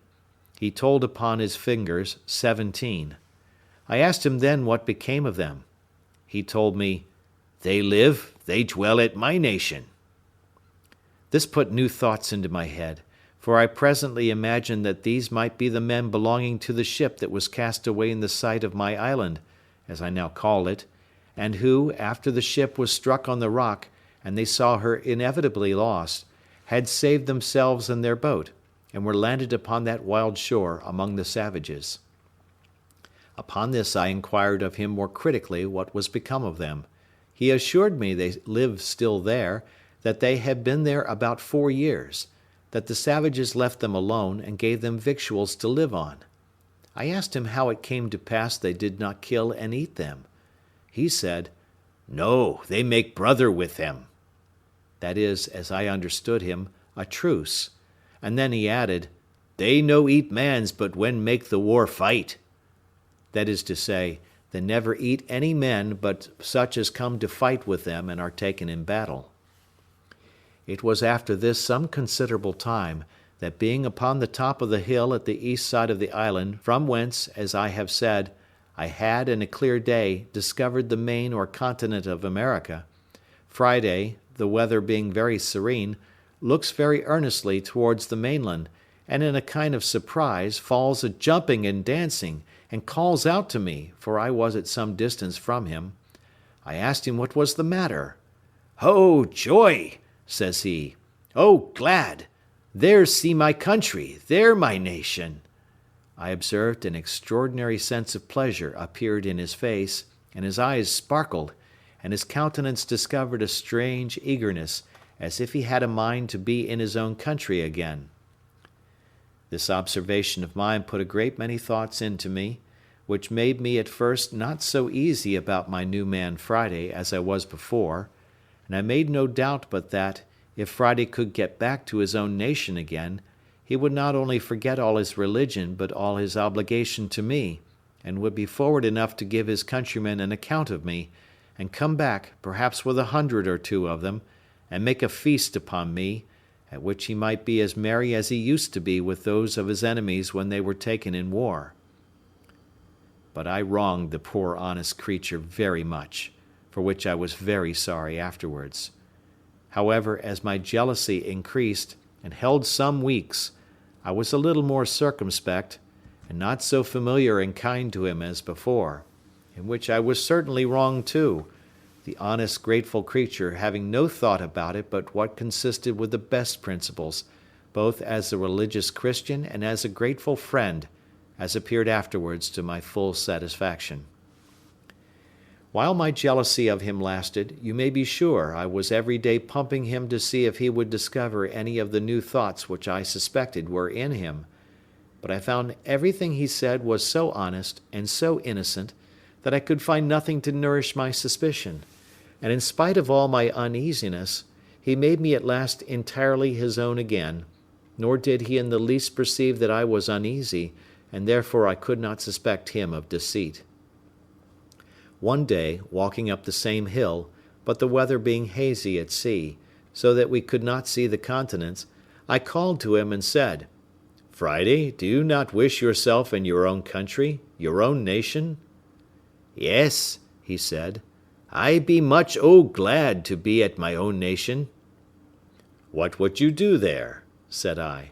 "Would you turn wild again, eat men's flesh again, and be a savage as you were before?" He looked full of concern, and shaking his head said, "No, no. Friday tell them to live good. Tell them to pray God. Tell them to eat cornbread, cattle flesh, milk. No eat man again." "Why then," said I to him, "they will kill you." He looked grave at that, and then said, "No, no, they no kill me. They willing love learn." He meant by this they would be willing to learn. He added, they learned much of the bearded mans that came in the boat. Then I asked him if he would go back to them. He smiled at that, and told me that he could not swim so far. I told him I would make a canoe for him. He told me he would go if I would go with him. "I go?" says I. "Why, they will eat me if I come there." "No, no," says he. "Me make they no eat you. Me make they much love you." He meant he would tell them how I had killed his enemies and saved his life, and so he would make them love me. Then he told me, as well as he could, how kind they were to 17 white men, or bearded men, as they called them, who came on shore there in distress. From this time, I confess, I had a mind to venture over, and see if I could possibly join with those bearded men, who I made no doubt were Spaniards and Portuguese, not doubting but, if I could, we might find some method to escape from thence, being upon the continent, and a good company together, better than I could from an island 40 miles off the shore, alone and without help. So, after some days, I took Friday to work again by way of discourse, and told him I would give him a boat to go back to his own nation, and accordingly I carried him to my frigate, which lay on the other side of the island, and having cleared it of water, for I always kept it sunk in water, I brought it out, showed it him, and we both went into it. I found he was a most dexterous fellow at managing it, and would make it go almost as swift again as I could. So when he was in, I said to him, "Well now, Friday, shall we go to your nation?" He looked very dull at my saying so, which it seems was because he thought the boat was too small to go so far. I then told him I had a bigger, so the next day I went to the place where the first boat lay which I had made, and which I could not get into the water. He said that was big enough, but then, as I had taken no care of it, and it had lain 2 or 23 years there, the sun had so split and dried it that it was rotten. Friday told me such a boat would do very well, and would carry "much enough victual, drink, bread." That was his way of talking. End of chapter 15. Chapter 16 of Robinson Crusoe. Rescue of prisoners from cannibals. Upon the whole, I was by this time so fixed upon my design of going over with him to the continent, that I told him we would go and make one as big as that, and he should go home in it. He answered not one word, but looked very grave and sad. I asked him what was the matter with him. he asked me again, "Why you angry mad with Friday? What me done?" I asked him what he meant. I told him I was not angry with him at all. "No angry?" says he, repeating the word several times. "Why send Friday home away to my nation?"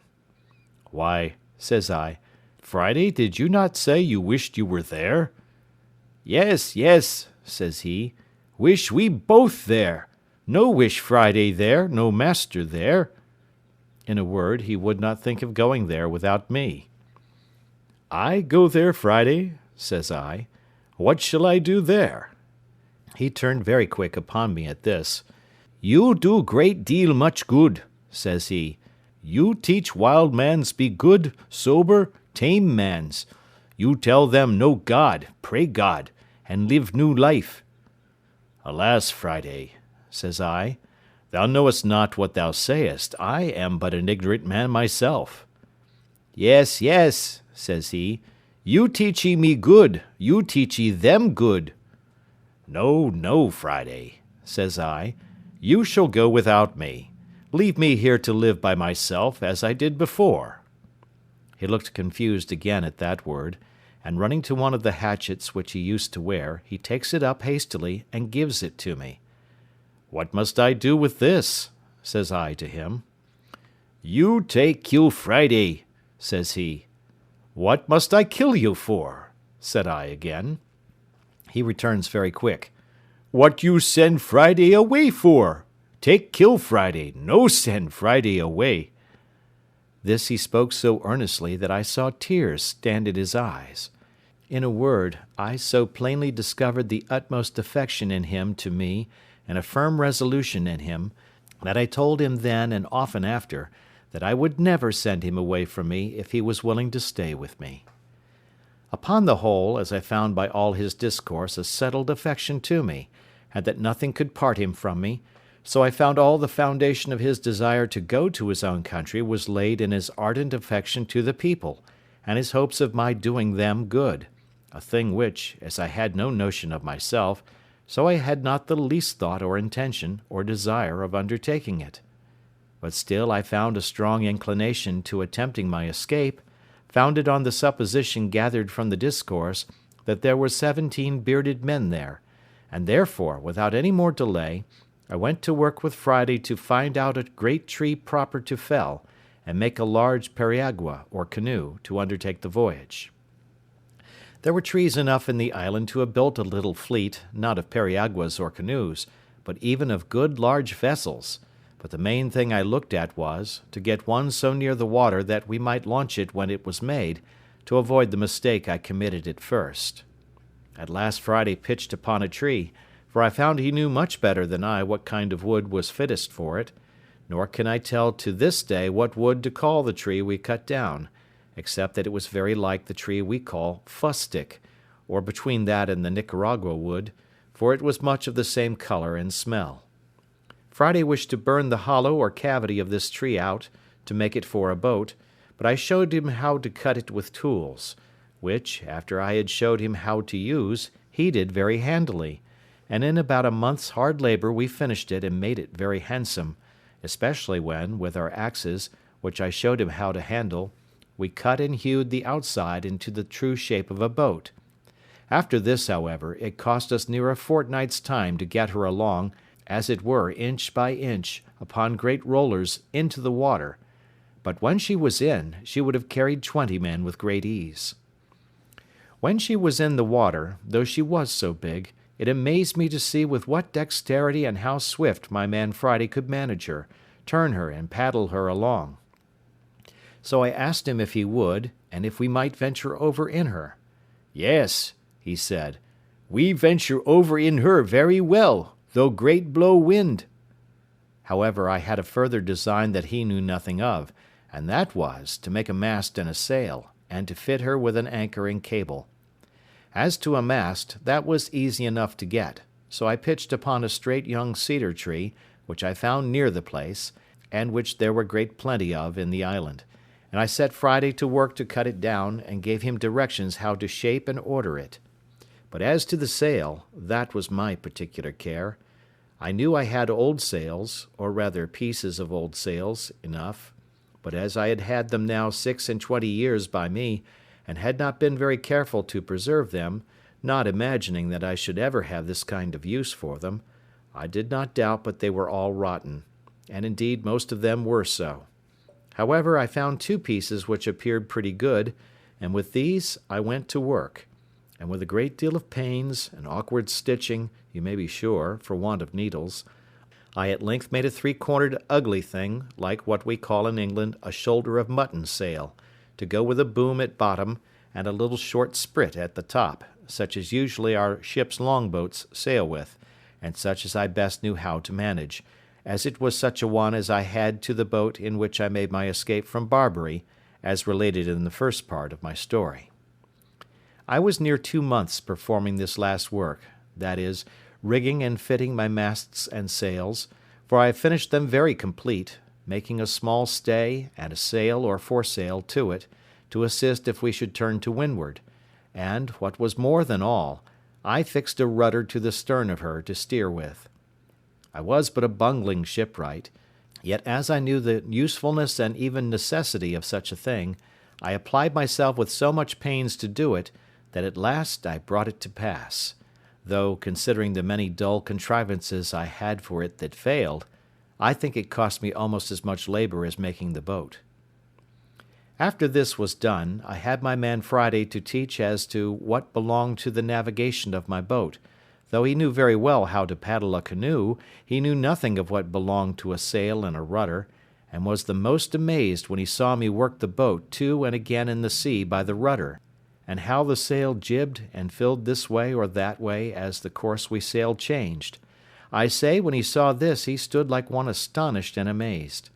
However, with a little use, I made all these things familiar to him, and he became an expert sailor, except that of the compass I could make him understand very little. On the other hand, as there was very little cloudy weather, and seldom or never any fogs in these parts, there was the less occasion for a compass, seeing the stars were always to be seen by night, and the shore by day, except in the rainy seasons, and then nobody cared to stir abroad either by land or sea. I was now entered on the 27th year of my captivity in this place, though the 3 last years that I had this creature with me ought rather to be left out of the account, my habitation being quite of another kind than in all the rest of the time. I kept the anniversary of my landing here with the same thankfulness to God for his mercies as at first, and if I had such cause of acknowledgment at first, I had much more so now, having such additional testimonies of the care of Providence over me, and the great hopes I had of being effectually and speedily delivered, for I had an invincible impression upon my thoughts that my deliverance was at hand, and that I should not be another year in this place. I went on, however, with my husbandry, digging, planting, and fencing as usual. I gathered and cured my grapes, and did every necessary thing as before. The rainy season was in the meantime upon me, when I kept more within doors than at other times. We had stowed our new vessel as secure as we could, bringing her up into the creek, where, as I said in the beginning, I landed my rafts from the ship, and hauling her up to the shore at high water mark, I made my man Friday dig a little dock, just big enough to hold her, and just deep enough to give her water enough to float in, and then, when the tide was out, we made a strong dam across the end of it to keep the water out. And so she lay, dry as to the tide from the sea, and to keep the rain off we laid a great many boughs of trees, so thick that she was as well thatched as a house, and thus we waited for the months of November and December, in which I designed to make my adventure. When the settled season began to come in, as the thought of my design returned with the fair weather, I was preparing daily for the voyage, and the first thing I did was to lay by a certain quantity of provisions, being the stores for our voyage, and intended in a week or a fortnight's time to open the dock and launch out our boat. I was busy one morning upon something of this kind, when I called to Friday, and bid him to go to the seashore and see if he could find a turtle or a tortoise, a thing which we generally got once a week, for the sake of the eggs as well as the flesh. Friday had not been long gone when he came running back, and flew over my outer wall or fence, like one that felt not the ground or the steps he set his foot on, and before I had time to speak to him, he cries out to me, "O master! O master! O sorrow! O bad!" "What's the matter, Friday?" says I. "Oh, yonder there," says he, 1, 2, 3 canoes, 1, 2, 3. By this way of speaking, I concluded there were 6, but on inquiry I found there were but 3. "Well, Friday," says I, "do not be frightened." So I heartened him up as well as I could. However, I saw the poor fellow was most terribly scared, for nothing ran in his head but that they were come to look for him, and would cut him in pieces and eat him, and the poor fellow trembled so that I scarcely knew what to do with him. I comforted him as well as I could, and told him I was in as much danger as he, and that they would eat me as well as him. "But," says I, "Friday, we must resolve to fight them. Can you fight, Friday?" "Me shoot," says he, "but there come many great number."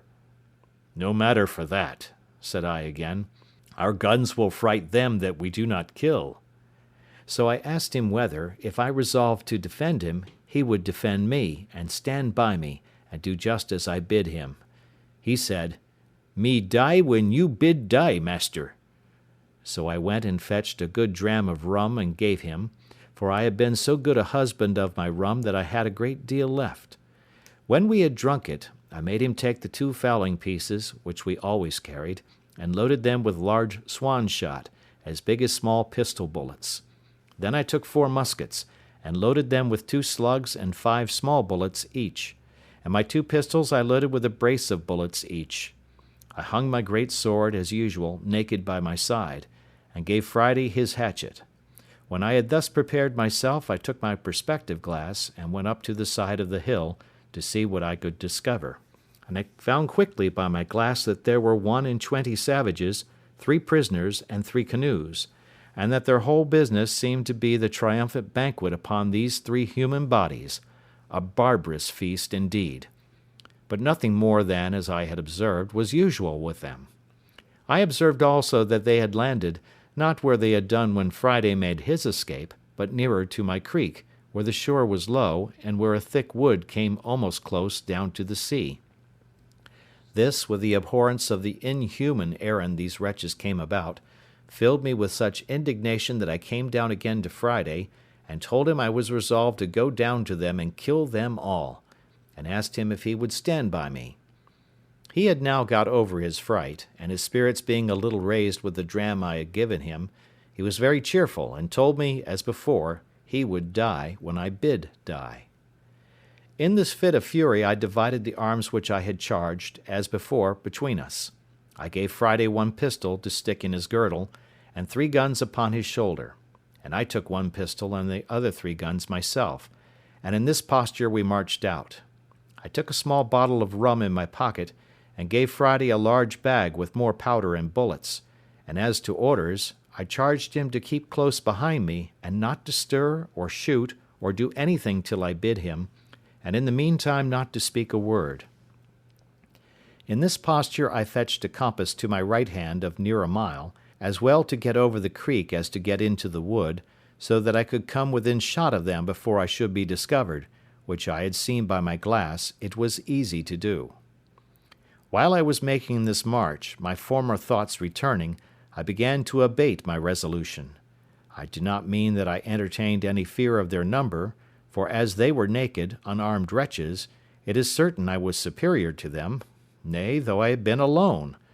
But it occurred to my thoughts what call, what occasion, much less what necessity I was in to go and dip my hands in blood, to attack people who had neither done or intended me any wrong; who, as to me, were innocent, and whose barbarous customs were their own disaster, being in them a token, indeed, of God's having left them, with the other nations of that part of the world, to such stupidity, and to such inhuman courses, but did not call me to take upon me to be a judge of their actions, much less an executioner of his justice, that whenever he thought fit he would take the cause into his own hands, and by national vengeance punish them as a people for national crimes; but that, in the meantime, It was none of my business. That it was true Friday might justify it, because he was a declared enemy and in a state of war with those very particular people, and it was lawful for him to attack them, but I could not say the same with regard to myself. These things were so warmly pressed upon my thoughts all the way as I went, that I resolved I would only go and place myself near them that I might observe their barbarous feast,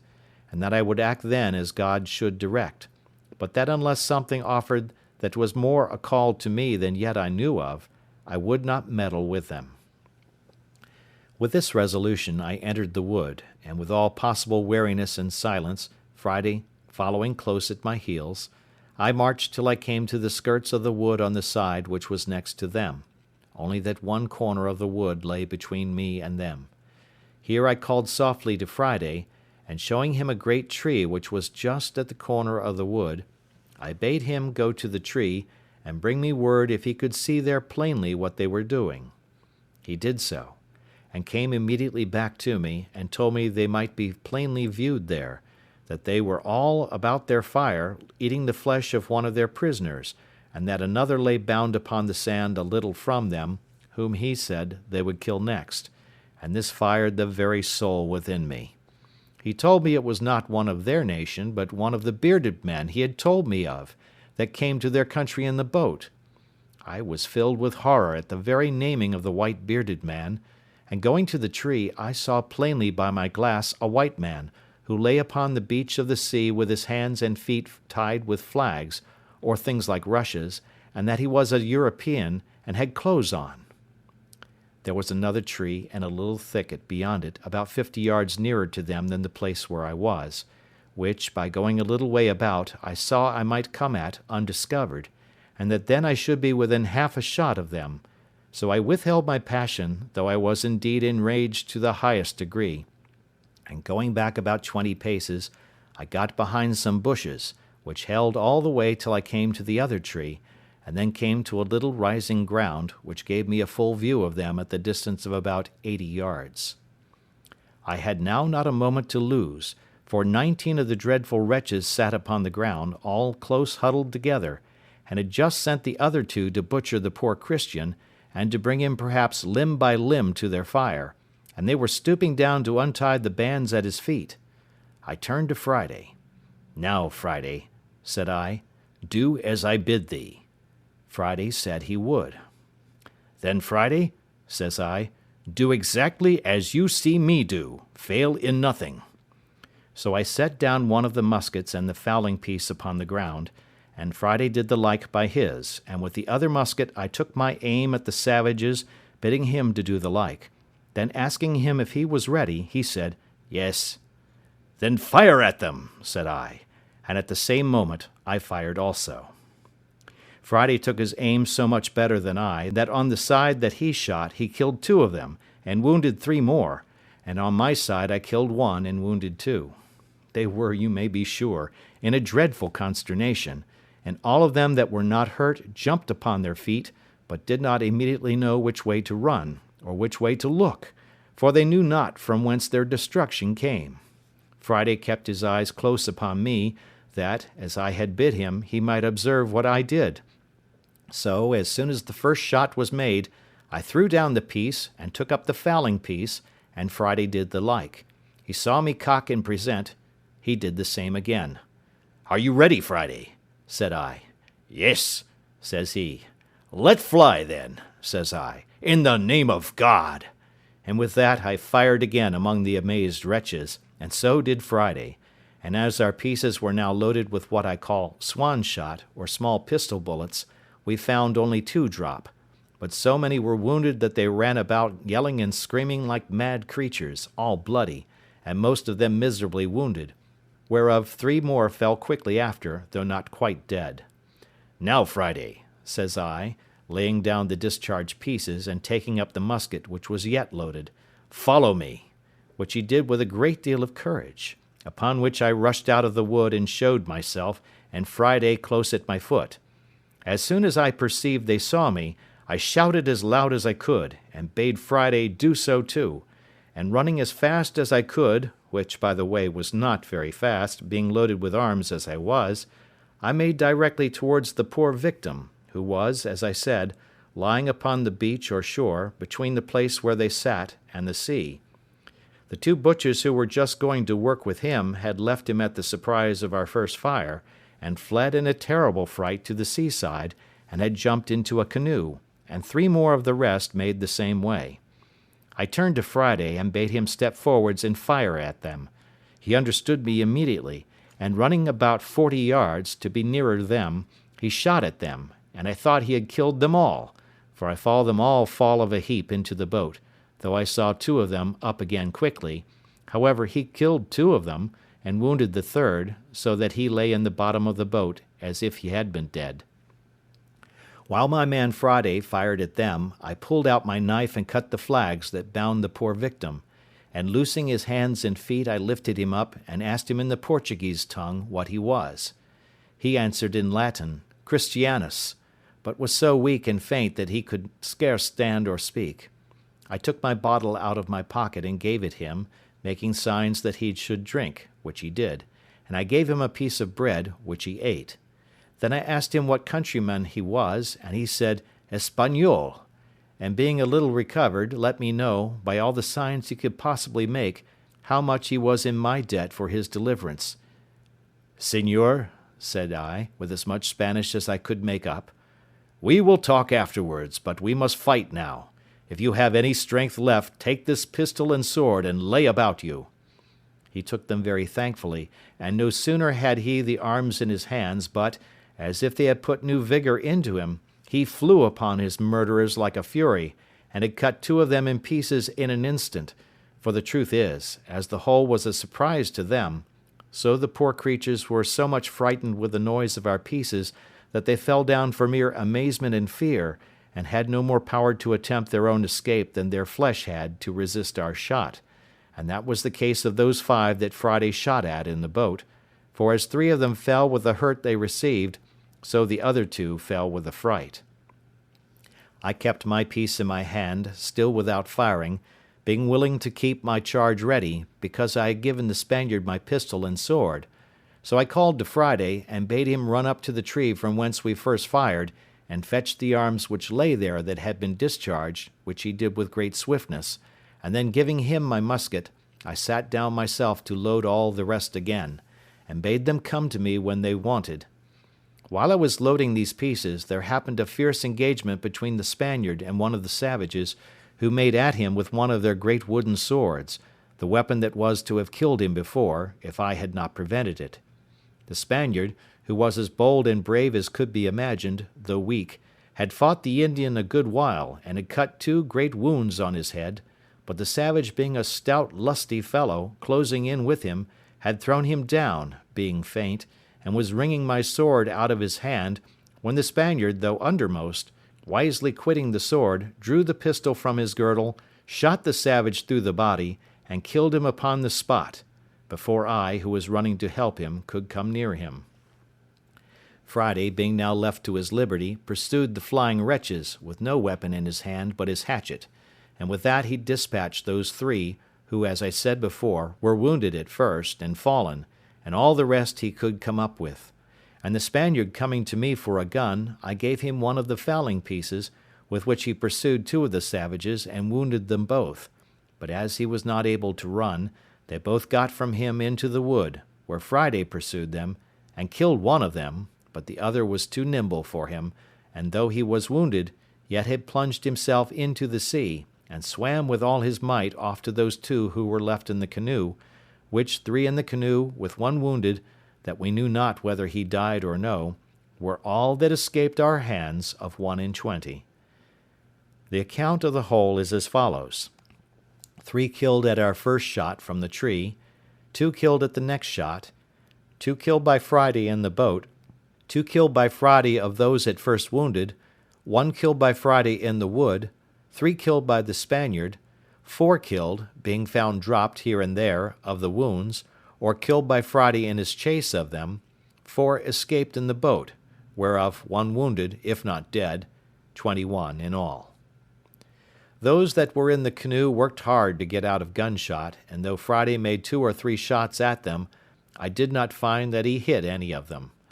Friday would fain have had me take one of their canoes and pursue them, and indeed I was very anxious about their escape, lest, carrying the news home to their people, they should come back perhaps with 200 or 300 of the canoes and devour us by mere multitude. So I consented to pursue them by sea, and running to one of their canoes, I jumped in and bade Friday follow me. But when I was in the canoe, I was surprised to find another poor creature lie there, bound hand and foot, as the Spaniard was, for the slaughter, and almost dead with fear, not knowing what was the matter, for he had not been able to look up over the side of the boat, but he was tied so hard, neck and heels, and had been tied so long that he had really but little life in him. I immediately cut the twisted flags or rushes which they had bound him with, and would have helped him up, but he could not stand or speak, but groaned most piteously, believing, it seems, still, that he was only unbound in order to be killed. When Friday came to him, I bade him speak to him, and tell him of his deliverance, and pulling out my bottle, made him give the poor wretch a dram, which, with the news of his being delivered, revived him, and he sat up in the boat. But when Friday came to hear him speak and look in his face,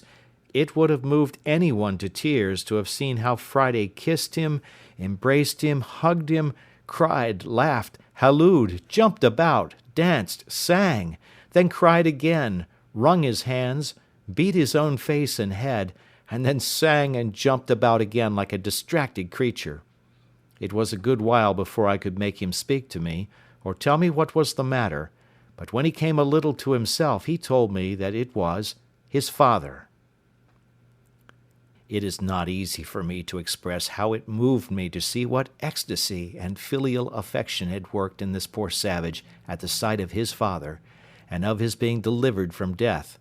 nor indeed can I describe half the extravagances of his affection after this, for he went into the boat and out of the boat a great many times. When he went in to him, he would sit down by him, open his breast, and hold his father's head close to his bosom for many minutes together, to nourish it. Then he took his arms and ankles, which were numbed and stiff with the binding, and chafed and rubbed them with his hands, and I, perceiving what the case was, gave him some rum out of my bottle to rub them with, which did them a great deal of good. This affair put an end to our pursuit of the canoe with the other savages, who were now almost out of sight, and it was happy for us that we did not, for it blew so hard within 2 hours after, and before they could be got a quarter of their way, and continued blowing so hard all night, and that from the northwest, which was against them, that I could not suppose their boat could live, or that they ever reached their own coast. But to return to Friday. He was so busy about his father that I could not find in my heart to take him off for some time, but after I thought he could leave him a little, I called him to me, and he came jumping and laughing, and pleased to the highest extreme. Then I asked him if he had given his father any bread. He shook his head, and said, "None. Ugly dog eat up all self." I then gave him a cake of bread out of a little pouch I carried on purpose. I also gave him a dram for himself, but he would not taste it, but carried it to his father. I had in my pocket 2 or 3 bunches of raisins, so I gave him a handful of them for his father. He had no sooner given his father these raisins, but I saw him come out of the boat, and run away as if he had been bewitched, for he was the swiftest fellow on his feet that ever I saw. I say, he ran at such a rate that he was out of sight, as it were, in an instant, and though I called, and hallooed out too after him, it was all one, away he went, and in a quarter of an hour I saw him come back again, though not so fast as he went, and as he came nearer I found his pace slacker, because he had something in his hand. When he came up to me, I found he had been quite home for an earthen jug or pot, to bring his father some fresh water, and that he had got 2 more cakes or loaves of bread. The bread he gave me, but the water he carried to his father. However, as I was very thirsty too, I took a little of it. The water revived his father more than all the rums or spirits I had given him, for he was fainting with thirst. When his father had drunk, I called to him to know if there was any water left. He said, "Yes," and I bade him give it to the poor Spaniard, who was in as much want of it as his father, and I sent one of the cakes that Friday brought to the Spaniard too, who was indeed very weak, and was reposing himself upon a green place under the shade of a tree, and whose limbs were also very stiff and very much swelled with the rude bandage he had been tied with. When I saw that upon Friday's coming to him with the water he sat up and drank, and took the bread and began to eat, I went to him and gave him a handful of raisins. He looked up in my face with all the tokens of gratitude and thankfulness that could appear in any countenance, but was so weak, notwithstanding he had so exerted himself in the fight, that he could not stand up upon his feet. He tried to do it 2 or 3 times, but was really not able. His ankles were so swelled and so painful to him. So I bade him sit still, and caused Friday to rub his ankles, and bathe them with rum, as he had done his father's. I observed the poor affectionate creature every 2 minutes, or perhaps less, all the while he was here, turn his head about to see if his father was in the same place and posture as he left him sitting, and at last he found he was not to be seen, at which he started up, and without speaking a word, flew with that swiftness to him that one could scarce perceive his feet to touch the ground as he went.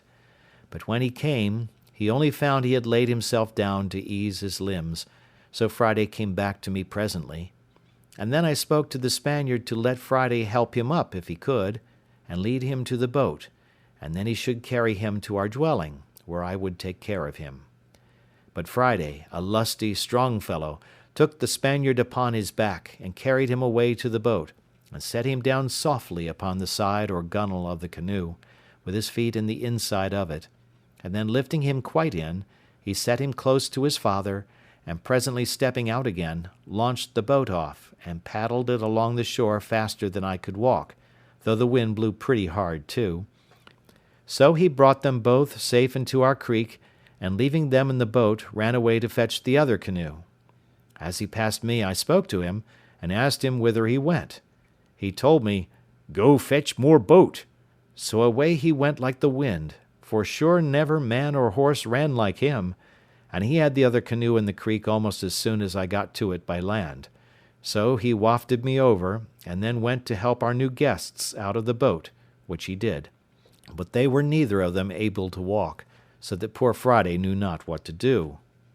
To remedy this, I went to work in my thought, and calling to Friday to bid them sit down on the bank when he came to me, I soon made a kind of hand-barrow to lay them on,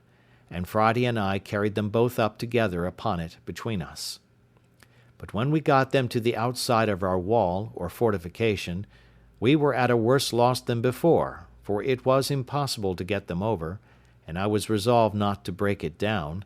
So I set to work again, and Friday and I, in about 2 hours' time, made a very handsome tent, covered with old sails, and above that with boughs of trees, being in the space without our outward fence, and between that and the grove of young wood which I had planted. And here we made them 2 beds of such things as I had, that is, of good rice straw, with blankets laid upon it to lie on, and another to cover them on each bed. My island was now peopled, and I thought myself very rich in subjects, and it was a merry reflection, which I frequently made, how like a king I looked. First of all, the whole country was my own property, so that I had an undoubted right of dominion.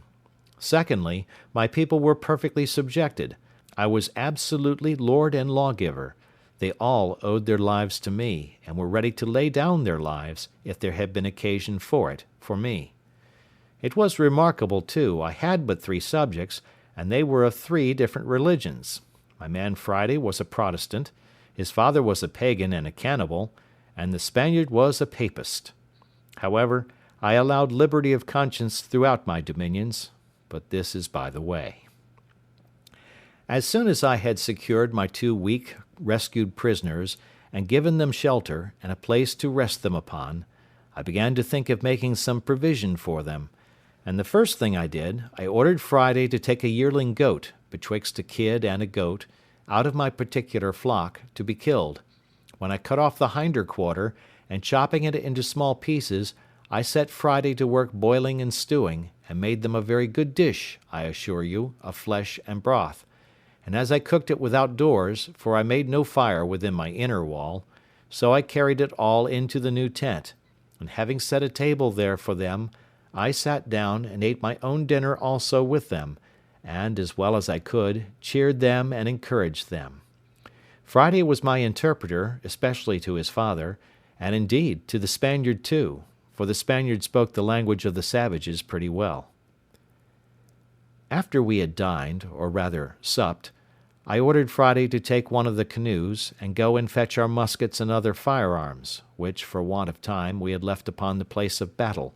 and the next day I ordered him to go and bury the dead bodies of the savages, which lay open to the sun, and would presently be offensive. I also ordered him to bury the horrid remains of their barbarous feast, which I could not think of doing myself. Nay, I could not bear to see them if I went that way, all which he punctually performed, and effaced the very appearance of the savages being there, so that when I went again, I could scarce know where it was, otherwise than by the corner of the wood pointing to the place. I then began to enter into a little conversation with my two new subjects, and first I set Friday to inquire of his father what he thought of the escape of the savages in that canoe, and whether we might expect a return of them, with a power too great for us to resist. His first opinion was, that the savages in the boat never could live out the storm which blew that night they went off, but must of necessity be drowned, or driven south to those other shores, where they were as sure to be devoured as they were to be drowned if they were cast away. But as to what they would do if they came safe on shore, he said he knew not.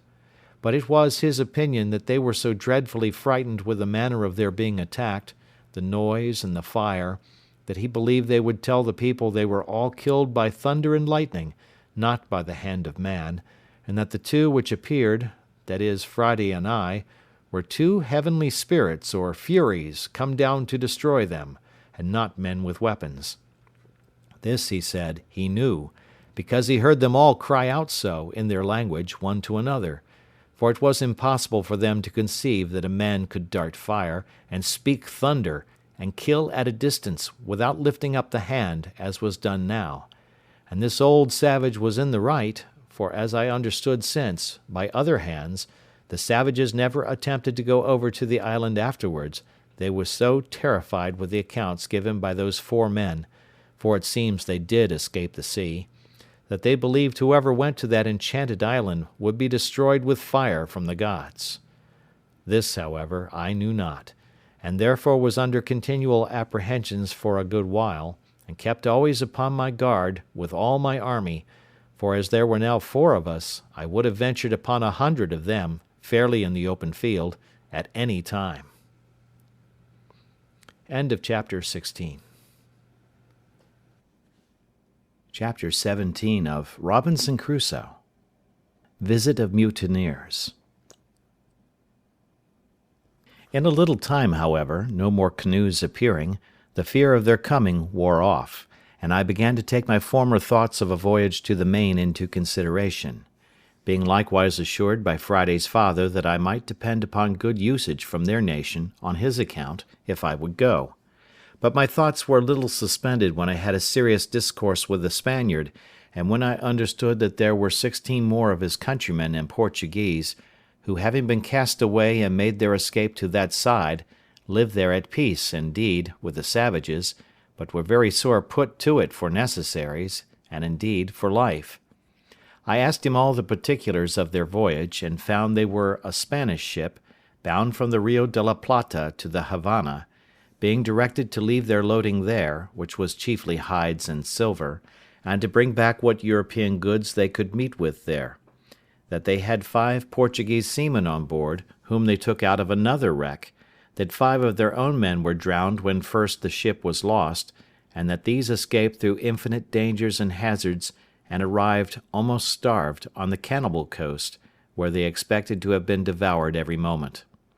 He told me they had some arms with them, but they were perfectly useless, for that they had neither powder nor ball, the washing of the sea having spoiled all their powder but a little, which they used at their first landing to provide themselves with some food. I asked him what he thought would become of them there, and if they had formed any design of making their escape. He said they had many consultations about it, but that having neither vessel nor tools to build one, nor provisions of any kind, Their counsels always ended in tears and despair. I asked him how he thought they would receive a proposal from me, which might tend towards an escape, and whether, if they were all here, it might not be done. I told him with freedom I feared mostly their treachery and ill usage of me, if I put my life in their hands, for that gratitude was no inherent virtue in the nature of man, nor did men always square their dealings by the obligations they had received so much as they did by the advantages they expected. I told him it would be very hard that I should be made the instrument of their deliverance, and that they should afterwards make me their prisoner in New Spain, where an Englishman was certain to be made a sacrifice, what necessity or what accident soever brought him thither, and that I had rather be delivered up to the savages and be devoured alive than to fall into the merciless claws of the priests and be carried into the Inquisition. I added that, otherwise, I was persuaded, if they were all here, we might, with so many hands, build a bark large enough to carry us all away, either to the Brazils southward, or to the islands or Spanish coast northward; but that if, in requital, they should, when I had put weapons into their hands, carry me by force among their own people, I might be ill used for my kindness to them, and make my case worse than it was before. He answered, with a great deal of candour and ingenuousness, that their condition was so miserable, and that they were so sensible of it, that he believed they would abhor the thought of using any man unkindly that should contribute to their deliverance, and that, if I pleased, he would go to them with the old man, and discourse with them about it, and return again and bring me their answer; that he would make conditions with them upon their solemn oath, that they should be absolutely under my direction as their commander and captain, and they should swear upon the holy sacraments and gospel to be true to me, and go to such Christian country as I should agree to, and no other,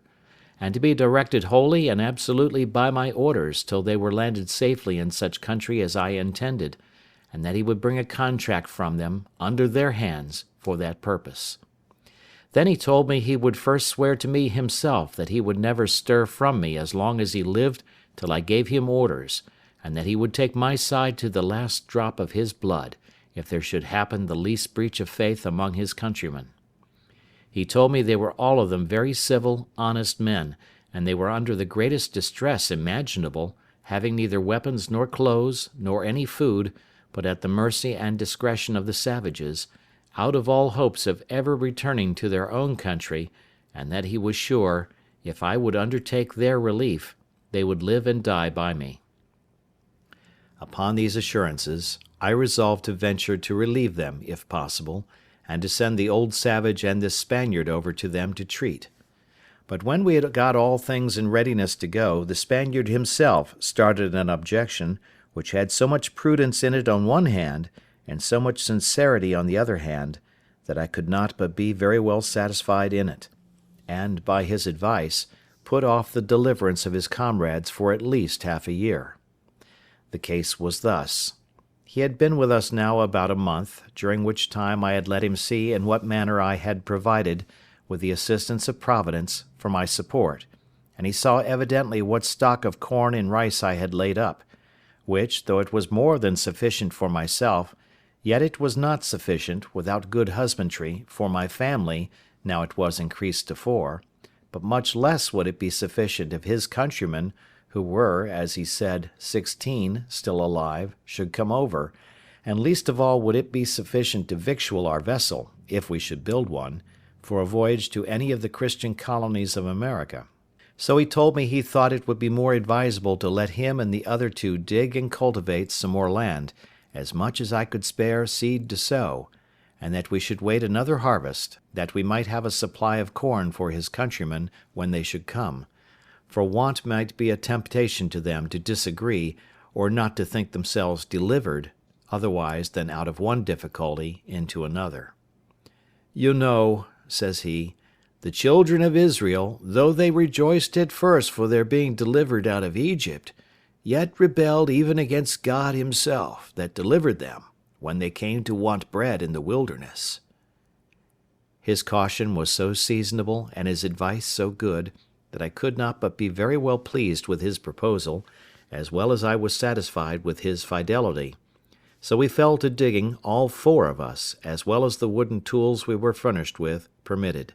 and in about a month's time, by the end of which it was seed time, we had got as much land cured and trimmed up as we sowed 22 bushels of barley on, and 16 jars of rice, which was, in short, all the seed we had to spare. Indeed, we left ourselves barely sufficient for our own food for the 6 months that we had to expect our crop,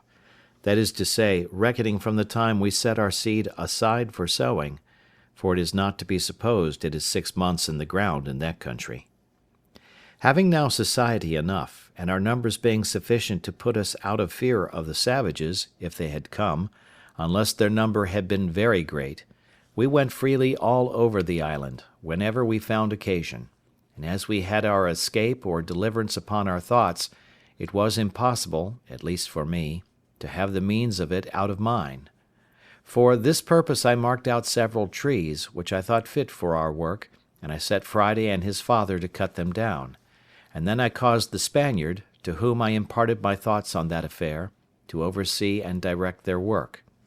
I showed them with what indefatigable pains I had hewed a large tree into single planks, and I caused them to do the like, till they made about a dozen large planks, of good oak, near 2 feet broad, 35 feet long, and from 2 inches to 4 inches thick.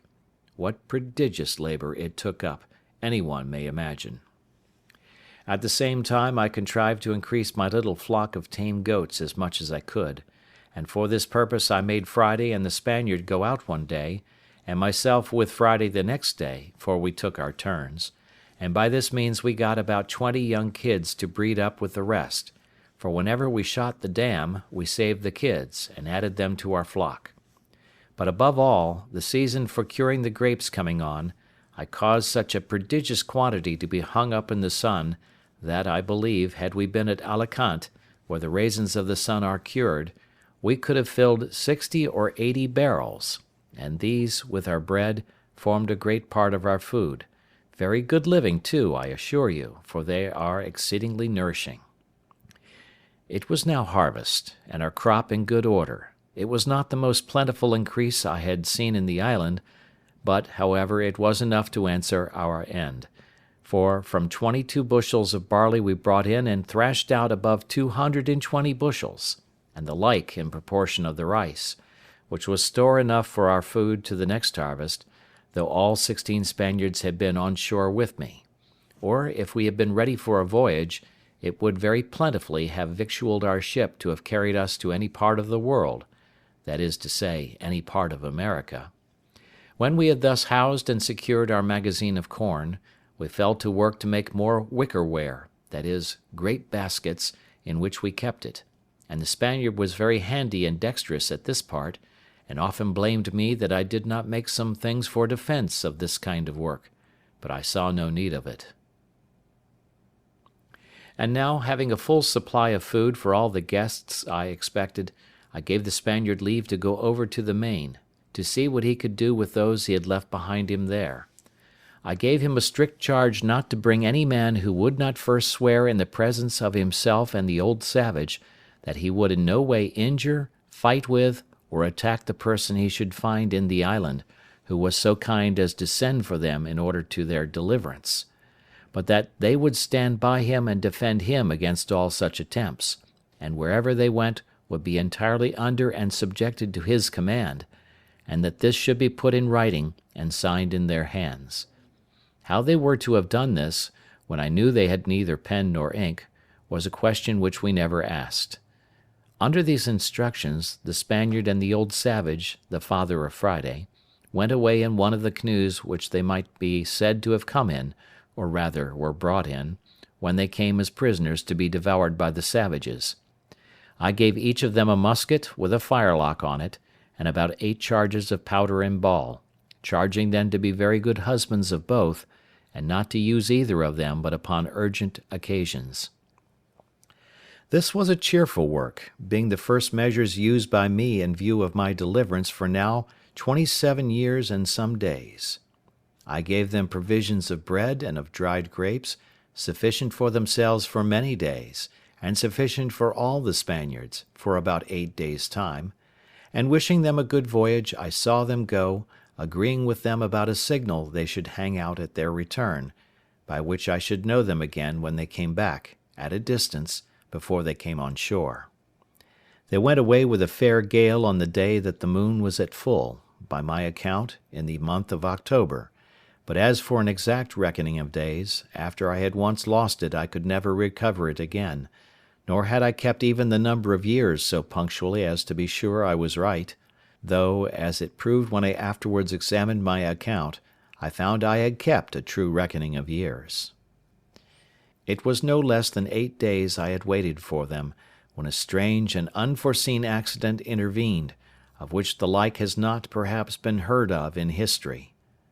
I was fast asleep in my hutch one morning, when my man Friday came running into me, and called aloud, "Master, master, they are come, they are come!" I jumped up, and regardless of danger I went, as soon as I could get my clothes on, through my little grove, which, by the way, was by this time grown to be a very thick wood. I say, regardless of danger I went without my arms, which was not my custom to do, but I was surprised when, turning my eyes to the sea, I presently saw a boat at about 1.5 leagues distance, standing in for the shore, with a shoulder of mutton sail, as they call it, and the wind blowing pretty fair to bring them in.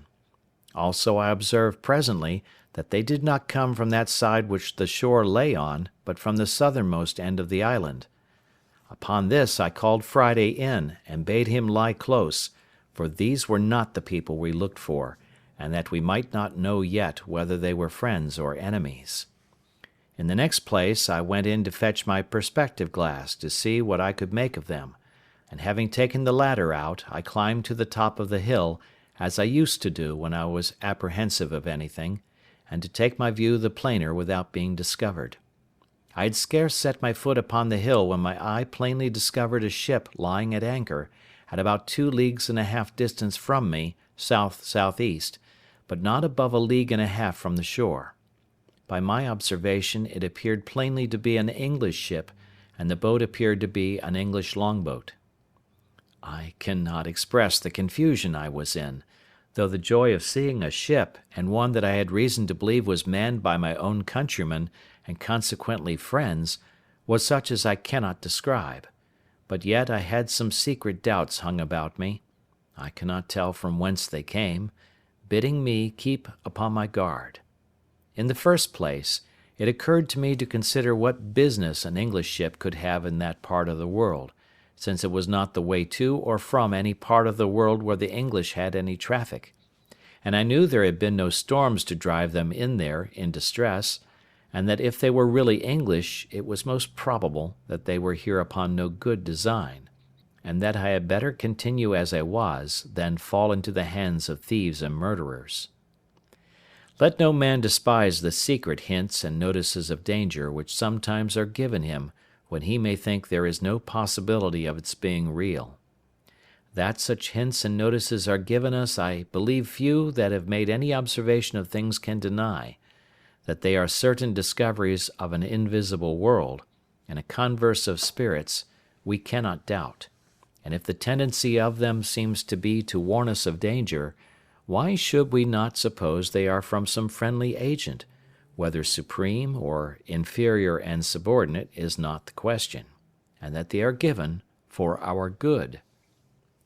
The present question abundantly confirms me in the justice of this reasoning; for had I not been made cautious by this secret admonition, come it from whence it will, I had been done inevitably and in a far worse condition than before, as you will see presently.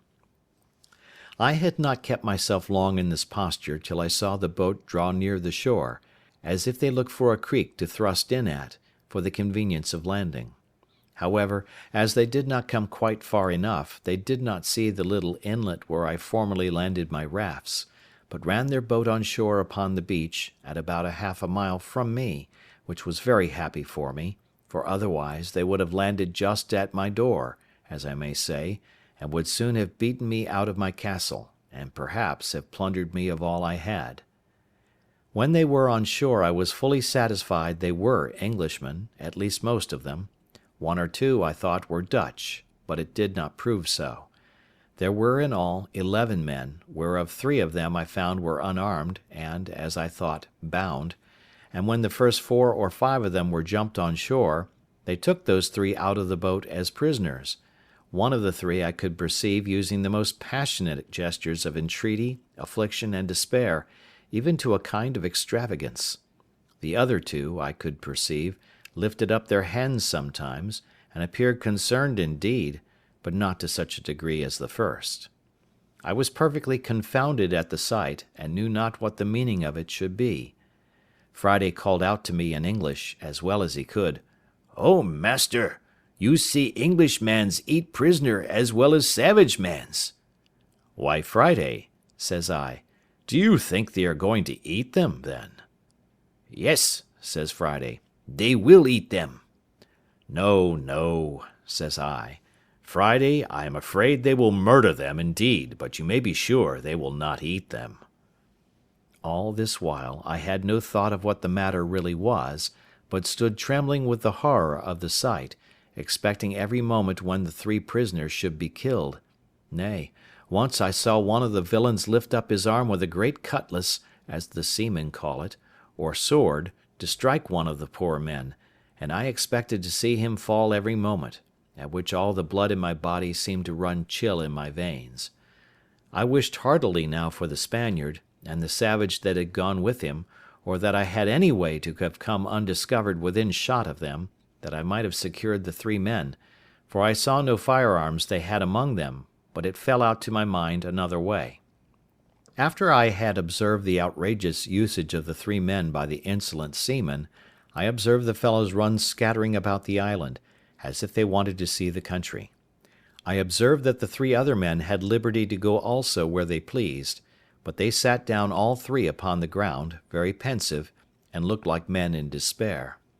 This put me in mind of the first time when I came on shore, and began to look about me, how I gave myself over for lost, how wildly I looked around me, what dreadful apprehensions I had, and how I lodged in the tree all night for fear of being devoured by wild beasts.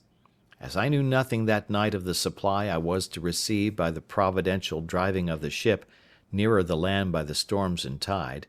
by which I have since been so long nourished and supported, so these 3 poor desolate men knew nothing how certain of deliverance and supply they were, how near it was to them, and how effectually and really they were in a condition of safety, at the same time that they thought themselves lost and their case desperate. So little do we see before us in the world, and so much reason have we to depend cheerfully upon the great Maker of the world, that he does not leave his creatures so absolutely destitute, but that in the worst circumstances they have always something to be thankful for, and sometimes are nearer deliverance than they imagine, nay, are even brought to their deliverance by the means by which they seem to be brought to their destruction. It was just at high water when these people came on shore, and while they rambled about to see what kind of a place they were in, they had carelessly stayed till the tide was spent, and the water was ebbed considerably away, leaving their boat aground. They had left 2 men in the boat, who, as I found afterwards, having drunk a little too much brandy, fell asleep. However, one of them waking a little sooner than the other, and finding the boat too fast aground for him to stir it, hallooed out for the rest, who were straggling about; upon which they all soon came to the boat, but it was past all their strength to launch her, the boat being very heavy, and the shore on that side being a soft, oozy sand, almost like a quicksand. In this condition, like true seamen, who are, perhaps, the least of all mankind given to forethought, they gave it over, and away they strolled about the country again, and I heard one of them say aloud to another, calling them off from the boat, "Why, let her alone, Jack, can't you? She'll float next tide," by which I was fully confirmed in the main inquiry of what countrymen they were. All this while I kept myself very close, not once daring to stir out of my castle any farther than to my place of observation near the top of the hill, and very glad I was to think how well it was fortified. I knew it was no less than 10 hours before the boat could float again, and by that time it would be dark, and I might be at more liberty to see their motions and to hear their discourse if they had any. In the meantime I fitted myself up for a battle as before, though with more caution, knowing I had to do with another kind of enemy than I had at first.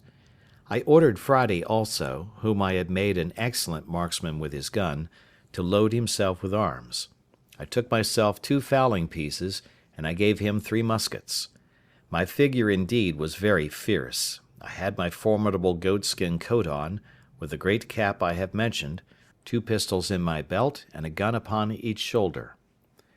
It was my design, as I said above, not to have made any attempt till it was dark,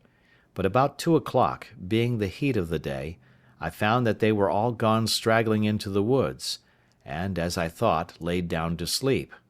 The 3 poor distressed men, too anxious for their condition to get any sleep, had, however, sat down under the shelter of a great tree, at about a quarter of a mile from me, and, as I thought, out of sight of any of the rest. Upon this I resolved to discover myself to them, and learn something of their condition. Immediately I marched as above, my man Friday at a good distance behind me, as formidable for his arms as I, but not making quite so staring a spectre-like figure as I did. I came as near them undiscovered as I could, and then, before any of them saw me, I called aloud to them in Spanish, "What are ye, gentlemen?" They started up at the noise, but were 10 times more confounded when they saw me, and the uncouth figure that I made. They made no answer at all, but I thought I perceived them just going to fly from me, when I spoke to them in English. "Gentlemen," said I, "do not be surprised at me. Perhaps you may have a friend near when you did not expect it." "He must be sent directly from heaven, then," said one of them very gravely to me, and pulling off his hat at the same time to me, "for our condition is past the help of man." "All help is from heaven, sir," said I, "but can you put a stranger in the way to help you? For you seem to be in some great distress. I saw you when you landed, and when you seemed to make application to the brutes that came with you, I saw one of them lift up his sword to kill you." The poor man, with tears running down his face and trembling, looked like one astonished, returned, "Am I talking to God or man? Is it a real man or an angel?" "Be it no fear about that, sir," said I. "If God had sent an angel to relieve you, he would have come better clothed, and armed after another manner than you see me. Pray lay aside your fears. I am a man, an Englishman, and disposed to assist you. You see I have one servant only. We have arms and ammunition. Tell us freely. Can we serve you? What is your case?" "Our case, sir," said he, "is too long to tell you while our murderers are so near us. But in short, sir, I was commander of that ship. My men have mutinied against me. They have been hardly prevailed on not to murder me, and at last have set me on shore in this desolate place, with these 2 men with me, one my mate, the other a passenger, where we expected to perish, believing the place to be uninhabited, and know not yet what to think of it." "Where are these brutes, your enemies?" said I. "Do you know where they are gone?" "There they lie, sir," said he, pointing to a thicket of trees. "My heart trembles for fear they have seen us and heard you speak. If they have, they will certainly murder us all." "Have they any firearms?" said I. He answered, "They had only 2 pieces, one of which they left in the boat."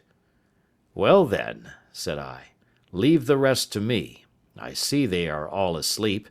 It is an easy thing to kill them all. But shall we rather take them prisoners?" He told me there were 2 desperate villains among them that it was scarce safe to show any mercy to, but if they were secured, he believed all the rest would return to their duty. I asked him which they were. He told me he could not at that distance distinguish them, but he would obey my orders in anything I would direct. "Well," says I, "let us retreat out of their view or hearing, lest they awake, and we will resolve further."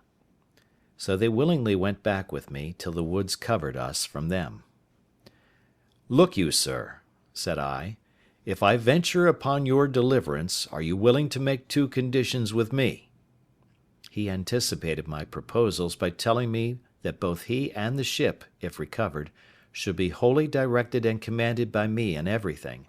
and if the ship was not recovered, he would live and die with me in what part of the world soever I would send him, and the 2 other men said the same.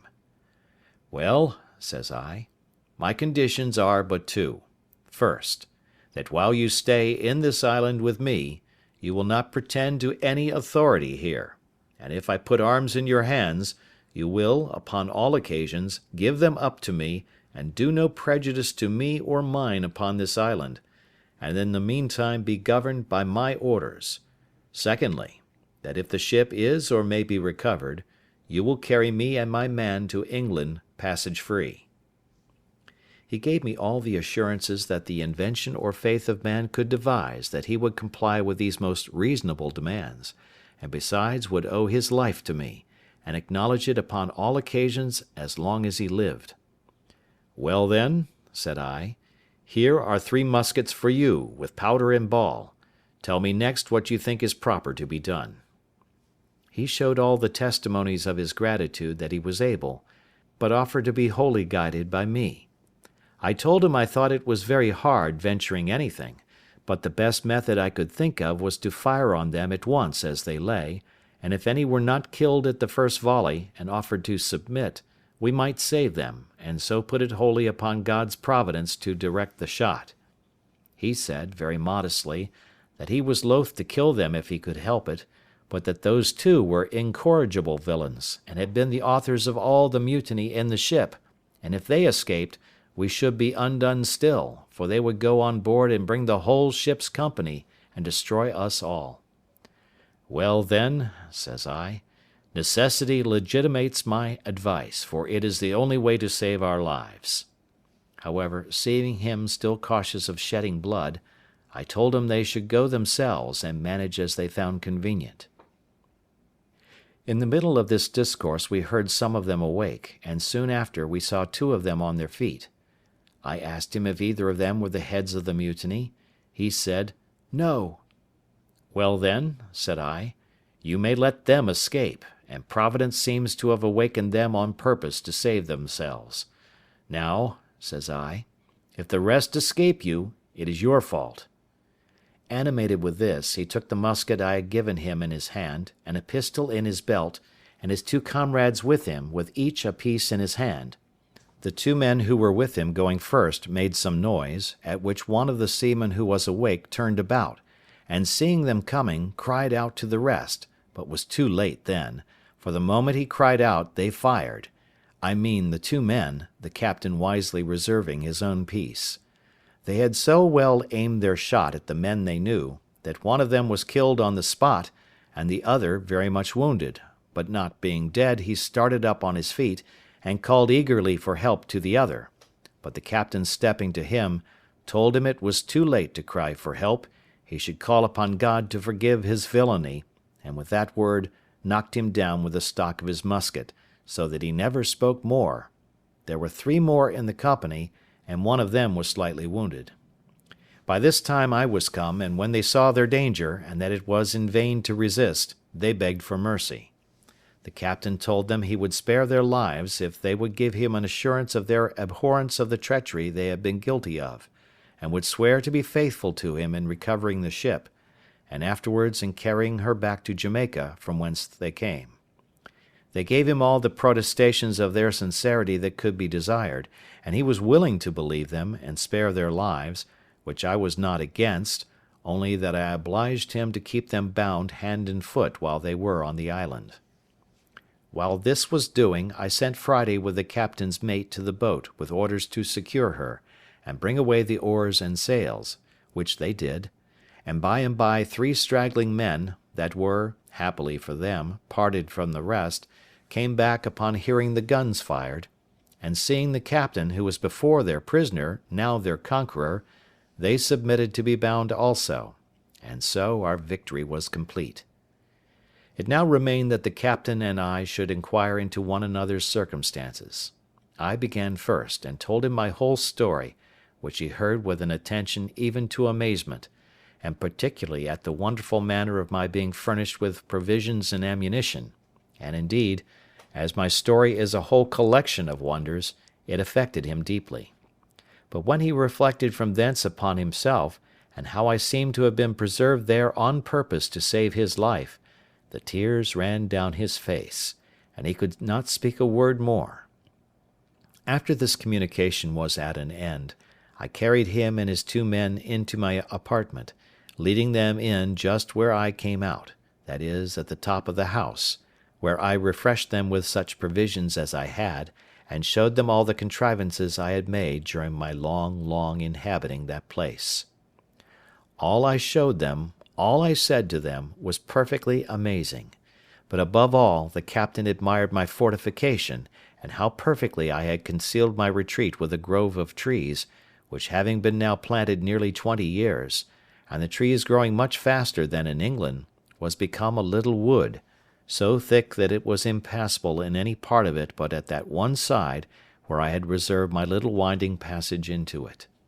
I told him this was my castle and my residence, but that I had a seat in the country, as most princes have, whither I could retreat upon occasion, and I would show him that too another time; but at present our business was to consider how to recover the ship. He agreed with me as to that, but told me he was perfectly at a loss what measures to take, for that there were still 26 hands on board, who, having entered into a cursed conspiracy, by which they had all forfeited their lives to the law,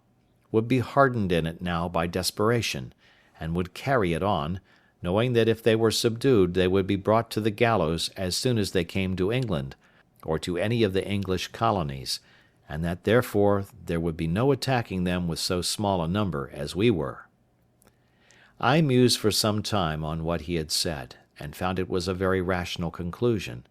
and that therefore something was to be resolved on speedily, as well to draw the men on board into some snare for their surprise, as to prevent their landing upon us and destroying us. Upon this it presently occurred to me that in a little while the ship's crew, wondering what was become of their comrades and of the boat, would certainly come on shore in their other boat to look for them, and that then, perhaps, they might come armed, and be too strong for us. This he allowed to be rational. Upon this I told him the first thing we had to do was to stave the boat which lay upon the beach, so that they might not carry her off, and taking everything out of her, leave her so far useless as not to be fit to swim. Accordingly we went on board, took the arms which were left on board out of her, and whatever else we found there, which was a bottle of brandy, and another of rum, a few biscuit cakes, a horn of powder, and a great lump of sugar in a piece of canvas, the sugar was 5 or 6 pounds, all of which was very welcome to me, especially the brandy and sugar, of which I had had none left for many years. When we had carried all these things on shore, the oars, mast, sail, and rudder of the boat were carried away before, we knocked a great hole in her bottom, that if they had come strong enough to master us, yet they could not carry off the boat. Indeed, it was not so much in my thoughts that we could be able to recover the ship, but my view was, that if they went away without the boat, I did not much question to make her again fit to carry as to the Leeward Islands, and call upon our friends the Spaniards in my way, for I had them still in my thoughts. End of chapter 17. Chapter 18 of Robinson Crusoe, The Ship Recovered. While we were thus preparing our designs, and had first, by main strength, heaved the boat upon the beach, so high that the tide would not float her off at high water mark, and besides had broke a hole in her bottom too big to be quickly stopped, and were set down musing what we should do, we heard the ship fire a gun, and make a waft with her ensign as a signal for the boat to come on board; but no boat stirred, and they fired several times, making other signals for the boat. At last, when all their signals and firing proved fruitless, and they found the boat did not stir, we saw them, by the help of my glasses, hoist another boat out and row towards the shore, and we found, as they approached, that there were no less than 10 men in her, and that they had firearms with them. As the ship lay almost 2 leagues from the shore, we had a full view of them as they came, and a plain sight even of their faces, because the tide having set them a little to the east of the other boat, they rowed up under shore, to come to the same place where the other had landed, and where the boat lay. By this means, I say, we had a full view of them, and the captain knew the persons and characters of all the men in the boat, of whom he said there were 3 very honest fellows, who, he was sure, were led into this conspiracy by the rest, being overpowered and frightened; but that as for the boatswain, who it seems was the chief officer among them, and all the rest, they were as outrageous as any of the ship's crew, and were no doubt made desperate in their new enterprise, and terribly apprehensive he was that they would be too powerful for us. I smiled at him, and told him that men in our circumstances were past the operation of fear, that seeing almost every condition that could be was better than that which we were supposed to be in, we ought to expect that the consequence, whether death or life, would be sure to be a deliverance. I asked him what he thought of the circumstances of my life, and whether a deliverance were not worth venturing for. "And where, sir," said I, "is your belief of my being preserved here on purpose to save your life, which elevated you a little while ago? For my part," said I, "there seems to be but one thing amiss in all the prospect of it." "What is that?" say he. "Why," said I, "it is, that as you say there are 3 or 4 honest fellows among them which should be spared, had they been all of the wicked part of the crew, I should have thought God's providence had singled them out to deliver them into your hands; for depend upon it, every man that comes ashore is our own, and shall die or live as they behave to us." As I spoke this with a raised voice and cheerful countenance, I found it greatly encouraged him, so we set vigorously to our business. We had, upon the first appearance of the boats coming from the ship, considered of separating our prisoners, and we had indeed secured them effectually. 2 of them, of whom the captain was less assured than ordinary, I sent with Friday, and 1 of the 3 delivered men to my cave, where they were remote enough and out of danger of being heard or discovered, or of finding their way out of the woods if they could have delivered themselves. Here they left them bound, but gave them provisions, and promised them, if they continued there quietly, to give them their liberty in a day or 2, but that if they attempted their escape they should be put to death without mercy. They promised faithfully to bear their confinement with patience, and were very thankful that they had such good usage as to have provisions and light left them, for Friday gave them candles, such as we made ourselves, for their comfort, and they did not know but that he stood sentinel over them at the entrance. The other prisoners had better usage. 2 of them were kept pinioned, indeed, because the captain was not able to trust them, but the other 2 were taken into my service, upon the captain's recommendation, and upon their solemnly engaging to live and die with us. So with them and the 3 honest men we were 7 men, well armed, and I made no doubt we should be able to deal well enough with the 10 that were coming, considering that the captain had said there were 3 or 4 honest men among them also.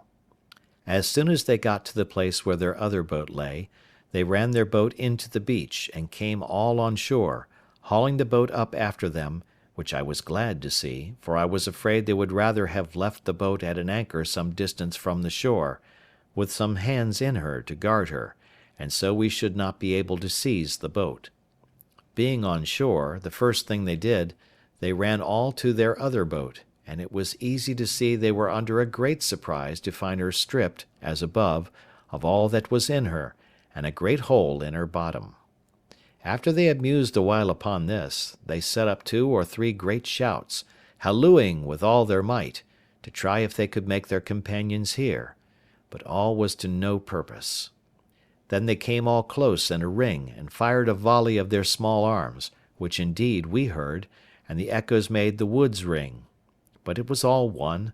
those in the cave we were sure could not hear, and those in our keeping, though they heard it well enough, yet durst give no answer to them. They were so astonished at the surprise of this, that, as they told us afterwards, they resolved to go all on board again to their ship, and let them know that the men were all murdered, and the longboat staved. Accordingly, they immediately launched their boat again, and got all of them on board. The captain was terribly amazed and even confounded at this, believing they would go on board the ship again and set sail, giving their comrades over for lost, and so we should still lose the ship, which he was in hopes we should have recovered, but he was quickly as much frightened the other way. They had not been long put off with the boat when we perceived them all coming on shore again, but with this new measure in their conduct, which it seems they consulted together upon, that is, to leave 3 men in the boat, and the rest to go on shore, and go up into the country to look for their fellows. This was a great disappointment to us, for now we were at a loss what to do, as our seizing those 7 men on shore would be no advantage to us if we let the boat escape, because they would row away to the ship, and then the rest of them would be sure to weigh and set sail, and so our recovering the ship would be lost. However, we had no remedy but to wait and see what the issue of things might present. The 7 men came on shore, and the 3 who remained in the boat put her off to a good distance from the shore, and came to an anchor to wait for them, so that it was impossible for us to come at them in the boat. Those that came on shore kept close together, marching towards the top of the little hill under which my habitation lay, and we could see them plainly, though they could not perceive us. We should have been very glad if they would have come nearer us, so that we might have fired at them, or that they would have gone farther off, that we might come abroad. But when they were come to the brow of the hill where they could see a great way into the valleys and woods, which lay towards the northeast part, and where the island lay lowest, they shouted and hallooed till they were weary, and, not caring, it seems, to venture far from the shore, nor far from one another, they sat down together under a tree to consider it. Had they thought fit to have gone to sleep there, as the other part of them had done, they had done the job for us. But they were too full of apprehensions of danger to venture to go to sleep, though they could not tell what the danger was they had to fear. The captain made a very just proposal to me upon this consultation of theirs, that is, that perhaps they would all fire a volley again, to endeavour to make their fellows hear, and that we should all sally upon them just at the juncture when their pieces were all discharged, and they would certainly yield, and we should have them without bloodshed. I liked this proposal, provided it was done while we were near enough to come up to them before they could load their pieces again. But this event did not happen, and we lay still a long time, very irresolute what course to take. At length, I told them there would be nothing done, in my opinion, till night, and then, if they did not return to the boat, perhaps we might find a way to get between them and the shore, and so might use some stratagem with them in the boat to get them on shore. We waited a great while, though very impatient for their removing, and were very uneasy when, after long consultation, we saw them all start up and march down towards the sea. It seems they had such dreadful apprehensions of the danger of the place, that they resolved to go on board the ship again, give their companions over for lost, and so go on with their intended voyage with the ship. As soon as I had perceived them go towards the shore, I imagined it to be as it really was, that they had given over their search, and were going back again, and the captain, as soon as I told him my thoughts, was ready to sink at the apprehensions of it. But I presently thought of a stratagem to fetch them back again, and which answered my end to a tittle. I ordered Friday and the captain's mate to go over the little creek westward, towards the place where the savages came on shore, when Friday was rescued, and so soon as they came to a little rising ground, at about half a mile distant, I bid them halloo out as loud as they could, and wait till they found the seamen heard them, that as soon as ever they heard the seamen answer them, they should return it again, and then, keeping out of sight, take a round, always answering when the others hallooed, to draw them as far into the island and among the woods as possible, and then wheel about again to me by such ways as I directed them. They were just going into the boat when Friday and the mate hallooed, and they presently heard them, and answering, ran along the shore westward, towards the voice they heard, when they were stopped by the creek, where, the water being up, they could not get over, and called for the boat to come up and set them over, as indeed I expected. When they had set themselves over, I observed that the boat being gone a good way into the creek, and as it were in a harbour within the land, they took one of the 3 men out of her to go along with them, and left only 2 in the boat, having fastened her to the stump of a little tree on the shore. This was what I wished for, and immediately leaving Friday and the captain's mate to their business, I took the rest with me, and crossing the creek out of their sight, we surprised the 2 men before they were aware, one of them lying on the shore, and the other being in the boat. The fellow on shore was between sleeping and waking, and going to start up. The captain, who was foremost, ran in upon him and knocked him down, and then called out to him in the boat to yield or he was a dead man. They needed very few arguments to persuade a single man to yield, when he saw 5 men upon him and his comrade knocked down. Besides, this was, it seems, one of the 3 who were not so hearty in the mutiny as the rest of the crew, and therefore was easily persuaded not only to yield, but afterwards to join very sincerely with us. In the meantime, Friday and the captain's mate so well managed their business with the rest that they drew them, by hallooing and answering, from one hill to another, and from one wood to another, till they not only heartily tired them, but left them where they were, very sure they could not reach back to the boat before it was dark, and indeed, they were heartily tired themselves also, by the time they came back to us. We had nothing now to do but to watch for them in the dark, and to fall upon them, so as to make sure work with them.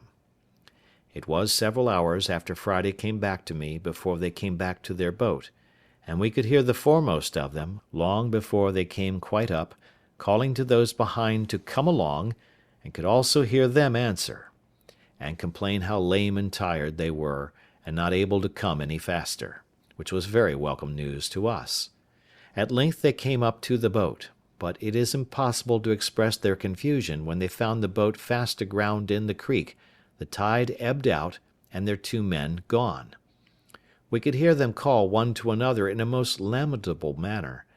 telling one another they were got into an enchanted island, that either there were inhabitants in it, and they should all be murdered, or else there were devils and spirits in it, and they should all be carried away and devoured.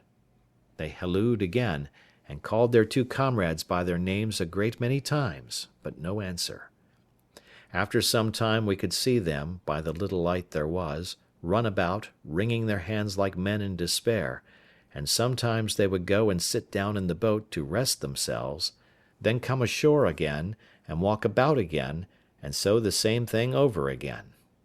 My men would fain have had me give them leave to fall upon them at once in the dark, but I was willing to take them at some advantage, so as to spare them, and kill as few of them as I could, and especially I was unwilling to hazard the killing of any of our men, knowing the others were very well armed. I resolved to wait, to see if they did not separate, and therefore, to make sure of them, I drew my ambuscade nearer, and ordered Friday and the captain to creep upon their hands and feet, as close to the ground as they could, that they might not be discovered, and get as near them as they possibly could before they offered to fire. They had not been long in that posture when the boatswain, who was the principal ringleader of the mutiny, had now shown himself the most dejected and dispirited of all the rest, came walking towards them with 2 more of the crew. The captain was so eager at having this principal rogue so much in his power, that he could hardly have patience to let him come so near as to be sure of him, for they only heard his tongue before. But when they came nearer, the captain and Friday, starting up on their feet, let fly at them. The boatswain was killed upon the spot. The next man was shot in the body, and fell just by him, though he did not die till an hour or 2 after, and the third ran for it. At the noise of the fire I immediately advanced with my whole army, which was now 8 men, with myself, Generalissimo, Friday, my lieutenant general, the captain and his 2 men, and the 3 prisoners of war whom we had trusted with arms. We came upon them indeed in the dark, so that they could not see our number, and I made the man they had left in the boat, who was now one of us, to call them by name, to try if I could bring them to a parley, and so perhaps might reduce them to terms, which fell out just as we desired. For indeed it was easy to think, as their condition then was, they would be very willing to capitulate. So he calls out as loud as he could to one of them, "Tom Smith! Tom Smith!" Tom Smith answered immediately, "Is that Robinson?" For it seems he knew the voice. The other answered, "Aye, aye, for God's sake, Tom Smith, throw down your arms and yield, or you are all dead men this moment." "Who must we yield to? Where are they?" said Smith again. "Here they are," says he. "Here's our captain and 50 men with him. Have been hunting you these 2 hours. The boatswain is killed, Will Fry is wounded, and I am a prisoner, and if you do not yield, you are all lost." "Will they give us quarter then?" says Tom Smith, "and we will yield." "I'll go and ask if you promise to yield," says Robinson. So he asked the captain, and the captain himself then calls out, "You, Smith, you know my voice. If you lay down your arms immediately and submit, you shall have your lives, all but Will Atkins." Upon this Will Atkins cried out, "For God's sake, captain, give me quarter. What have I done? They have all been as bad as I." Which, by the way, was not true, for it seems this Will Atkins was the first man that laid hold of the captain when they first mutinied, and used him barbarously in tying his hands and giving him injurious language. However, the captain told him he must lay down his arms at discretion and trust to the governor's mercy, by which he meant me, for they all call me governor. In a word, they all laid down their arms and begged their lives, and I sent the man that had parleyed with them, and 2 more, who bound them all, and then my great army of 50 men, which, with those 3, were in all but 8, came up and seized upon them, and upon their boat, only that I kept myself and 1 more out of sight for reasons of state. Our next work was to repair the boat, and think of seizing the ship, and as for the captain, now he had leisure to parley with them, he expostulated with them upon the villainy of their practices with him, and upon the further wickedness of their design, and how certainly it must bring to them misery and distress in the end, and perhaps to the gallows. They all appeared very penitent, and begged hard for their lives.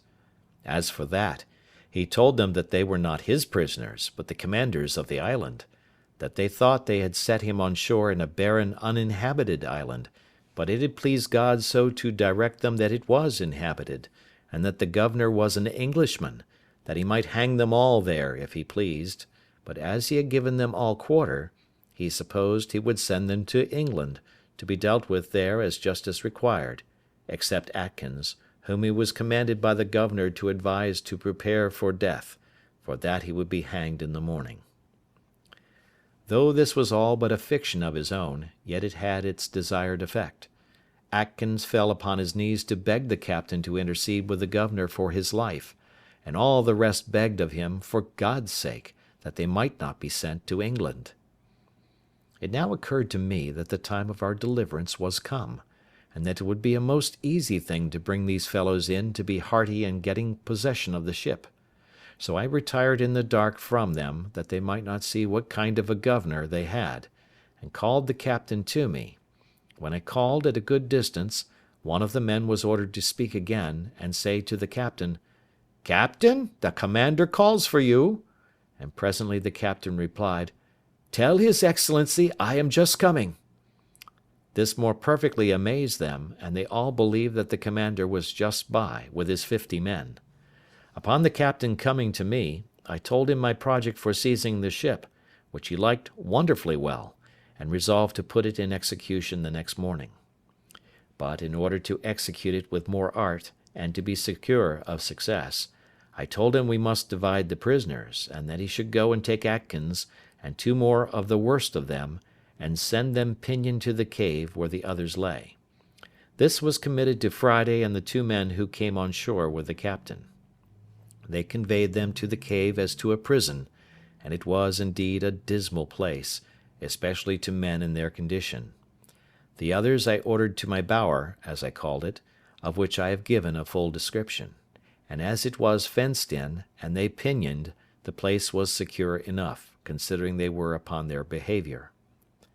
To these in the morning I sent the captain, who was to enter into a parley with them, in a word, to try them, and tell me whether they thought they might be trusted or not to go on board and surprise the ship.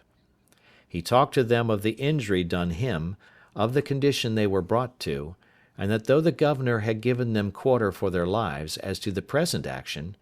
yet that if they were sent to England they would all be hanged in chains, but that if they would join in so just an attempt as to recover the ship, he would have the governor's engagement for their pardon. Any one may guess how readily such a proposal would be accepted by men in their condition. They fell down on their knees to the captain, and promised, with the deepest imprecations, that they would be faithful to him to the last drop, and that they should owe their lives to him, and would go with him all over the world, that they would own him as a father to them as long as they lived. "Well," says the captain, "I must go and tell the governor what you say, and see what I can do to bring him to consent to it." So he brought me an account of the temper he found them in, and that he verily believed they would be faithful. However, that we might be very secure, I told him he should go back again and choose out those 5, and tell them, that they might see he did not want men, that he would take out those 5 to be his assistants, and that the governor would keep the other 2, and the 3 that were sent prisoners to the castle, my cave, as hostages for the fidelity of those 5, and that if they proved unfaithful in the execution, the 5 hostages should be hanged in chains alive on the shore. This looked severe, and convinced them that the governor was in earnest. However, they had no way left but to accept it, and it was now the business of the prisoners, as much as of the captain, to persuade the other 5 to do their duty. Our strength was now thus ordered for the expedition. First, the captain, his mate, and passenger. Second, the 2 prisoners of the first gang, to whom, having their character from the captain, I had given their liberty, and trusted them with arms. Third, the other 2 that I had kept till now in my bower, pinioned, but on the captain's motion had now released. Fourth, these 5 released at last, so that there were 12 in all, besides 5 we kept prisoners in the cave for hostages. I asked the captain if he was willing to venture with these hands on board the ship, but as for me and my man Friday, I did not think it was proper for us to stir, having 7 men left behind, and it was employment enough for us to keep them asunder, and supply them with victuals. As to the 5 in the cave, I resolved to keep them fast, but Friday went in twice a day to them, to supply them with necessaries, and I made the other 2 carry provisions to a certain distance, where Friday was to take them. When I showed myself to the 2 hostages, it was with the captain, who told them I was the person the governor had ordered to look after them, and that it was the governor's pleasure they should not stir anywhere but by my direction; that if they did, they would be fetched into the castle, and be laid in irons; so that as we never suffered them to see me as governor, I now appeared as another person, and spoke of the governor, the garrison, the castle, and the like, upon all occasions. The captain now had no difficulty before him, but to furnish his 2 boats, stop the breach of one, and man them. He made his passenger captain of one, with 4 of the men, and himself, his mate, and 5 more went in the other, and they contrived their business very well, for they came up to the ship about midnight. As soon as they came within call of the ship, he made Robinson hail them, and tell them they had brought off the men in the boat, but that it was a long time before they had found them, and the like, holding them in a chat till they came to the ship's side, when the captain and the mate entering first with their arms, immediately knocked down the second mate and carpenter with the butt end of their muskets, being very faithfully seconded by their men. They secured all the rest that were upon the main and quarter decks, and began to fasten the hatches, to keep them down that were below, when the other boat and their men, entering at the forechains, secured the forecastle of the ship, and the scuttle which went down into the cook-room, making 3 men they found there prisoners. When this was done, and all safe upon deck, the captain ordered the mate, with 3 men, to break into the round-house, where the new rebel captain lay, who, having taken the alarm, had got up, and with 2 men and a boy had got firearms in their hands, and when the mate, with a crow, split open the door, The new captain and his men fired boldly among them, and wounded the mate with a musket ball, which broke his arm, and wounded 2 more of the men, but killed nobody. The mate, calling for help, rushed, however, into the roundhouse, wounded as he was, and with his pistol shot the new captain through the head, the bullet entering at his mouth, and came out again behind one of his ears, so that he never spoke a word more, upon which the rest yielded, and the ship was taken effectually, without any more lives lost. As soon as the ship was thus secured, the captain ordered 7 guns to be fired, which was the signal agreed upon with me to give me notice of his success, which, you may be sure, I was very glad to hear, having sat watching upon the shore for it till near 2 o'clock in the morning. Having thus heard the signal plainly, I laid me down, and it having been a day of great fatigue to me, I slept very sound, till I was surprised with the noise of a gun, and presently starting up, I heard a man call me by the name of "Governor! Governor!" and presently I knew the captain's voice, when, climbing up to the top of the hill, there he stood, and pointing to the ship, he embraced me in his arms. "My dear friend and deliverer," says he, "there's your ship, for she is all yours, and so are we, and all that belong to her." I cast my eyes to the ship, and there she rode, within little more than half a mile of the shore, for they had weighed her anchor as soon as they were masters of her,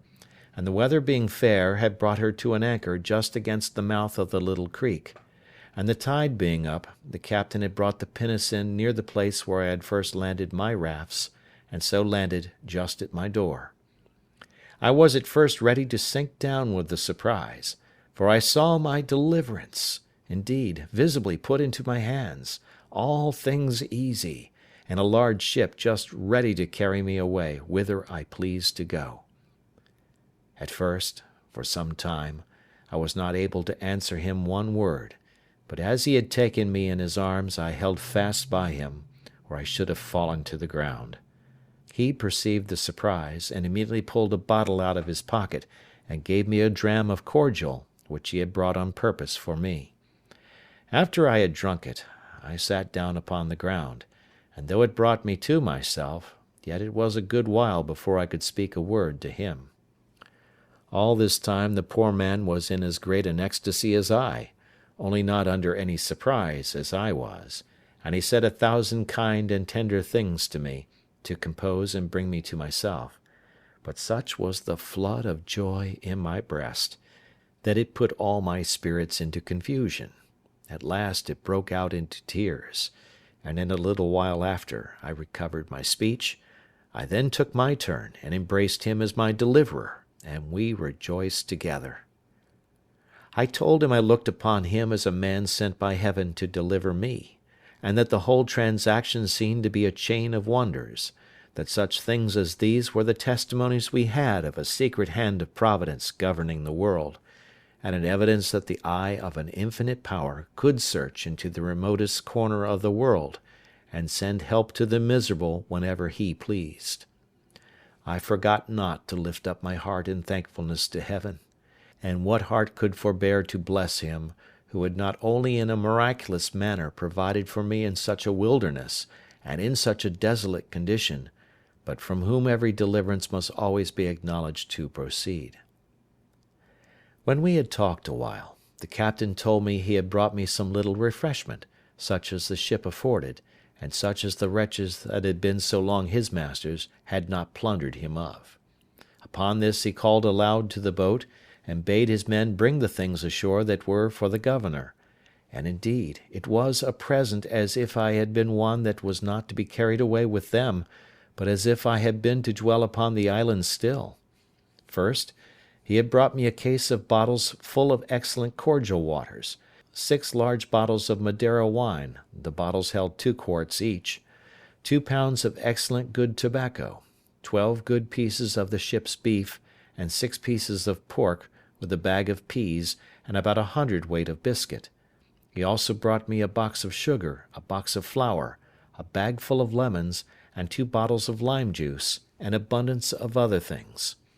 But besides these, and what was 1,000 times more useful to me, he brought me 6 new clean shirts, 6 very good neckcloths, 2 pair of gloves, 1 pair of shoes, a hat, and 1 pair of stockings, with a very good suit of clothes of his own, which had not been worn but very little.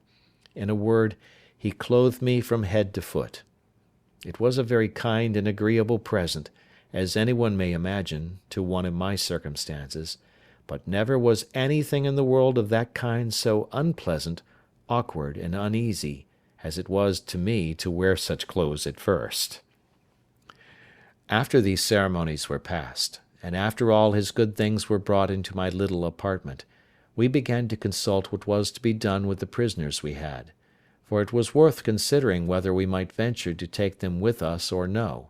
especially 2 of them, whom he knew to be incorrigible and refractory to the last degree. And the captain said he knew they were such rogues that there was no obliging them, and if he did carry them away, it must be in irons, as malefactors, to be delivered over to justice at the first English colony he could come to. And I found that the captain himself was very anxious about it.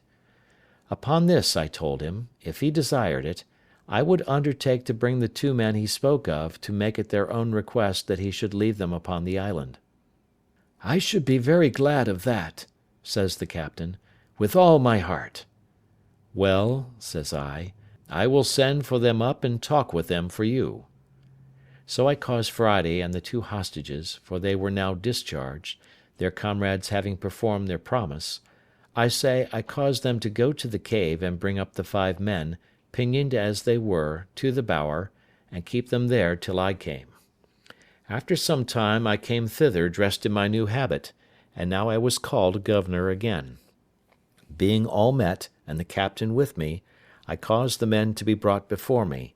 and I told them I had got a full account of their villainous behaviour to the captain, and how they had run away with the ship, and were preparing to commit further robberies, but that Providence had ensnared them in their own ways, and that they were fallen into the pit which they had dug for others. I let them know that by my direction the ship had been seized, that she lay now in the road, and they might see by and by that their new captain had received the reward of his villainy, and that they would see him hanging at the yardarm; that, as to them, I wanted to know what they had to say why I should not execute them as pirates taken in the fact, as by my commission they could not doubt but I had authority so to do. One of them answered in the name of the rest that they had nothing to say but this, that when they were taken the captain promised them their lives, and they humbly implored my mercy. But I told them I knew not what mercy to show them, for as for myself, I had resolved to quit the island with all my men, and had taken passage with the captain to go to England; and as for the captain, he could not carry them to England other than as prisoners in irons, to be tried for mutiny and running away with the ship, the consequence of which, they must needs know, would be the gallows; so that I could not tell what was best for them unless they had a mind to take their fate in the island. If they desired that, as I had liberty to leave the island, I had some inclination to give them their lives, if they thought they could shift on shore. They seemed very thankful for it, and said they would much rather venture to stay there than to be carried to England to be hanged. So I left it on that issue. However, the captain seemed to make some difficulty of it, as if he durst not leave them there. Upon this I seemed a little angry with the captain, and told him that they were my prisoners, not his, and that seeing I had offered them so much favour, I would be as good as my word, and that if he did not think fit to consent to it, I would set them at liberty, as I found them, and if he did not like it he might take them again if he could catch them. Upon this they appeared very thankful, and I accordingly set them at liberty, and bade them retire into the woods, to the place whence they came, and I would leave them some firearms, some ammunition, and some directions how they should live very well if they thought fit. Upon this I prepared to go on board the ship, but told the captain I would stay that night to prepare my things, and desired him to go on board in the meantime, and keep all right in the ship, and send the boat on shore next day for me, ordering him at all events to cause the new captain, who was killed, to be hanged at the yardarm, that these men might see him. When the captain was gone I sent for the men up to me to my apartment, and entered seriously into discourse with them on their circumstances. I told them I thought they had made a right choice, that if the captain had carried them away they would certainly be hanged. I showed them the new captain hanging at the yardarm of the ship, and told them they had nothing less to expect. When they had all declared their willingness to stay, I then told them I would let them into the story of my living there, and put them into the way of making it easy to them. Accordingly, I gave them the whole history of the place, and my coming to it, showed them my fortifications, the way I made my bread, planted my corn, cured my grapes, and, in a word, all that was necessary to make them easy. I told them the story also of the 17 Spaniards that were to be expected, for whom I left a letter, and made them promise to treat them in common with themselves. Here it may be noted that the captain, who had ink on board, was greatly surprised that I never hit upon a way of making ink of charcoal and water, or of something else, as I had done things much more difficult. I left them my firearms, that is, 5 muskets, 3 fowling pieces, and 3 swords. I had above a barrel and a half of powder left, for after the first year or two I used but little and wasted none. I gave them a description of the way I managed the goats, and directions to milk and fatten them, and to make both butter and cheese. In a word, I gave them every part of my own story, and told them I should prevail with the captain to leave them 2 barrels of gunpowder more, and some garden seeds, which I told them I would have been very glad of. Also, I gave them the bag of peas which the captain had brought me to eat, and bade them be sure to sow and increase them. End of chapter 18. Chapter 19 of Robinson Crusoe. Return to England. Having done all this, I left them the next day, and went on board the ship. We prepared immediately to sail, but did not weigh that night. The next morning early, 2 of the 5 men came swimming to the ship's side, and making the most lamentable complaint of the other 3, begged to be taken into the ship for God's sake, for they should be murdered, and begged the captain to take them on board, though he hanged them immediately. Upon this the captain pretended to have no power without me, but after some difficulty, and after their solemn promises of amendment, they were taken on board, and were, some time after, soundly whipped and pickled, after which they proved very honest and quiet fellows. Some time after this the boat was ordered on shore, the tide being up, with the things promised to the men, to which the captain, at my intercession, caused their chests and clothes to be added, which they took and were very thankful for. I also encouraged them, by telling them that if it lay in my power to send any vessel to take them in, I would not forget them. When I took leave of this island, I carried on board, for relics, the great goatskin cap I had made, my umbrella, and one of my parrots. Also, I forgot not to take the money I formerly mentioned, which had lain by me so long useless that it was grown rusty or tarnished, and could hardly pass for silver till it had been a little rubbed and handled, as also the money I found in the wreck of the Spanish ship. And thus I left the island, the 19th of December, as I found by the ship's account, in the year 1686, after I had been upon it 28 years, 2 months, and 19 days, being delivered from this second captivity the same day of the month that I first made my escape in the longboat from among the Moors of Sallee.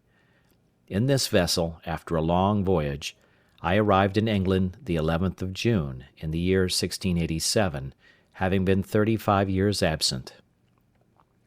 When I came to England, I was as perfect a stranger to all the world as if I had never been known there. My benefactor and faithful steward, whom I had left my money in trust with, was alive, but had had great misfortunes in the world, was become a widow the second time, and very low in the world. I made her very easy as to what she owed me, assuring her I would give her no trouble; but, on the contrary, in gratitude for her former care and faithfulness to me, I relieved her as my little stock would afford, which at that time would, indeed, allow me to do but little for her, but I assured her I would never forget her former kindness to me, nor did I forget her when I had sufficient to help her, as shall be observed in its proper place. I went down afterwards into Yorkshire, but my father was dead, and my mother and all the family extinct, except that I found 2 sisters, and 2 of the children of one of my brothers. And as I had been long ago given over for dead, there had been no provision made for me, so that, in a word, I found nothing to relieve or assist me, and that the little money I had would not do much for me as to settling in the world. I met with one piece of gratitude indeed, which I did not expect, and this was, that the master of the ship, whom I had so happily delivered, and by the same means saved the ship and cargo, having given a very handsome account to the owners of the manner how I had saved the lives of the men and the ship, they invited me to meet them and some other merchants concerned, and altogether made me a very handsome compliment upon the subject, and a present of almost £200 sterling. But after making several reflections upon the circumstances of my life, and how little way this would go towards settling me in the world, I resolved to go to Lisbon, and see if I might not come at some information of the state of my plantation in the Brazils, and of what was become of my partner, who, I had reason to suppose, had some years past given me over for dead. With this view I took shipping for Lisbon, where I arrived in April following, my man Friday accompanying me very honestly in all these ramblings, and proving a most faithful servant upon all occasions. When I came to Lisbon, I found out, by inquiry, and to my particular satisfaction, my old friend, the captain of the ship who first took me up at sea off the shore of Africa. He was now grown old, and had left off going to sea, having put his son, who was far from a young man, into his ship, and who still used the Brazil trade. The old man did not know me, and indeed I hardly knew him, but I soon brought him to my remembrance, and as soon brought myself to his remembrance when I told him who I was. After some passionate expressions of the old acquaintance between us, I inquired, you may be sure, after my plantation and my partner. The old man told me he had not been in the Brazils for about 9 years, but that he could assure me that when he came away my partner was living, but the trustees whom I had joined with him to take cognizance of my part were both dead; that, however, he believed I would have a very good account of the improvement of the plantation, for that, upon the general belief of my being cast away and drowned, my trustees had given in the account of the produce of my part of the plantation to the procurator fiscal, who had appropriated it, in case I never came to claim it, 1/3 to the king and 2/3 to the monastery of St. Augustine, to be expended for the benefit of the poor, and for the conversion of the Indians to the Catholic faith; but that if I appeared, or any one for me, to claim the inheritance, it would be restored, only that the improvement or annual production, being distributed to charitable uses, could not be restored. But he assured me that the steward of the king's revenue from lands, and the provedore, or steward of the monastery, had taken great care all along that the incumbent, that is to say, my partner, gave every year a faithful account of the produce, of which they had duly received my moiety. I asked him if he knew to what height of improvement he had brought the plantation, and whether he thought it might be worth looking after, or whether, on my going thither, I should meet with any obstruction to my possessing my just right in the moiety. He told me he could not tell exactly to what degree the plantation was improved, but this he knew, that my partner was grown exceeding rich upon the enjoying of his part of it, and that, to the best of his remembrance, he had heard that the king's third of my part, which was, it seems, granted away to some other monastery or religious house, amounted to above 200 moidores a year; that as to my being restored to a quiet possession of it, there was no question to be made of that, my partner being alive to witness my title, and my name being also enrolled in the register of the country. Also, he told me that the survivors of my 2 trustees were very fair, honest people, and very wealthy, and he believed I would not only have their assistance for putting me in possession, but would find a very considerable sum of money in their hands for my account, being the produce of the farm, while their fathers held the trust,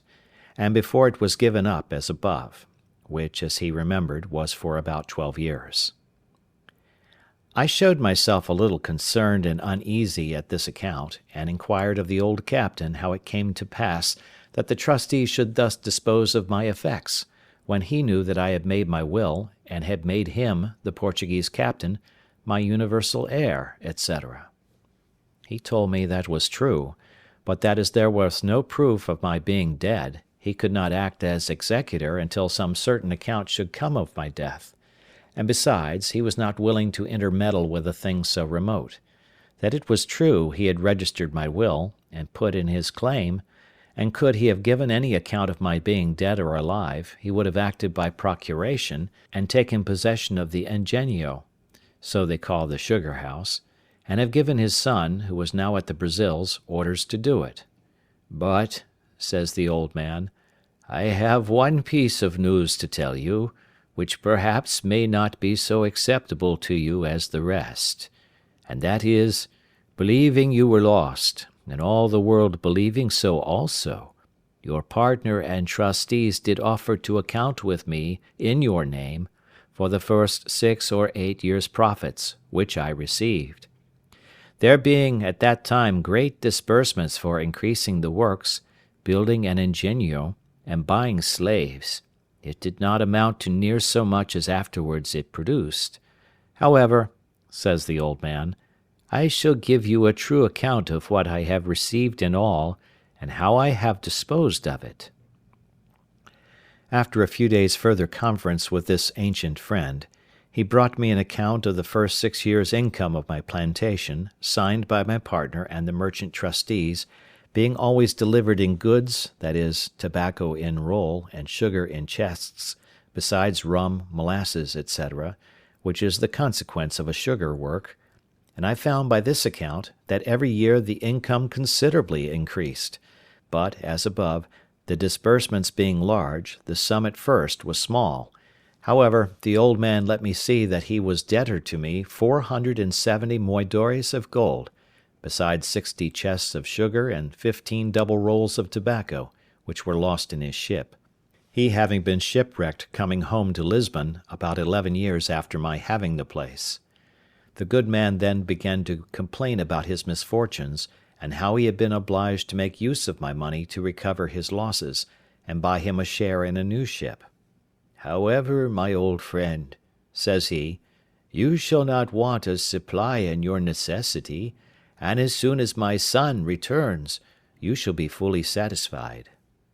Upon this he pulls out an old pouch, and gives me 160 Portugal moidores in gold, and giving the writings of his title to the ship, which his son was gone to the Brazils in, of which he was quarter part owner, and his son another, he puts them both into my hands for security of the rest. I was too much moved with the honesty and kindness of the poor man to be able to bear this, and remembering what he had done for me, how he had taken me up at sea, and how generously he had used me on all occasions, and particularly how sincere a friend he was now to me, I could hardly refrain weeping at what he had said to me. Therefore I asked him if his circumstances admitted him to spare so much money at that time, and if it would not straiten him. He told me he could not say but it might straiten him a little, but, however, it was my money, and I might want it more than he. Everything the good man said was full of affection, and I could hardly refrain from tears while he spoke. In short, I took 100 of the moidores, and called for a pen and ink to give him a receipt for them. Then I returned him the rest, and told him if ever I had possession of the plantation, I would return the other to him also, as indeed I afterwards did, and that as to the bill of sale of his part in his son's ship, I would not take it by any means, but that if I wanted the money, I found he was honest enough to pay me, and if I did not, but came to receive what he gave me reason to expect, I would never have a penny more from him. When this was passed, the old man asked me if he should put me into a method to make my claim to my plantation. I told him I thought to go over to it myself. He said I might do so if I pleased, but that if I did not, there were ways enough to secure my right, and immediately to appropriate the profits to my use. And as there were ships in the river of Lisbon just ready to go away to Brazil, he made me enter my name in a public register, with his affidavit, affirming upon oath that I was alive, and that I was the same person who took up the land for the planting the said plantation at first.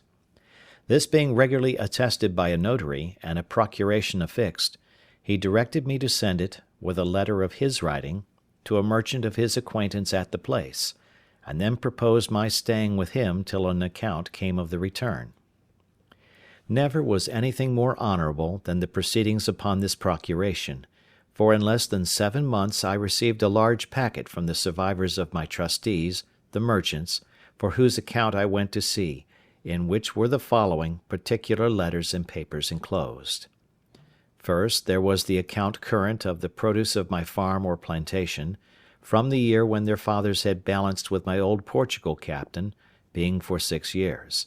The balance appeared to be 1,174 moidores in my favour.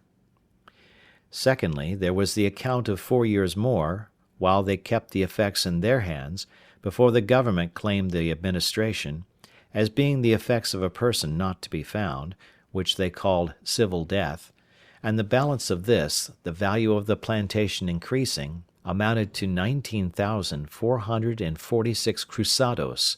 being about 3,240 moidores.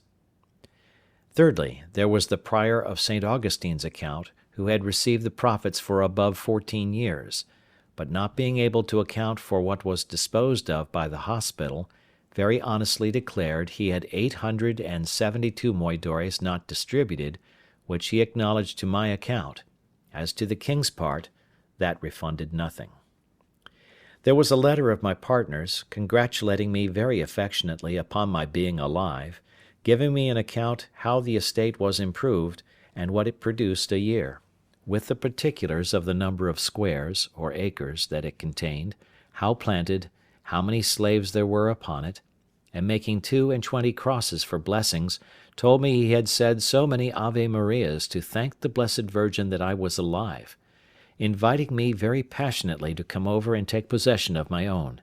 and in the meantime to give him orders to whom he should deliver my effects if I did not come myself, concluding with a hearty tender of his friendship and that of his family, and sent me as a present 7 fine leopard skins, which he had, it seems, received from Africa, by some other ship than he had sent thither, and which, it seems, had made a better voyage than I. He sent me also 5 chests of excellent sweetmeats, and 100 pieces of gold uncoined, not quite so large as moidores. By the same fleet my 2 merchant trustees shipped me 1,200 chests of sugar, 800 rolls of tobacco, and the rest of the whole account in gold. I might well say now, indeed, that the latter end of Job was better than the beginning. It is impossible to express the flutterings of my very heart when I found all my wealth about me, for as the Brazil ships come all in fleets, the same ships which brought my letters brought my goods, and the effects were safe in the river before the letters came to my hand. In a word, I turned pale and grew sick, and, had not the old man run and fetched me a cordial, I believe the sudden surprise of joy had overset nature, and I had died upon the spot. Nay, after that, I continued very ill, and was so some hours, till a physician being sent for, and something of the real cause of my illness being known, he ordered me to be let blood, after which I had relief, and grew well. But I verily believe, if I had not been eased by a vent given in that manner to the spirits, I should have died. I was now master, all on a sudden, of about £5,000 sterling in money, and had an estate, as I might well call it, in the Brazils, of above £1,000 a year, as sure as an estate of lands in England, and, in a word, I was in a condition which I scarce knew how to understand, or how to compose myself for the enjoyment of it. The first thing I did was to recompense my original benefactor, my good old captain, who had been first charitable to me in my distress, kind to me in my beginning, and honest to me at the end. I showed him all that was sent to me. I told him that, next to the providence of heaven, which disposed all things, it was owing to him, and that it now lay on me to reward him, which I would do 100-fold. So I first returned to him the 100 moidores I had received of him, then I sent for a notary, and caused him to draw up a general release or discharge from the 470 moidores which he had acknowledged he owed me, in the fullest and firmest manner possible. After which I caused a procuration to be drawn, empowering him to be the receiver of the annual profits of my plantation, and appointing my partner to account with him, and make the returns, by the usual fleets, to him in my name; and by a clause in the end made a grant of 100 moidores a year to him during his life, out of the effects, and 50 moidores a year to his son after him, for his life; and thus I requited my old man. I had now to consider which way to steer my course next, and what to do with the estate that Providence had thus put into my hands; and indeed I had more care upon my head now than I had in my state of life in the island, where I wanted nothing but what I had, and had nothing but what I wanted; whereas I had now a great charge upon me, and my business was how to secure it. I had not a cave now to hide my money in, or a place where it might lie without lock or key till it grew mouldy and tarnished before anybody would meddle with it. On the contrary, I knew not where to put it, or whom to trust with it. My old patron, the captain, indeed, was honest, and that was the only refuge I had. In the next place, my interest in the Brazils seemed to summon me thither, but now I could not tell how to think of going thither till I had settled my affairs, and left my effects in some safe hands behind me. At first I thought of my old friend the widow, who I knew was honest, and would be just to me; but then she was in years, and but poor, and for aught I knew might be in debt; so that, in a word, I had no way but to go back to England myself and take my effects with me. It was some months, however, before I resolved upon this, and therefore, as I had rewarded the old captain fully, and to his satisfaction, who had been my former benefactor, so I began to think of the poor widow, whose husband had been my first benefactor, and she, while it was in her power, my faithful steward and instructor. So the first thing I did, I got a merchant in Lisbon to write to his correspondent in London, not only to pay a bill, but to go find her out and carry her, in money, £100 from me, and to talk with her, and comfort her in her poverty, by telling her she should, if I lived, have a further supply. At the same time I sent my two sisters in the country £100 each,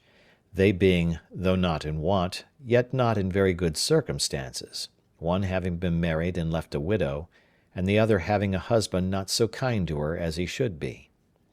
But among all my relations or acquaintances I could not yet pitch upon one to whom I durst commit the gross of my stock, that I might go away to the Brazils, and leave things safe behind me, and this greatly perplexed me. I had once a mind to have gone to the Brazils and have settled myself there, for I was, as it were, naturalized to the place, but I had some little scruple in my mind about religion, which insensibly drew me back.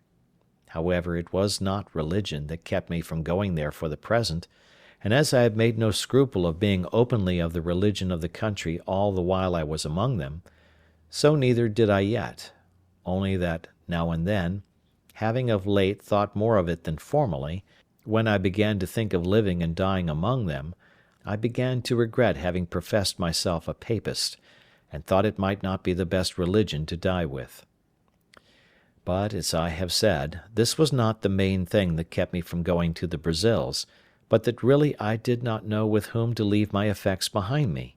so I resolved at last to go to England, where, if I arrived, I concluded that I should make some acquaintance, or find some relations that would be faithful to me, and accordingly I prepared to go to England with all my wealth. In order to prepare things for my going home, I first, the Brazil fleet being just going away,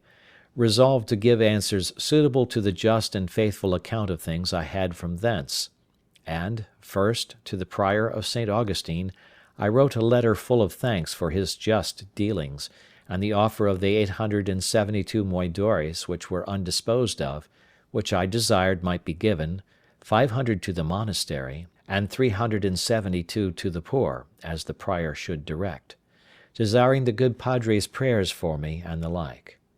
I wrote next a letter of thanks to my two trustees, with all the acknowledgment that so much justice and honesty called for. As for sending them any present,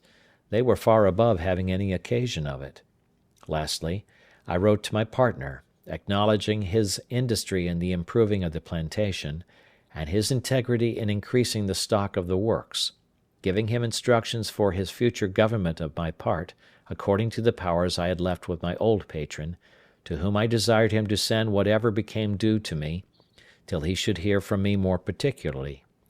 assuring him that it was my intention not only to come to him, but to settle myself there for the remainder of my life. To this I added a very handsome present of some Italian silks for his wife and 2 daughters, for such the captain's son informed me he had, with 2 pieces of fine English broadcloth, the best I could get in Lisbon, 5 pieces of black baize, and some Flanders lace of a good value. Having thus settled my affairs, sold my cargo, and turned all my effects into good bills of exchange, my next difficulty was which way to go to England. I had been accustomed enough to the sea, and yet I had a strange aversion to go to England by the sea at that time, and yet I could give no reason for it. Yet the difficulty increased upon me so much, that though I had once shipped my baggage in order to go, yet I altered my mind, and that not once, but 2 or 3 times. It is true I had been very unfortunate by sea, and this might be one of the reasons. But let no man slight the strong impulses of his own thoughts in cases of such moment. 2 of the ships which I had singled out to go in, I mean more particularly singled out than any other, having put my things on board one of them, and in the other having agreed with the captain, I say 2 of these ships miscarried. One was taken by the Algerines, and the other was lost on the Start, near Torbay, and all the people drowned except 3, so that in either of those vessels I had been made miserable. Having been thus harassed in my thoughts, my old pilot, to whom I communicated everything, pressed me earnestly not to go by sea, but either to go by land to the Groyne, and cross over the Bay of Biscay to Rochelle, from whence it was but an easy and safe journey by land to Paris, and so to Calais and Dover, or to go up to Madrid, and so all the way by land through France. In a word, I was so prepossessed against my going by sea at all, except from Calais to Dover, that I resolved to travel all the way by land, which, as I was not in haste, and did not value the charge, was by much the pleasanter way; and to make it more so, my old captain brought an English gentleman, the son of a merchant in Lisbon, who was willing to travel with me; after which we picked up 2 more English merchants also, and 2 young Portuguese gentlemen, the last going to Paris only, so that in all there were 6 of us and 5 servants, the 2 merchants and the 2 Portuguese contenting themselves with 1 servant between 2, to save the charge. And as for me, I got an English sailor to travel with me as a servant, besides my man Friday, who was too much a stranger to be capable of supplying the place of a servant on the road.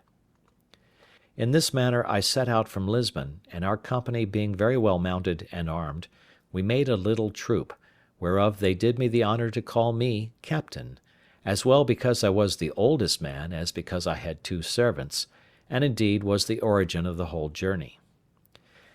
As I have troubled you with none of my sea journals, so I shall trouble you now with none of my land journals, but some adventures that happened to us in this tedious and difficult journey I must not omit.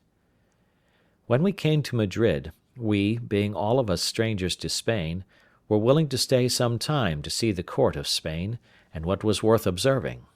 but it being the latter part of the summer, we hastened away, and set out from Madrid about the middle of October, but when we came to the edge of Navarre, we were alarmed, at several towns on the way, with an account that so much snow was falling on the French side of the mountains, that several travellers were obliged to come back to Pamplona, after having attempted at an extreme hazard to pass on.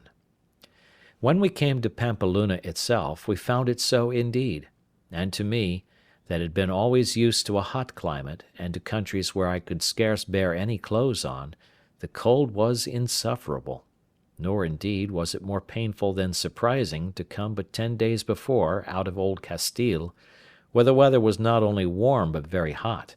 and immediately to feel a wind from the Pyrenean mountains so very keen, so severely cold as to be intolerable and to endanger benumbing and perishing of our fingers and toes. Poor Friday was really frightened when he saw the mountains all covered with snow, and felt cold weather, which he had never seen or felt before in his life. To mend the matter, when we came to Pampeluna it continued snowing with so much violence and so long, that the people said winter was come before its time, and the roads, which were difficult before, were now quite impassable. For, in a word, the snow lay in some places too thick for us to travel, and being not hard frozen, as is the case in the northern countries, there was no going without being in danger of being buried alive every step. We stayed no less than 20 days at Pampeluna, when, seeing the winter coming on, and no likelihood of its being better, for it was the severest winter all over Europe that had been known in the memory of man, I proposed that we should go away to Fontarabia, and there take shipping for Bordeaux, which was a very little voyage. But while I was considering this, there came in 4 French gentlemen, who, having been stopped on the French side of the passes, as we were on the Spanish, had found out a guide, who, traversing the country near the head of Languedoc, had brought them over the mountains by such ways that they were not much incommoded with the snow. For where they met with snow in any quantity, they said it was frozen hard enough to bear them and their horses. We sent for this guide, who told us he would undertake to carry us the same way, with no hazard from the snow, provided we were armed sufficiently to protect ourselves from wild beasts, for, he said, in these great snows it was frequent for some wolves to show themselves at the foot of the mountains, being made ravenous for want of food, the ground being covered with snow. We told him we were well enough prepared for such creatures as they were, if he would insure us from a kind of 2-legged wolves, which we were told we were in most danger from, especially on the French side of the mountains. He satisfied us that there was no danger of that kind in the way that we were to go, so we readily agreed to follow him, as did also 12 other gentlemen with their servants, some French, some Spanish, who, as I said, had attempted to go, and were obliged to come back again. Accordingly, we set out from Pampeluna with our guide on the 15th of November, and indeed I was surprised when, instead of going forward, he came directly back with us on the same road that we came from Madrid, about 20 miles, when, having passed 2 rivers, and come into the plain country, we found ourselves in a warm climate again, where the country was pleasant, and no snow to be seen. But on a sudden, turning to his left, he approached the mountains another way, and though it is true the hills and precipices looked dreadful, yet he made so many tours, such meanders, and led us by such winding ways, that we insensibly passed the height of the mountains without being much encumbered with the snow. And all on a sudden he showed us the pleasant and fruitful provinces of Languedoc and Gascony, all green and flourishing, though at a great distance, and we had some rough way to pass still. We were a little uneasy, however, when we found it snowed one whole day and a night so fast that we could not travel. But he bid us be easy, we should soon be past it all. We found, indeed, that we began to descend every day, and to come more north than before, and so, depending upon our guide, we went on. It was about 2 hours before night when, our guide being something before us, and not just in sight, out rushed 3 monstrous wolves, and after them a bear, from a hollow way adjoining to a thick wood. 2 of the wolves made at the guide, and had he been far before us, he would have been devoured before we could have helped him. One of them fastened upon his horse, and the other attacked the man with such violence that he had not time or presence of mind enough to draw his pistol, but hallooed and cried out to us most lustily. My man Friday being next me, I bade him ride up and see what was the matter. As soon as Friday came in sight of the man, he hallooed out as loud as the other, "Oh, master! Oh, master!" but like a bold fellow, rode directly up to the poor man, and with his pistol shot the wolf in the head that attacked him. It was happy for the poor man that it was my man Friday, for having been used to such creatures in his country, he had no fear upon him, but went close up to him and shot him, whereas any other of us would have fired at a farther distance, and have perhaps either missed the wolf or endangered shooting the man. But it was enough to have terrified a bolder man than I, and indeed it alarmed all our company when, with the noise of Friday's pistol, we heard on both sides the most dismal howling of wolves, and the noise, redoubled by the echo of the mountains, appeared to us as if there had been a prodigious number of them. And perhaps there was not such a few as that we had no cause of apprehension. However, as Friday had killed this wolf, the other that had fastened upon the horse left him immediately and fled, without doing him any damage, having happily fastened upon his head, where the bosses of the bridle had stuck in his teeth. But the man was most hurt, for the raging creature had bit him twice, once in the arm, and the other time a little above his knee, and though he had made some defence, he was just tumbling down by the disorder of his horse when Friday came up and shot the wolf. It is easy to suppose that at the noise of Friday's pistol we all mended our pace and rode up as fast as the way, which was very difficult, would give us leave to see what was the matter. As soon as we came clear of the trees, which blinded us before, we saw clearly what had been the case, and how Friday had disengaged the poor guide, though we did not presently discern what kind of creature it was he had killed. End of chapter 19.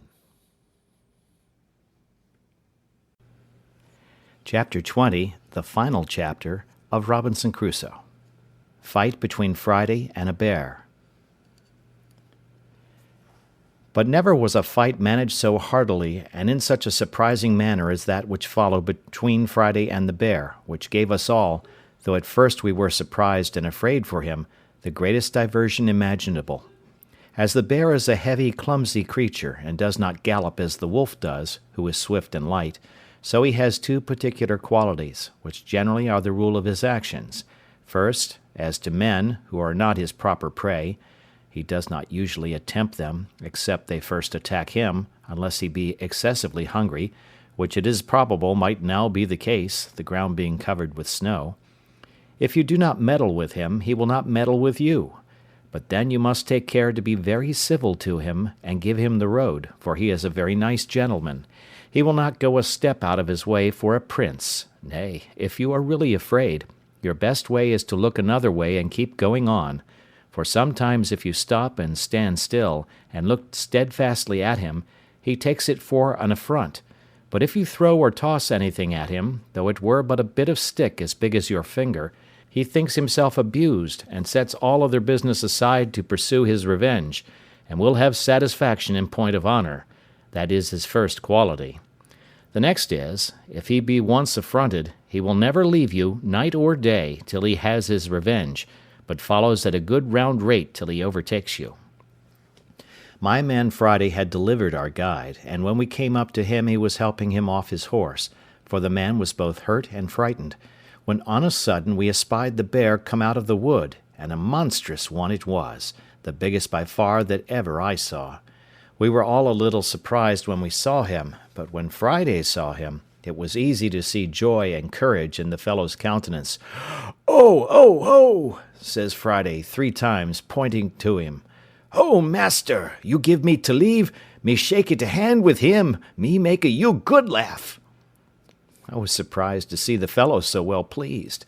"You fool," says I, "he will eat you up." "Eat-a me up, eat-a me up," says Friday twice over again. "Me eat-a him up, me make a you good laugh. You all stay here, me show you good laugh."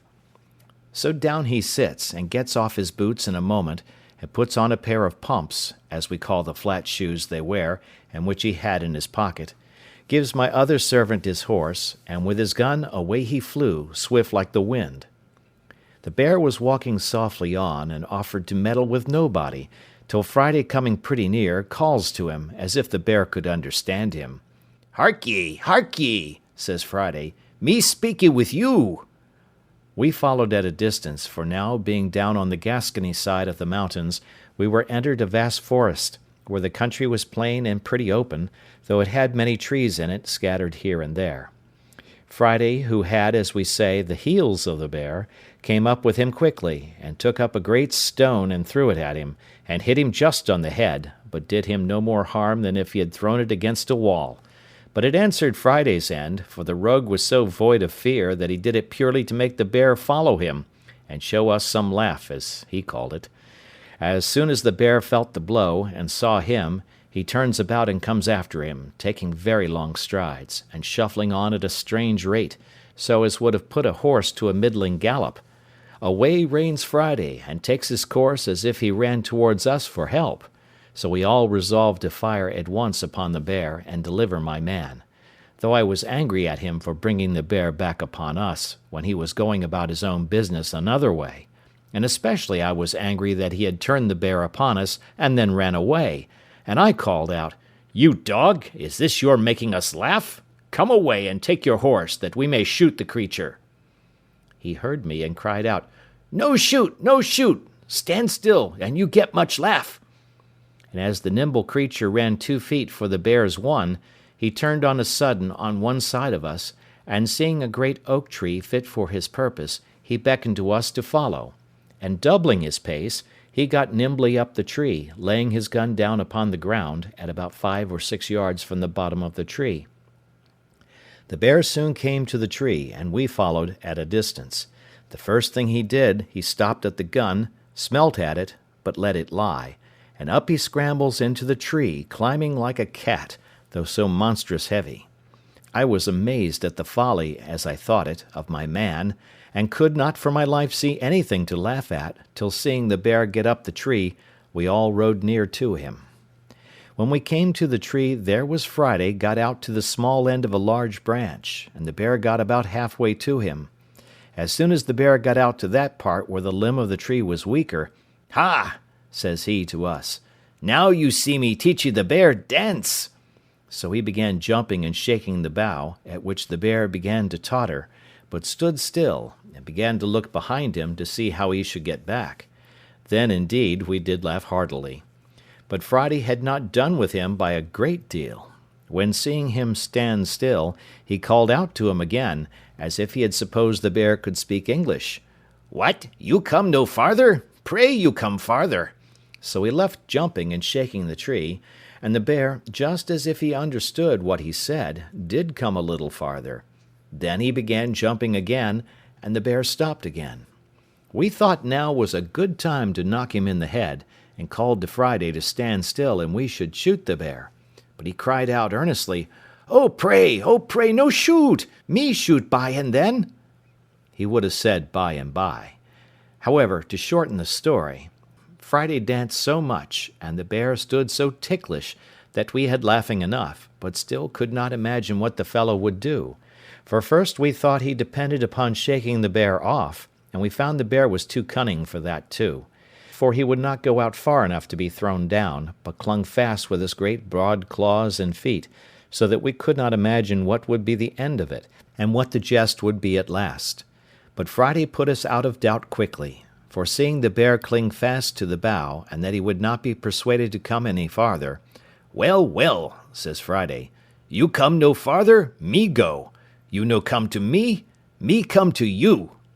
And upon this he went out to the smaller end, where it would bend with his weight, and gently let himself down by it, sliding down the bough till he came near enough to jump down on his feet, and away he ran to his gun, took it up, and stood still. "Well," said I to him, "Friday, what will you do now? Why don't you shoot him?" "No shoot," says Friday. "No yet. Me shoot now, me no kill. Me stay, give you one more laugh." And indeed, so he did, for when the bear saw his enemy gone, he came back from the bough, where he stood, but did it very cautiously, looking behind him every step, and coming backward till he got into the body of the tree. Then, with the same hinder end foremost, he came down the tree, grasping it with his claws, and moving one foot at a time very leisurely. At this juncture, and just before he could set his hind foot on the ground, Friday stepped up close to him, clapped the muzzle of his piece into his ear, and shot him dead. Then the rogue turned about to see if we did not laugh, and when he saw we were pleased by our looks, he began to laugh very loud. "So we kill bear in my country," says Friday. "So you kill them?" says I. "Why, you have no guns." "No," says he, "no gun, but shoot great much long arrow." This was a good diversion to us, but we were still in a wild place, and our guide very much hurt, and what to do we hardly knew. The howling of wolves ran much in my head, and indeed, except the noise I once heard on the shore of Africa, of which I have said something already, I never heard anything that filled me with so much horror. These things, and the approach of night, called us off, or else, as Friday would have had us, we should certainly have taken the skin of this monstrous creature off, which was worth saving, but we had near 3 leagues to go, and our guide hastened us, so we left him, and went forward on our journey. The ground was still covered with snow, though not so deep and dangerous as on the mountains, and the ravenous creatures, as we heard afterwards, were come down into the forest and plain country, pressed by hunger to seek for food, and had done a great deal of mischief in the villages, where they surprised the country people, killed a great many of their sheep and horses, and some people too. We had one dangerous place to pass, and our guide told us if there were more wolves in the country we should find them there,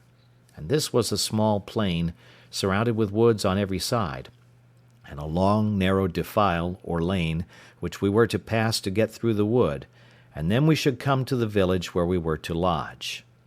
It was within half an hour of sunset when we entered the wood, and a little after sunset when we came into the plain. We met with nothing in the first wood, except that in a little plain within the wood, which was not above 2 furlongs over, we saw 5 great wolves cross the road full speed, one after another, as if they had been in chase of some prey, and had it in view. They took no notice of us, and were gone out of sight in a few moments. Upon this, our guide, who, by the way, was but a faint-hearted fellow, bid us keep in a ready posture, for he believed there were more wolves a-coming. We kept our arms ready, and our eyes about us, but we saw no more wolves till we came through that wood, which was near half a league, and entered the plain. As soon as we came into the plain we had occasion enough to look about us. The first object we met with was a dead horse, that is to say, a poor horse which the wolves had killed, and at least a dozen of them at work, we could not say eating him, but picking his bones rather, for they had eaten up all the flesh before. We did not think fit to disturb them at their feast, neither did they take much notice of us. Friday would have let fly at them, but I would not suffer him by any means, for I found we were like to have more business upon our hands than we were aware of. We had not gone half over the plain when we began to hear the wolves howl in the wood on our left in a frightful manner, and presently after we saw about 100 coming on directly towards us, all in a body, and most of them in a line, as regularly as an army drawn up by experienced officers. I scarce knew in what manner to receive them, but found to draw ourselves in a close line was the only way, so we formed in a moment, but that we might not have too much interval, I ordered that only every other man should fire, and that the others, who had not fired, should stand ready to give them a second volley immediately, if they continued to advance upon us, and then that those that had fired at first should not pretend to load their fusees again, but stand ready, every one with a pistol, for we were all armed with a fusee and a pair of pistols each man, so we were by this method able to fire 6 volleys, half of us at a time. However, at present we had no necessity, for upon firing the first volley, the enemy made a full stop, being terrified as well with the noise as with the fire. 4 of them being shot in the head, dropped, several others were wounded, and went bleeding off, as we could see by the snow. I found they stopped, but did not immediately retreat, whereupon, remembering that I had been told that the fiercest creatures were terrified at the voice of a man, I caused all the company to halloo as loud as they could, and I found the notion not altogether mistaken, for upon our shout they began to retire and turn about. I then ordered a second volley to be fired in their rear, which put them to the gallop, and away they went to the woods. This gave us leisure to charge our pieces again, and that we might lose no time, we kept going, but we had but little more than loaded our fusees, and put ourselves in readiness, when we heard a terrible noise in the same wood on our left, only that it was farther onward, the same way we were to go. The night was coming on, and the light began to be dusky, which made it worse on our side, but the noise increasing, we could easily perceive that it was the howling and yelling of those hellish creatures. And on a sudden we perceived 3 troops of wolves, one on our left, one behind us, and one in our front, so that we seemed to be surrounded with them. However, as they did not fall upon us, we kept our way forward, as fast as we could make our horses go, which, the way being very rough, was only a good hard trot. In this manner we came in view of the entrance of a wood, through which we were to pass, at the farther side of the plain. But we were greatly surprised, when coming nearer the lane or pass, we saw a confused number of wolves standing just at the entrance.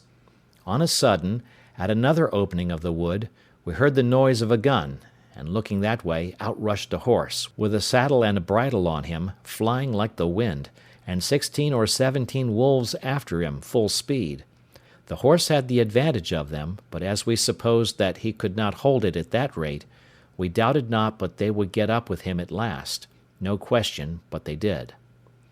But here we had a most horrible sight, for riding up to the entrance where the horse came out, we found the carcasses of another horse and of 2 men, devoured by the ravenous creatures. And one of the men was no doubt the same whom we had heard fire the gun, for there lay a gun just by him fired off. But as to the man, his head and the upper part of his body was eaten up. This filled us with horror, and we knew not what course to take. But the creatures resolved us soon, for they gathered about us presently in hopes of prey, and I verily believe there were 300 of them. It happened, very much to our advantage, that at the entrance into the wood, but a little way from it, there lay some large timber trees, which had been cut down the summer before, and I suppose lay there for carriage. I drew my little troop in among those trees, and placing ourselves in a line behind one long tree, I advised them all to alight, and keeping that tree before us for a breastwork, to stand in a triangle or 3 fronts, enclosing our horses in the centre. We did so, and it was well we did, for never was a more furious charge than the creatures made upon us in this place.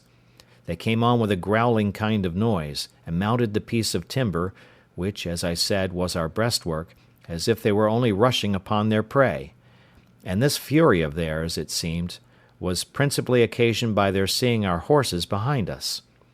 I ordered our men to fire as before, every other man, and they took their aim so sure that they killed several of the wolves at the first volley. But there was a necessity to keep a continual firing, for they came on like devils, those behind pushing on those before.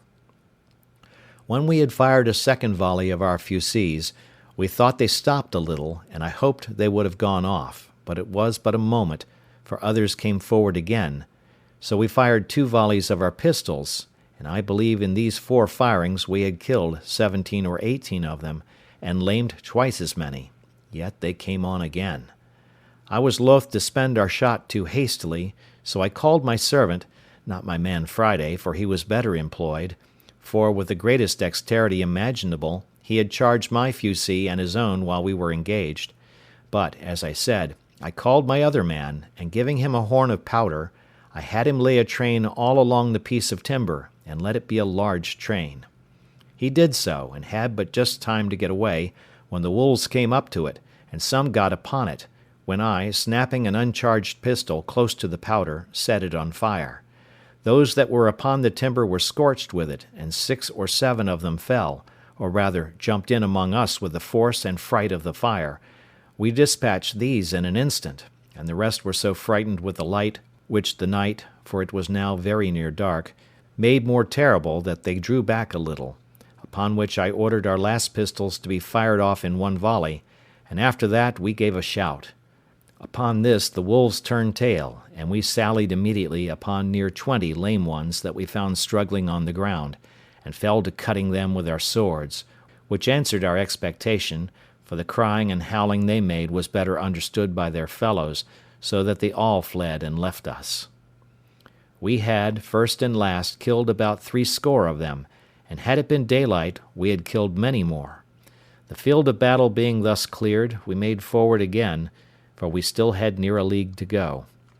We heard the ravenous creatures howl and yell in the woods as we went several times, and sometimes we fancied we saw some of them, but the snow dazzling our eyes, we were not certain. In about an hour more we came to the town where we were to lodge, which we found in a terrible fright and all in arms, for, it seems, the night before the wolves and some bears had broken into the village, and put them in such terror that they were obliged to keep guard night and day, but especially in the night, to preserve their cattle, and indeed their people. The next morning our guide was so ill, and his limbs swelled so much with the rankling of his 2 wounds, that he could go no farther. So we were obliged to take a new guide here, and go to Toulouse, where we found a warm climate, a fruitful, pleasant country, and no snow, no wolves, nor anything like them. But when we told our story at Toulouse, they told us it was nothing but what was ordinary in the great forest at the foot of the mountains, especially when the snow lay on the ground. But they inquired much what kind of guide we had got who would venture to bring us that way in such a severe season, and told us it was surprising we were not all devoured. When we told them how we placed ourselves and the horses in the middle, they blamed us exceedingly, and told us it was 50 to 1 but we had been all destroyed, for it was the sight of the horses which made the wolves so furious, seeing their prey, and that at other times they were really afraid of a gun, but being excessively hungry, and raging on that account, the eagerness to come at the horses had made them senseless of danger, and that if we had not by the continual fire, and at last by the stratagem of the train of powder, mastered them, it had been great odds but that we had been torn to pieces. Whereas, had we been content to have sat still on horseback, and fired as horsemen, they would not have taken the horses so much for their own, when men were on their backs, as otherwise. And withal, they told us that at last, if we had stood all together, and left our horses, they would have been so eager to have devoured them, that we might have come off safe, especially having our firearms in our hands, being so many in number. For my part, I was never so sensible of danger in my life, for, seeing above 300 devils come roaring and open-mouthed to devour us, and having nothing to shelter us or retreat to, I gave myself over for lost, and, as it was, I believe I shall never care to cross those mountains again. I think I would much rather go 1,000 leagues by sea, though I was sure to meet with a storm once a week. I have nothing uncommon to take notice of in my passage through France, nothing but what other travellers have given an account of with much more advantage than I can. I travelled from Toulouse to Paris, and without any considerable stay came to Calais, and landed safe at Dover the 14th of January, after having had a severe cold season to travel in. I was now come to the centre of my travels, and had in a little time all my new discovered estate safe about me, the bills of exchange which I brought with me having been currently paid. My principal guide and privy councillor was my good ancient widow, who in gratitude for the money I had sent her, thought no pains too much nor care too great to employ for me, and I trusted her so entirely that I was perfectly easy as to the security of my effects, and indeed I was very happy from the beginning, and now to the end, in the unspotted integrity of this good gentlewoman. And now, having resolved to dispose of my plantation in the Brazils, I wrote to my old friend at Lisbon, who, having offered it to the 2 merchants, the survivors of my trustees, who lived in the Brazils, they accepted the offer, and remitted 33,000 pieces of 8 to a correspondent of theirs at Lisbon to pay for it. In return, I signed the instrument of sale in the form which they sent from Lisbon, and sent it to my old man, who sent me the bills of exchange for 32,800 pieces of 8 for the estate, reserving the payment of 100 moidores a year to him, the old man, during his life, and 50 moidores afterwards to his son for his life, which I had promised them, and which the plantation was to make good as a rent charge. And thus I have given the first part of a life of fortune and adventure, a life of Providence's checker work, and of a variety which the world will seldom be able to show the like of, beginning foolishly, but closing much more happily than any part of it ever gave me leave so much as to hope for. Any one would think that in this state of complicated good fortune I was past running any more hazards, and so indeed I had been, if other circumstances had concurred, But I was inured to a wandering life, had no family nor many relations,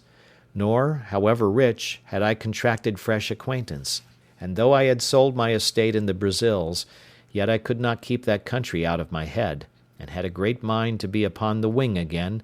especially I could not resist the strong inclination I had to see my island, and to know if the poor Spaniards were in being there.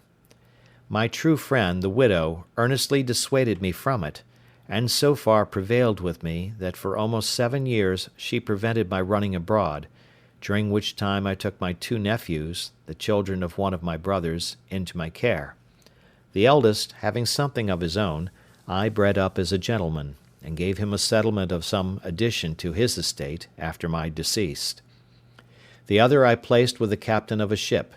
and after 5 years, finding him a sensible, bold, enterprising young fellow, I put him into a good ship, and sent him to sea, and this young fellow afterwards drew me in, as old as I was, to further adventures myself. In the meantime, I in part settled myself here, for first of all, I married, and that not either to my disadvantage or dissatisfaction, and had 3 children, 2 sons and 1 daughter, but my wife dying, and my nephew coming home with good success from a voyage to Spain, my inclination to go abroad and his importunity prevailed, and engaged me to go in his ship as a private trader to the East Indies. This was in the year 1694. In this voyage I visited my new colony in the island, saw my successors the Spaniards, had the old story of their lives and of the villains I left there, how at first they insulted the poor Spaniards, how they afterwards agreed, disagreed, united, separated,